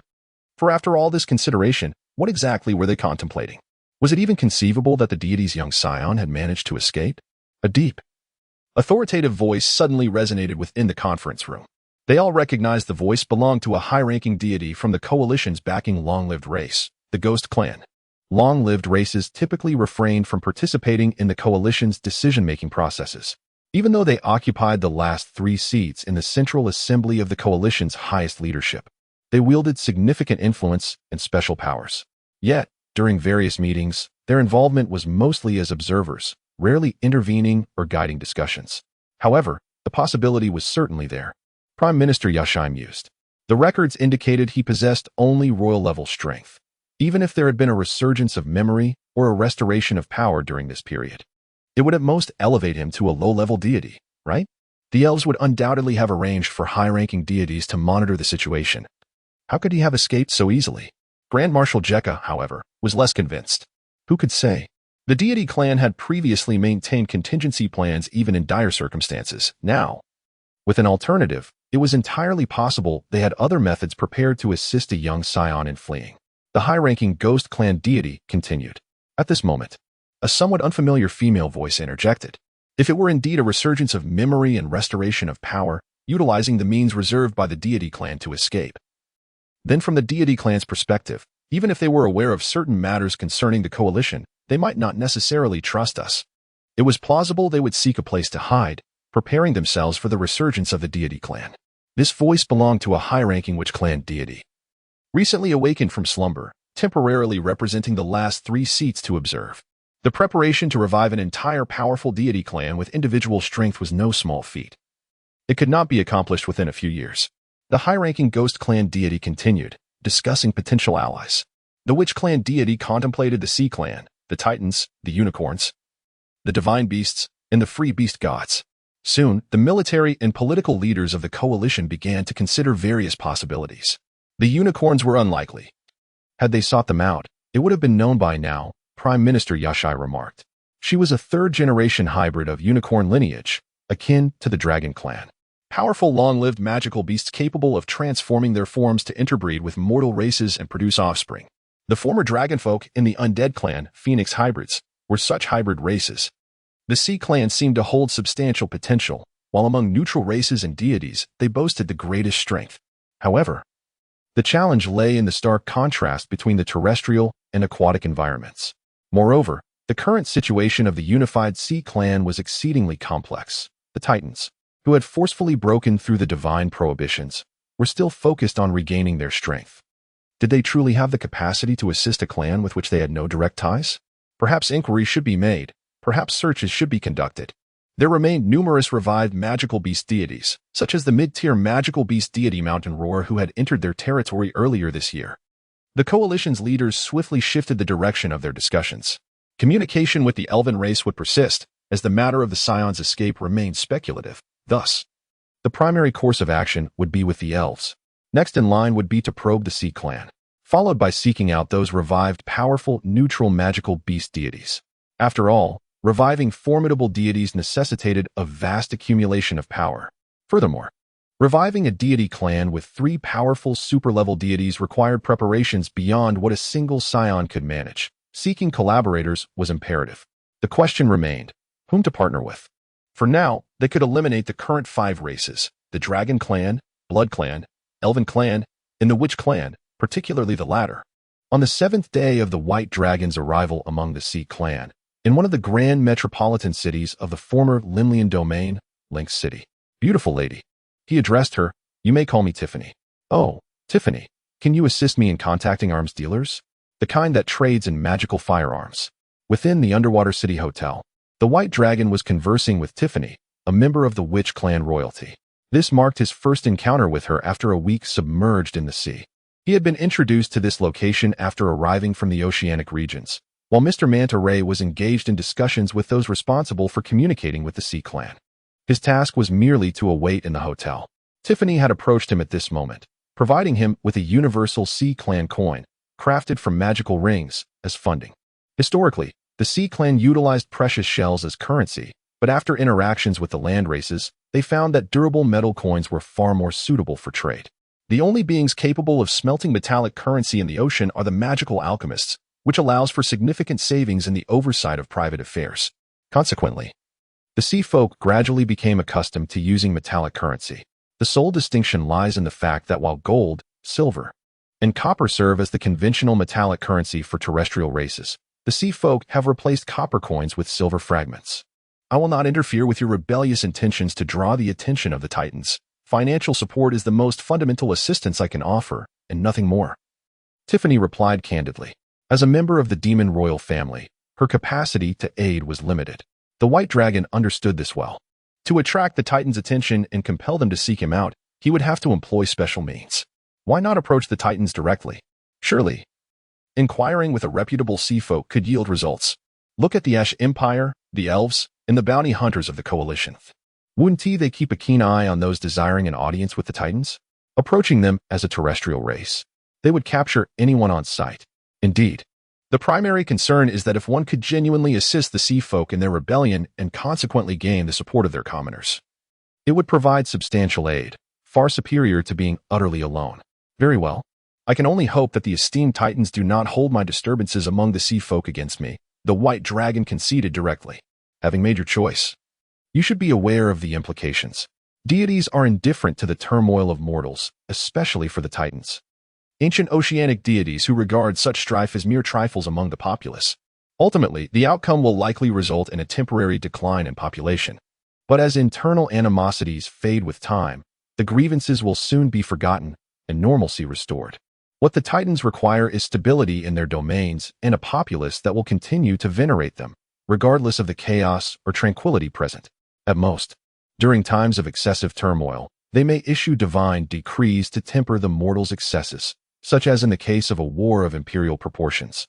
Tiffany evidently possessed considerable knowledge regarding the sea folk and the Titans. Unlike terrestrial deities, who, due to fierce competition, prefer stable mortal realms to minimize troubles and ensure consistent worship, oceanic deities operate differently. Aside from a few marine beasts that may garner some scattered offerings from smaller sea folk communities across various oceanic realms, the vast majority of sea folk revere the Titans. Thus, the Titans need not engage in conflicts. They merely need to fulfill the basic duties of deities, ensuring their sanctuaries remain impervious to external threats. Internal strife among the sea folk? Such trivialities are deemed normal, especially now as the Titans urgently seek tranquility and restoration. As long as the chaos does not rend the sea folk asunder, even a single Titan opening their eyes to observe would be considered a gesture of compassion towards their mortal subjects. Chapter 44. The New Guide of the Sea Tribe. Meanwhile, in Amidst and within the underwater city of Lynx, a group of sea dwellers engaged in a clandestine discussion in a secret underground chamber safeguarded by a magical array. According to your assertion, the credibility of that human is rather low, yet he possesses considerable abilities, correct?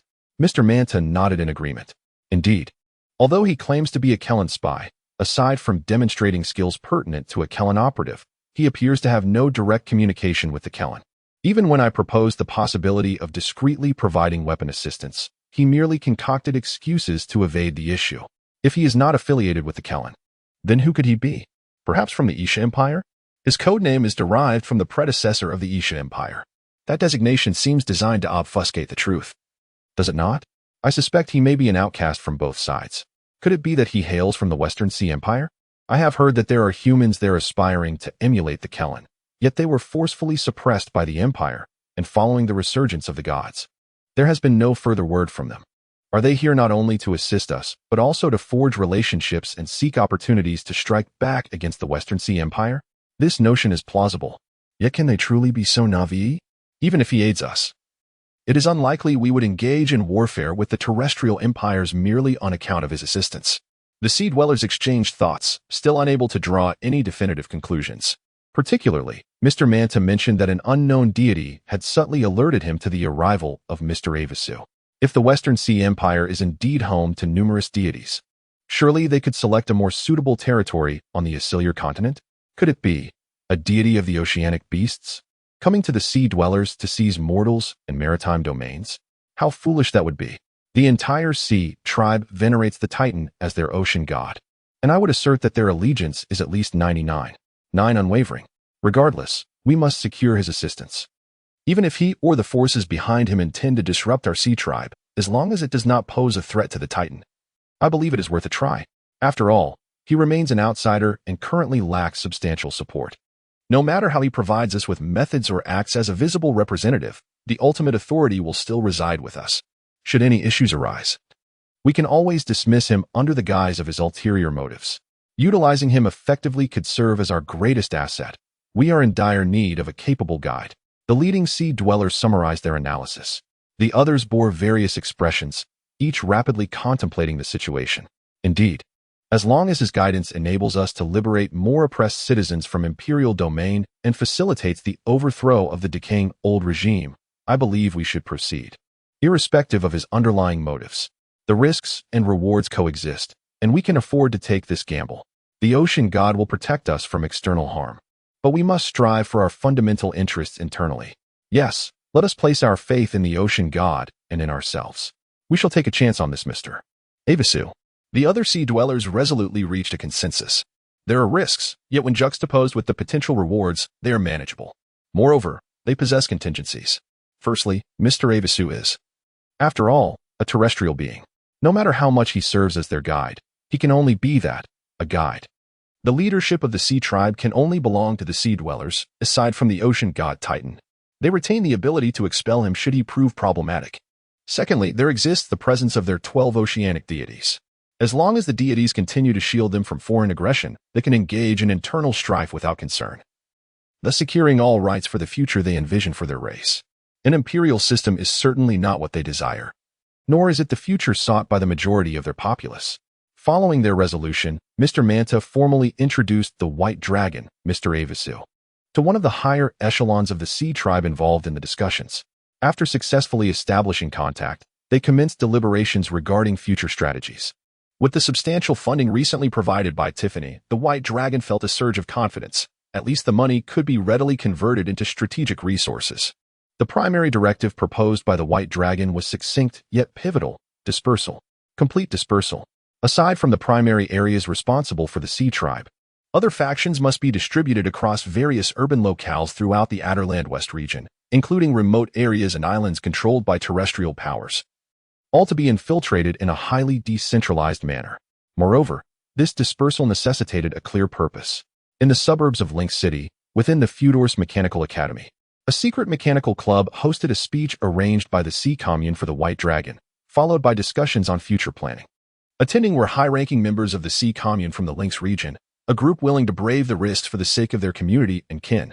They ventured into this clandestine mechanical club to listen to Mr. Avasu's address and partake in subsequent planning discussions. At the makeshift podium of the Polaris Mechanical Club, the White Dragon delivered a speech based on a pre-prepared script, having learned the Sea Dwellers' language for this occasion. The imperative of dispersal, he began. You must instruct all core Sea Dwellers to teach those who are still unfamiliar with Kellen principles. Whether you modify it slightly to suit your needs or adhere directly to the Kellen fundamentals is up to you. Concurrently, while leading them, you must secretly impart foundational literacy and numeracy, ensuring they possess at least a basic understanding of mechanical arts and alchemy, particularly military-related fundamentals. It is not about excellence. Rather, we need quantity. Thus, dispersal is essential. Subsequently, begin to uncover those with potential, be it leadership, cultivation, or technical skills. Without a foundation, nothing can be discovered. Hence the necessity for a broad net approach. The white dragon elucidated the rationale behind avoiding concentrated efforts in favor of dispersal. Prior to this, the sea dwellers, fearing encirclement by imperial forces, had divided into several large regions, yet remained relatively centralized. The advantage of this was a robust capacity for resistance upon discovery. The disadvantage was that their influence was far too limited. Consequently, progress had been sluggish, leading to nearly 3 years of unified control over the Adderland West. While the clandestine organization of the Sea Commune remained underdeveloped, once dispersed, do not fear being picked off one by one. You must believe that all your actions are for the betterment of your lower-class populace. Once they recognize your efforts, they will quickly align with you. Even if they do not directly join your cause, they will lend assistance elsewhere. Have faith that you are aiding the people, and they will naturally reciprocate. Understand that it is not about who wins that garners their support. Rather, it is the people who determine who will ultimately prevail. The words of the white dragon resonated profoundly with the core members of the Sea Commune, enlightening them as if struck by divine inspiration.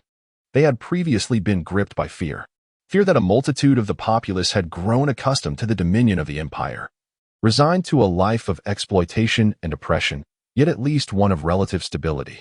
The desire for rebellion had entirely dissipated, and they had become wholly subservient to the empire, both in body and spirit. They would not extend assistance, and a moment's lapse in vigilance could result in denunciation and capture. The fate of being executed could be the most lenient of outcomes. You, as the denizens of the sea, must surely comprehend this. What allows you to soar freely through the ocean is not merely your innate tail fin, but rather the vast expanse of unobtrusive water that surrounds you, a seemingly ordinary element that upholds all sea folk, including myself, a creature of the land. This is the source of our strength. It resides within the populace, within all those who yearn for equality and freedom, who strive for the most fundamental rights. Spread out. To reach them is to secure the future. The words of the white dragon began to resonate with fervor, igniting excitement within the hearts of the other leaders of the Sea Commune, who had been listening in silence. The white dragon raised both hands, his expression one of passionate fervor, his strong arms exuding a power that seemed to embody the weight of his words. He cried out. He soared in spirit. He was guiding the people of the sea toward a wholly new world. The leaders of the Sea Commune, the members present, all felt a growing conviction within. This is the leader they had longed for. The rise of the colony is rooted in an unwavering belief in freedom from servitude. We, too, require a core belief that belongs to us. Since ancient times, we have been under the protection of the sea god. Beneath the divine, all are mere mortals. Why should superficial differences in race and appearance be employed to distinguish us, to evaluate our worth? Do those so-called royal families and high-ranking elites possess an inherent nobility that elevates them above us? We are all children of the sea god, all entirely of the sea folk. Is there any distinction among lords and commoners? Under the sea god, all are equal. Long live the sea god. Long live the people. Long live the sea god. Long live the people. Under the sea god, all are equal.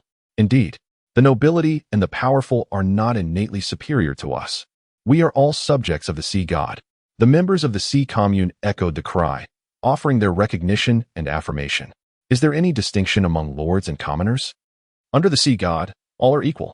For the future of all sea folk, for our shared noble aspirations, for the ideal society we crave. The Sea Commune shall rise in the name of under the sea god. All are equal. With the rallying cry of is there any distinction among lords and commoners? We shall initiate a profound transformation. Upon the high platform of the Muldasai Mechanical Club, Mr. Avisu raised his arms high, his fists clenched, emitting an exhilarating call. He is the new leader of the sea folk. Chapter 45. Anomaly of the Sea Clan. That night, the 5 great clans received an oddly peculiar message. The formidable longevity races possessed certain prophetic abilities, allowing them to foresee the shifts in the world's dynamics. During the previous World War, the 9 kings of prophecy had been captured one after another by their own predictions. First, a king was born, and then the prophecy emerged. However, since the 9th king of prophecy, Kellen, fell to the combined might of the 3 great clans' deities, the prophecies representing the remaining kings dimmed. For instance, the starlit sky of the witch clan, the holy fire of the dragon clan, and the floral essence of the elven clan all appeared muted. Even the prophecy represented by the sixth king, Yashai Belda, who remained within the powerful Kellen, exhibited but a faint glimmer. The reason behind this was clear. After the fall of the only prophecy king capable of truly opposing the deities, the mortal kings had lost their once radiant brilliance before the resurgence of the gods. Yet, in the witch's forest, within the ancient tree of magic on Heart Lake Island, where the witch queen was in meditation, a report was made. Your Majesty, the starlit sky of the prophecy, originally belonging to the eighth king of prophecy, the Sea Clan's king, Slater, has suddenly flickered several times.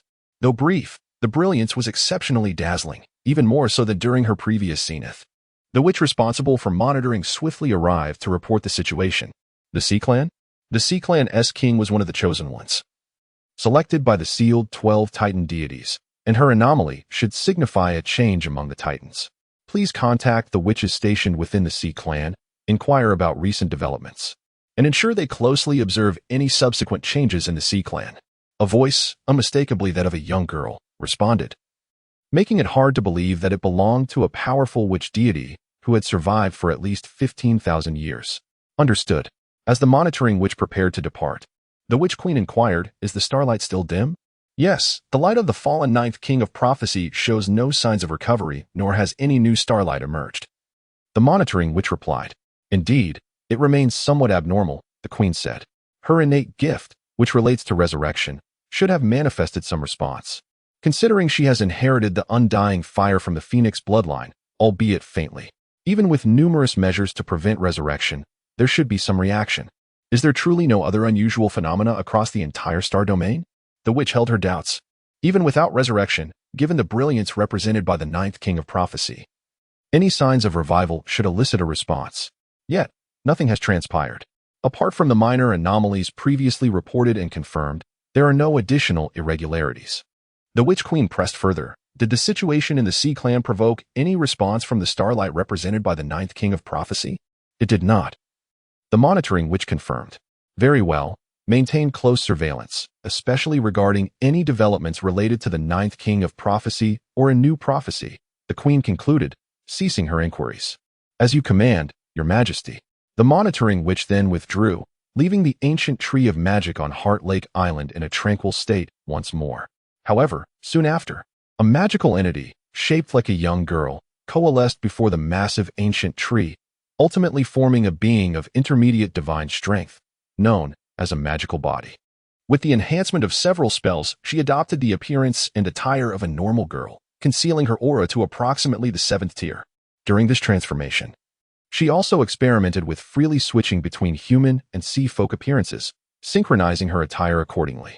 Clearly intrigued, she resolved to visit the Sea Clan using this magical form. Floating gracefully in the air, she tested her movements and felt no hindrance before disappearing from before the ancient tree. The anomalies within the Sea Clan were not solely of concern to the Witch Clan. The Elven Clan, grappling with the loss of the White Dragon, also noted the peculiarities in the Sea Clan. Could it be that the White Dragon had truly sought refuge among the Sea Clan? Yet, the vastness of the ocean, teeming with divine beasts and deities following the gods' revival, made the search daunting. The challenge was significantly greater than seeking among the terrestrial races. Despite the Sea Clan's population being just over 100 million, a mere fraction compared to the terrestrial races, the difficulty remained formidable. In the lands, they would first have to exclude the nearly 1 billion inhabitants of Kellen, followed by the over 100 million of the Imeha Empire. Then the tens of millions of elves, as well as the regions controlled by the demonkin, such as the gnomes and dwarfs. And finally the territories of various deities across the continent of Asilio, excluding the northernmost regions, such as the beastkin and the Agu Empire of the Liefriga continent. Little would remain. But was searching on land any easier? The answer was clear. Just because they were terrestrial races did not imply that the ocean would be simpler to navigate. The uncertainty compelled them to allocate some resources to search both on land and within the Sea Clan. Should it turn out that the Sea Clan was merely a wild conjecture devoid of the White Dragon, they would have unwittingly complicated their own endeavors. Nevertheless, having noticed the anomalies, they felt compelled to act. This included the Bloodkin, who had a sense of the world's blood intent, and the Blood Goddess domain, the Imeha Empire, which also harbored secretive plans.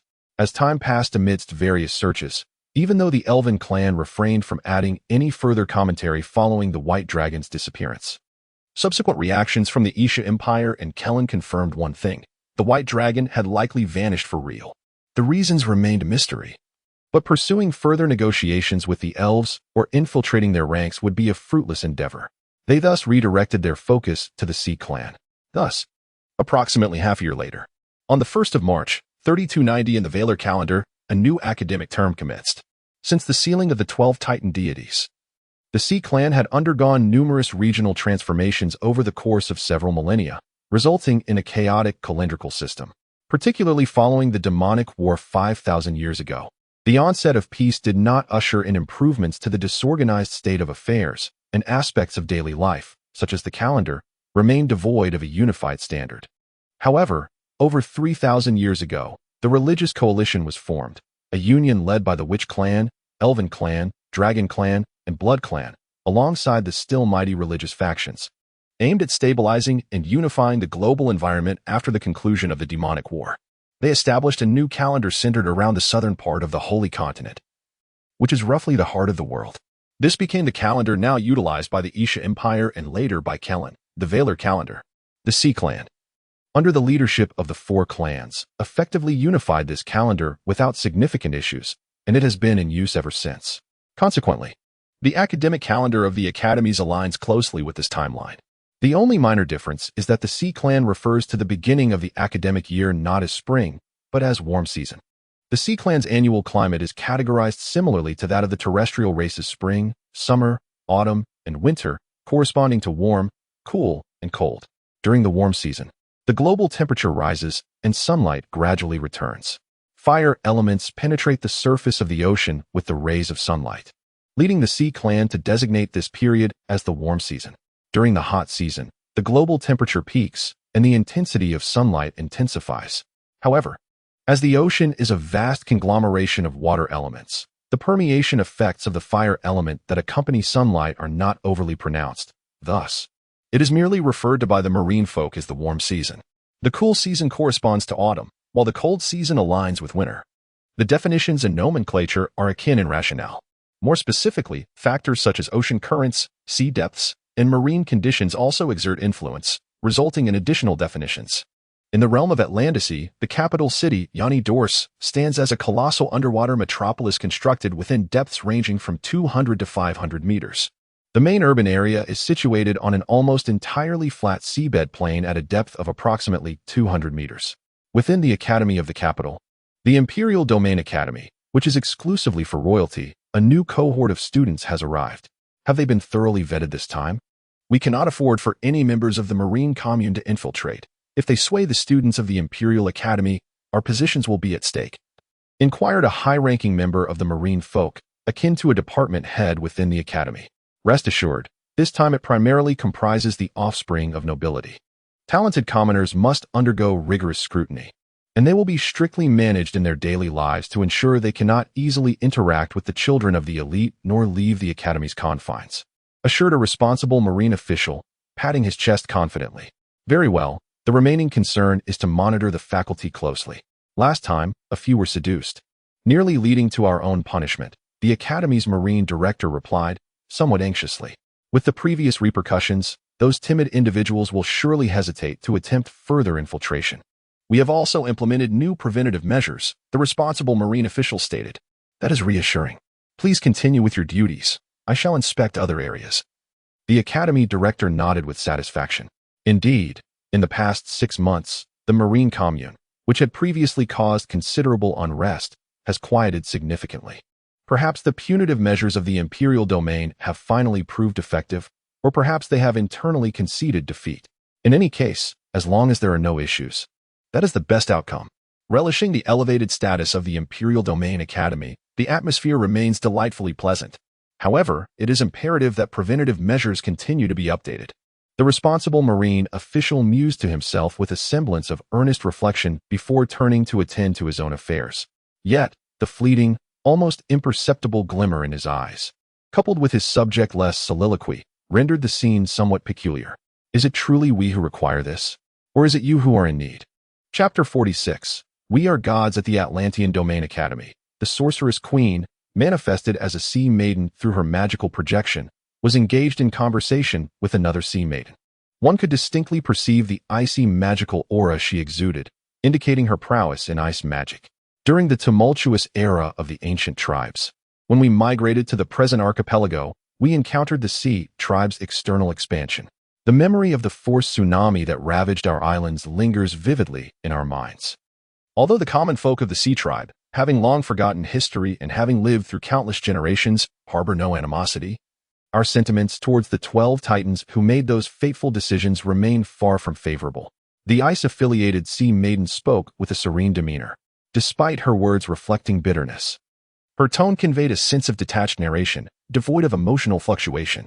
The grudges from that era are numerous. The sorceress queen gently shook her head.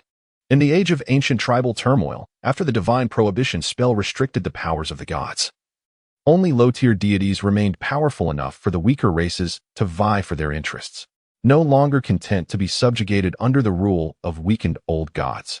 These races either sought alliance with other deities to carve out a new distribution of benefits or were forced to rebel and join the chaos.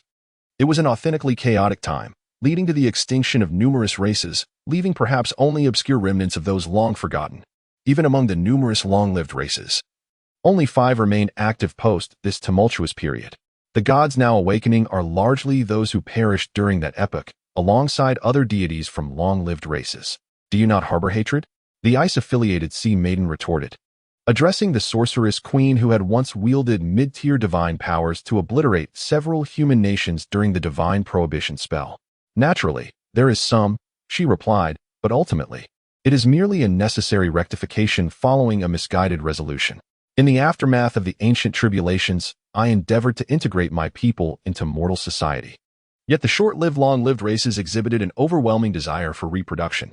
The weak sorceresses who sought to assimilate into mortal society became their targets. The irrevocable situation that ensued could only be resolved through the price of violent intimidation. The sorceress queen remained equally composed. Beautiful, long-lived, and easily manipulable women have forever been a pursuit of feudal patriarchs. Once, the elves were deemed the best choice. But the emergence of the sorceresses added a new pursuit for them. Is this one of the reasons you chose the unique coalition among the many prophetic kings? The ice-affiliated sea maiden inquired. There is indeed a certain weight to the decision, the sorceress queen acknowledged. For the traditional feudal prophetic kings and the powerful realms they represent, the sorceress clan, having learned from past experiences, would naturally deliberate with caution. How long do you believe they can sustain themselves? The current ideal social state. In light of the rapid iterations of the common folk, can they still make the same decisions as their predecessors? Can the societal order and the entire structure of the nation be maintained over the long term? If so, for how many hundreds or even thousands of years? That remains an unknown, does it not? The ice-affiliated sea maiden pressed further. The coalition's political structure underwent its final adjustments before its fall. The last 3 seats of the Central Assembly can readily transform into the divine governance insurance you desire. The electoral model of the middle 7 seats and the rotation form of the upper 3 seats are at least more stable and superior than merely selecting successors from the royal family. In the highly informationized military, the potential for local armies to rebel due to information disparity has diminished significantly. Moreover, the sorceress queen continued, the military is no longer controlled by hereditary nobility. She maintained a favorable perspective towards the current model of the coalition. The coalition consists of the Central Assembly, with its upper 3 seats, middle 7 seats, and last 3 seats. Aside from the relatively fixed long-lived positions of the last 3 seats, the rest operate through an electoral and rotational recommendation system. Power is no longer concentrated in individuals, families, or races, and the presence of long-lived deities within ensures that alternative perspectives and superior experience can further optimize the decisions at the coalition's highest echelons. In most instances, military authority is derived from the Central Assembly, with no arbitrary mobilization rights, and military logistics and management are also dependent on the Assembly's directives. I hope you can play longer, the ice-affiliated sea maiden concluded, no longer wishing to pursue the discussion. Even now, you maintain a unique arrogance inherent to the gods. The sorceress queen remarked, what else can I do? Even if mortals have indeed acquired the ability to confront the gods and the qualifications to converse with them, their lifespans inevitably dictate that most of their actions and decisions will fluctuate within decades or even mere years. lacking longevity that cannot possess the rationality that comes with it. In the end, will it not still rely on your last 3 seats to uphold the fade of mortal governance while, in truth, it is divine governance? The ice-affiliated sea maiden remained unconvinced of the practicality of mortal governance. The instability of mortals is exceedingly vast, easily influenced by myriad factors, rendering their collective decisions susceptible to individual issues. Do you know where this is? The sorceress queen suddenly inquired with a smile. The ice-affiliated sea maiden furrowed her brows. You should understand why the 12 titans seldom concern themselves with the internal wars of the sea tribe, the sorceress queen continued. Could it be that you? The ice-affiliated sea maiden seemed to have an epiphany. Indeed, the reason the titans remain indifferent to the civil wars among the sea tribe is simple. To them, a mortal's life is but a fleeting moment of slumber. The issues arising from internal strife can resolve themselves within a few years. All they need to do is provide an overarching stable environment and accept the offerings that follow. Should any major issues arise, they can intervene at their leisure. Severe internal conflict, with its accompanying devastation and sorrow, bears little consequence, as they can take charge for merely a few decades. The sorceress queen smiled gently. You madman. The ice-affiliated sea maiden stood, her voice finally betraying some emotion. The sorceress queen merely chuckled, not contesting this assessment. If one day, the coalition truly collapses due to internal strife, the formidable magical technologies that have been birthed would be sufficient to obliterate the entire world. Ultimately, those who survive will undoubtedly be us, the powerful gods.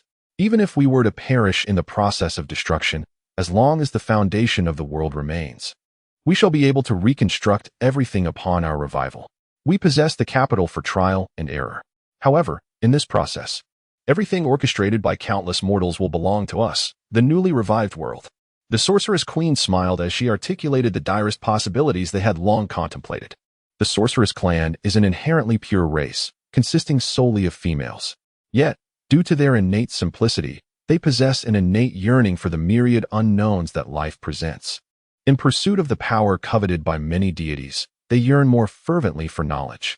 Throughout history, numerous instances of extreme sorceresses have emerged from this innate simplicity, coupled with the growth and quest for understanding, rendering the sorceress clan itself a potential source of danger.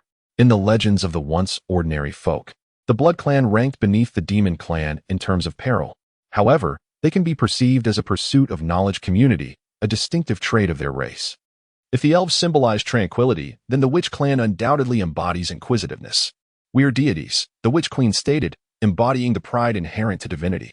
They can be as haughty as the titans, or, as we currently engage with the coalition, maintain a steadfast resolve to progress together, upholding an exemplary and stable rule, at least from our perspective. A more stable and prosperous coalition can yield greater knowledge, which in turn facilitates the evolution of magical technology. For the ghosts and fairies, such advancements represent power, a wellspring to augment their strength. Thus, we have begun to extend a more formidable protection over the coalition. As I personally seek the potential for the revival of the coalition's leader, the witch queen smiled softly as she uttered, "We are deities." She represented divine arrogance, the essence of her race, and the shared future of the common folk. Can you assure that the revival of the divine race will align with your desires? The ice attribute sea maiden inquired once more.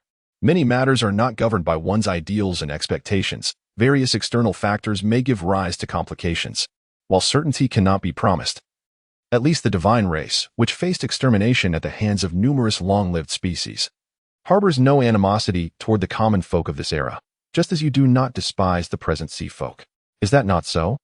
The witch queen's gentle smile indicated their long-held intentions regarding the divine race. If the divine beings are well, they shall hold the last 3 seats of the coalition. If they persist in their grievances, they will merely remain the last 3 seats. Even with your extensive preparations, I shall not represent my race alongside you. Maintaining absolute independence, dignity, and self-reliance is the future we most desire. The ice attribute sea maiden responded with calm assurance. The witch queen merely smiled, clearly unconvinced that such dialogue could alter the resolve of a deity. Ultimately, a deity remains a deity. Chapter 47. The acquisition of arms. The sorceress queen sought the white dragon and ventured into the realm of the sea folk. However, at this moment, it was clear that locating him among the aquatic denizens would prove elusive. The transactions at hand involved a staggering 60 million koyuan for one batch, and 111 million koyuan for another, while a mere 9 million koyuan sufficed for yet another. Presently, The White Dragon served as the arms procurement agent for the sea commune of the sea folk, negotiating the purchase of outdated munitions from arms dealers associated with the Koyuan Union. Dubbed obsolete, these weapons were, in fact, merely over a decade old. With modifications, they were capable of launching magical projectiles enveloped in water elements, thus ensuring that the resistance faced underwater mirror that encountered in air on land. Much like the enchanted firearms on solid ground, these weapons could effortlessly surmount the challenges posed by aquatic resistance. The magical arms in question were experimental products of the Koyuan Union. Initially, they had been sold to the arid land western region, but following its unification, they languished in storage. With the sea folk now unified, the demand for underwater combat weaponry had diminished. "I perceive that you do not appear to be here for business," remarked the arms magnate with a cold demeanor, his accompanying subordinates sharing a similarly unwelcoming expression. They had tolerated price reductions of approximately 25% for the previous 2 batches. But now, the final offer, a sudden zeroing out, was unacceptable. Currently, aside from us, who else would purchase your weaponry? Even the Imperial domain has no intention of acquiring these experimental products any further. If it were not for our own attempts at mass production, we would simply await the Koyuan Union's release of the latest models and acquire them through legitimate channels. The Koyuan Union has entrusted you with this stock precisely because they do not wish to sell it directly to us. You could recover your costs while taking a modest profit margin. If you refuse to sell, I shall seek out the Isha Empire or the Xioli Empire. They are also desperate for a market for experimental products. What do you think?" The White Dragon countered with a smile, a palpable air of indifference in his tone. It was evident that, should the arms magnate refuse, he would turn to leave. Magical firearms had been under development since the inception of conventional weaponry. Yet progress had been less than satisfactory, particularly for the powerful empires of the time. Manufacturing high-precision firearms required substantial research investment, along with the construction of standardized military factories, all of which were limited by financial resources, manpower, and technical expertise. Only the Koyuan Union, with its highly industrialized and standardized processes, could expedite the iteration of firearms. By the end of the World War, the Koyuan Union's elite teams, such as the Ace Squad and the Godslayer Squad, had already deployed remarkable magical firearms. The weaponry utilized by the Godlayer Squad was classified as Godlayer class, possessing the formidable capability to eliminate low-tier deities under suitable conditions. Once confidence in their premier combat readiness was established, the Koyuan Union began to decentralize technology. Their military specifications also began transitioning toward magical firearms, leading to the development of various magical weapons post-unification. This included the underwater combat magical firearms. However, the Koyuan military expressed dissatisfaction with the initial generation, urging military manufacturers to hastily develop a successor, deeming the first generation merely an experimental model. Consequently, a significant surplus was sold off to the Aridland Western region at a premium, recouping their investment. While the Koyuan military may have dismissed them, the sea folk did not share such sentiments, having long been unable to employ conventional firearms in underwater combat. The Koyuan developed magical firearms represented the sole means of extending their operational range at the time. Price was of little concern. Even a limited quantity of 10,000 would be welcomed. Nevertheless, given the distinct separation between the oceanic and terrestrial races, the Koyuan Union was understandably cautious about selling too many arms to the sea folk, while the political landscape remained uncertain. Thus, the quantity of arms sold was somewhat restrained. Following the unification of the Aridland Western region, the Koyuan Union still held a considerable inventory of first-generation underwater magical weapons. Unified, the Aridland Western region needed only a small contingent to maintain order, awaiting the latest models for procurement. The remaining stock could not be overtly sold to any other sea folk factions outside of the Aridland Western region, necessitating their disposal at reduced prices to arms dealers. The extent to which they could continue selling was a matter of their own acumen, unrelated to the Koyuan Union. "Raise all prices by 20%, and we shall sell," the arms magnate begrudgingly stated, suppressing his ire. Internally, he was taken aback by how this sea folk had acquired knowledge of military research costs. The offered price was precisely at the threshold where he could double his profit margins. Was it mere coincidence? "The utmost I can concede is a 10% increase. I comprehend your desire for profit, but our funds are limited." The White Dragon slightly softened his stance. The arms magnate scrutinized the White Dragon, lost in momentary contemplation before finally gritting his teeth. "Very well. The transaction was sealed. The White Dragon ultimately procured a batch of outdated submarines and underwater mechas at a price of 35% above the arms magnate's initial offer. He also successfully acquired approximately 10,000 underwater magical firearms along with 10 million specialized rounds at a 20% markup. A pleasure collaborating. We shall return. The White Dragon expressed, thoroughly satisfied. He was uncertain of the actual research costs associated with magical firearms, but felt that such a level of bargaining was optimal. After all, attempting to negotiate posed little risk. At worst, he would be regarded as an unwelcome customer. If successful, however, it would yield substantial gains. Having paid a deposit and agreed upon a transaction location, they awaited the exchange of goods for payment, enjoying a smooth and agreeable negotiation process. Yet during this exchange, one of his companions remarked, "You nearly frightened me to death, Mr. Avasu. I feared they might resort to violence during the bargaining." Indeed. Who would resort to such drastic measures in a negotiation? Another added, "Moreover, the price they offered, if my information is accurate, was already two-thirds of what the imperial domain had previously paid the Koyuan Union. To think you could negotiate such a reduction is truly remarkable." The accompanying sea folk had been paralyzed with fear, particularly during the White Dragon's price negotiations, where it seemed they might faint from terror. The face of the arms magnate had turned icy, and his subordinates had their fingers poised on triggers, ready to act at a moment's notice. Did I not mention the caliber of Koyuan spies? I have a general understanding of the research costs and their potential profits. How could I be unaware? The White Dragon boasted with a sense of pride. Regardless of the underlying reasons, his intuition had proven accurate. Truly impressive, Mr. Avasu. "So, shall we return to await our goods? Or," inquired his sea folk companion, "we should explore the Xioli Empire. They have likely developed some experimental products to keep pace with the Koyuan Union's armaments. In cases where their military deems them unworthy, they must recoup their costs through us. Though the quality may be inferior, our primary concern is simply acquiring weaponry. Even if it merely produces a splash, it serves as a deterrent. The opponents will likely perceive us as lacking precision amidst the chaos." The White Dragon articulated with the wisdom of experience. Without the transformative power of military might, all is ultimately mere rhetoric. "Quite right. Allow me to lead the way. There are a few contacts among the gnomes in the Xioli Empire," his sea folk companion responded. Visibly excited.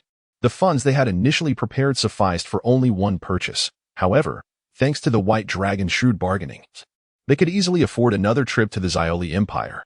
Even a venture to the Isha Empire could be comfortably funded. This time, they would procure several batches. And in subsequent rounds, the weaponry workshops could continue to replicate and innovate, gradually amassing sufficient arms. Just as the White Dragon reveled in his shopping spree, within the sea folk realm, based on the comprehensive plan proposed by the White Dragon, it serves as a guiding principle. Currently, the Marine Communist Society is in a state of complete dormancy, refraining from instigating any riots or uprisings. Even the most basic combat training has been temporarily suspended to ensure absolute discrete activities, continuously guaranteeing that the infiltration process remains undetected. Particularly, various grassroots academies have become one of their primary targets. The objective is to identify suitable young talents and to recruit teachers who can assist in the dissemination of fundamental education. In terms of military infiltration, the focus primarily lies on lower-ranking officers. This is due to the fact that in the Atlantean region, the higher echelons of the military predominantly consist of individuals with esteemed hereditary titles, making them exceedingly challenging to sway and posing a significantly high risk. Conversely, while the number of lower-ranking officers that can be incited at once may be limited, a sufficient aggregate can lead to a qualitative change, ultimately rendering those high-ranking officials incapable of effectively commanding the lower troops during wartime. Fortuitously, should any officers ascend from the lower ranks, they would serve as exceptionally stable undercover agents in the upper echelons. The infiltration commenced quietly approximately 6 months ago, with members of the Marine Communist Society successfully integrating into institutions such as the Imperial Domain Academy and the governing bodies of regional capitals. They have been expanding at an unexpectedly rapid pace. The higher-ups of the Marine Communist Society, who are privy to all regional infiltration statuses, are indeed astonished by the multitude of Marine clansmen sharing their sentiments. In the capital, Whitewood City, where there is oppression, there is resistance. However, the situation of the Marine Communist Society appears somewhat abnormal. Prime Minister Yashai, upon reviewing the reports regarding the Marine clans, felt a twinge of surprise. Unlike the Imperial domain's neglect in this regard, the coalition remains far more attuned to the presence of kindred spirits, with their own spies embedded among them. Since the end of last year, the overall strategy of the Marine Communist Society has undergone a transformation, the specific reasons for which remain unknown. However, the results suggest that there must be some wise guidance behind it. The Rabbit clan's elegant secretary remarked, "The timing of this transformation is intriguing." Yashai, upon examining the reports, couldn't help but smile. "Should I inform Grand Marshal Jekka and the others?" the Rabbit clan's secretary inquired. "No rush. Let me observe further," Yashai replied with a smile. Chapter 48. Marine crops. The procurement of armaments was accomplished amidst a flurry of activity over the subsequent 3 months. This was achieved through various means, either discarding them at sea during merchant vessel trade, covertly transporting some during regular commercial activities, or directly maneuvering submarines into regions controlled by the Marine Coalition, delivering not only the weapons but also other armaments on board directly to their hands. In the eyes of the White Dragon, magical firearms were essentially equivalent to conventional terrestrial weaponry from over 2 decades ago. Specially designed submarines were akin to airborne craft from the same era. The underwater mechs manufactured by the Coalition represented the pinnacle of the marine species' military technology. Although the armaments procured from other regions, such as the Est Empire and the West Yoli Empire, were somewhat inferior, they remained functional nonetheless. In addition to these combat weapons, the White Dragon specifically acquired a set of outdated command systems from the Coalition. After modifications by the Coalition, the relay devices for wireless communication would also function effectively underwater. By installing fixed devices in discrete locations on the seabed, they could establish a comprehensive operational command system. All communications and orders would be shielded from detection by the Empire, enhancing their ability to exert control during the ongoing infiltration. Through exploratory inquiries, the White Dragon stumbled upon an unexpected boon: high-yield seeds. The Coalition's triumph in past wars was not solely attributable to cutting-edge weaponry and elite combatants. Logistical support played a crucial role, with food supplies being paramount.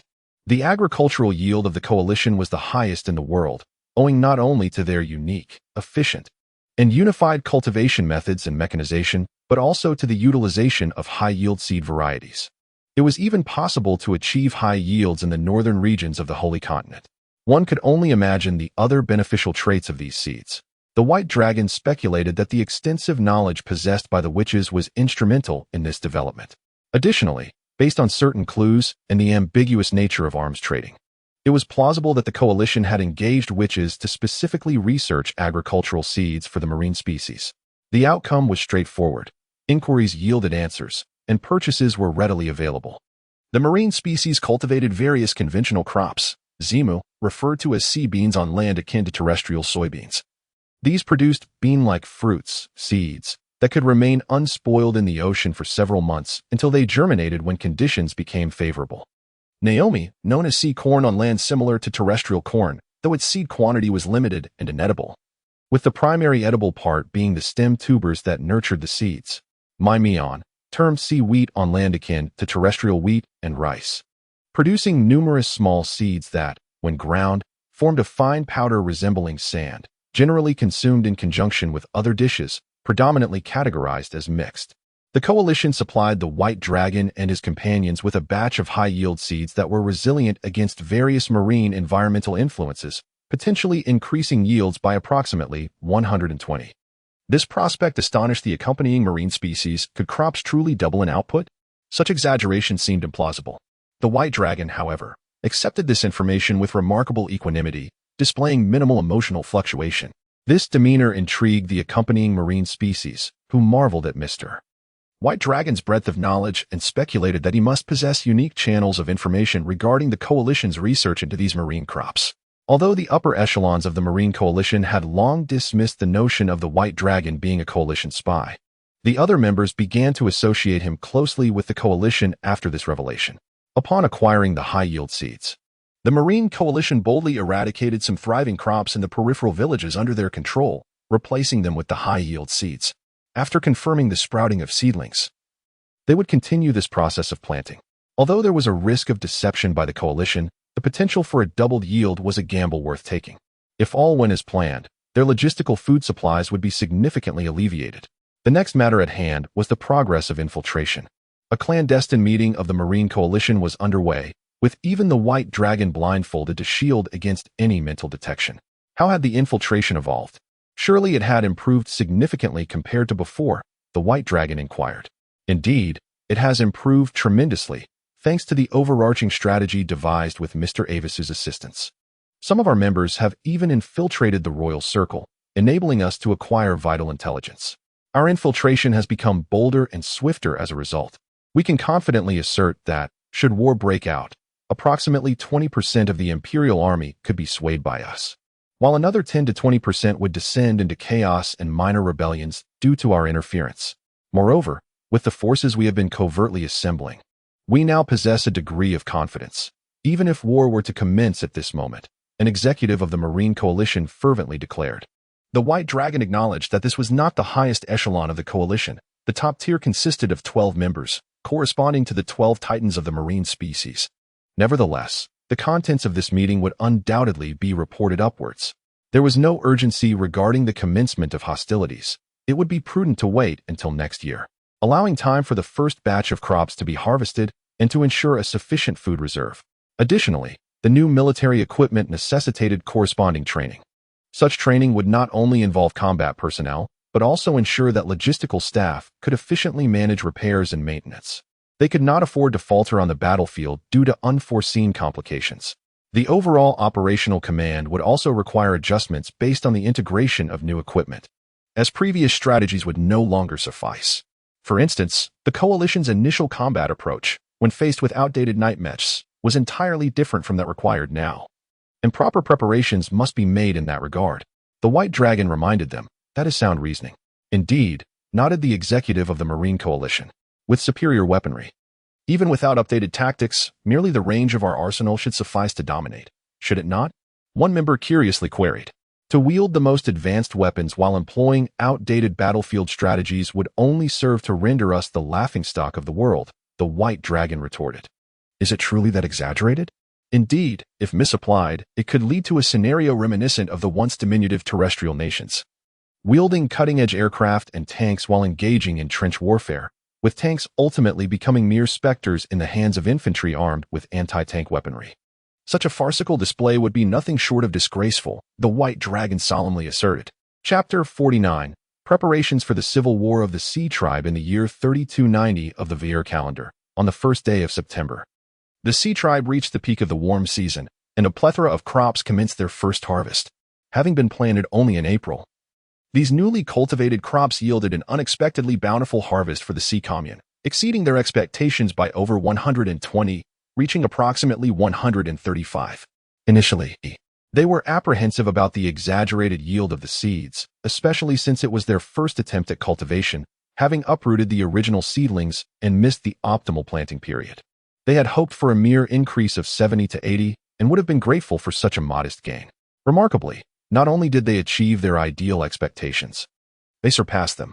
The reason behind this success? Was it not communicated during the sale? The 120 yield increase was derived from crops planted in the colder northern seas of the Holy Continent, where sunlight was scarce. Therefore, it was logical to deduce that the yield would be even greater in your warmer waters.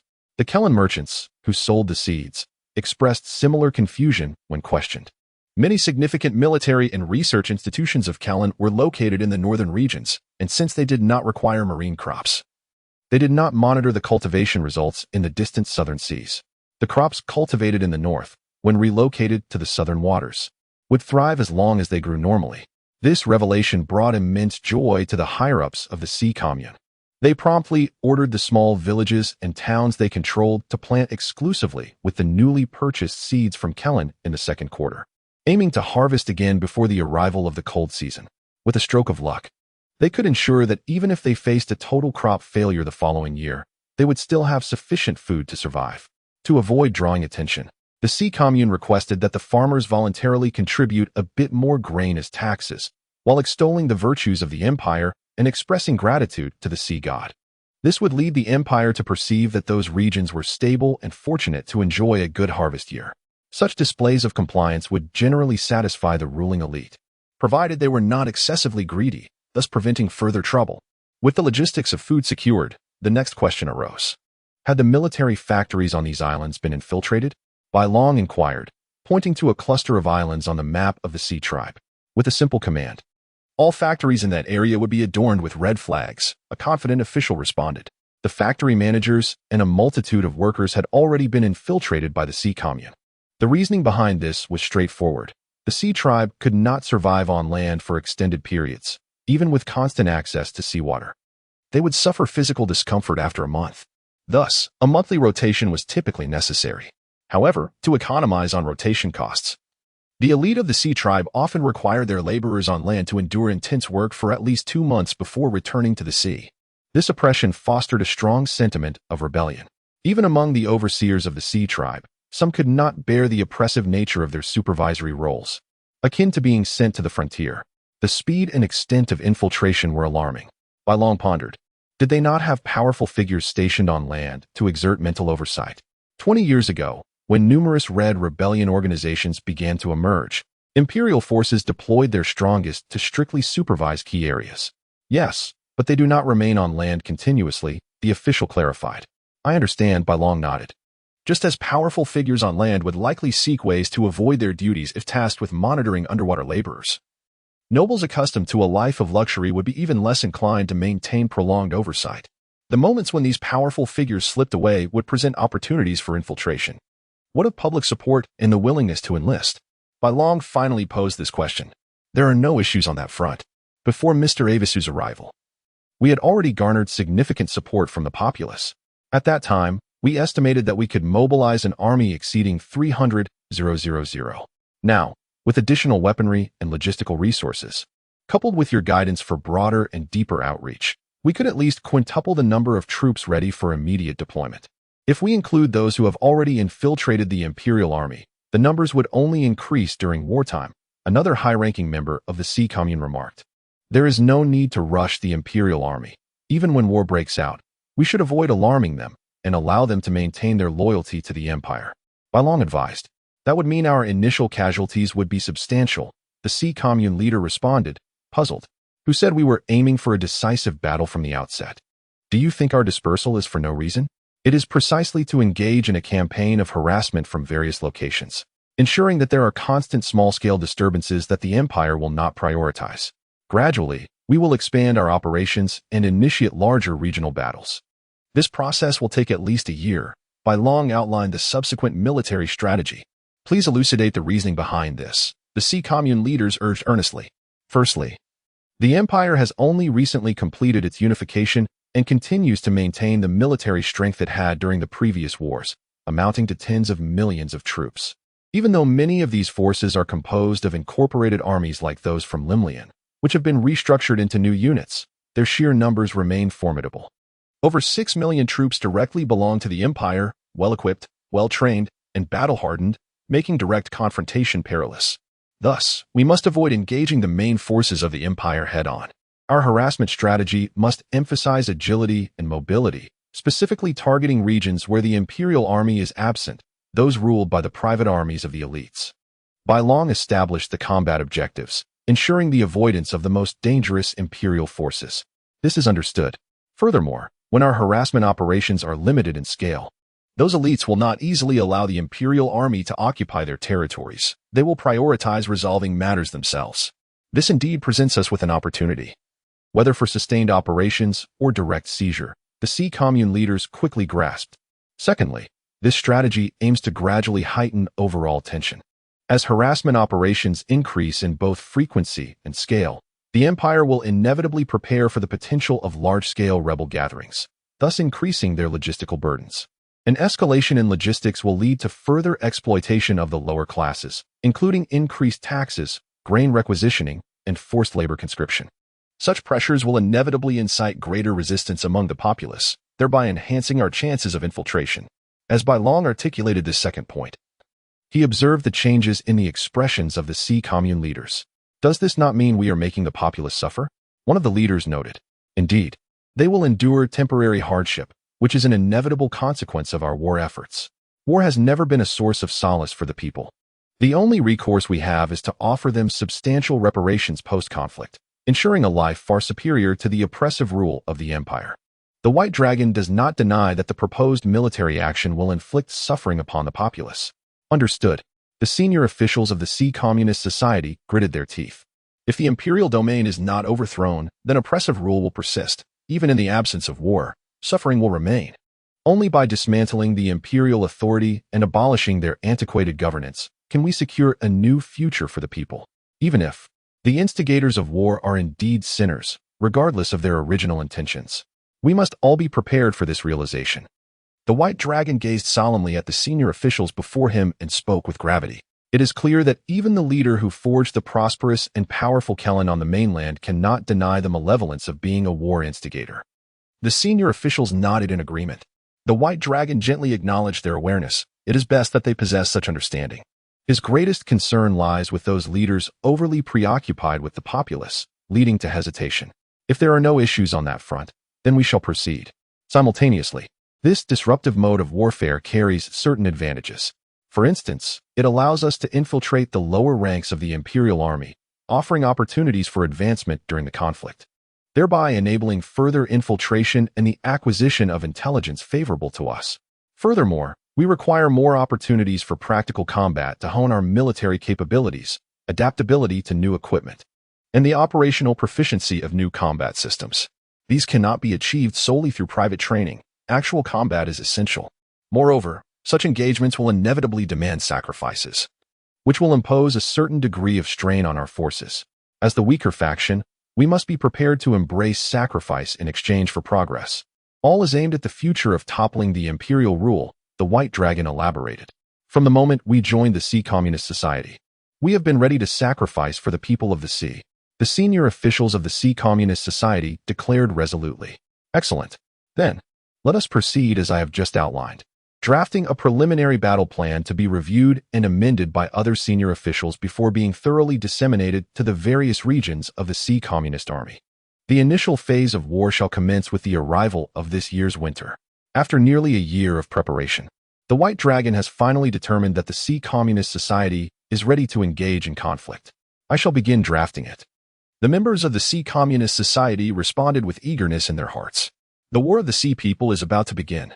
No longer shall it be a chaotic struggle for unity among the sea folk, but rather a class struggle following that unity. Chapter 50, Speculation Kalian. Baimu City. Wolf Den Building.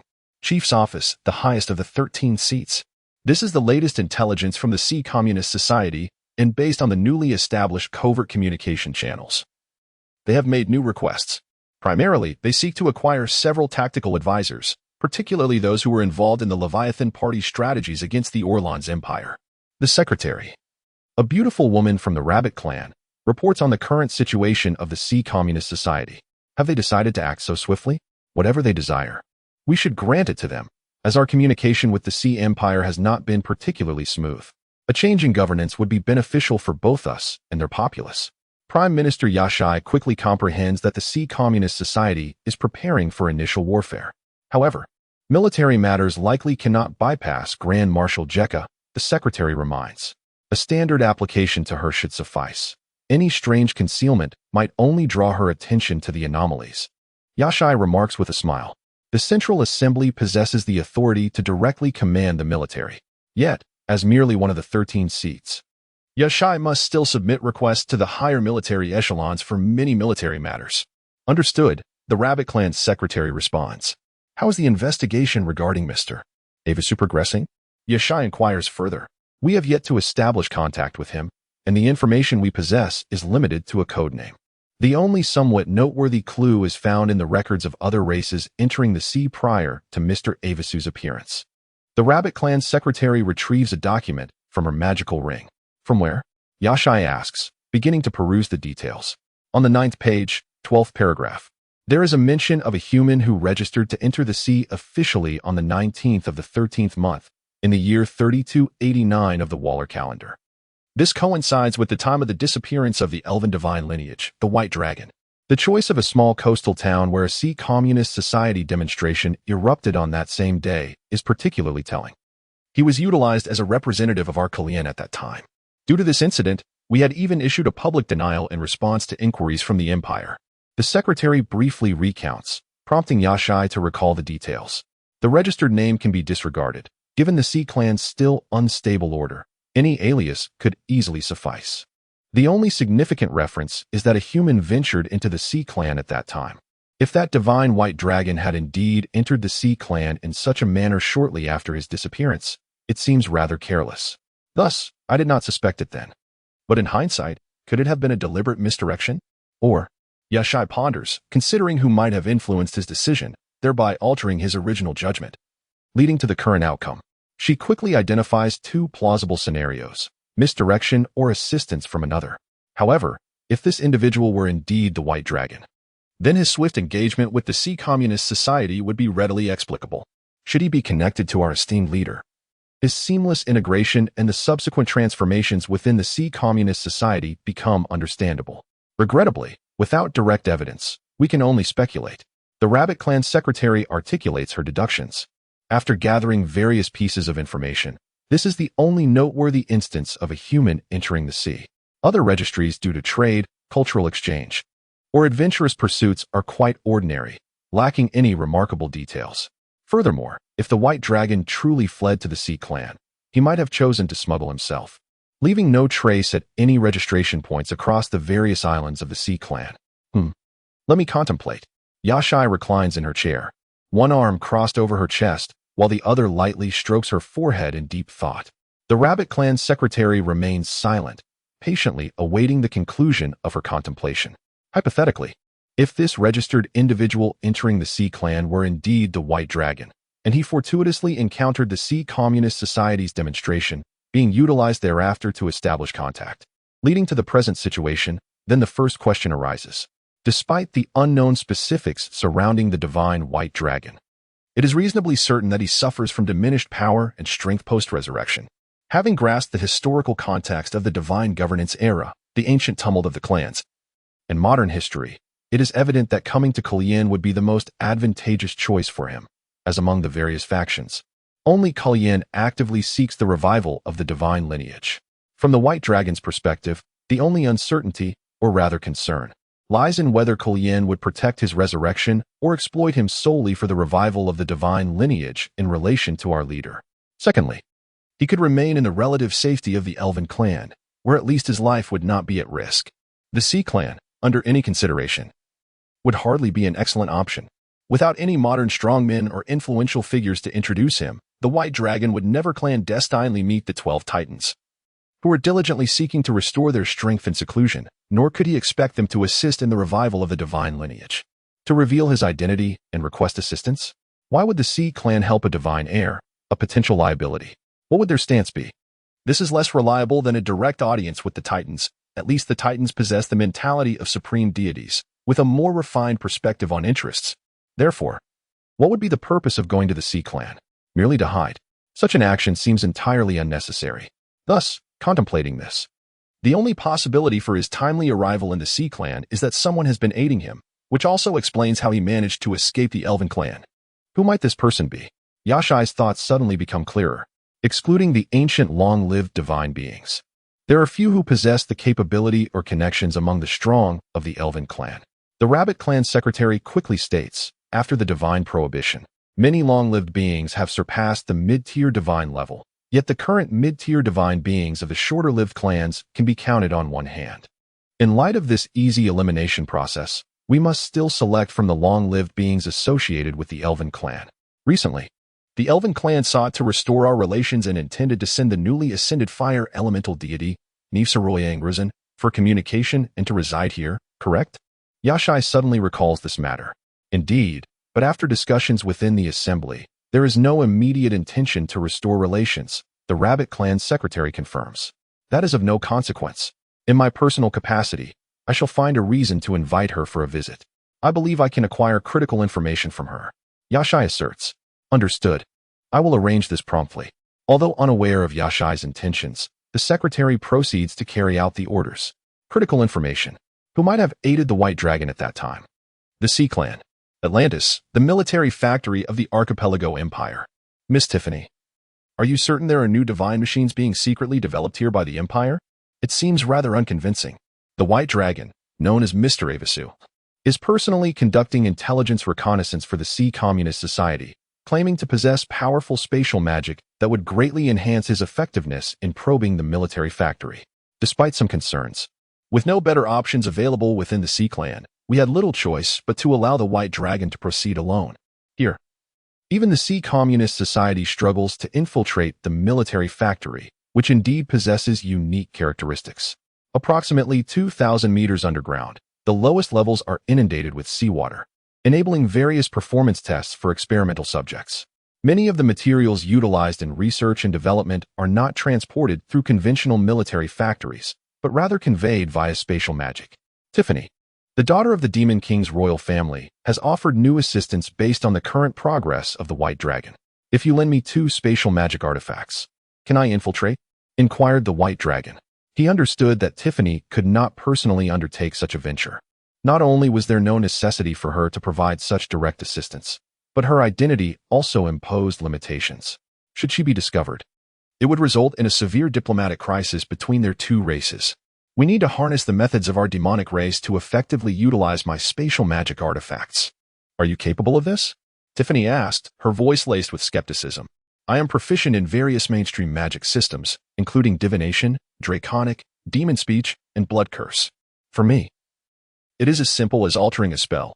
I believe it should pose no difficulty, the White Dragon responded confidently. Demonstrate your ability to condense 5 distinct elemental spheres using demon speech magic, Tiffany insisted, still doubtful. Magic is not merely about tweaking a spell to arbitrarily change its activation methods. Recklessly altering a spell incantation or its conditions can lead to failure or, in severe cases, backlash upon oneself.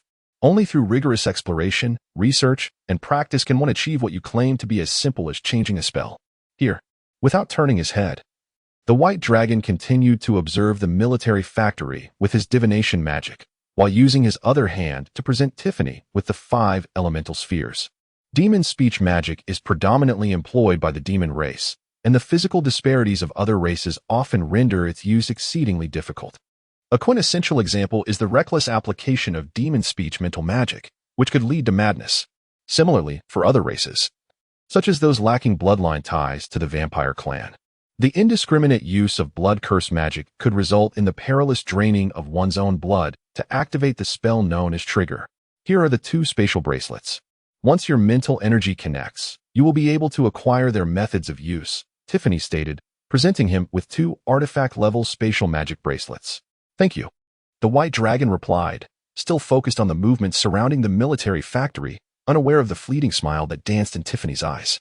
Even if you are indeed of divine lineage, even if you have specialized in our demon speech magic, seeking to flawlessly wield the spatial magic artifacts crafted by my father, you can only employ the spatial magic he has taught.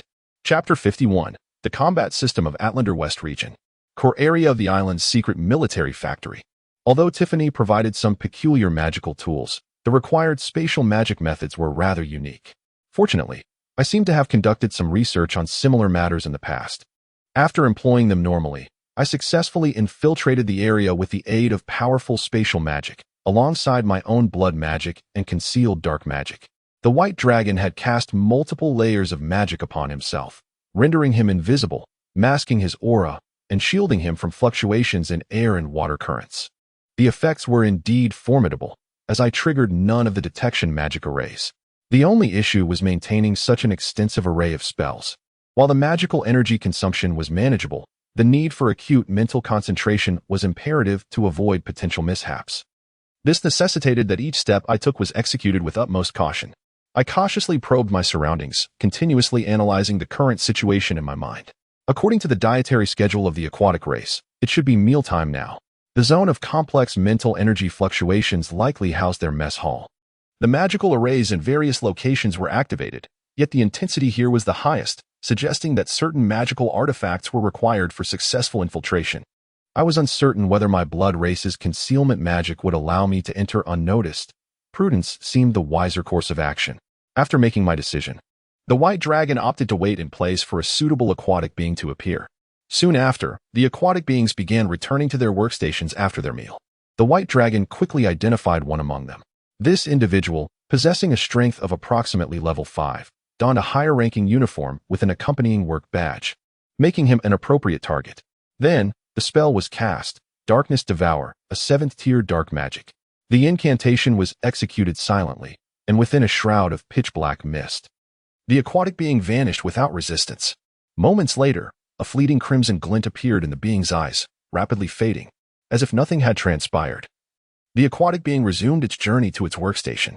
In the Higazi research area, Higazi was the term the aquatic race used for mechs, akin to how the goblin race referred to their night mechs as Dalata. Why are you taking so long? Stop dawdling. You're responsible for optimizing this module. It must be completed today so we can proceed with underwater testing tomorrow.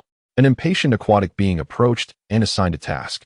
Understood, came the commonplace response.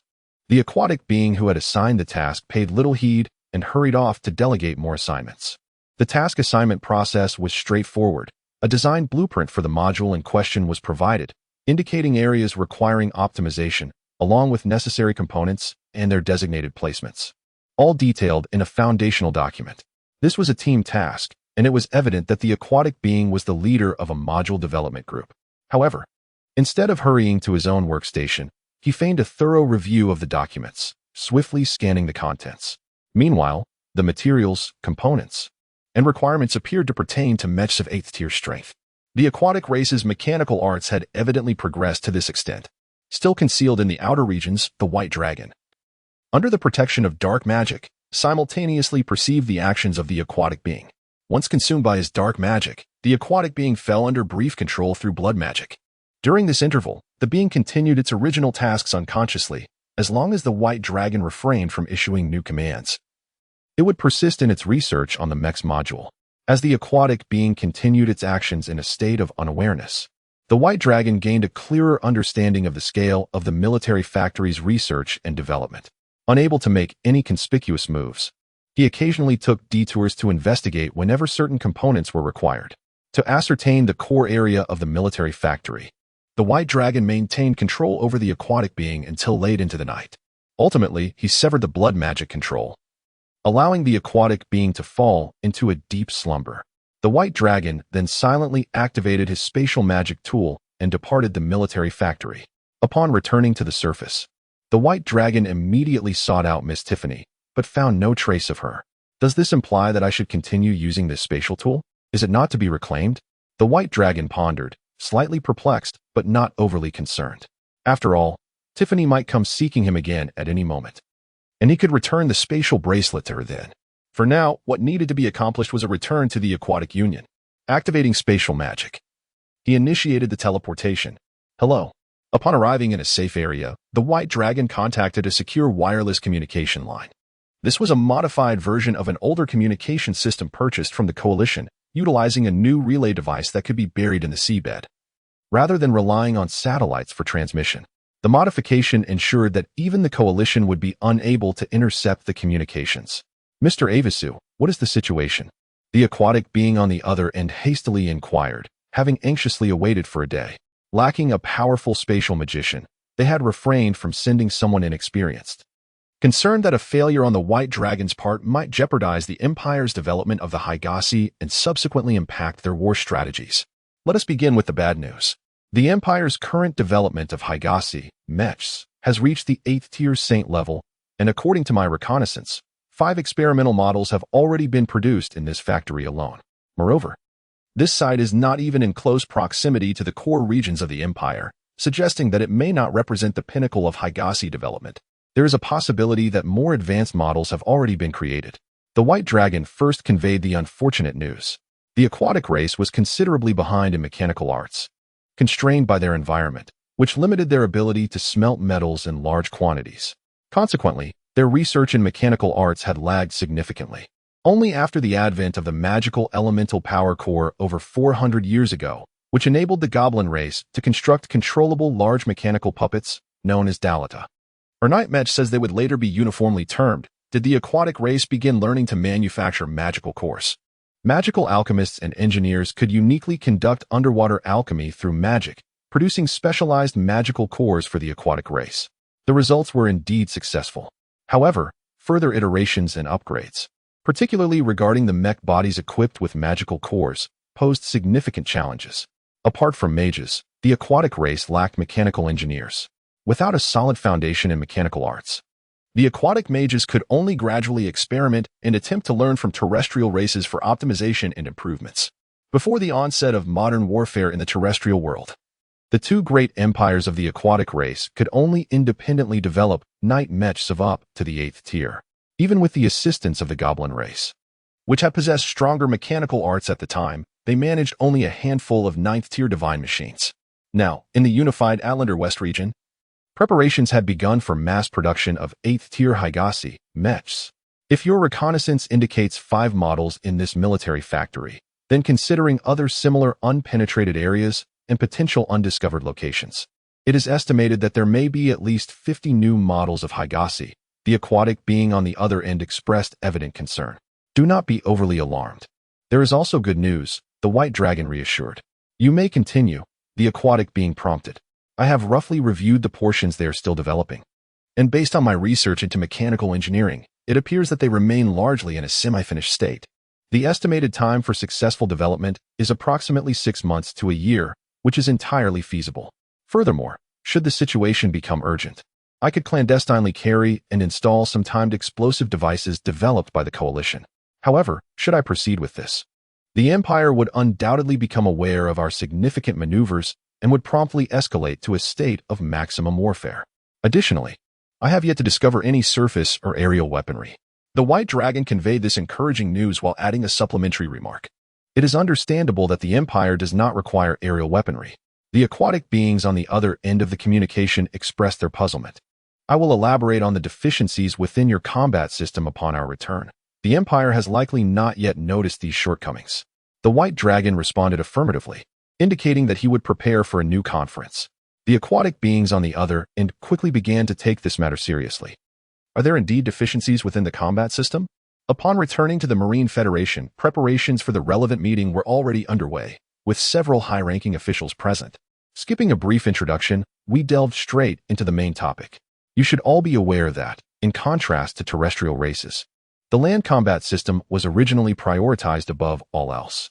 This was particularly true before the invention of aerial combat weapons and given the complexity of maritime conditions, which rarely involved naval warfare. In our aquatic realm, there is no strict delineation between land, sea, and air. We can inhabit the ocean depths, engage in labor, and ascend to glide through the water, akin to the flying beasts of the land, soaring at any level within the sea. Consequently, our combat strategies predominantly revolve around stratified operations of underwater, in-water, surface. However, we have overlooked the surface layer. The White Dragon utilized light magic to simulate a 3-dimensional layered projection as he spoke. The quick-witted aquatic beings immediately grasped this concept. Even those who had not yet fully comprehended it experienced a moment of enlightenment, sensing the potential for application. Previously, our marine surface was solely populated by vessels of terrestrial races, and they had scarcely developed any combat weaponry against our aquatic kin. Since they cannot survive beneath the waves and share no direct conflict of interest with us, there has been no corresponding development of war weapons. We had also not considered constructing ships to navigate the surface of the sea. Therefore, might we procure from the coalition some decommissioned, yet robustly constructed vessels, alongside some obsolete, but well-defended airships? Coupled with specially developed explosive weapons designed for underwater deployment, could we not strive for our maritime advantage? Upon the conclusion of the White Dragon's remarks, even those who had not initially understood began to clarify their thoughts. The aquatic beings are inherently capable of soaring within the sea, and there is no need to vie for aerial superiority or air dominance. However, due to technological limitations and other factors, we have not prioritized the issue of surface operations. If we were to possess surface vessels, or even aerial crafts that ordinary aquatic beings could not possibly target, it would result in an unequivocal maritime advantage. Moreover, it would establish a unique aerial advantage for the aquatic kin. Chapter 52, Methods of Trade. The demand for new weaponry and equipment was swiftly established. Subsequently, discussions with the Karen Alliance commenced, with the primary concern being financial resources, an aspect that was woefully inadequate. Although the aquatic civilization utilized gold and silver as currency, the extraction of these metals was reliant on the arcane alchemy performed by mages, as traditional high-temperature techniques used on land were not accessible to the general populace. Consequently, the overall yield remained significantly low. After acquiring previous armaments, the Marine Cooperative found itself seriously short on funds. Thus, the lack of currency became the main topic of negotiation. Regarding finances, the Karen representatives proposed a direct sale of the desired weaponry, along with assistance for modifications, technical maintenance, and training of combat personnel. They suggested viewing this as an investment, with their requirement being the mining rights for waterwood fuel. Should the venture fail, it would be considered a loss on their part. The Karen liaison appeared well prepared for further negotiations regarding weaponry, promptly presenting their terms. In this world, where everything is fundamentally based on elements, free elements could be transformed into magical energy or combat aura, serving as a source of power. When these elements coalesce in complexity, they manifest as various substances. Among these, fuel, primarily composed of fire elements with various other elements intermingled, represents a highly intricate elemental compound. Typically, fuel is classified into three categories based on its natural environment. 1. Fire fuel, formed from the perpetual accumulation of fire elements beneath desert terrains. 2. Icewood fuel, derived from the slow transformation of buried, long-decayed vegetation under ice and snow in frigid regions. 3. Waterwood fuel, emanating from the sedimentation and subsequent evolution of wood elements buried in coastal seabeds. The Karen sought the waterwood fuel that lay beneath the ocean floor, belonging to the aquatic civilization. Exchanging resources for weaponry was indeed a matter requiring contemplation. The senior executives of the Marine Cooperative, accompanying the White Dragon, expressed some hesitation. Living beneath the sea, the resource of fuel, dependent on wind elements to release its fire elemental potency, held no immediate utility for them. Without the construction of a fire power magic pump station on their islands, it would merely be a hazardous substance occasionally surging from the seabed, posing environmental threats. Moreover, even with the fire power magic pump station, efficient utilization would necessitate the refining technology they would provide. For the Marine Cooperative, tidal and wind-powered magic pump stations appeared far more practical. The idea of trading an unsuitable resource for the pursuit of freedom and equality should not have been an arduous decision. The Karen representatives, evidently well prepared with their negotiation strategy, anticipated the Marine Cooperative's agreement. While they acknowledged their own lack of utility, they recognized the significance of the resource, particularly for the Karen, who sought to enhance domestic transportation and better serve the populace. Fuel represented a strategic resource of high importance for the terrestrial races, being more cost-effective and widely utilized in various transportation means, including some military applications. Even in a trade context, it warranted a fair valuation. The senior executive of the Marine Cooperative promptly responded with a composed demeanor. The White Dragon, observing closely, felt a sense of satisfaction at the executive's sharp intellect and calm reasoning.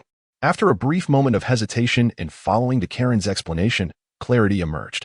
A warrior adept in combat aura would not wield a magical artifact, yet this did not diminish the understanding of its intrinsic value. In times of desperate need for effective weaponry, a warrior would not easily part with a magical artifact at a meager price. That is only natural. The first proposed method of trade involved a ratio of 3-to-1, where the actual price of fuel would be threefold in exchange for corresponding weaponry. For instance, if 10,000 units of waterwood fuel equated to the price of an old destroyer, they would need to provide 30,000 units of fuel for the purchase. The Karen would bear the costs of extraction, transport, and labor, accepting responsibility for any environmental pollution that might arise. The Karen liaison, smiling, articulated the first method of trade. 3-to-1 seems excessive. The Marine Cooperative executive furrowed his brow. The frequent occurrences of magical disasters at sea, such as thunderstorms and hurricanes, alongside occasional terrestrial upheavals like earthquakes and tsunamis, posed significant threats to offshore extraction platforms, resulting in exorbitant construction and maintenance costs. Furthermore, they would need to address any ensuing environmental issues, making the 3-to-1 ratio already quite reasonable. And let us not forget, the Karen liaison continued, this is a one-sided investment, and we also bear the risk of your potential failure rendering our investment futile. The Karen representative gently shook his head, perceiving no flaw in the proposed pricing. A return of threefold on an investment carries the risk of total loss, while the acquisition of 3 would incur additional personal costs. Let us discuss an alternative method of trade, the Marine Cooperative executive suggested, not yet inclined to agree. The second proposed method was somewhat simpler. All waterwood fuel would remain the property of the Marine Cooperative. The Karen would discreetly supply all necessary weaponry for the war until either triumph or defeat was achieved. Should they emerge victorious, the mining rights for any type of fuel within the Atlantean Western region would belong to the Karen, who who would enjoy 70% of the actual mining profits indefinitely. In essence, they would handle construction, maintenance, and extraction while the Marine Cooperative reaped 30% of the benefits. The Karen liaison presented this more straightforward and audacious trading approach. Should they fail, the scale of weaponry supplied would be impossible to conceal from the Atlantean Western region. The Karen would not only face the complete loss of their armaments, but would also encounter severe diplomatic repercussions with the aquatic civilization, likely leading to a significant rupture in relations. The risks were substantial, yet the potential rewards were immense. You must have secretly assessed our waterwood fuel reserves beforehand, the Marine Cooperative executive astutely remarked. If the Karen had not already determined the magnitude of resources available post-success, such a reckless proposal would be unfathomable. They were willing to gamble on a potential rupture with the entire aquatic empire in exchange for future gains, a gamble that seemed to surpass mere recklessness. The Karen liaison responded. This is merely a communication of the trading options from the Karen Central Assembly. The Central Assembly, the Marine Cooperative executive's eyes brightened. He understood that the 13 seats of the Karen Central Assembly represented the apex of authority within the alliance. Under unanimous consensus, the Central Assembly could directly command the Karen military to assault any empire, race, or even deity. The mobilization of dreadnoughts and other fearsome war machines was a trivial matter for the Karen Central Assembly. You may opt for the first method to ensure stability, followed by detailed negotiations. Alternatively, should you desire a more audacious approach, the second method allows us to offer support in the form of secondary dreadnoughts, naval combat groups, and lower-tier war machines. In essence, we could deliver a decisive blow to your adversaries when necessary. The Karen liaison maintained a smile, revealing little emotional fluctuation as he spoke. I need to return immediately for a discussion. The senior officials of the Sea Collective rose promptly. If we could indeed secure the absolute support of the coalition in terms of weaponry, it would be worth considering to exchange it for resources that the Sea Clan cannot directly utilize in the future. Do you need me to accompany you? Bai Long inquired. No, let one person remain here to maintain contact. Simply use spatial magic to send me a short distance, the senior official of the Sea Collective replied. Bai Long nodded and activated a weaker spatial spell, first transporting himself to a nearby location. After several transfers, he then invoked a long-range spatial spell to send the senior official of the Sea Collective back. Only then did he return to the location where he would meet with the personnel from the coalition. Upon his return, the coalition liaison had already refilled Bai Long's tea. You are not merely an ordinary liaison, are you? Bai Long began. You must be the distinguished Mr. Avisu from the Sea Collective, am I correct?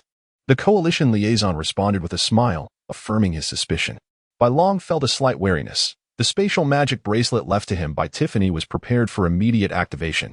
It was one of the powerful magical artifacts that allowed Tiffany to take him away from the Elven clan from a distance. A close-range spatial magic burst could not be thwarted by anyone who was not a high-ranking deity proficient in spatial magic. You need not be anxious. We are operating based on the strategies left by the former chief, the esteemed leader.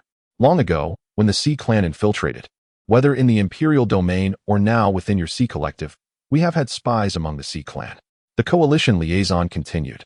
Few within the Sea Collective have had direct encounters with Mr. Avisu, especially without his disguised form.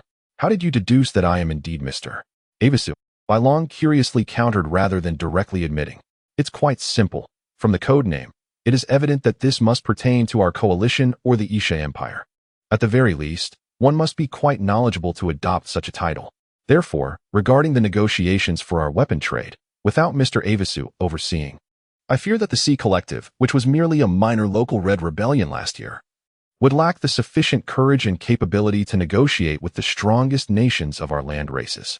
Furthermore, they would not maintain such confidence. The coalition liaison gazed at the Sea Clan before him with a faint smile. Bai Long suddenly felt as if the disguise he had meticulously crafted through various magical enhancements was being seen through this individual before him. May I inquire about your true name? Bai Long asked. Jude Hanada, former member of the Central Seven of the Coalition, codename Merchant. The coalition liaison, Merchant Jude, introduced himself with a gentle smile. Chapter 53. A future centered on the people. One of the former 13 seats, despite the prefix former, should not be underestimated.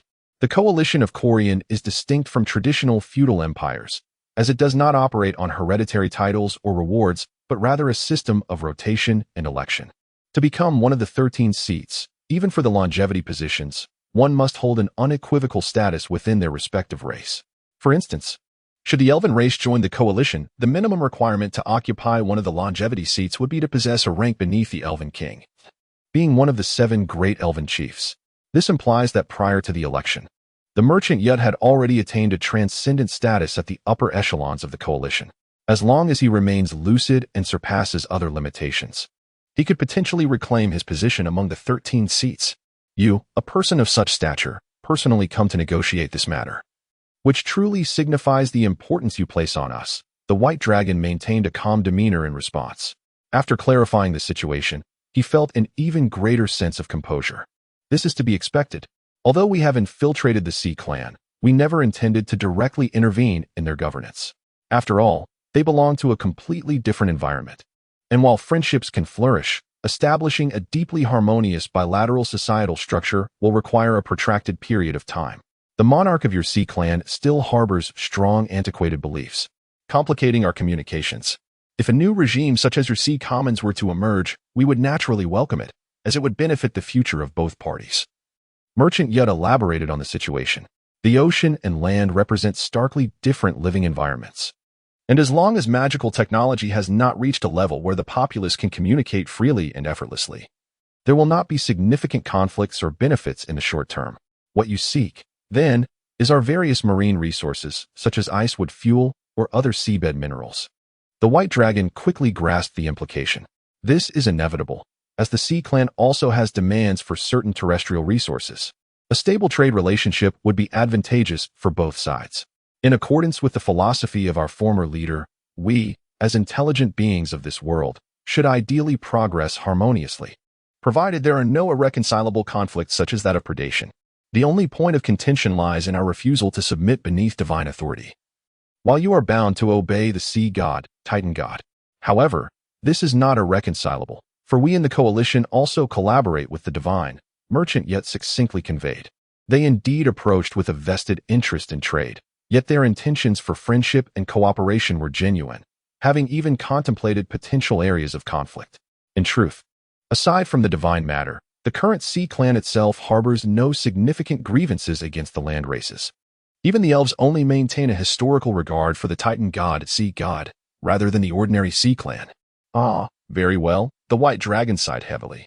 From a personal perspective, he should have concealed the truth, but considering the future of the entire Sea Clan, it was better to be forthright. I am indeed the Mr. Avis you seek, my true form being that of a beast man. The appearance of the current Sea Clan is merely a disguise I adopted using a special ancient magical artifact. Now, what is it that you require from me? After serious contemplation, the white dragon resolved to be partially candid and partially deceptive.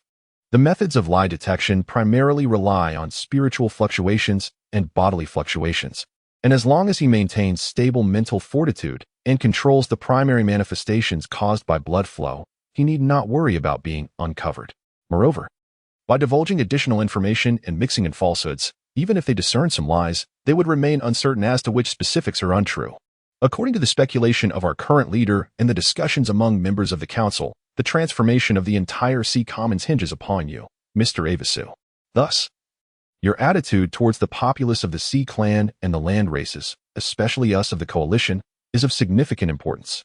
The forces of the Isha Empire, West Sea Empire, and West Yoli Empire may take longer to adapt, yet after gaining a general understanding of the Sea Clan's circumstances, they will likely share similar sentiments. Recognizing that establishing stable relations in advance is not a poor endeavor. In simple terms, we assume you will become the undisputed high-ranking figure of the Sea Clan or an external entity wielding the most elite network. Merchant Yut articulated the coalition's primary perspective. The discussions regarding weapon transactions are secondary for the coalition. The primary focus lies in fostering stable relations with the Sea Commons. You truly are intriguing for not directly approaching the upper echelons of the Sea Commons, but rather seeking me. The white dragon couldn't help but chuckle. The former forces of the Orlons Empire's Leviathan Party, the Cebu Empire's Red Moon Society, and the Alpha Empire's Dre organization, these former revolutionary factions have, in a sense, become integrated into the coalition. This outcome is, indeed, unsettling for the new revolutionary forces. The Sea Commons must certainly harbor concerns. From our attempts at communication and the intelligence gathered by our infiltrators, this notion has indeed been corroborated. Political considerations are rather abundant. Merchant yet did not shy away from this, subtly addressing matters that were somewhat inconvenient to clarify. Strictly speaking, the coalition does not embody absolute righteousness. However, in terms of outcomes, the present coalition offers a future that aligns with, if not surpasses, the ideal expectations of the nation's populace. It is understandable that the Sea Commons cannot place absolute trust in us. The white dragon fell into deep contemplation. Merchant yet refrained from further commentary, instead quietly sipping his tea, awaiting the white dragon's conclusion. Although, in a certain sense, the matter at hand concerns the entire Sea Clan. It appeared to be approached with remarkable calmness. In essence, you desire to sway the entirety of the Sea Clan's populace to align with the coalition, thus necessitating a suitable intermediary, correct? The white dragon untangled his thoughts, grasping the coalition's true objective. The rapid transformation of the Sea Commons indeed relies significantly upon your contributions. Merchant yet extolled. This compliment also served as a veiled affirmation of the white dragon's observations. If you genuinely seek to establish ties with the Sea Clan, you cannot bypass the Sea God, Titan God. If proper communication can be achieved, I believe you could facilitate negotiations between the longevity deities of the last 3 seats and the 12 sea gods within the Central Assembly. Interactions among the deities would be far simpler and more direct. For the entire Sea Clan, whether in the current imperial domain or the potentially transformative Sea Commons, there exists an unwavering faith in the Sea God. Successful communication among the deities would render your efforts unnecessary, regardless of whether it is a matter of capability or desire. The reality remains that you have not opted to pursue such a communication method. The white dragon quickly analyzed. Merchant yet nodded slightly, acknowledging his deductions. Furthermore, your mission is centered on the populace. In this regard, the 12 sea gods, as the supreme entities of the Sea Clan, can only ensure that the Sea Clan itself remains unscathed from external threats. Internal changes, whether they lead to prosperity or decay, will not draw their attention. Neither empathy nor sympathy aligns with your desired outcomes, the white dragon continued, observing the growing satisfaction in Merchant Yet's expression. It has become evident. Kuyen's conjecture proved to be accurate. The pivotal change within the Sea Federation stemmed from the enigmatic figure known as Mr. Avasu. There was no inherent need to entirely forsake the Titan deity in pursuit of such a rigid outcome. At this juncture, the merchant Ute remarked, "It suffices to instill a mindset of worship the Sea God, revere the Sea God, yet strive for self-liberation and personal aspirations. The denizens of the sea will be amenable, and the Sea God will not vehemently resist." This sentiment resonated with Bai Long, who swiftly grasped the merchant's intent. "So, Mr. Avasu, what are your thoughts?" Ute inquired with a smile. "The Sea God is of little consequence to me. Having chosen to embody Mr. Avasu for the sea folk, my aspiration is for their brighter future. I cannot abide the notion that my arrival heralds prosperity, only for despair to reign upon my departure. Therefore, I am amenable to your proposition." A solemnity enriched by Long's previously tranquil demeanor. "I am pleased with your response," Ute replied with a gentle smile. "Firstly, since this endeavor is for the future of the sea folk, post the internal strife and amid the lingering repercussions of the prior imperial conflicts, the economic condition of the sea tribe is undeniably precarious. The revenue from waterwood fuel should be adjusted accordingly. The post-war sea folk will require a stable economic foundation to facilitate recovery." Bai Long once again exercised his unique talent for negotiation. "Agreed." Ute nodded without hesitation. "Secondly, the Sea Federation's harassment-style warfare is on the verge of commencement, heralding a year of escalating conflict, be it ensuring military logistics or addressing the populace's survival during wartime. The absolute necessity for sustenance is paramount. Thus, I hope Kuyen can assist in continued research or provide a substantial supply of quality agricultural seeds.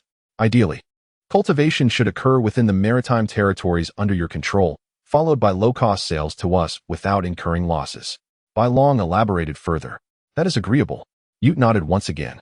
"The subsequent matters are mere trifles. We shall reconvene for another round of discussions once we finalize our arrangements." Bai Long relaxed slightly, smiling. Ute concurred with a nod, refraining from any rebuttal or additional commentary. Later, when the high-ranking officials of the Sea Federation returned alongside other senior members, prepared for arduous negotiations, particularly regarding the critical issue of waterwood fuel revenues, confusion ensued. "What? You claim 30% belongs to whom?" Is it not 3 of us? 30% is. What Kalian desires? Is it not 3 for the sea folk and 7 for Kalian? How did this adjustment occur? What transpired? Who shall elucidate this? Chapter 54, Penetration, Expansion. In maintenance, the issue regarding weaponry and equipment is unlikely to pose significant problems. Moving forward, continuous communication is essential to negotiate the methods, timelines, and relevant logistical training associated with the provision of these armaments. The sole concern lies in the fact that, despite the confirmation of receiving such equipment, the Haigong Society must strive independently over the next year. The rationale is straightforward. If the Haigong Society fails to achieve any tangible results during the upcoming year of harassment-style operations, and cannot demonstrate an ability to counter the imperial domain, then Kalian will deem this unilateral investment a failure and will cease any further support in terms of weaponry. Ultimately, Kalian seeks a more communicative maritime authority rather than the current feudal imperial structure. However, this does not imply that Kalian would risk severe diplomatic repercussions to bolster an ineffectual local force. If it could lead to more unnecessary complications or even a vortex of war, it would be more prudent to allow the divine entities behind Kalian to negotiate directly with the Titan deity in a clandestine stronghold of the maritime community. Mr. Avisu, known as the White Dragon, is presiding over a meeting. The subject of discussion is how to effectively and stably penetrate and lurk. The necessity for such a meeting arises from the less than ideal results observed in the infiltration of various high-ranking officials within the imperial domain. Indeed, penetrating those in positions of hereditary privilege and blood ties is rendered nearly impossible. Nevertheless, the number of such elites remains finite. These dignitaries invariably require subordinates, capable aides, and the cultivation of trusted allies to contend with rival powers. Power struggles are perpetual.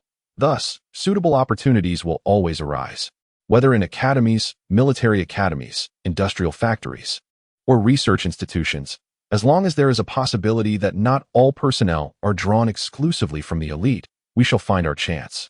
Moreover, even among the elite, there will invariably be members of the maritime community who embrace goodwill and compassion. The White Dragon speaks with solemnity. Present are not only the newly trained, exceptional members of the Haigong Society, but also one of the 12 high-ranking officials within it. Thus far, due to his status as an outsider, the White Dragon has only encountered 3 such high-ranking individuals, while others he has merely heard referred to by their code names. However, Mr. Avisu's standing now approaches that of the 12 high officials of the Haigong Society, and rumors abound regarding his potential designation as the 13th high official. His recognition within the organization is exceedingly high. With the growth and success of the Haigong Society, it seems inevitable that Mr. Avisu will emerge as one of its principal leaders. This aligns with the speculations of merchants like Ute, who believe that Mr. Avisu will undoubtedly ascend to be a pivotal figure among the maritime elite or an outsider wielding the most significant network of influence. A member of the maritime community raises a hand, and the White Dragon gestures for him to speak. Mr. Avisu, regarding the military sector I oversee, our current infiltration efforts have encountered obstacles. Do you possess more specific methods? The member inquires. The military, you say? There must be civilian military academies, correct? The White Dragon responds. Indeed, the imperial domain has long adhered to the practice of training civilian commanders. They are acutely aware that relying solely on ancestral glory is insufficient to ensure the emergence of capable leaders, hence they cultivate civilian commanders. However, the scrutiny during the selection process is exceedingly stringent, involving numerous evaluations and assessments, resulting in the elimination of many of our infiltrators who fail to meet the required standards. Recently, the scrutiny has intensified, particularly concerning the civilian populations in regions we covertly control, the member explains, expressing his evident distress. This is a simple matter, the White Dragon asserts. The member appears perplexed. The individuals trained to become high-ranking commanders in the imperial domain need not solely be our current members of the Haigong Society. They can also be prospective future members. The White Dragon articulates with clarity. The member initially pauses, then suddenly his expression brightens. The other members, including the high-ranking official present, swiftly comprehend the implication. You mean to say that we do not need to ensure our members are unequivocally exceptional or destined for high office? We merely need to guarantee that we can maintain our presence within the imperial military and, as much as possible, foster communication with those capable civilian leaders while subtly instilling the ideologies and strategies of our Haigong society. Their shared humble origins significantly enhance the likelihood of success compared to infiltrating the elites. Moreover, being nurtured from the grassroots level within the imperial domain augments trust and minimizes detection risks. Is that the essence of your message? The member quickly deduces. The white dragon internally expresses his satisfaction, recognizing the astute thinking of this capable member of the Haigong society who has been entrusted with such responsibilities. Furthermore, this approach, which prioritizes quantity over quality, allows for a higher margin of error. After achieving initial infiltration, even if merely serving as a magical communications officer within a communications room, we would still gain access to crucial intelligence. Once we have a sufficient number of such members, they can develop their own networks across various positions. This network is not merely intended to facilitate further infiltration, but to ensure the safety of both themselves and other members of the Haigong society. For example, when you, as an infiltrating member, find yourself under suspicion from the Imperial Intelligence Department, you can issue a distress signal. At that moment, your connections within the Haigong society, be it from logistics, communications, finance, or other departments, can come to your aid, vouching for your integrity as a trustworthy infiltrator. Provided these networks are numerous and expansive, even if our internal correspondence is intercepted as evidence, it can be promptly deflected. The White Dragon elaborates, detailing a more comprehensive strategy for penetration and maintenance. Post-infiltration, the objective need not solely be the expansion of Haigong society members, but can also focus on self-preservation and the protection of other key members. Human connections and brotherly bonds will invariably exist. Even in the face of irrefutable evidence, there remains a possibility that a loyal ally may extend a lifeline.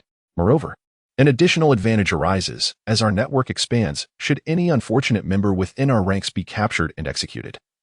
We can utilize our connections to recommend a replacement from among the new members of the Haigong society, ensuring that even in the face of eradication, our entrenched infiltration remains unaltered. The White Dragon continues to expound upon these ideas, and the eyes of the society's exceptional members shine with renewed clarity. Their minds are ignited with possibilities. If there are any further issues in this regard, I can personally lead members in infiltration to provide you with a practical demonstration. Departing is also quite simple. I could have 2 capable members report me, and I could escape under the pretense of fleeing from guilt. The White Dragon continues, while the member from the maritime community appears thrilled. One of the 12 high-ranking officials present is taken aback. Mr. Avisu, if you personally undertake the infiltration, who will oversee the overall planning and guidance from the rear? This inquiry is, of course, met with refusal. The meeting resumes its normal course, with other aspects of infiltration awaiting the guidance of Mr. Avisu. The session continues for over an hour. With his experience from the Polaris Academy, the White Dragon finds such lengthy meetings to be quite manageable. As the meeting concludes, Mr. Avisu, what do you perceive as the success rate of our current harassment-style operations? Is it possible that a full-scale war could erupt in the same region a year from now? The inquiry was made by one of the 12 high-ranking members of the Sea Communist Society, codenamed Hai Sha, commonly referred to as Mr. Hai Sha. This largely hinges on the actions of the Empire, White Dragon replied earnestly. Please elaborate, Mr. Hai Sha urged. You have undoubtedly experienced the rapid infiltration and expansion of the Sea Communist Society and have grasped the core reason behind it. After achieving unification of the Sea Tribe, the Empire did not cease the class oppression that persisted before the war. In fact, it intensified certain aspects in the name of post-war recovery. The more members of the Sea Tribe aspire to resist and seek a brighter future, the stronger we, the Sea Communist Society, become. However, if the Empire were to suddenly awaken to reality and adopt the governance style of the Isha Empire, distributing some authority to the populace without undermining the core power of the elite, it would become exceedingly difficult for them to rise in rebellion. White Dragon stated solemnly, the populace will only consider resistance when faced with dire circumstances. If they can at least secure their daily meals, it becomes uncertain whether they would risk everything for a fight. At present, our overall industrial production capacity does not suffice to satisfy the extravagant demands of the elite while ensuring a normal standard of living for the common folk, Mr. Haisha remarked. Theoretically, yes. According to the data provided by Kulien, even in its current unified state, the empire can only be classified as an agricultural nation, and one that has not adequately researched crop yields or comprehensive planning. Should it suffer seasonal magical disasters, the risk of dire famine becomes tangible. White Dragon nodded in acknowledgement of this point. Then, Mr. Haisha began to speak, but paused. Yet, should a certain empress possess sufficient resolve and absolute prestige to enforce a transformation akin to the governance methods of the Isha Empire, such a scenario is not entirely implausible. From what I understand, during the previous World War, 3 formidable tribes with powerful prophetic abilities collectively foretold the emergence of 9 kings of chaos. The leader of Kalian was one of them. Presently, the Empress of the Sea Tribe is the 8th of the prophetic kings, the chosen of the sea god Tislat. At least during the World War, she was an equal to that leader of Kalian. Do not underestimate any of the prophetic kings, White Dragon cautioned. As for the current status of the Sea Communist Society, expansion is progressing smoothly, infiltration is successful, and negotiations for external support are favorable.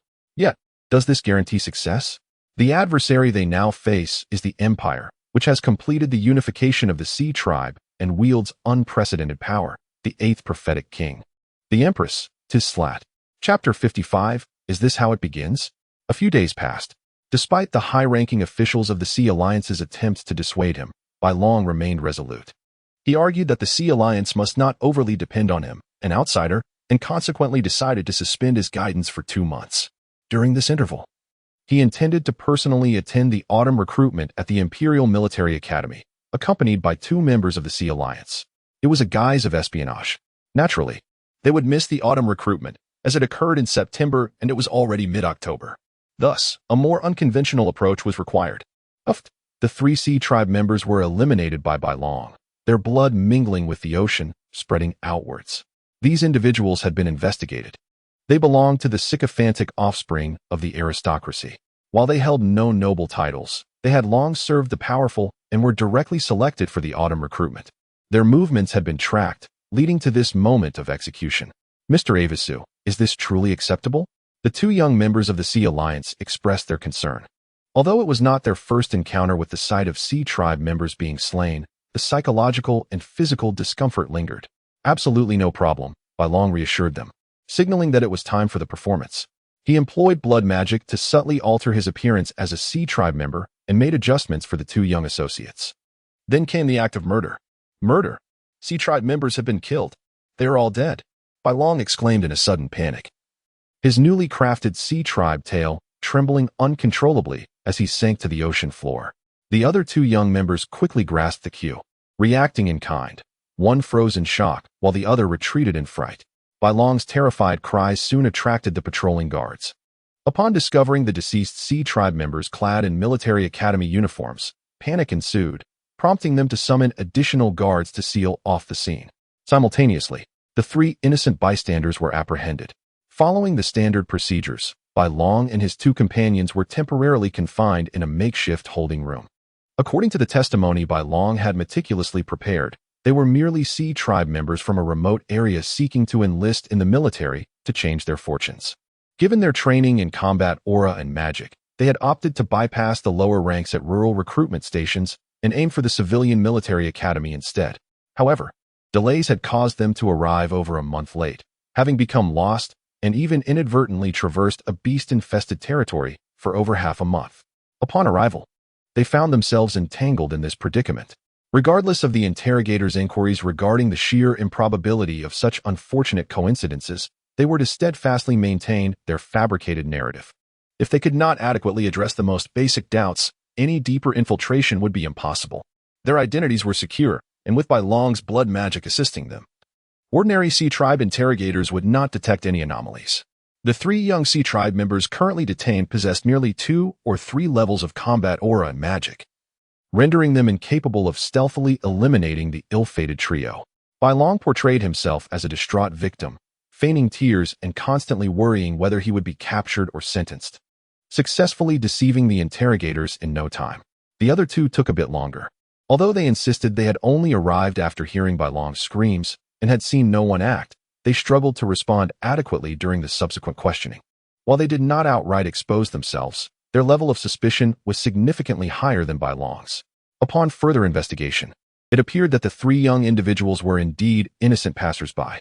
They had aspired to enlist, but were now contemplating laboring in the city while awaiting the winter and spring recruitments. Notably, The one named Longbow had nearly been brought to tears during his capture, which had amused the interrogator. It is rather fortuitous that they were intending to enlist. Given that the ones killed were precisely those who had entered the civilian military academy, the interrogator reported. That does raise some concerns, does it not, Lord Bromer? Is it possible that the deaths of these three could lead to their recruitment to fill vacancies? Setting aside whether the academy would make such arrangements, it was absurd to believe someone would deliberately choose such a suspicious method. That would be foolish, haha. The interrogator laughed at the very thought, dismissing it outright. Furthermore, since the deaths occurred outside the academy, they bore no responsibility for the unfortunate event. Just then, a voice called from outside. Is Lord Bromer present? I am the Vice Director of the Limbwa Military Academy, here to inquire about the investigation results. The unique sound of muffled knocks resonated through the office. The Sea Tribe representatives had arrived. After a brief exchange of pleasantries, it became clear that since they were not the perpetrators, there was little to discuss. The Vice Director expressed hope that Lord Bromer's team would swiftly uncover any leads regarding the deaths of the new recruits, as a concrete explanation would be preferable. Naturally, if we could identify the true culprit, that would be ideal, he added with a tone of deep sympathy. Rest assured, we will exert every effort to find the true culprit, Lord Bromer assured him. He, in fact, was the captain of the city's guard, the highest authority responsible for its defense. I trust in your capabilities, my lord, the Vice Director nodded in agreement. However, he soon seemed to ponder something else. By the way, did you mention that those three youngsters were also planning to enlist? He inquired. Indeed, they are rather unfortunate. Having lost their way and wandered into a beast-infested area, surviving is already a stroke of luck, the interrogator stifled a chuckle. I see the Vice Director of the Limbwa Military Academy appeared to be deep in thought. What is it? Lord Bromer asked, puzzled. Nothing significant. Merely considering that if they possess suitable abilities and bear no suspicions, it might be worthwhile to recruit them directly to fill the vacancies. After all, their intent seems to be working in the city while awaiting the winter and spring recruitments. However, the Vice Director showed signs of hesitation. Doesn't that feel a bit too coincidental? Lord Bromer echoed his concern. Gulp the interrogator could not help but laugh, bubbles from his mouth drifting towards the ceiling. If those three were indeed members of the Sea Alliance, it would be the most foolish approach imaginable to attract attention before attempting to enlist. It would either be suicidal or indicative of a serious lack of intelligence. Haha.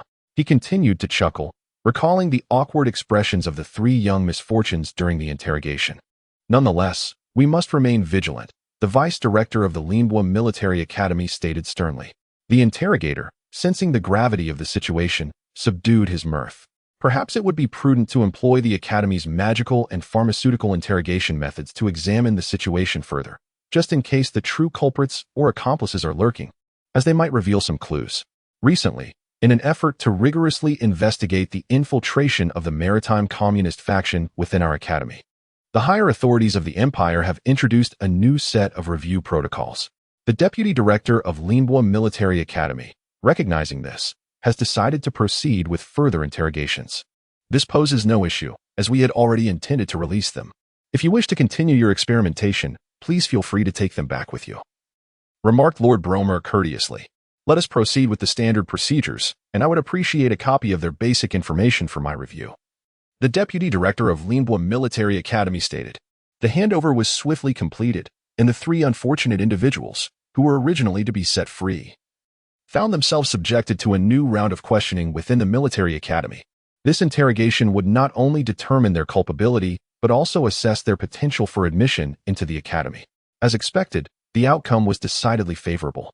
That night, two young members of the maritime communist faction found themselves in disbelief. They were currently residing in the same dormitory, enveloped by the multiple layers of detection evading and camouflage magic cast by the White Dragon, and had entered a state of slumber. In reality, they were reflecting on the day's events, searching for any possible oversights, though their predominant sentiment was one of incredulity. Mr. Avisu, could that Deputy Director possibly be one of our infiltrators? Inquired one young member. That individual is a bona fide aristocrat, with ancestral ties to the imperial family, hardly a candidate for infiltration, the White Dragon retorted with irritation. The background information of many key members of the Academy had also been shared with them. What does this mean? The young member questioned, perplexed. He is not. But his subordinates are. Have you forgotten the lessons I imparted during our previous meeting? The White Dragon replied, challenging their recollection. The eyes of the two Marine faction members suddenly brightened. The deputy director had already been infiltrated by members of their faction. He would not directly facilitate their entry, but would converse with the deputy director, prompting him to consider the matter further and make his own determination. Ultimately, as long as the White Dragon and his companions remained above suspicion and demonstrated sufficient merit, they stood a chance of being admitted. In the worst-case scenario, if nothing incriminating was uncovered, they would simply be dismissed from the academy. All right, it's time for bed. Prepare yourselves for the military academy life that lies ahead. The White Dragon declared before retreating to his own bed. Chapter 56, Beginnings of Military Academy Life, the first week due to a reasonably adequate ability. I was still selected as a substitute. Therefore, to keep pace with the various foundational requirements, I needed to adhere to strict standards. For instance, learning to read and perform arithmetic. Typically, the 3 sea tribesmen, including Bai Long, hailing from rural areas, could only manage basic addition, subtraction, multiplication, and division up to 100. As for literacy, it was a gamble with exceedingly low odds. Among 100 sea tribesmen, no more than 5 could recognize simple characters. This highlighted a pristine beauty, untouched by worldly knowledge. Nonetheless, even Bai Long had managed to grasp the unified script mandated in the Atlantean West during his time with the sea tribes. Hence, their learning process was largely an act of pretense, while in reality, they indulged in leisure. In their spare time, they focused on identifying capable commoners among the sea tribes who could be swayed, as well as observing the nobility or those connected to power for any potential advantages. Soon, after a series of simple assessments, Bai Long, now using the alias Long Bai, began his studies in foundational knowledge, prioritizing the pursuit of magical alchemy. The alchemy practiced by the sea tribes required magical reactions to occur in seawater, making it distinct from that on land. Bai Long was eager to learn, finding it an enjoyable distraction. "Hey, charcoal-skinned handsome, which sea tribe are you from?" Bai Long cheerfully greeted after class. "You wouldn't recognize it, it's Hu-Yi-Na Air," replied the charcoal-skinned tribesman, seemingly accustomed to such inquiries. "Oh, from the Tonglite Sea region, formerly the Kingdom of Tonglite? I know that place." Bai Long smiled. "You know?" The charcoal-skinned tribesman was taken aback. The Kingdom of Tonglite was one of the 2 major empires and 11 kingdoms prior to the unification of the sea tribes in the Atlantean West. However, it was among the smaller kingdoms, situated in a remote southeast location. In the present day, aside from the sea tribes of Tonglite, few would be familiar with its urban areas, let alone an ordinary youth like Bai Long. I once heard travelers passing through our village mention that Hu-Yi-Na Air has a magnificent expanse of coral, radiant under the sun's rays. Bai Long said with a look of longing, his arms wide as if describing the vast coral reefs. "Indeed, the coral there is stunning. And we have a special type of seaweed that was once highly sought after by the nobility," the charcoal-skinned tribesman excitedly replied. "Really? I would love to see it someday." Bai Long exclaimed in delight. The charcoal-skinned tribesman's expression dimmed. "What's wrong?" Bai Long asked, puzzled. "Due to the recent war. Much of that coral reef has been accidentally destroyed, and it may take years to recover," the charcoal-skinned tribesman lamented. "What a pity. If only there hadn't been a war. Though it's fortunate that the empire has achieved unification now," Bai Long expressed his regret yet relief. "Yes, it's truly unfortunate," the charcoal-skinned tribesman echoed. "By the way, what is your name?" "I am Long Bai." Bai Long introduced himself simply. His full name was quite lengthy, comprising 5 segments, its earnestness evident. "I am Sheng Zhejian. My name may be a bit difficult to pronounce. Feel free to call me by a similar sound," the charcoal-skinned tribesman smiled. The pronunciation was indeed a bit cumbersome, but Bai Long found it manageable. After transforming into the form of a sea tribesman, he had adapted his vocalizations to mimic the sound waves typical of their speech, which was inherently difficult. Nonetheless, utilizing magic to articulate was more precise, albeit strange for him as a mid-level, second-tier sea mage. "Brother Sheng Zhejian, when you return home, could you bring some of that seaweed you mentioned? I'd like to buy some from you," Bai Long quickly suggested. "That will have to wait until the warm season, summer." "Which is still a while off," Sheng Zhejian replied with a gentle smile. "There's no rush. After all, there are no ongoing battles now. Just minor skirmishes with the sea commoners. By harvest time, I'm sure to get some," Bai Long said, appearing quite relaxed. "Sea commoners," Sheng Zhejian repeated, his expression shifting. "Yes, I've heard those bandits are ruthless, committing atrocities and pillaging everywhere. When I get the chance to lead a campaign, I'll be the first to eradicate them," preventing any further destruction to the coral reefs, Bai Long proclaimed vehemently. Well, good luck with that, Shang Zhejian chuckled. Though Bai Long was lost in his fantasies, his mental faculties remained attuned to Shang Zhejian's expressions, fluctuations in blood, and magical energy. He could ascertain one thing. This individual undoubtedly knew about the sea commoners and was not in favor of the term. Hence, he was the one. Among the over 500 students tested at Linbo Military Academy, second-year students, he had ranked among the top 10 outstanding candidates, hailing from a common background. That night, still in the dormitory, Bai Long lay on his bed, his head resting against a bubble of air formed by a spatial magic, inhaling the refreshing air of the sea. How did your interactions go? My contact was rather disappointing. He is an ardent supporter of the Empire, fixated on serving it with unwavering dedication. A young member of the Sea Commoners shook his head. I had better luck. The fellow named Zhongyang seems quite interested in the Sea Commoners. However, to avoid drawing attention, I casually shifted the topic after some discussions, another reported. Zhongyang. The first young Sea Commoner inquired, slightly puzzled. The one with the lengthy name, comprising 7 segments. Oh, I remember now. The one who ranked 9th in the written exam. They continued to exchange insights, reflecting on the day's events for any missteps. Following Bai Long's guidance, they understood that their capabilities and methods of entering the military academy rendered it unnecessary to aim for high positions. Thus, their primary goal was to identify promising commoner students who could ascend to higher ranks and subtly influence them over time. Whether it took weeks or years, as long as they remained within the military, they would find ways to infiltrate and expand their reach. Climbing the ranks themselves was inconsequential. The effectiveness of persuading a sea tribesman to rise was equally valuable. By the way, take a look at this, Bai Long interjected, handing them a small booklet. What is this? They asked, puzzled. It contains basic geography of the sea tribes. When you attempt to build friendships with someone and struggle to find common ground, discussing their hometown should be a safe topic. For those from unfortunate backgrounds, you can easily steer clear of that subject to avoid dead-end conversations. It can also help in expanding topics when parting ways, Bai Long explained succinctly, sharing a communication technique. Understood. Next time they engage with outstanding students, they could employ this new conversational strategy. Take some time to read before bed. I'll find something to occupy myself. Bai Long suddenly remembered something. Leaving now? They expressed concern. I'll leave a magical semblance to simulate sleep. As long as no one approaches too closely, they won't notice. I'll be back in 2 to 3 hours, Bai Long assured them. Be careful, they advised. Bai Long waved them off and, with a slight shimmer of spatial magic, departed the academy. The reason for his departure was a sudden realization. The marine race is essentially devoid of any vampire presence.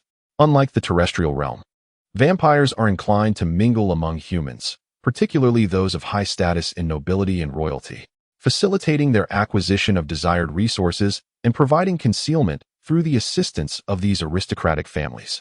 Vampires are disinclined to linger in the ocean for extended periods, and even those who crave blood and flesh would rarely venture into the sea to indulge in seafood.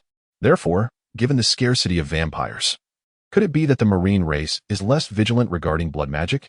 The white dragon mused to himself, as if posing a question to the marine race before him.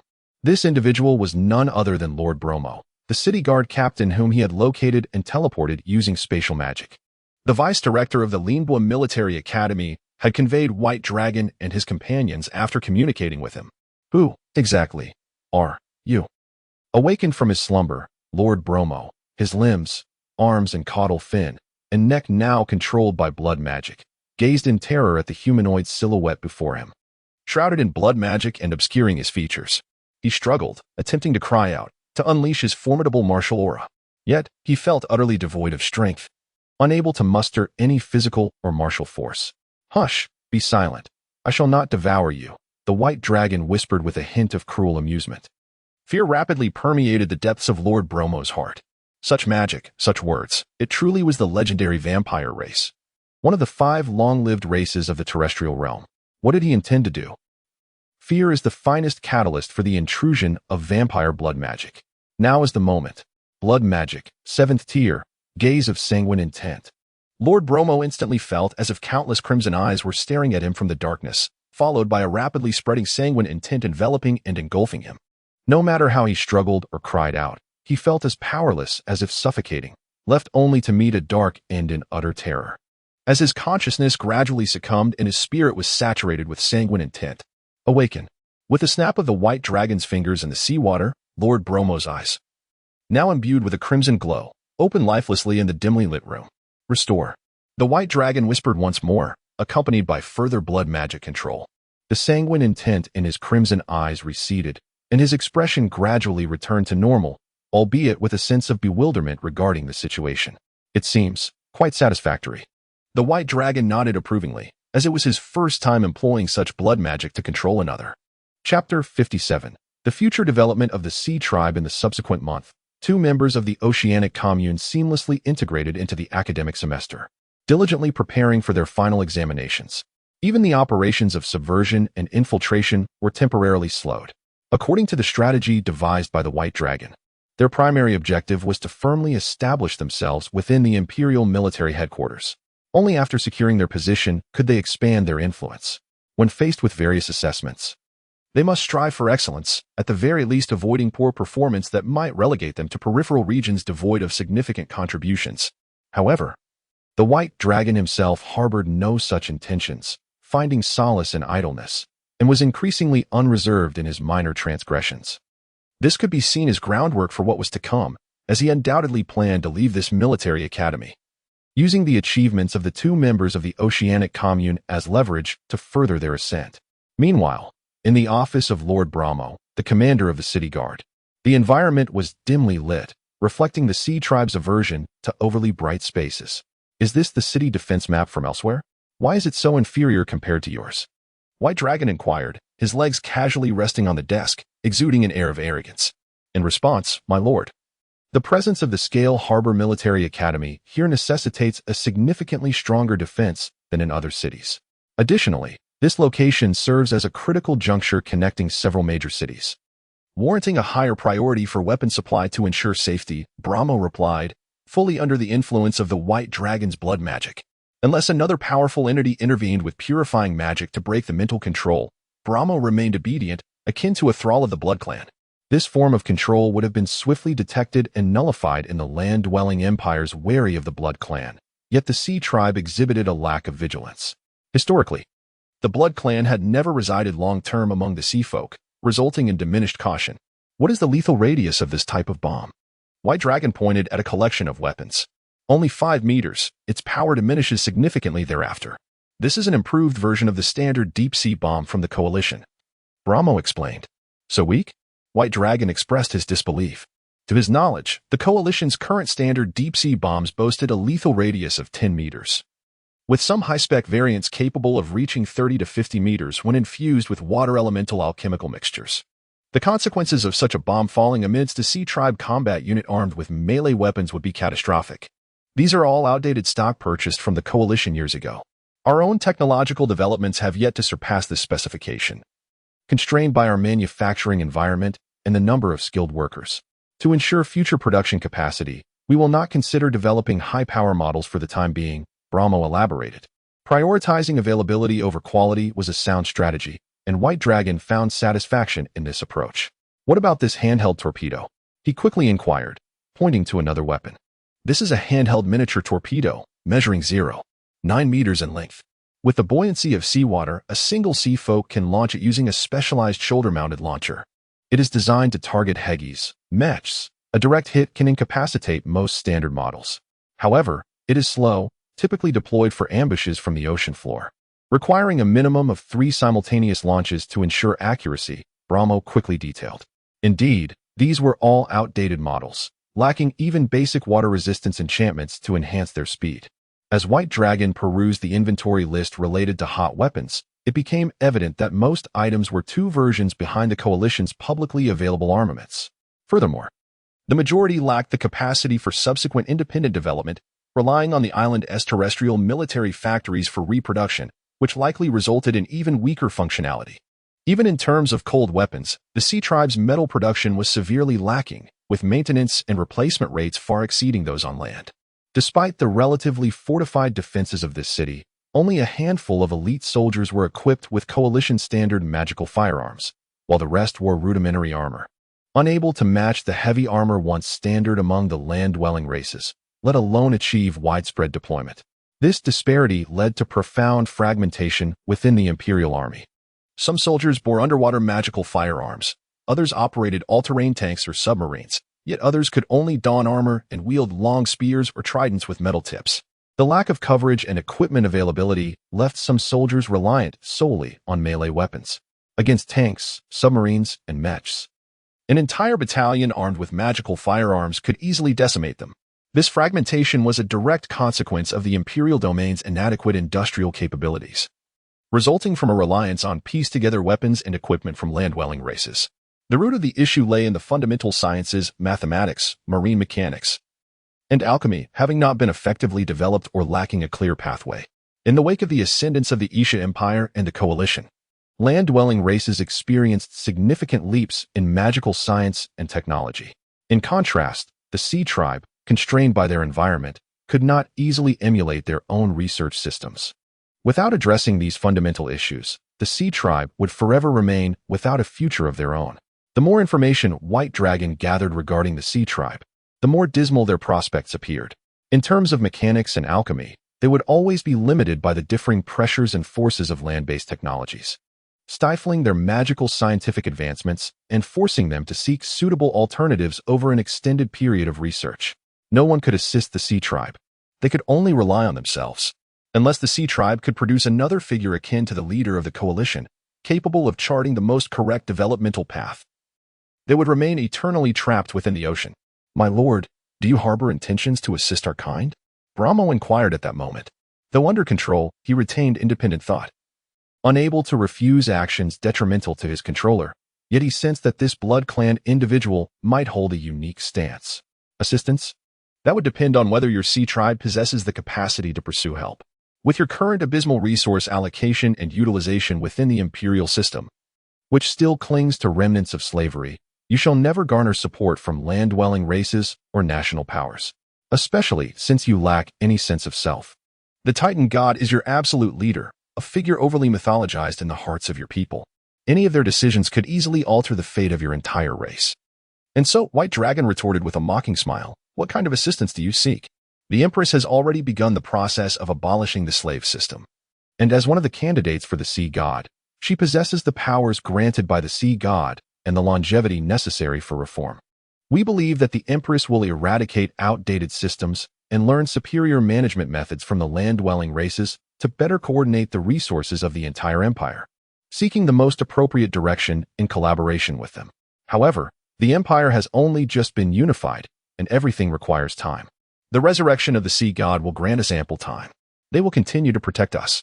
Brahmo expressed his answer, demonstrating his unwavering confidence in the future of the empire. "The time you speak of is merely founded on past history, regardless of how fiercely the terrestrial races battle. They will scarcely impact the oceans. The most severe conflict recently was the Demon War 5,000 years ago, yet do you truly still believe that to be the case?" The White Dragon spoke, conjuring an underwater magical firearm crafted by Corian through spatial magic. "The weapons of the land races can now threaten the sea. We firmly believe in the protection of the Sea God," Brahmo asserted. "And then? How vast a domain can they truly safeguard? Even now, the territorial waters controlled by your unified sea races fall short of the expanse of the once mighty Orlon's empire, let alone the current Corian. Without robust productivity, magical technology, and an effective reallocation of resources, the overall enhancement remains elusive. You," the White Dragon continued, "fearfully face the prospect of competing with other marine deities for resources in the future. Should the land races desire oceanic resources, they may simply bypass you, targeting all the waters surrounding you instead." The White Dragon raised the gun with one hand, placing a finger on the trigger, aimed at Brahmo, before momentarily shifting to aim at the right side of his head. Possessing the ability and the caution, it opted not to act against you for the moment. But, what then? Brahmo fell silent, unsure of how to counter. Faith should serve to fortify your spirit, not become a crutch. The Sea God cannot solve all your woes. Only when you recognize the essence of your own sea race shall you encounter the so-called assistance. Or rather, progress, the White Dragon mused slightly, approaching Brahmo and gently patting his shoulder. It then lifted the blood magic's control. Curiously, even freed from the enchantment, Brahmo remained silent. "Your memories shall not be erased. Consider my interest in the sea race as a mere curiosity for understanding. Even beings with lengthy lifespans like us can occasionally find themselves bored. Farewell, young one of the sea race. With that, the white dragon vanished into a dim, crimson halo. Brahmo turned, gazing at the place where the white dragon had disappeared, remaining silent for a long while. Chapter 58. Am I myself or him? The white dragon after departure in the dead of night, upon the storm-tossed reef. He gazed upon the aquatic city of Empire Academy. This was a designated no-fly zone for merchant vessels of other races. The pristine natural environment of the reef and sea allowed for a more profound appreciation of the terrifying forces of nature. You recommended that I come here. Presumably not solely for the benefit of myself or the divine race, but there must be other intentions at play, correct? The white dragon remarked, turning slightly to address the graceful figure that had appeared behind him. According to the ideals of the former leader, Helion, the unification of nations and races heralded the true dawn of global civilization. Now, after a year immersed in the aquatic realm, could you shed light on whether the sea race could become part of this? Tiffany's inquiry was earnest and grave. In that moment, it was difficult to discern whether she stood in support of Helion's vision for a unified world or the future of your demon race conquering it. The white dragon, too, found himself uncertain, forced to admit that he was unable to fathom Tiffany's thoughts. He could not recall how this girl had once been, but at least now, she was inscrutable. The answer? Tiffany pressed on. The white dragon cast her a sidelong glance, somewhat reluctant, yet he sighed and replied, as it stands. Even if the sea commune were to overthrow the entire sea race regime, they would still struggle to integrate into the broader world. As one of the few races possessing transcendent deities, they differ from you. They hold no authority to approach these higher beings directly, nor can they establish a unique racial governance under their divine entities. Take the dragon race, for instance. Despite their immense strength and arrogance, they adhere to fundamental principles when interacting with other races in the world at large. Even the blood wolves and blood vampires, divided into 13 clans, while they might engage in their own internal conflicts, maintain a collective attitude towards the world that far surpasses the chaotic human and beast races. A race that cannot comprehend itself, even if it initially integrates smoothly into the world, is bound to be shattered by the myriad complexities and upheavals of other races. The sea race is fundamentally incompatible with the terrestrial races. This disparity arises not only from their drastically different living conditions, but also from their collective beliefs and attitudes. If one were to encapsulate it succinctly, the sea race is but an infant cradled by 12 Titan gods within the warm embrace of the ocean, devoid of self-reliance and entirely dependent on these deities. During the millennia of the Titans' confinement, the only notable event in their history was the disturbance caused by your demon war 5,000 years ago, which compelled them to engage in the chess game of war. Divine rights equate to destiny. Without gods, there is no self. The white dragon concluded, shaking his head. Over the past year, he had endeavored to help them transform in numerous ways, yet the deeply ingrained aspects of their nature proved hard to erase. The more he learned, the more he felt this truth resonate. Even you cannot affect change? Tiffany questioned. Do not mistake me for him, the white dragon replied, casting a detached glance her way. Tiffany fell silent, offering no rebuttal. In the past, Helion had dealt with extreme religious zealots through violent purges, subsequently employing indoctrination and the destruction of religious texts to forcibly erase their traces. He had also dismantled symbols of these extreme faiths, proclaiming, "Where are your gods?" to further undermine the authority of their deities. However, the sea race, their gods genuinely exist and possess formidable power. This is an unavoidable dilemma. The white dragon continued. The sea race's deities are too potent and real. Have you not already begun to instill the notion of collective progress based on the existence of the sea god? Tiffany inquired, her curiosity piqued. From what I observe, the progress has been quite commendable, no? To simplify this approach could be termed liberation theology. It entails critical reflection on the practices of the sea race in light of the sea god's envisioned prosperous future for them. The oppressed sea race and the societal underclass must seek liberation from economic, social, and political injustices. Through a liberating historical perspective, they must take conscious responsibility for their fates. This perspective involves breaking free from the shackles of nature, old social ties, and traditional ideologies, ultimately fostering a steadfast belief that the sea god will eternally safeguard and rescue them from suffering. In theory, the white dragon elaborated, this methodology has proven highly effective among the followers of the widely embraced terrestrial faith, elementism, and likely holds merit for adherents of similar religions as well.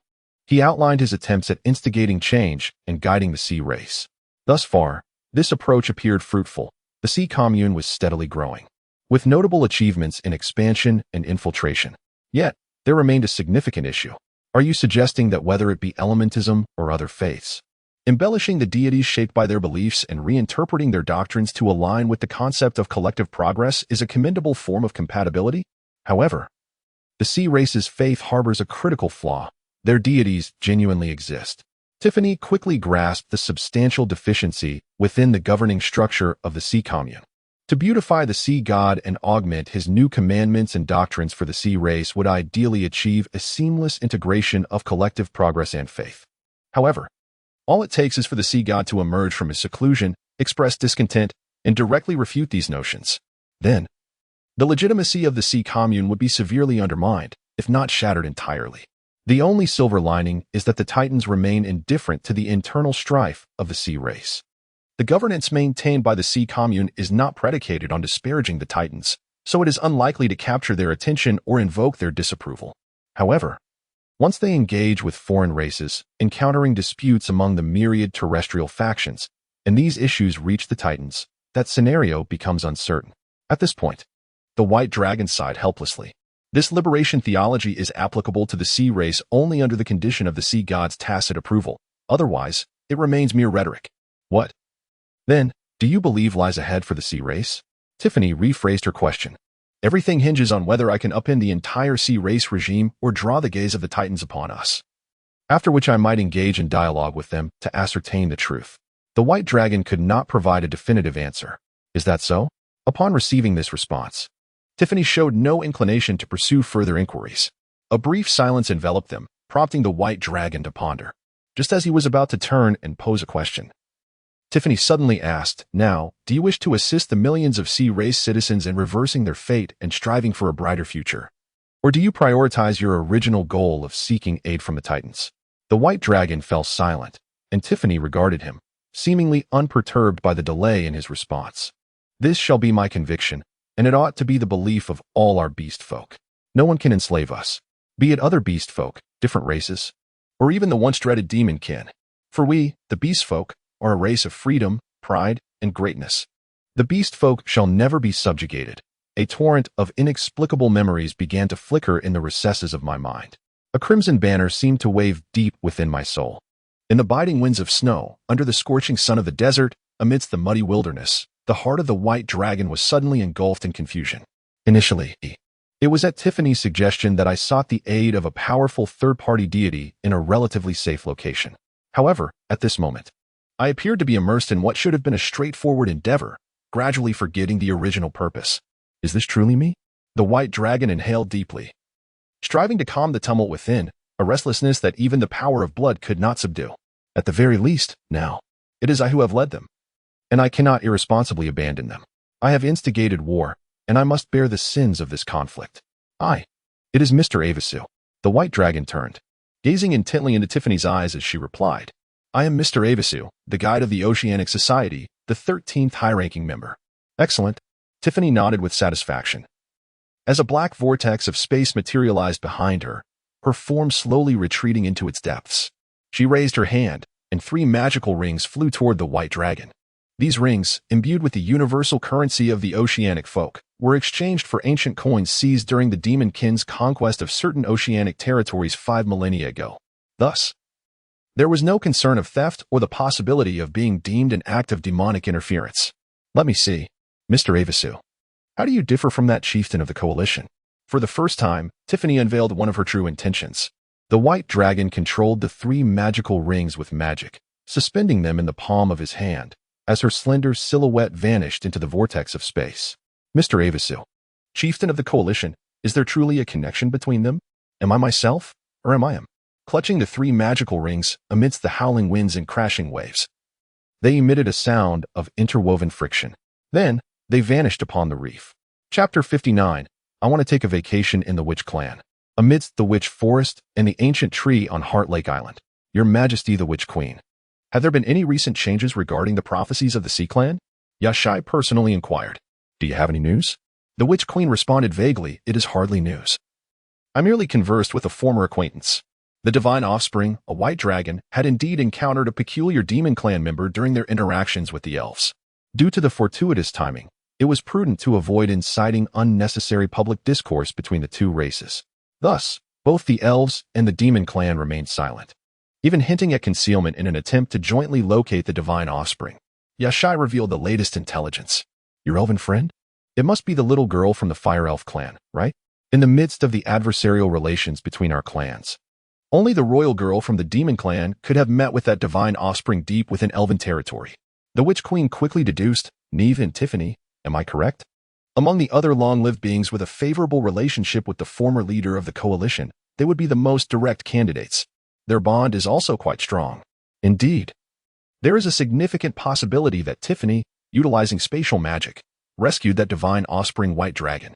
Given the circumstances, only she, representing a third-party power and adept in spatial abilities, could accomplish such a feat. Yashai articulated her analysis. She had already extended a personal invitation to Neve for in-depth discussions within the coalition, ultimately learning about Tiffany's situation. The reason for Tiffany's appearance among the elves was straightforward. She sought to uncover potential omissions in the historical records of the demon clan that might relate to the divine beings, specifically their history. You haven't informed your Grand Marshal yet, have you? The Witch Queen shifted the topic, leaving an air of mystery. Not yet. And I haven't told Zillalai either. I doubt they could accurately assess Tiffany, who has already changed, Yashai admitted, displaying a hint of concern. Providing more detailed information could enhance the accuracy of the prophecy. If your knowledge is indeed true, coupled with what I have gathered about the Sea Clan, we could attempt to explore this further. Even if it does not succeed, we could at least narrow down our search. The Witch Queen did not dwell overly on whether Yashai's response bore personal motives. It hinged on rational judgment. At the very least, it was reasonably certain that the divine offspring white dragon, aided by the demon clan's royal daughter Tiffany, would most likely not prioritize returning to the demon clan due to her unique circumstances. Furthermore, her royal identity would complicate matters with other races that had unstable relations with the demon clan. The only race with a relatively amicable, or neutral, stance that would be suitable for the divine offspring white dragon was the Sea Clan. Coupled with the recent anomalies and the prophecies concerning the king of the Sea Clan, one could almost reach a definitive conclusion. Yashai continued. Additionally, according to reports from my dispatch personnel, the suddenly appearing Mr. Avisu of the Sea Clan employs transformation magic typical of terrestrial races, utilizing a blend of multiple magical types, making it difficult to ascertain his exact racial or magical lineage. The only certainty is that, based on the results from the covert magical artifacts he carries, there are faint fluctuations of blood magic. This strongly suggests the presence of blood magic within the complex mixed magic array, a unique method of manipulation that even pure-blooded vampires find challenging to conceal. With the deepening collaboration between the Coalition and the Sea Clan, they finally made contact with Mr. Avisu, the harbinger of a new transformation for the Sea Clan, who was not even one of them. The Witch Queen couldn't help but chuckle, considering the historical context. In the prophecies surrounding the World War, the ninth king of prophecies, Komi Nisidik, Belady, was characterized by his singular trait, transformative destiny. What are your thoughts, your majesty? Yashai inquired with a smile. If it is indeed he, what do you estimate the success rate of transforming the Sea Clan would be? The Witch Queen asked. 99. Leaving one for unforeseen circumstances, Yashai replied with a light-hearted chuckle. The formidable eighth king of prophecies awaits, the Witch Queen remarked. And so what? He is unique. Yashai retorted with a hint of pride. It is not a matter of confidence. Rather, such endeavors necessitate someone to undertake them. I may not be the chosen one, but at this moment, I am the only one. Excerpt from the previous work, Mechanical Warfare? No, The Steel Torrent. Volume 4, Chapter 58, in the Coalition's capital, Whitewood City, within the military headquarters. At that moment, Grand Marshal Jekka, with her striking and imposing appearance, was lost in contemplation in her office. Another individual of divine caliber, an older man, sat quietly sipping tea, seemingly unperturbed. It was indeed peculiar. She had invited Sister Neve over for a couple of days, only to send her back, and now it was said she had ventured to the Witch Forest. Grand Marshal Jekka felt perplexed, sensing that Chief Yashai was concealing something. Let us not concern ourselves with their central assembly. Instead, we should focus on those deities that may awaken and cause chaos. War and slaughter are far more intriguing. The older man remarked leisurely over his tea, uttering a cruel sentiment. And what if it pertains to the former leader? Grand Marshal Jekka countered. Oh, that is a matter between them as a couple. Why should we interfere? The older man's words trailed off as he sensed a palpable and icy killing intent emanating from Jekka's gaze. Her eyes bore a lethal glare. Cough. Indeed. If it involves the former leader, it should not be kept from us. Personally, I would very much like to join him in battle against those arrogant deities.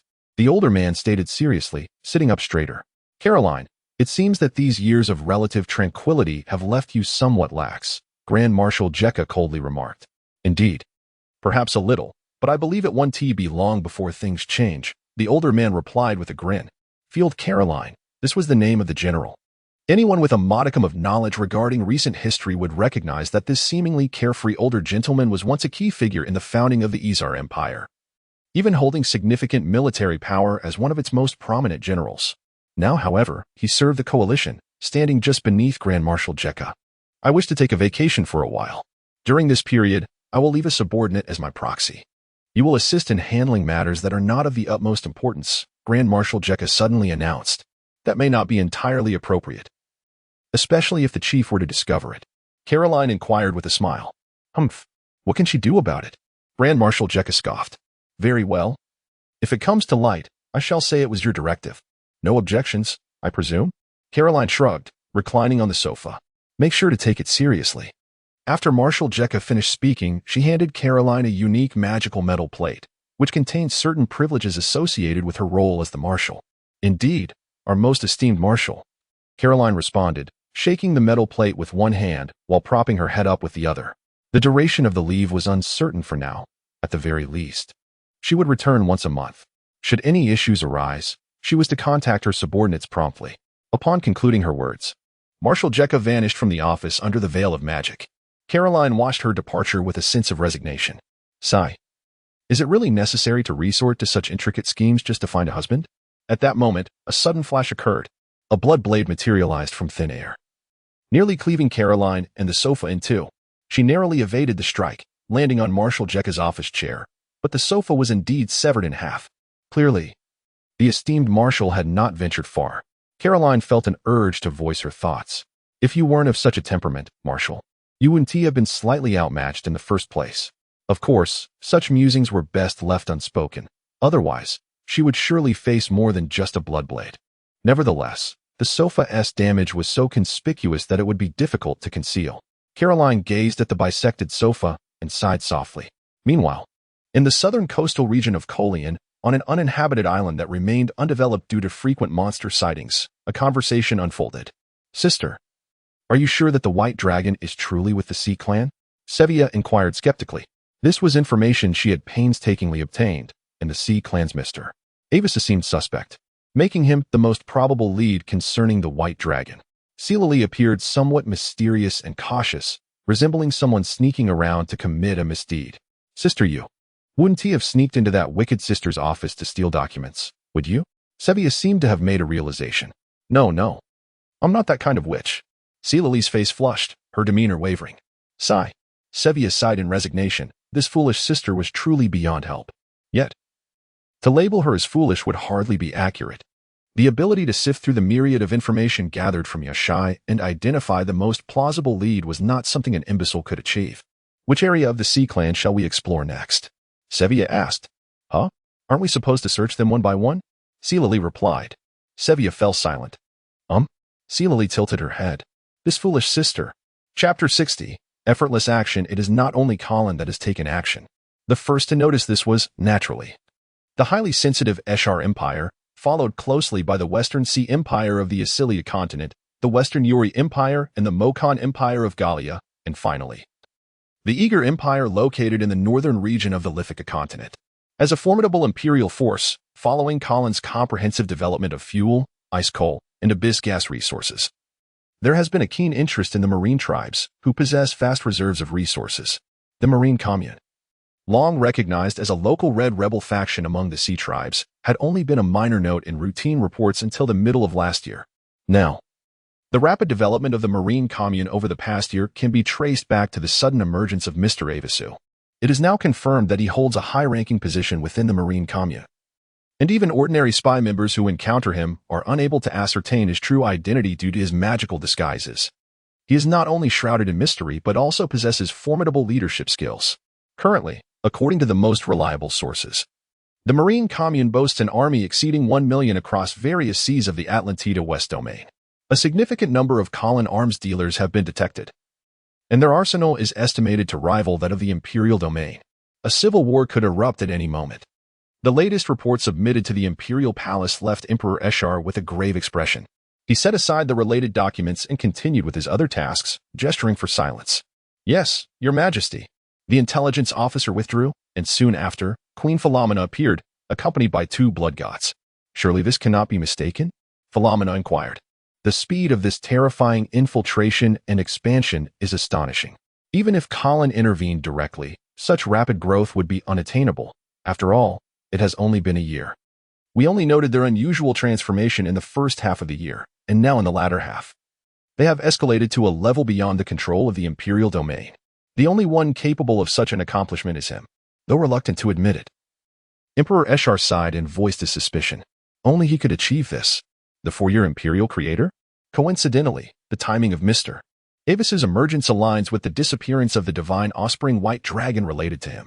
My suggestion is to act decisively, remarked the 2 blood gods in unison, subtly releasing their higher divine powers to express their stance. The ideal scenario would involve us simultaneously using blood magic to control different regional leaders of the Marine Commune, thus compelling them to locate their superiors. By following this chain, we could swiftly find Mr. Avisu. Should he escape, the consequences would be utterly unpredictable. The Marine Tribes. The ever-expanding Marine Commune is indeed unique. Philomena adopted a more conservative stance, though currently only possessing mid-tier divine power. She remains an elder of one of the 13 major clans of the Blood Tribe and holds significant influence. There are numerous considerations to contemplate. Firstly, we cannot ascertain whether the elf and demon races have noticed the abnormalities among the Marine Tribes, or if they have recognized something earlier than us. Should there be secondary arms trading, they would undoubtedly have gleaned more information regarding Khalan, leading to a scenario of multiple infiltrations into the Marine Tribes. The 12 Titan gods would not allow us to wreak havoc within the Marine Tribes under their protection. Both Emperor Ashar and Queen Philomena shared the same outlook. From the perspective of national power, such a decision requires heightened vigilance and caution. This situation is straightforward. As long as we, the gods, exert pressure in the outer seas of the Marine Tribes, the Titan gods, upon realizing the cause is due to a singular individual, would undoubtedly strive to identify and expel him to ensure the safety of the entire Marine Tribe. Ultimately, the question remains, how shall we address the issue of Khalan? What have the blood gods articulated, drawing from methods employed during the turbulent ancient era and the divine governance era? Our powerful deities are regaining their strength and will not recklessly engage in war with Khalan at this juncture, lest we present an opportunity for other racial gods. However, whenever divine matters arise, even those ancient beings regaining their strength will surely be stirred into action. Another deity maintained a steadfast approach. We should converge on the Marine Tribes, compellingly showcasing sufficient threat through our power, prompting the Titan gods to choose a stable resolution. Handing over the root of the problem may not even involve the Marine Tribe's own Mr. Avisu, which would serve as the best resolution. Ultimately, the result will inevitably lead to war with Khalan. Emperor Ashar is acutely aware of this. Unlike these recently revived blood gods, he fully comprehends the determination and ideology upheld by Khalan's high-ranking officials. Should Khalan publicly disclose connections between the Marine Commune's Mr. Avisu, the prior appearance of the divine offspring White Dragon, and their former supreme leader, who personally promoted and led the military and political elite, as well as the blessed younger generation, they will undoubtedly be prepared to fight to the death. The common people of this era are no longer as they once were. Compared to the commoners of the divine governance era in the ancient chaotic times, the differences are stark. While you have long portrayed Khalan, representing the strength of the commoners, as possessing an immense power that cannot be directly opposed, the truth remains that their formidable magical and technological weaponry is merely a collection of relatively cumbersome alchemical constructs to us. Perhaps they hold an absolute advantage over the military and lower-tier warriors, but to us gods, they are nothing more than scrap metal. Even the current might of the Witch clan has only the Ghost and Fairy clan standing by their side. The 2 blood gods remained resolute, unwilling to yield an inch. Philomena, have you truly communicated the current global situation clearly to your ancient predecessors? Emperor Ashar inquired, somewhat exasperated, of Queen Philomena beside him. These arrogant antiquarians are exceedingly difficult to engage. The two elders are already preparing to usurp my position once my 300-year tenure as an elder concludes, Philomena calmly responded. Emperor Ashar could only sigh in resignation, his heart filled with frustration.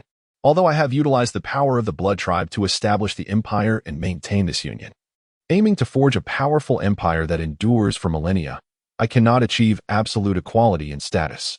Yet, how can these ancient beings, who have slumbered for millennia, be so prideful and obstinate? Colin is a formidable nation capable of directly engaging the Witch Clan, Ghost Clan, and Fairy Clan, with this alone. It should be understood that Colin is far from an ordinary realm of commoners. Two esteemed elders, let me speak plainly, with your currently revived high-tier divine powers. Even if you were to gather a dozen Titan gods to invade Colin, should the Witch Queen, Ghost King, Fairy King, or any subordinate deities refrain from intervening, they need only monitor you closely, accurately providing your coordinates. In the absence of any external interference, the only outcome can be your demise, with no room for unexpected developments. The Emperor Ishus spoke with a cold demeanor, offering no semblance of respect in his conjectured conclusions. To rely solely on mere mortals, devoid of the longevity of the divine? Absurd. Exaggeration must have its limits. The two bloodline deities were visibly incensed, harboring no trust in the words of this sovereign. Even if the mortals under their protection proliferated abundantly, they remained, ultimately, mere mortals. To think that only a handful of mid-tier mortals could transcend after the lifting of the divine prohibitions? What a jest. We are deities. This is no hyperbole. Philomena shook her head in response. She was reluctant to concede, yet the truth remained. The two deities were poised to speak further. If you believe my prolonged presence in this empire has biased my judgment, you may consult the current patriarch of the bloodline vampires in the Acilio continent, August. Let us see if he provides us with the same answer. Philomena preferred to say no more, leaving the explanations to other bloodline members. The two bloodline deities exchanged glances. High-tier divine power, blood magic, the resonance of blood, a forced communication spell across vast distances, blood intentions communicating, blood intentions transferring. Ultimately, oh, what brings esteemed elder werewolves to seek out their junior? It was August Sethit, the contemporary patriarch of the bloodline vampires. Can this contemporary Colin truly pose a threat to deities such as ourselves? Inquired the bloodline werewolf deity. Esteemed elders, do you possess companions capable of annihilating the entirety of mortal existence? August retorted with a light smile. Naturally, we do not. The bloodline werewolf deity candidly acknowledged this fact. Colin can. August replied with a grin. The brows of the two bloodline werewolf deities furrowed instantly. Not only is it possible, to be frank. August paused, unable to suppress a smile. Had it not been for the resurgence of the gods, disrupting Colin's plans, the entire world would have likely achieved an unprecedented unity years ago. Even, including the sea folk and the elves. A feat unattainable by the demon race 5,000 years ago. They accomplished it effortlessly. He accomplished it effortlessly. I shall establish a new national order. This new nation shall have no nobility or commoners, no distinction between our kin and others, and no lofty rulers nor humble subjects. This impractical ideal nation shall become my aspiration. I shall claim solitude, yet wield no imperial authority, for I shall abolish all feudal systems in this world, all hereditary positions, and every imperial regime. I shall forge a great nation belonging to the wise beings of this world, advancing together. At that time, I shall also dispense with the term nation, for our world shall ultimately harmonize into one. Excerpt from the previous work Mechanical War of Magic? No, Steel Torrent, Volume 1. Chapter 74, Chapter 61. Breaking through. Once more you have garnered attention. The white dragon gazed at the message left by Tiffany, feeling no surprise. After all, a year had passed. Even if other factions were oblivious, the coalition had undoubtedly taken notice. It was hardly unexpected, especially since even the merchant yet had personally sought contact. Rather, one might say that reactions from everyone else were rather sluggish. Within the Linbua Military Academy, bang! A dull thud reverberated as the door to the dormitory housing the white dragon was forcefully breached. Damn it, not here. A squad of military guards, armed with melee weapons and 2 magical firearms, was scouring the premises for the white dragon. They had received reports from 2 of his compatriots, alleging that this individual named Longbow was, in fact, a spy for the Sea Commune. He had already pilfered a portion of the Academy's confidential documents and transmitted them away. And they were certain that relevant evidence could still be uncovered. Consequently, a comprehensive search was underway throughout the Academy. Soon, in the high-ranking office of the Academy, they exclaimed, "Found him. Here. Capture him. Bastard. Do not let that sea commune scoundrel escape." They had located Longbow, who was in the act of stealing some classified information safeguarded by the higher-ups. Upon being discovered, he hastily attempted to flee with some documents in hand. In an instant, the Academy's magical defense array activated, and security personnel across various zones entered a heightened state of alert. The entire Academy was sealed off. Not a single fish was to be allowed to escape. That sea commune spy must not be permitted to evade capture. The tense manhunt unfolded within the Lianbua Military Academy. Meanwhile, the White Dragon himself was situated hundreds of kilometers away, deep within an abandoned underwater labyrinth, a secret space. The longbow within the Academy was merely a temporary transformation spell conjured by him, impersonating the sea creatures he had already subverted. Upon discovery, he merely needed to find a building to hide in, allowing the transformation magic to dissipate, thus removing Longbow from the premises. Any attempts to locate him would be futile. As for those classified documents, they had already been transmitted back to the Sea Commune on the third day of the White Dragon's infiltration into the Academy. It was time to break through. Remaining restrained was not a viable option. Had I known, I would not have personally slain those 3 sea creatures. The White Dragon stretched, his form reverting to its original appearance, hair that had been shorn now regrowing into a neat, short style, embodying a sense of dread and slaughter. This was the necessary condition for the complete awakening of a bloodline werewolf. It required the slaying of a sentient, living being in a state of extreme terror, with the best targets being humans or beast folk. Sea creatures could suffice, of course. However, it was not an absolute necessity to follow this path for the awakening of the bloodline werewolf. Yet, it was the most stable and expedient method. For when the bloodline of a werewolf awakens fully, they often succumb to a brief period of uncontrollable bloodlust, transforming into a savage monster. Prepared killings facilitate control after complete awakening.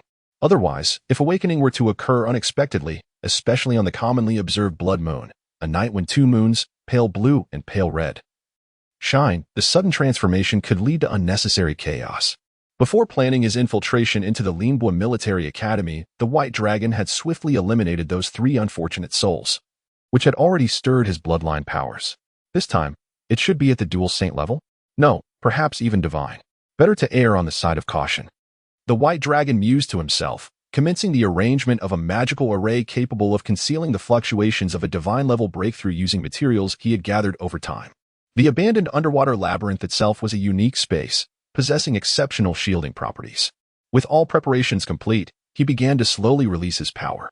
Humph. A soft grunt escaped the White Dragon as the seemingly boundless reservoir of magical energy and combat aura within him surged forth, rapidly erupting deeper into his being. This time, it began to coalesce swiftly, advancing toward a higher echelon of power. In terms of magical prowess, a low-tier mage merely converts stray elements into magical energy, simply coalescing them together. A slightly stronger mage can solidify that magical energy, enabling the performance of more potent spells with minimal expenditure. As one grows even stronger, the degree of solidification intensifies further. Now, the magical energy coalesced, advancing in rank. 7th tier magic, breakthrough. Light magic, 8th tier. Dark magic, 8th tier. Fire magic, 8th tier. Water magic. In less than 5 minutes, the powerful magical energy surging from the White Dragon had completed the foundational process of solidification for an 8th tier mage. Moreover, it encompassed all elements. Following this, the combat aura began its rapid journey towards solidification and breakthrough as well, transitioning from 7th to 8th tier without any hindrance. Breaking free from the shackles of the mundane, he welcomed the transcendence into the extraordinary. Magical energy and combat aura coalescing, absorbing, compressing, refining, evolving, sublimating. The abundant natural elements submerged in the ocean rapidly transformed into magical energy, triggering an extraordinary phenomenon within the underwater secret realm. The tumultuous magical energy and combat aura within him surged forth, creating a vortex of energy around the White Dragon. 7 colossal vortices, each pointing toward his 7 orifices without interference, drew the gathered magical energy and combat aura toward his limbs and vital organs. A violent tremor rippled through the depths of the ocean, causing a flurry of bubbles and sediment to erupt, resulting in utter chaos. At this moment, Above the corresponding surface of the secret realm, a faint golden halo descended, as if attempting to penetrate the water and reach the white dragon. This was a phenomenon that appeared when exceptionally gifted cultivators broke through to the saint level, signifying that as long as this cultivator continued their practice normally, they would undoubtedly ascend to the divine level. In the age of divine governance, this phenomenon was also known as divine anomaly. Within 100 miles of uninhabited waters, still within the realm of the sea creatures, only the powerful among them could perceive this divine anomaly, provided they could muster the mental fortitude to extend their senses over the indifferent sea surface. The manifestation of the divine anomaly did not exhibit any intense elemental fluctuations. It was as commonplace as sunlight. At that moment, magical energy and combat aura, further coalescing. 8th tier breakthrough, 9th tier. The white dragon's power began to surge uncontrollably toward an even greater realm. Indeed, it was becoming increasingly difficult to contain. Seated cross-legged and suspended within the ocean, the white dragon felt the transformation of his bodily power, yet remained remarkably calm. He could distinctly sense that even if the overwhelming force within him were to fully manifest, it would not harm him in the slightest. For this body was inherently meant to possess such power. It was far from the capabilities of an ordinary deity. At the very least, it was above the conventional mid-tier divine level. According to the records of the elven race, the leader of the coalition had forcibly transcended from the pinnacle of the saint level to the mid-tier divine level during the final stages of the World War. Upon achieving divine status, he discovered the oracle power hidden within the forces of the witch, which initially stemmed from the divine race's oracle magic. Now, the white dragon extended his hand, the tip of his thumb coalescing the most ordinary, divine magical energy and combat aura. The fingertip of the index finger embodies the pure magical essence of the witch clan. The fingertip of the middle finger signifies the pure fighting spirit of the bloodline werewolves. The fingertip of the ring finger carries a blend of sacred power infused with both fighting spirit and magic. And the fingertip of the little finger is imbued with the terrifying, searing flames of both fighting spirit and magic. He comprehended the significance of these powers. The most commonplace and fundamental power originates from his lineage as a member of the human race, or, more specifically, from his royal bloodline. The other powers derive from the witch clan, the blood clan, the divine race, and the undead, the phoenix. No matter how one might attempt to deny it, there exists an undeniable connection between me and the leader of the coalition. Yet, memory seemed to lack a crucial element, eluding full restoration. The white dragon mused, his brow slightly furrowed. If he were indeed the leader of the coalition, the powers he currently possessed would serve as direct evidence. However, the pivotal memories remained just out of reach, as if something essential were missing. Furthermore, apart from the memories, there was another element lacking, specifically, an object, the supreme divine artifact, authority of the celestial god. According to modern historical records of the elven race, during the battle against the gods, the authority of the celestial god vanished mysteriously alongside the fall of the coalition leader. Much like the disappearance of the divine king of the ancient clans during the chaotic era, it was never seized by the besieging gods. If the coalition leader were to awaken, the authority of the celestial god should manifest alongside him. The white dragon closed his eyes, attempting to channel the unique divine power of the divine race, striving to elevate it toward godly strength while trying to sense the potential whereabouts of the supreme artifact, the authority of the celestial god. Yet, no matter how he tried to perceive it, there was no response. It seemed as though the authority of the celestial god was not hidden within him like the inexhaustible power flowing through his body.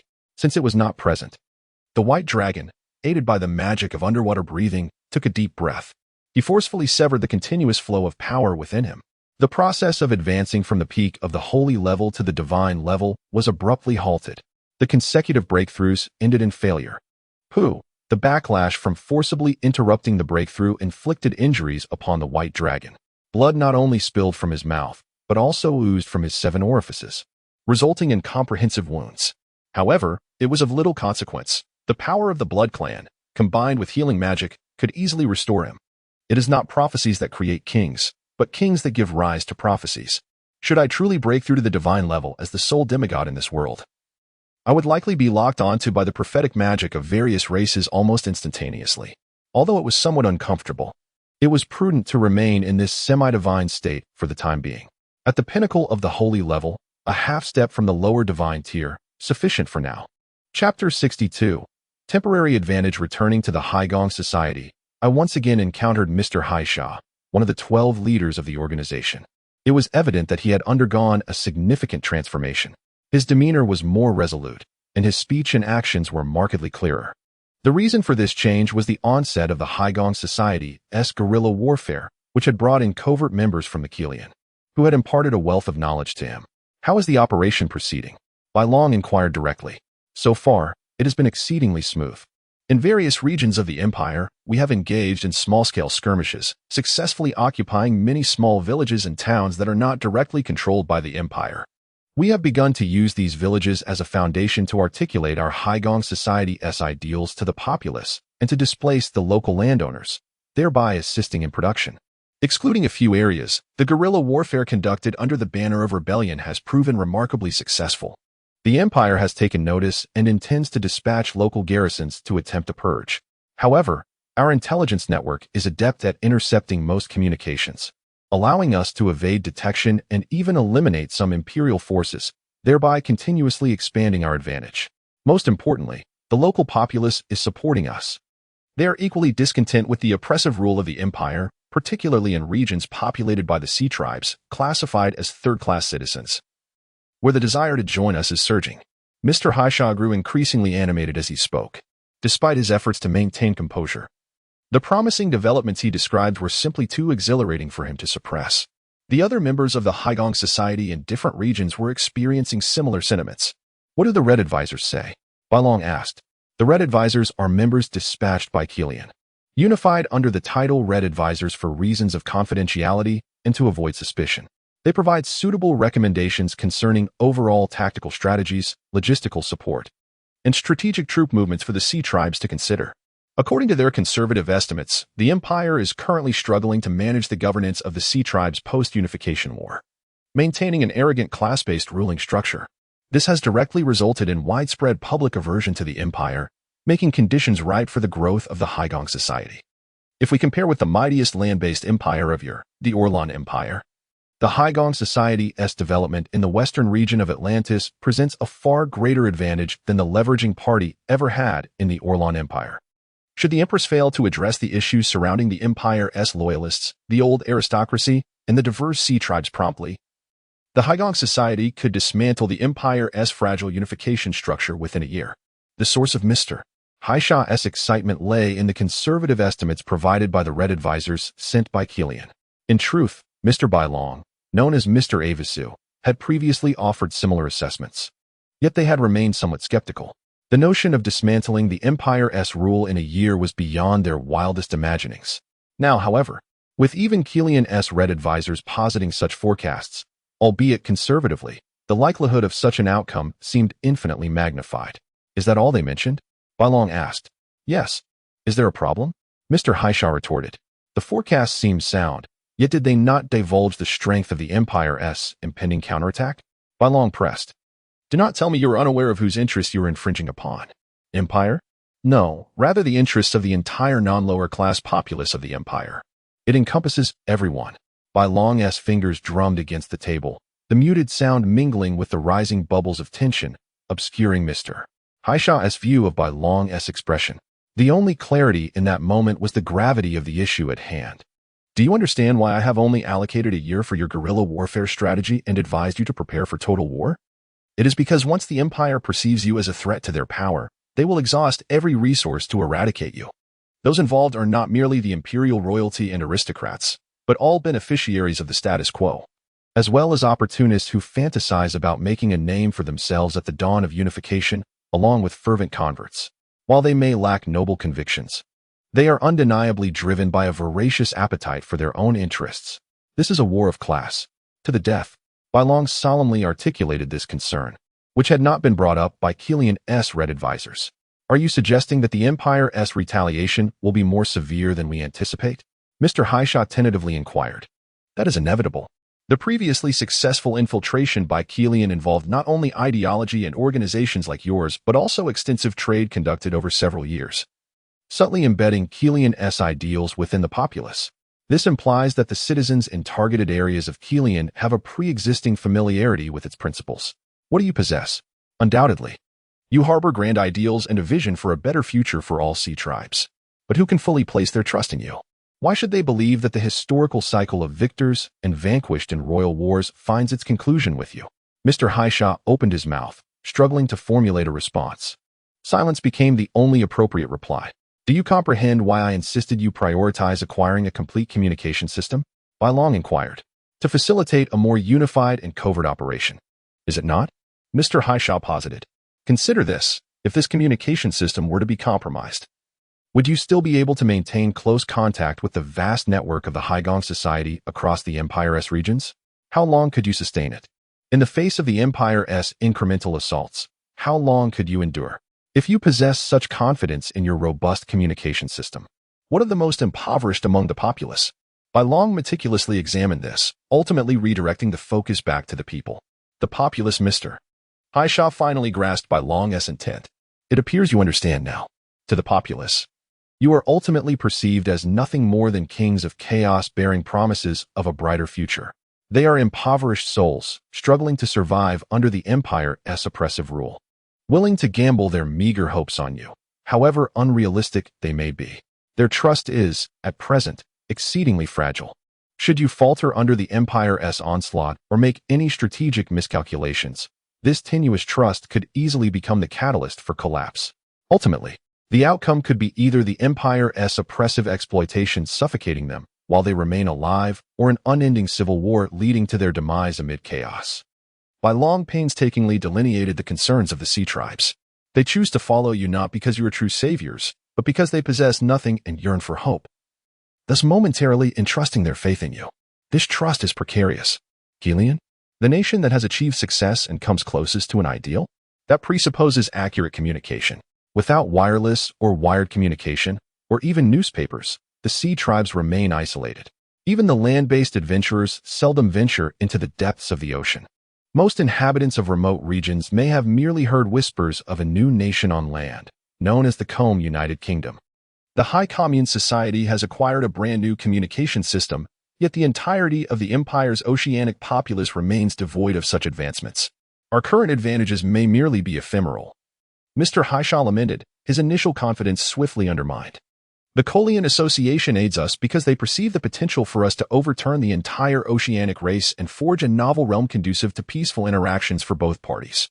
This does not imply that they will expend their utmost efforts, as our matters are not their primary concern, and they will not devote excessive energy to address issues here. At this juncture, the White Dragon also interjected, elucidating why the Kolian's Red advisors had refrained from addressing the earlier inquiries. It is not that they failed to recognize those issues, but rather that it was unnecessary to enlighten the High Commune Society on them.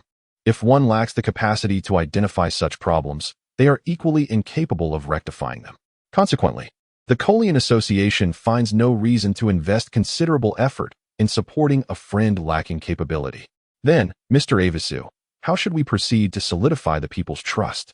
Mr. Haisha inquired earnestly. His despondent mood did not linger. Instead, he swiftly adjusted his demeanor in search of new methodologies. Exemplifying the spirit of one of the 12 high-ranking officials of the High Commune Society, let us convene a high-level meeting. I wish to meet with all of you, declared the White Dragon unequivocally. This is feasible. I shall contact them. Mr. Haisha consented after a brief moment of hesitation. Given the White Dragon's status as an outsider, he had maintained a fundamental level of vigilance, preventing him from engaging with the full cadre of the High Commune Society's leadership. However, the time had come for such introductions, whether the White Dragon had suggested it or not. I am aware of your wariness towards me and other high-ranking officials. Nonetheless, I wish for you to grasp one critical point. The designation Mr. Avis merely signifies a current leader of the High Commune Society. It represents a code name embodying the leadership philosophy of our organization. The bearer of this code name may be myself at present, but it could equally be you or any of the most exceptional individuals emerging from the High Commune Society in the future. The White Dragon's articulation of this notion had long been an unspoken understanding. Mr. Haisha regarded the White Dragon and then took a deep breath. Given the gravity of the conversation and the current state of cooperation, there was little merit in maintaining further caution. Understood. Within 3 days, I shall arrange the meeting, Mr. Haisha assured with precision. Thank you for your assistance, the White Dragon replied, placing a reassuring hand on his shoulder. The intent to amplify the severity of the High Commune Society's issues was deliberate. aiming to hasten the engagement of other high-ranking officials and further influence the overall resolve of the society. Some matters, when left solely to the high commune society, progress too slowly. Thus, it is preferable to take charge oneself. Chapter 63. Harassment warfare by Long successfully met with several remaining high-ranking officials of the Sea Commune Society. As he anticipated, these remaining figures were not all part of the management. Among them were 5 individuals, codenamed Sea Shark, Sea Whale, Sea Dragon, Sea Vortex, and Sea Tide. All 5 were demigods, with the strongest already possessing the peak power of a low-tier deity and preparing to break through to the mid-tier. Although the success rate was low, their strength was undeniably formidable. They were not adept at administration, yet they were willing to believe in the future that the Sea Commune Society could create, thus serving as their support, much like the sea god to his people. Consequently, they prepared the highest 12 seats of the Sea Commune Society, paying homage to the sea god while mirroring the 13 seats of the Central Assembly of the Coalition. As a result, these 5 would prioritize the thoughts of the other officials, even if they were weaker in strength. Thus, the number of high-ranking officials who could sway the decisions of the Sea Commune Society was quite limited. During this meeting, the other officials quickly acknowledged Bai Long's leadership capabilities over the Sea Commune Society with the endorsement and recommendation of Mr. C. Sand. Bai Long, also known as Mr. Avisu, officially acquired partial command of the Sea Commune Society's military forces and certain political leadership powers. The first order of business upon acquiring these powers was to commence warfare. Take down the forward watchtower and launch a flanking assault. Brothers, follow me, Bai Long commanded. Wielding a magical firearm and personally assuming the role of a commander within the Sea Commune army, initiating the harassment operation. Be mindful of the magical energy consumption. The charging magazine can sustain a maximum of 30 shots. Conserve ammunition. Form teams of 3. Maintain distance to avoid artillery fire. Hyges move up. Accompanied by the flowing water resistance magic, a mecha with tentacle-like mechanical arms swiftly positioned itself at the forefront of the Sea Commune army. Bai Long quickly directed the nearby soldiers to converge and maintain coordinated advancement. Hyges unleashed its main cannon, firing magical projectiles capable of penetrating seawater, while small torpedoes launched from both sides towards the Imperial domain's defensive positions. Violent explosions erupted ahead as the Imperial forces retaliated with various attacks, causing the Sea Commune army's advancing line to suffer numerous blasts, stirring up massive amounts of sediment in the already dim ocean depths, severely obstructing visibility. Kill. The Hyges mechas surged through the murky sea floor. The unique sonic battle cries of the sea folk reverberated throughout the waters as the Sea Commune army, marked by red flags, began advancing toward the Imperial forces' stronghold. Maintain the line. Soldiers charging forward must not stray from the protection of Hyges, advancing in a coordinated assault. Hyges will fully sustain the magical shield to protect our soldiers, while we will eliminate any torpedo-firing Imperial forces to ensure your safety. Together, we advance steadily. Follow me. Under Bai Long's direct command, this contingent of 1,000 Sea Commune soldiers was rapidly advancing on the 2,000-strong Imperial forces. Despite being outnumbered, the momentum of their advance was unstoppable. The steady assault left the Imperial forces unable to launch an effective counterattack, forced to watch as the Sea Commune army, with red flags raised, gradually consumed their outer defenses. Torpedoes. Quick, how many torpedoes do we have left? Bring them all here. We need to push forward, fire. Hurry. The Imperial forces were frantic. Damn it. Where did these Sea Commune bandits get their Hyges? How can their magical defenses be so impenetrable? The Imperial forces clung to their defensive fortifications, yet that once secure bastion could not assuage their fears. Boom, boom, boom, bang, boom, boom. The seabed trembled as the muffled sounds of magical firearms reverberated through the water. Counterattack. Quick, counterattack. We're out of magazines. Who has a charged magazine left? Damn it. The trigger mechanism is jammed. Why is the failure rate so high? The soldiers of the Imperial forces, equipped with magical firearms, struggled to mount a heavy counteroffensive. However, their ammunition supplies were far from adequate. Unlike land-based magical firearms, the magical agents used for firing bullets were specially crafted for underwater use, providing explosive thrust slightly weaker than those on land. To overcome water resistance, each bullet was enchanted to resist water, increasing the magical energy consumption. Consequently, all old-style underwater magical firearms typically had a magazine capacity not exceeding 20 rounds. The magazines used by the Imperial forces were either the original versions sold to them by the Coalition or their subsequent imitations, with standard firearms holding a maximum of 20 rounds, and some even possessing as few as 5 rounds in a bolt-action structure. Damn it, the Sea Commune bandits don't even have a military factory. Where are they getting their heavy weaponry? All magazine boxes were ordered to be brought up. They had to withstand the oncoming assault until reinforcements arrived. As long as the bolt wasn't broken, they were to fire with all their might.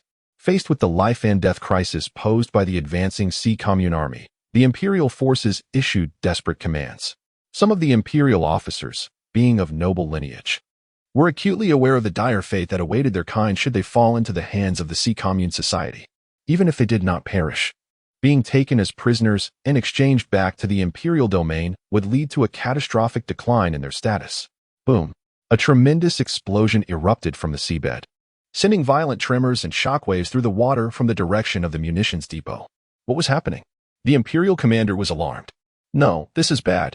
The munitions depot has suddenly exploded. Many of our brothers transporting ammunition, along with the guards, are gone. Urgent reports flooded in, causing the Imperial commander to be incensed. Breathless with rage. Spies.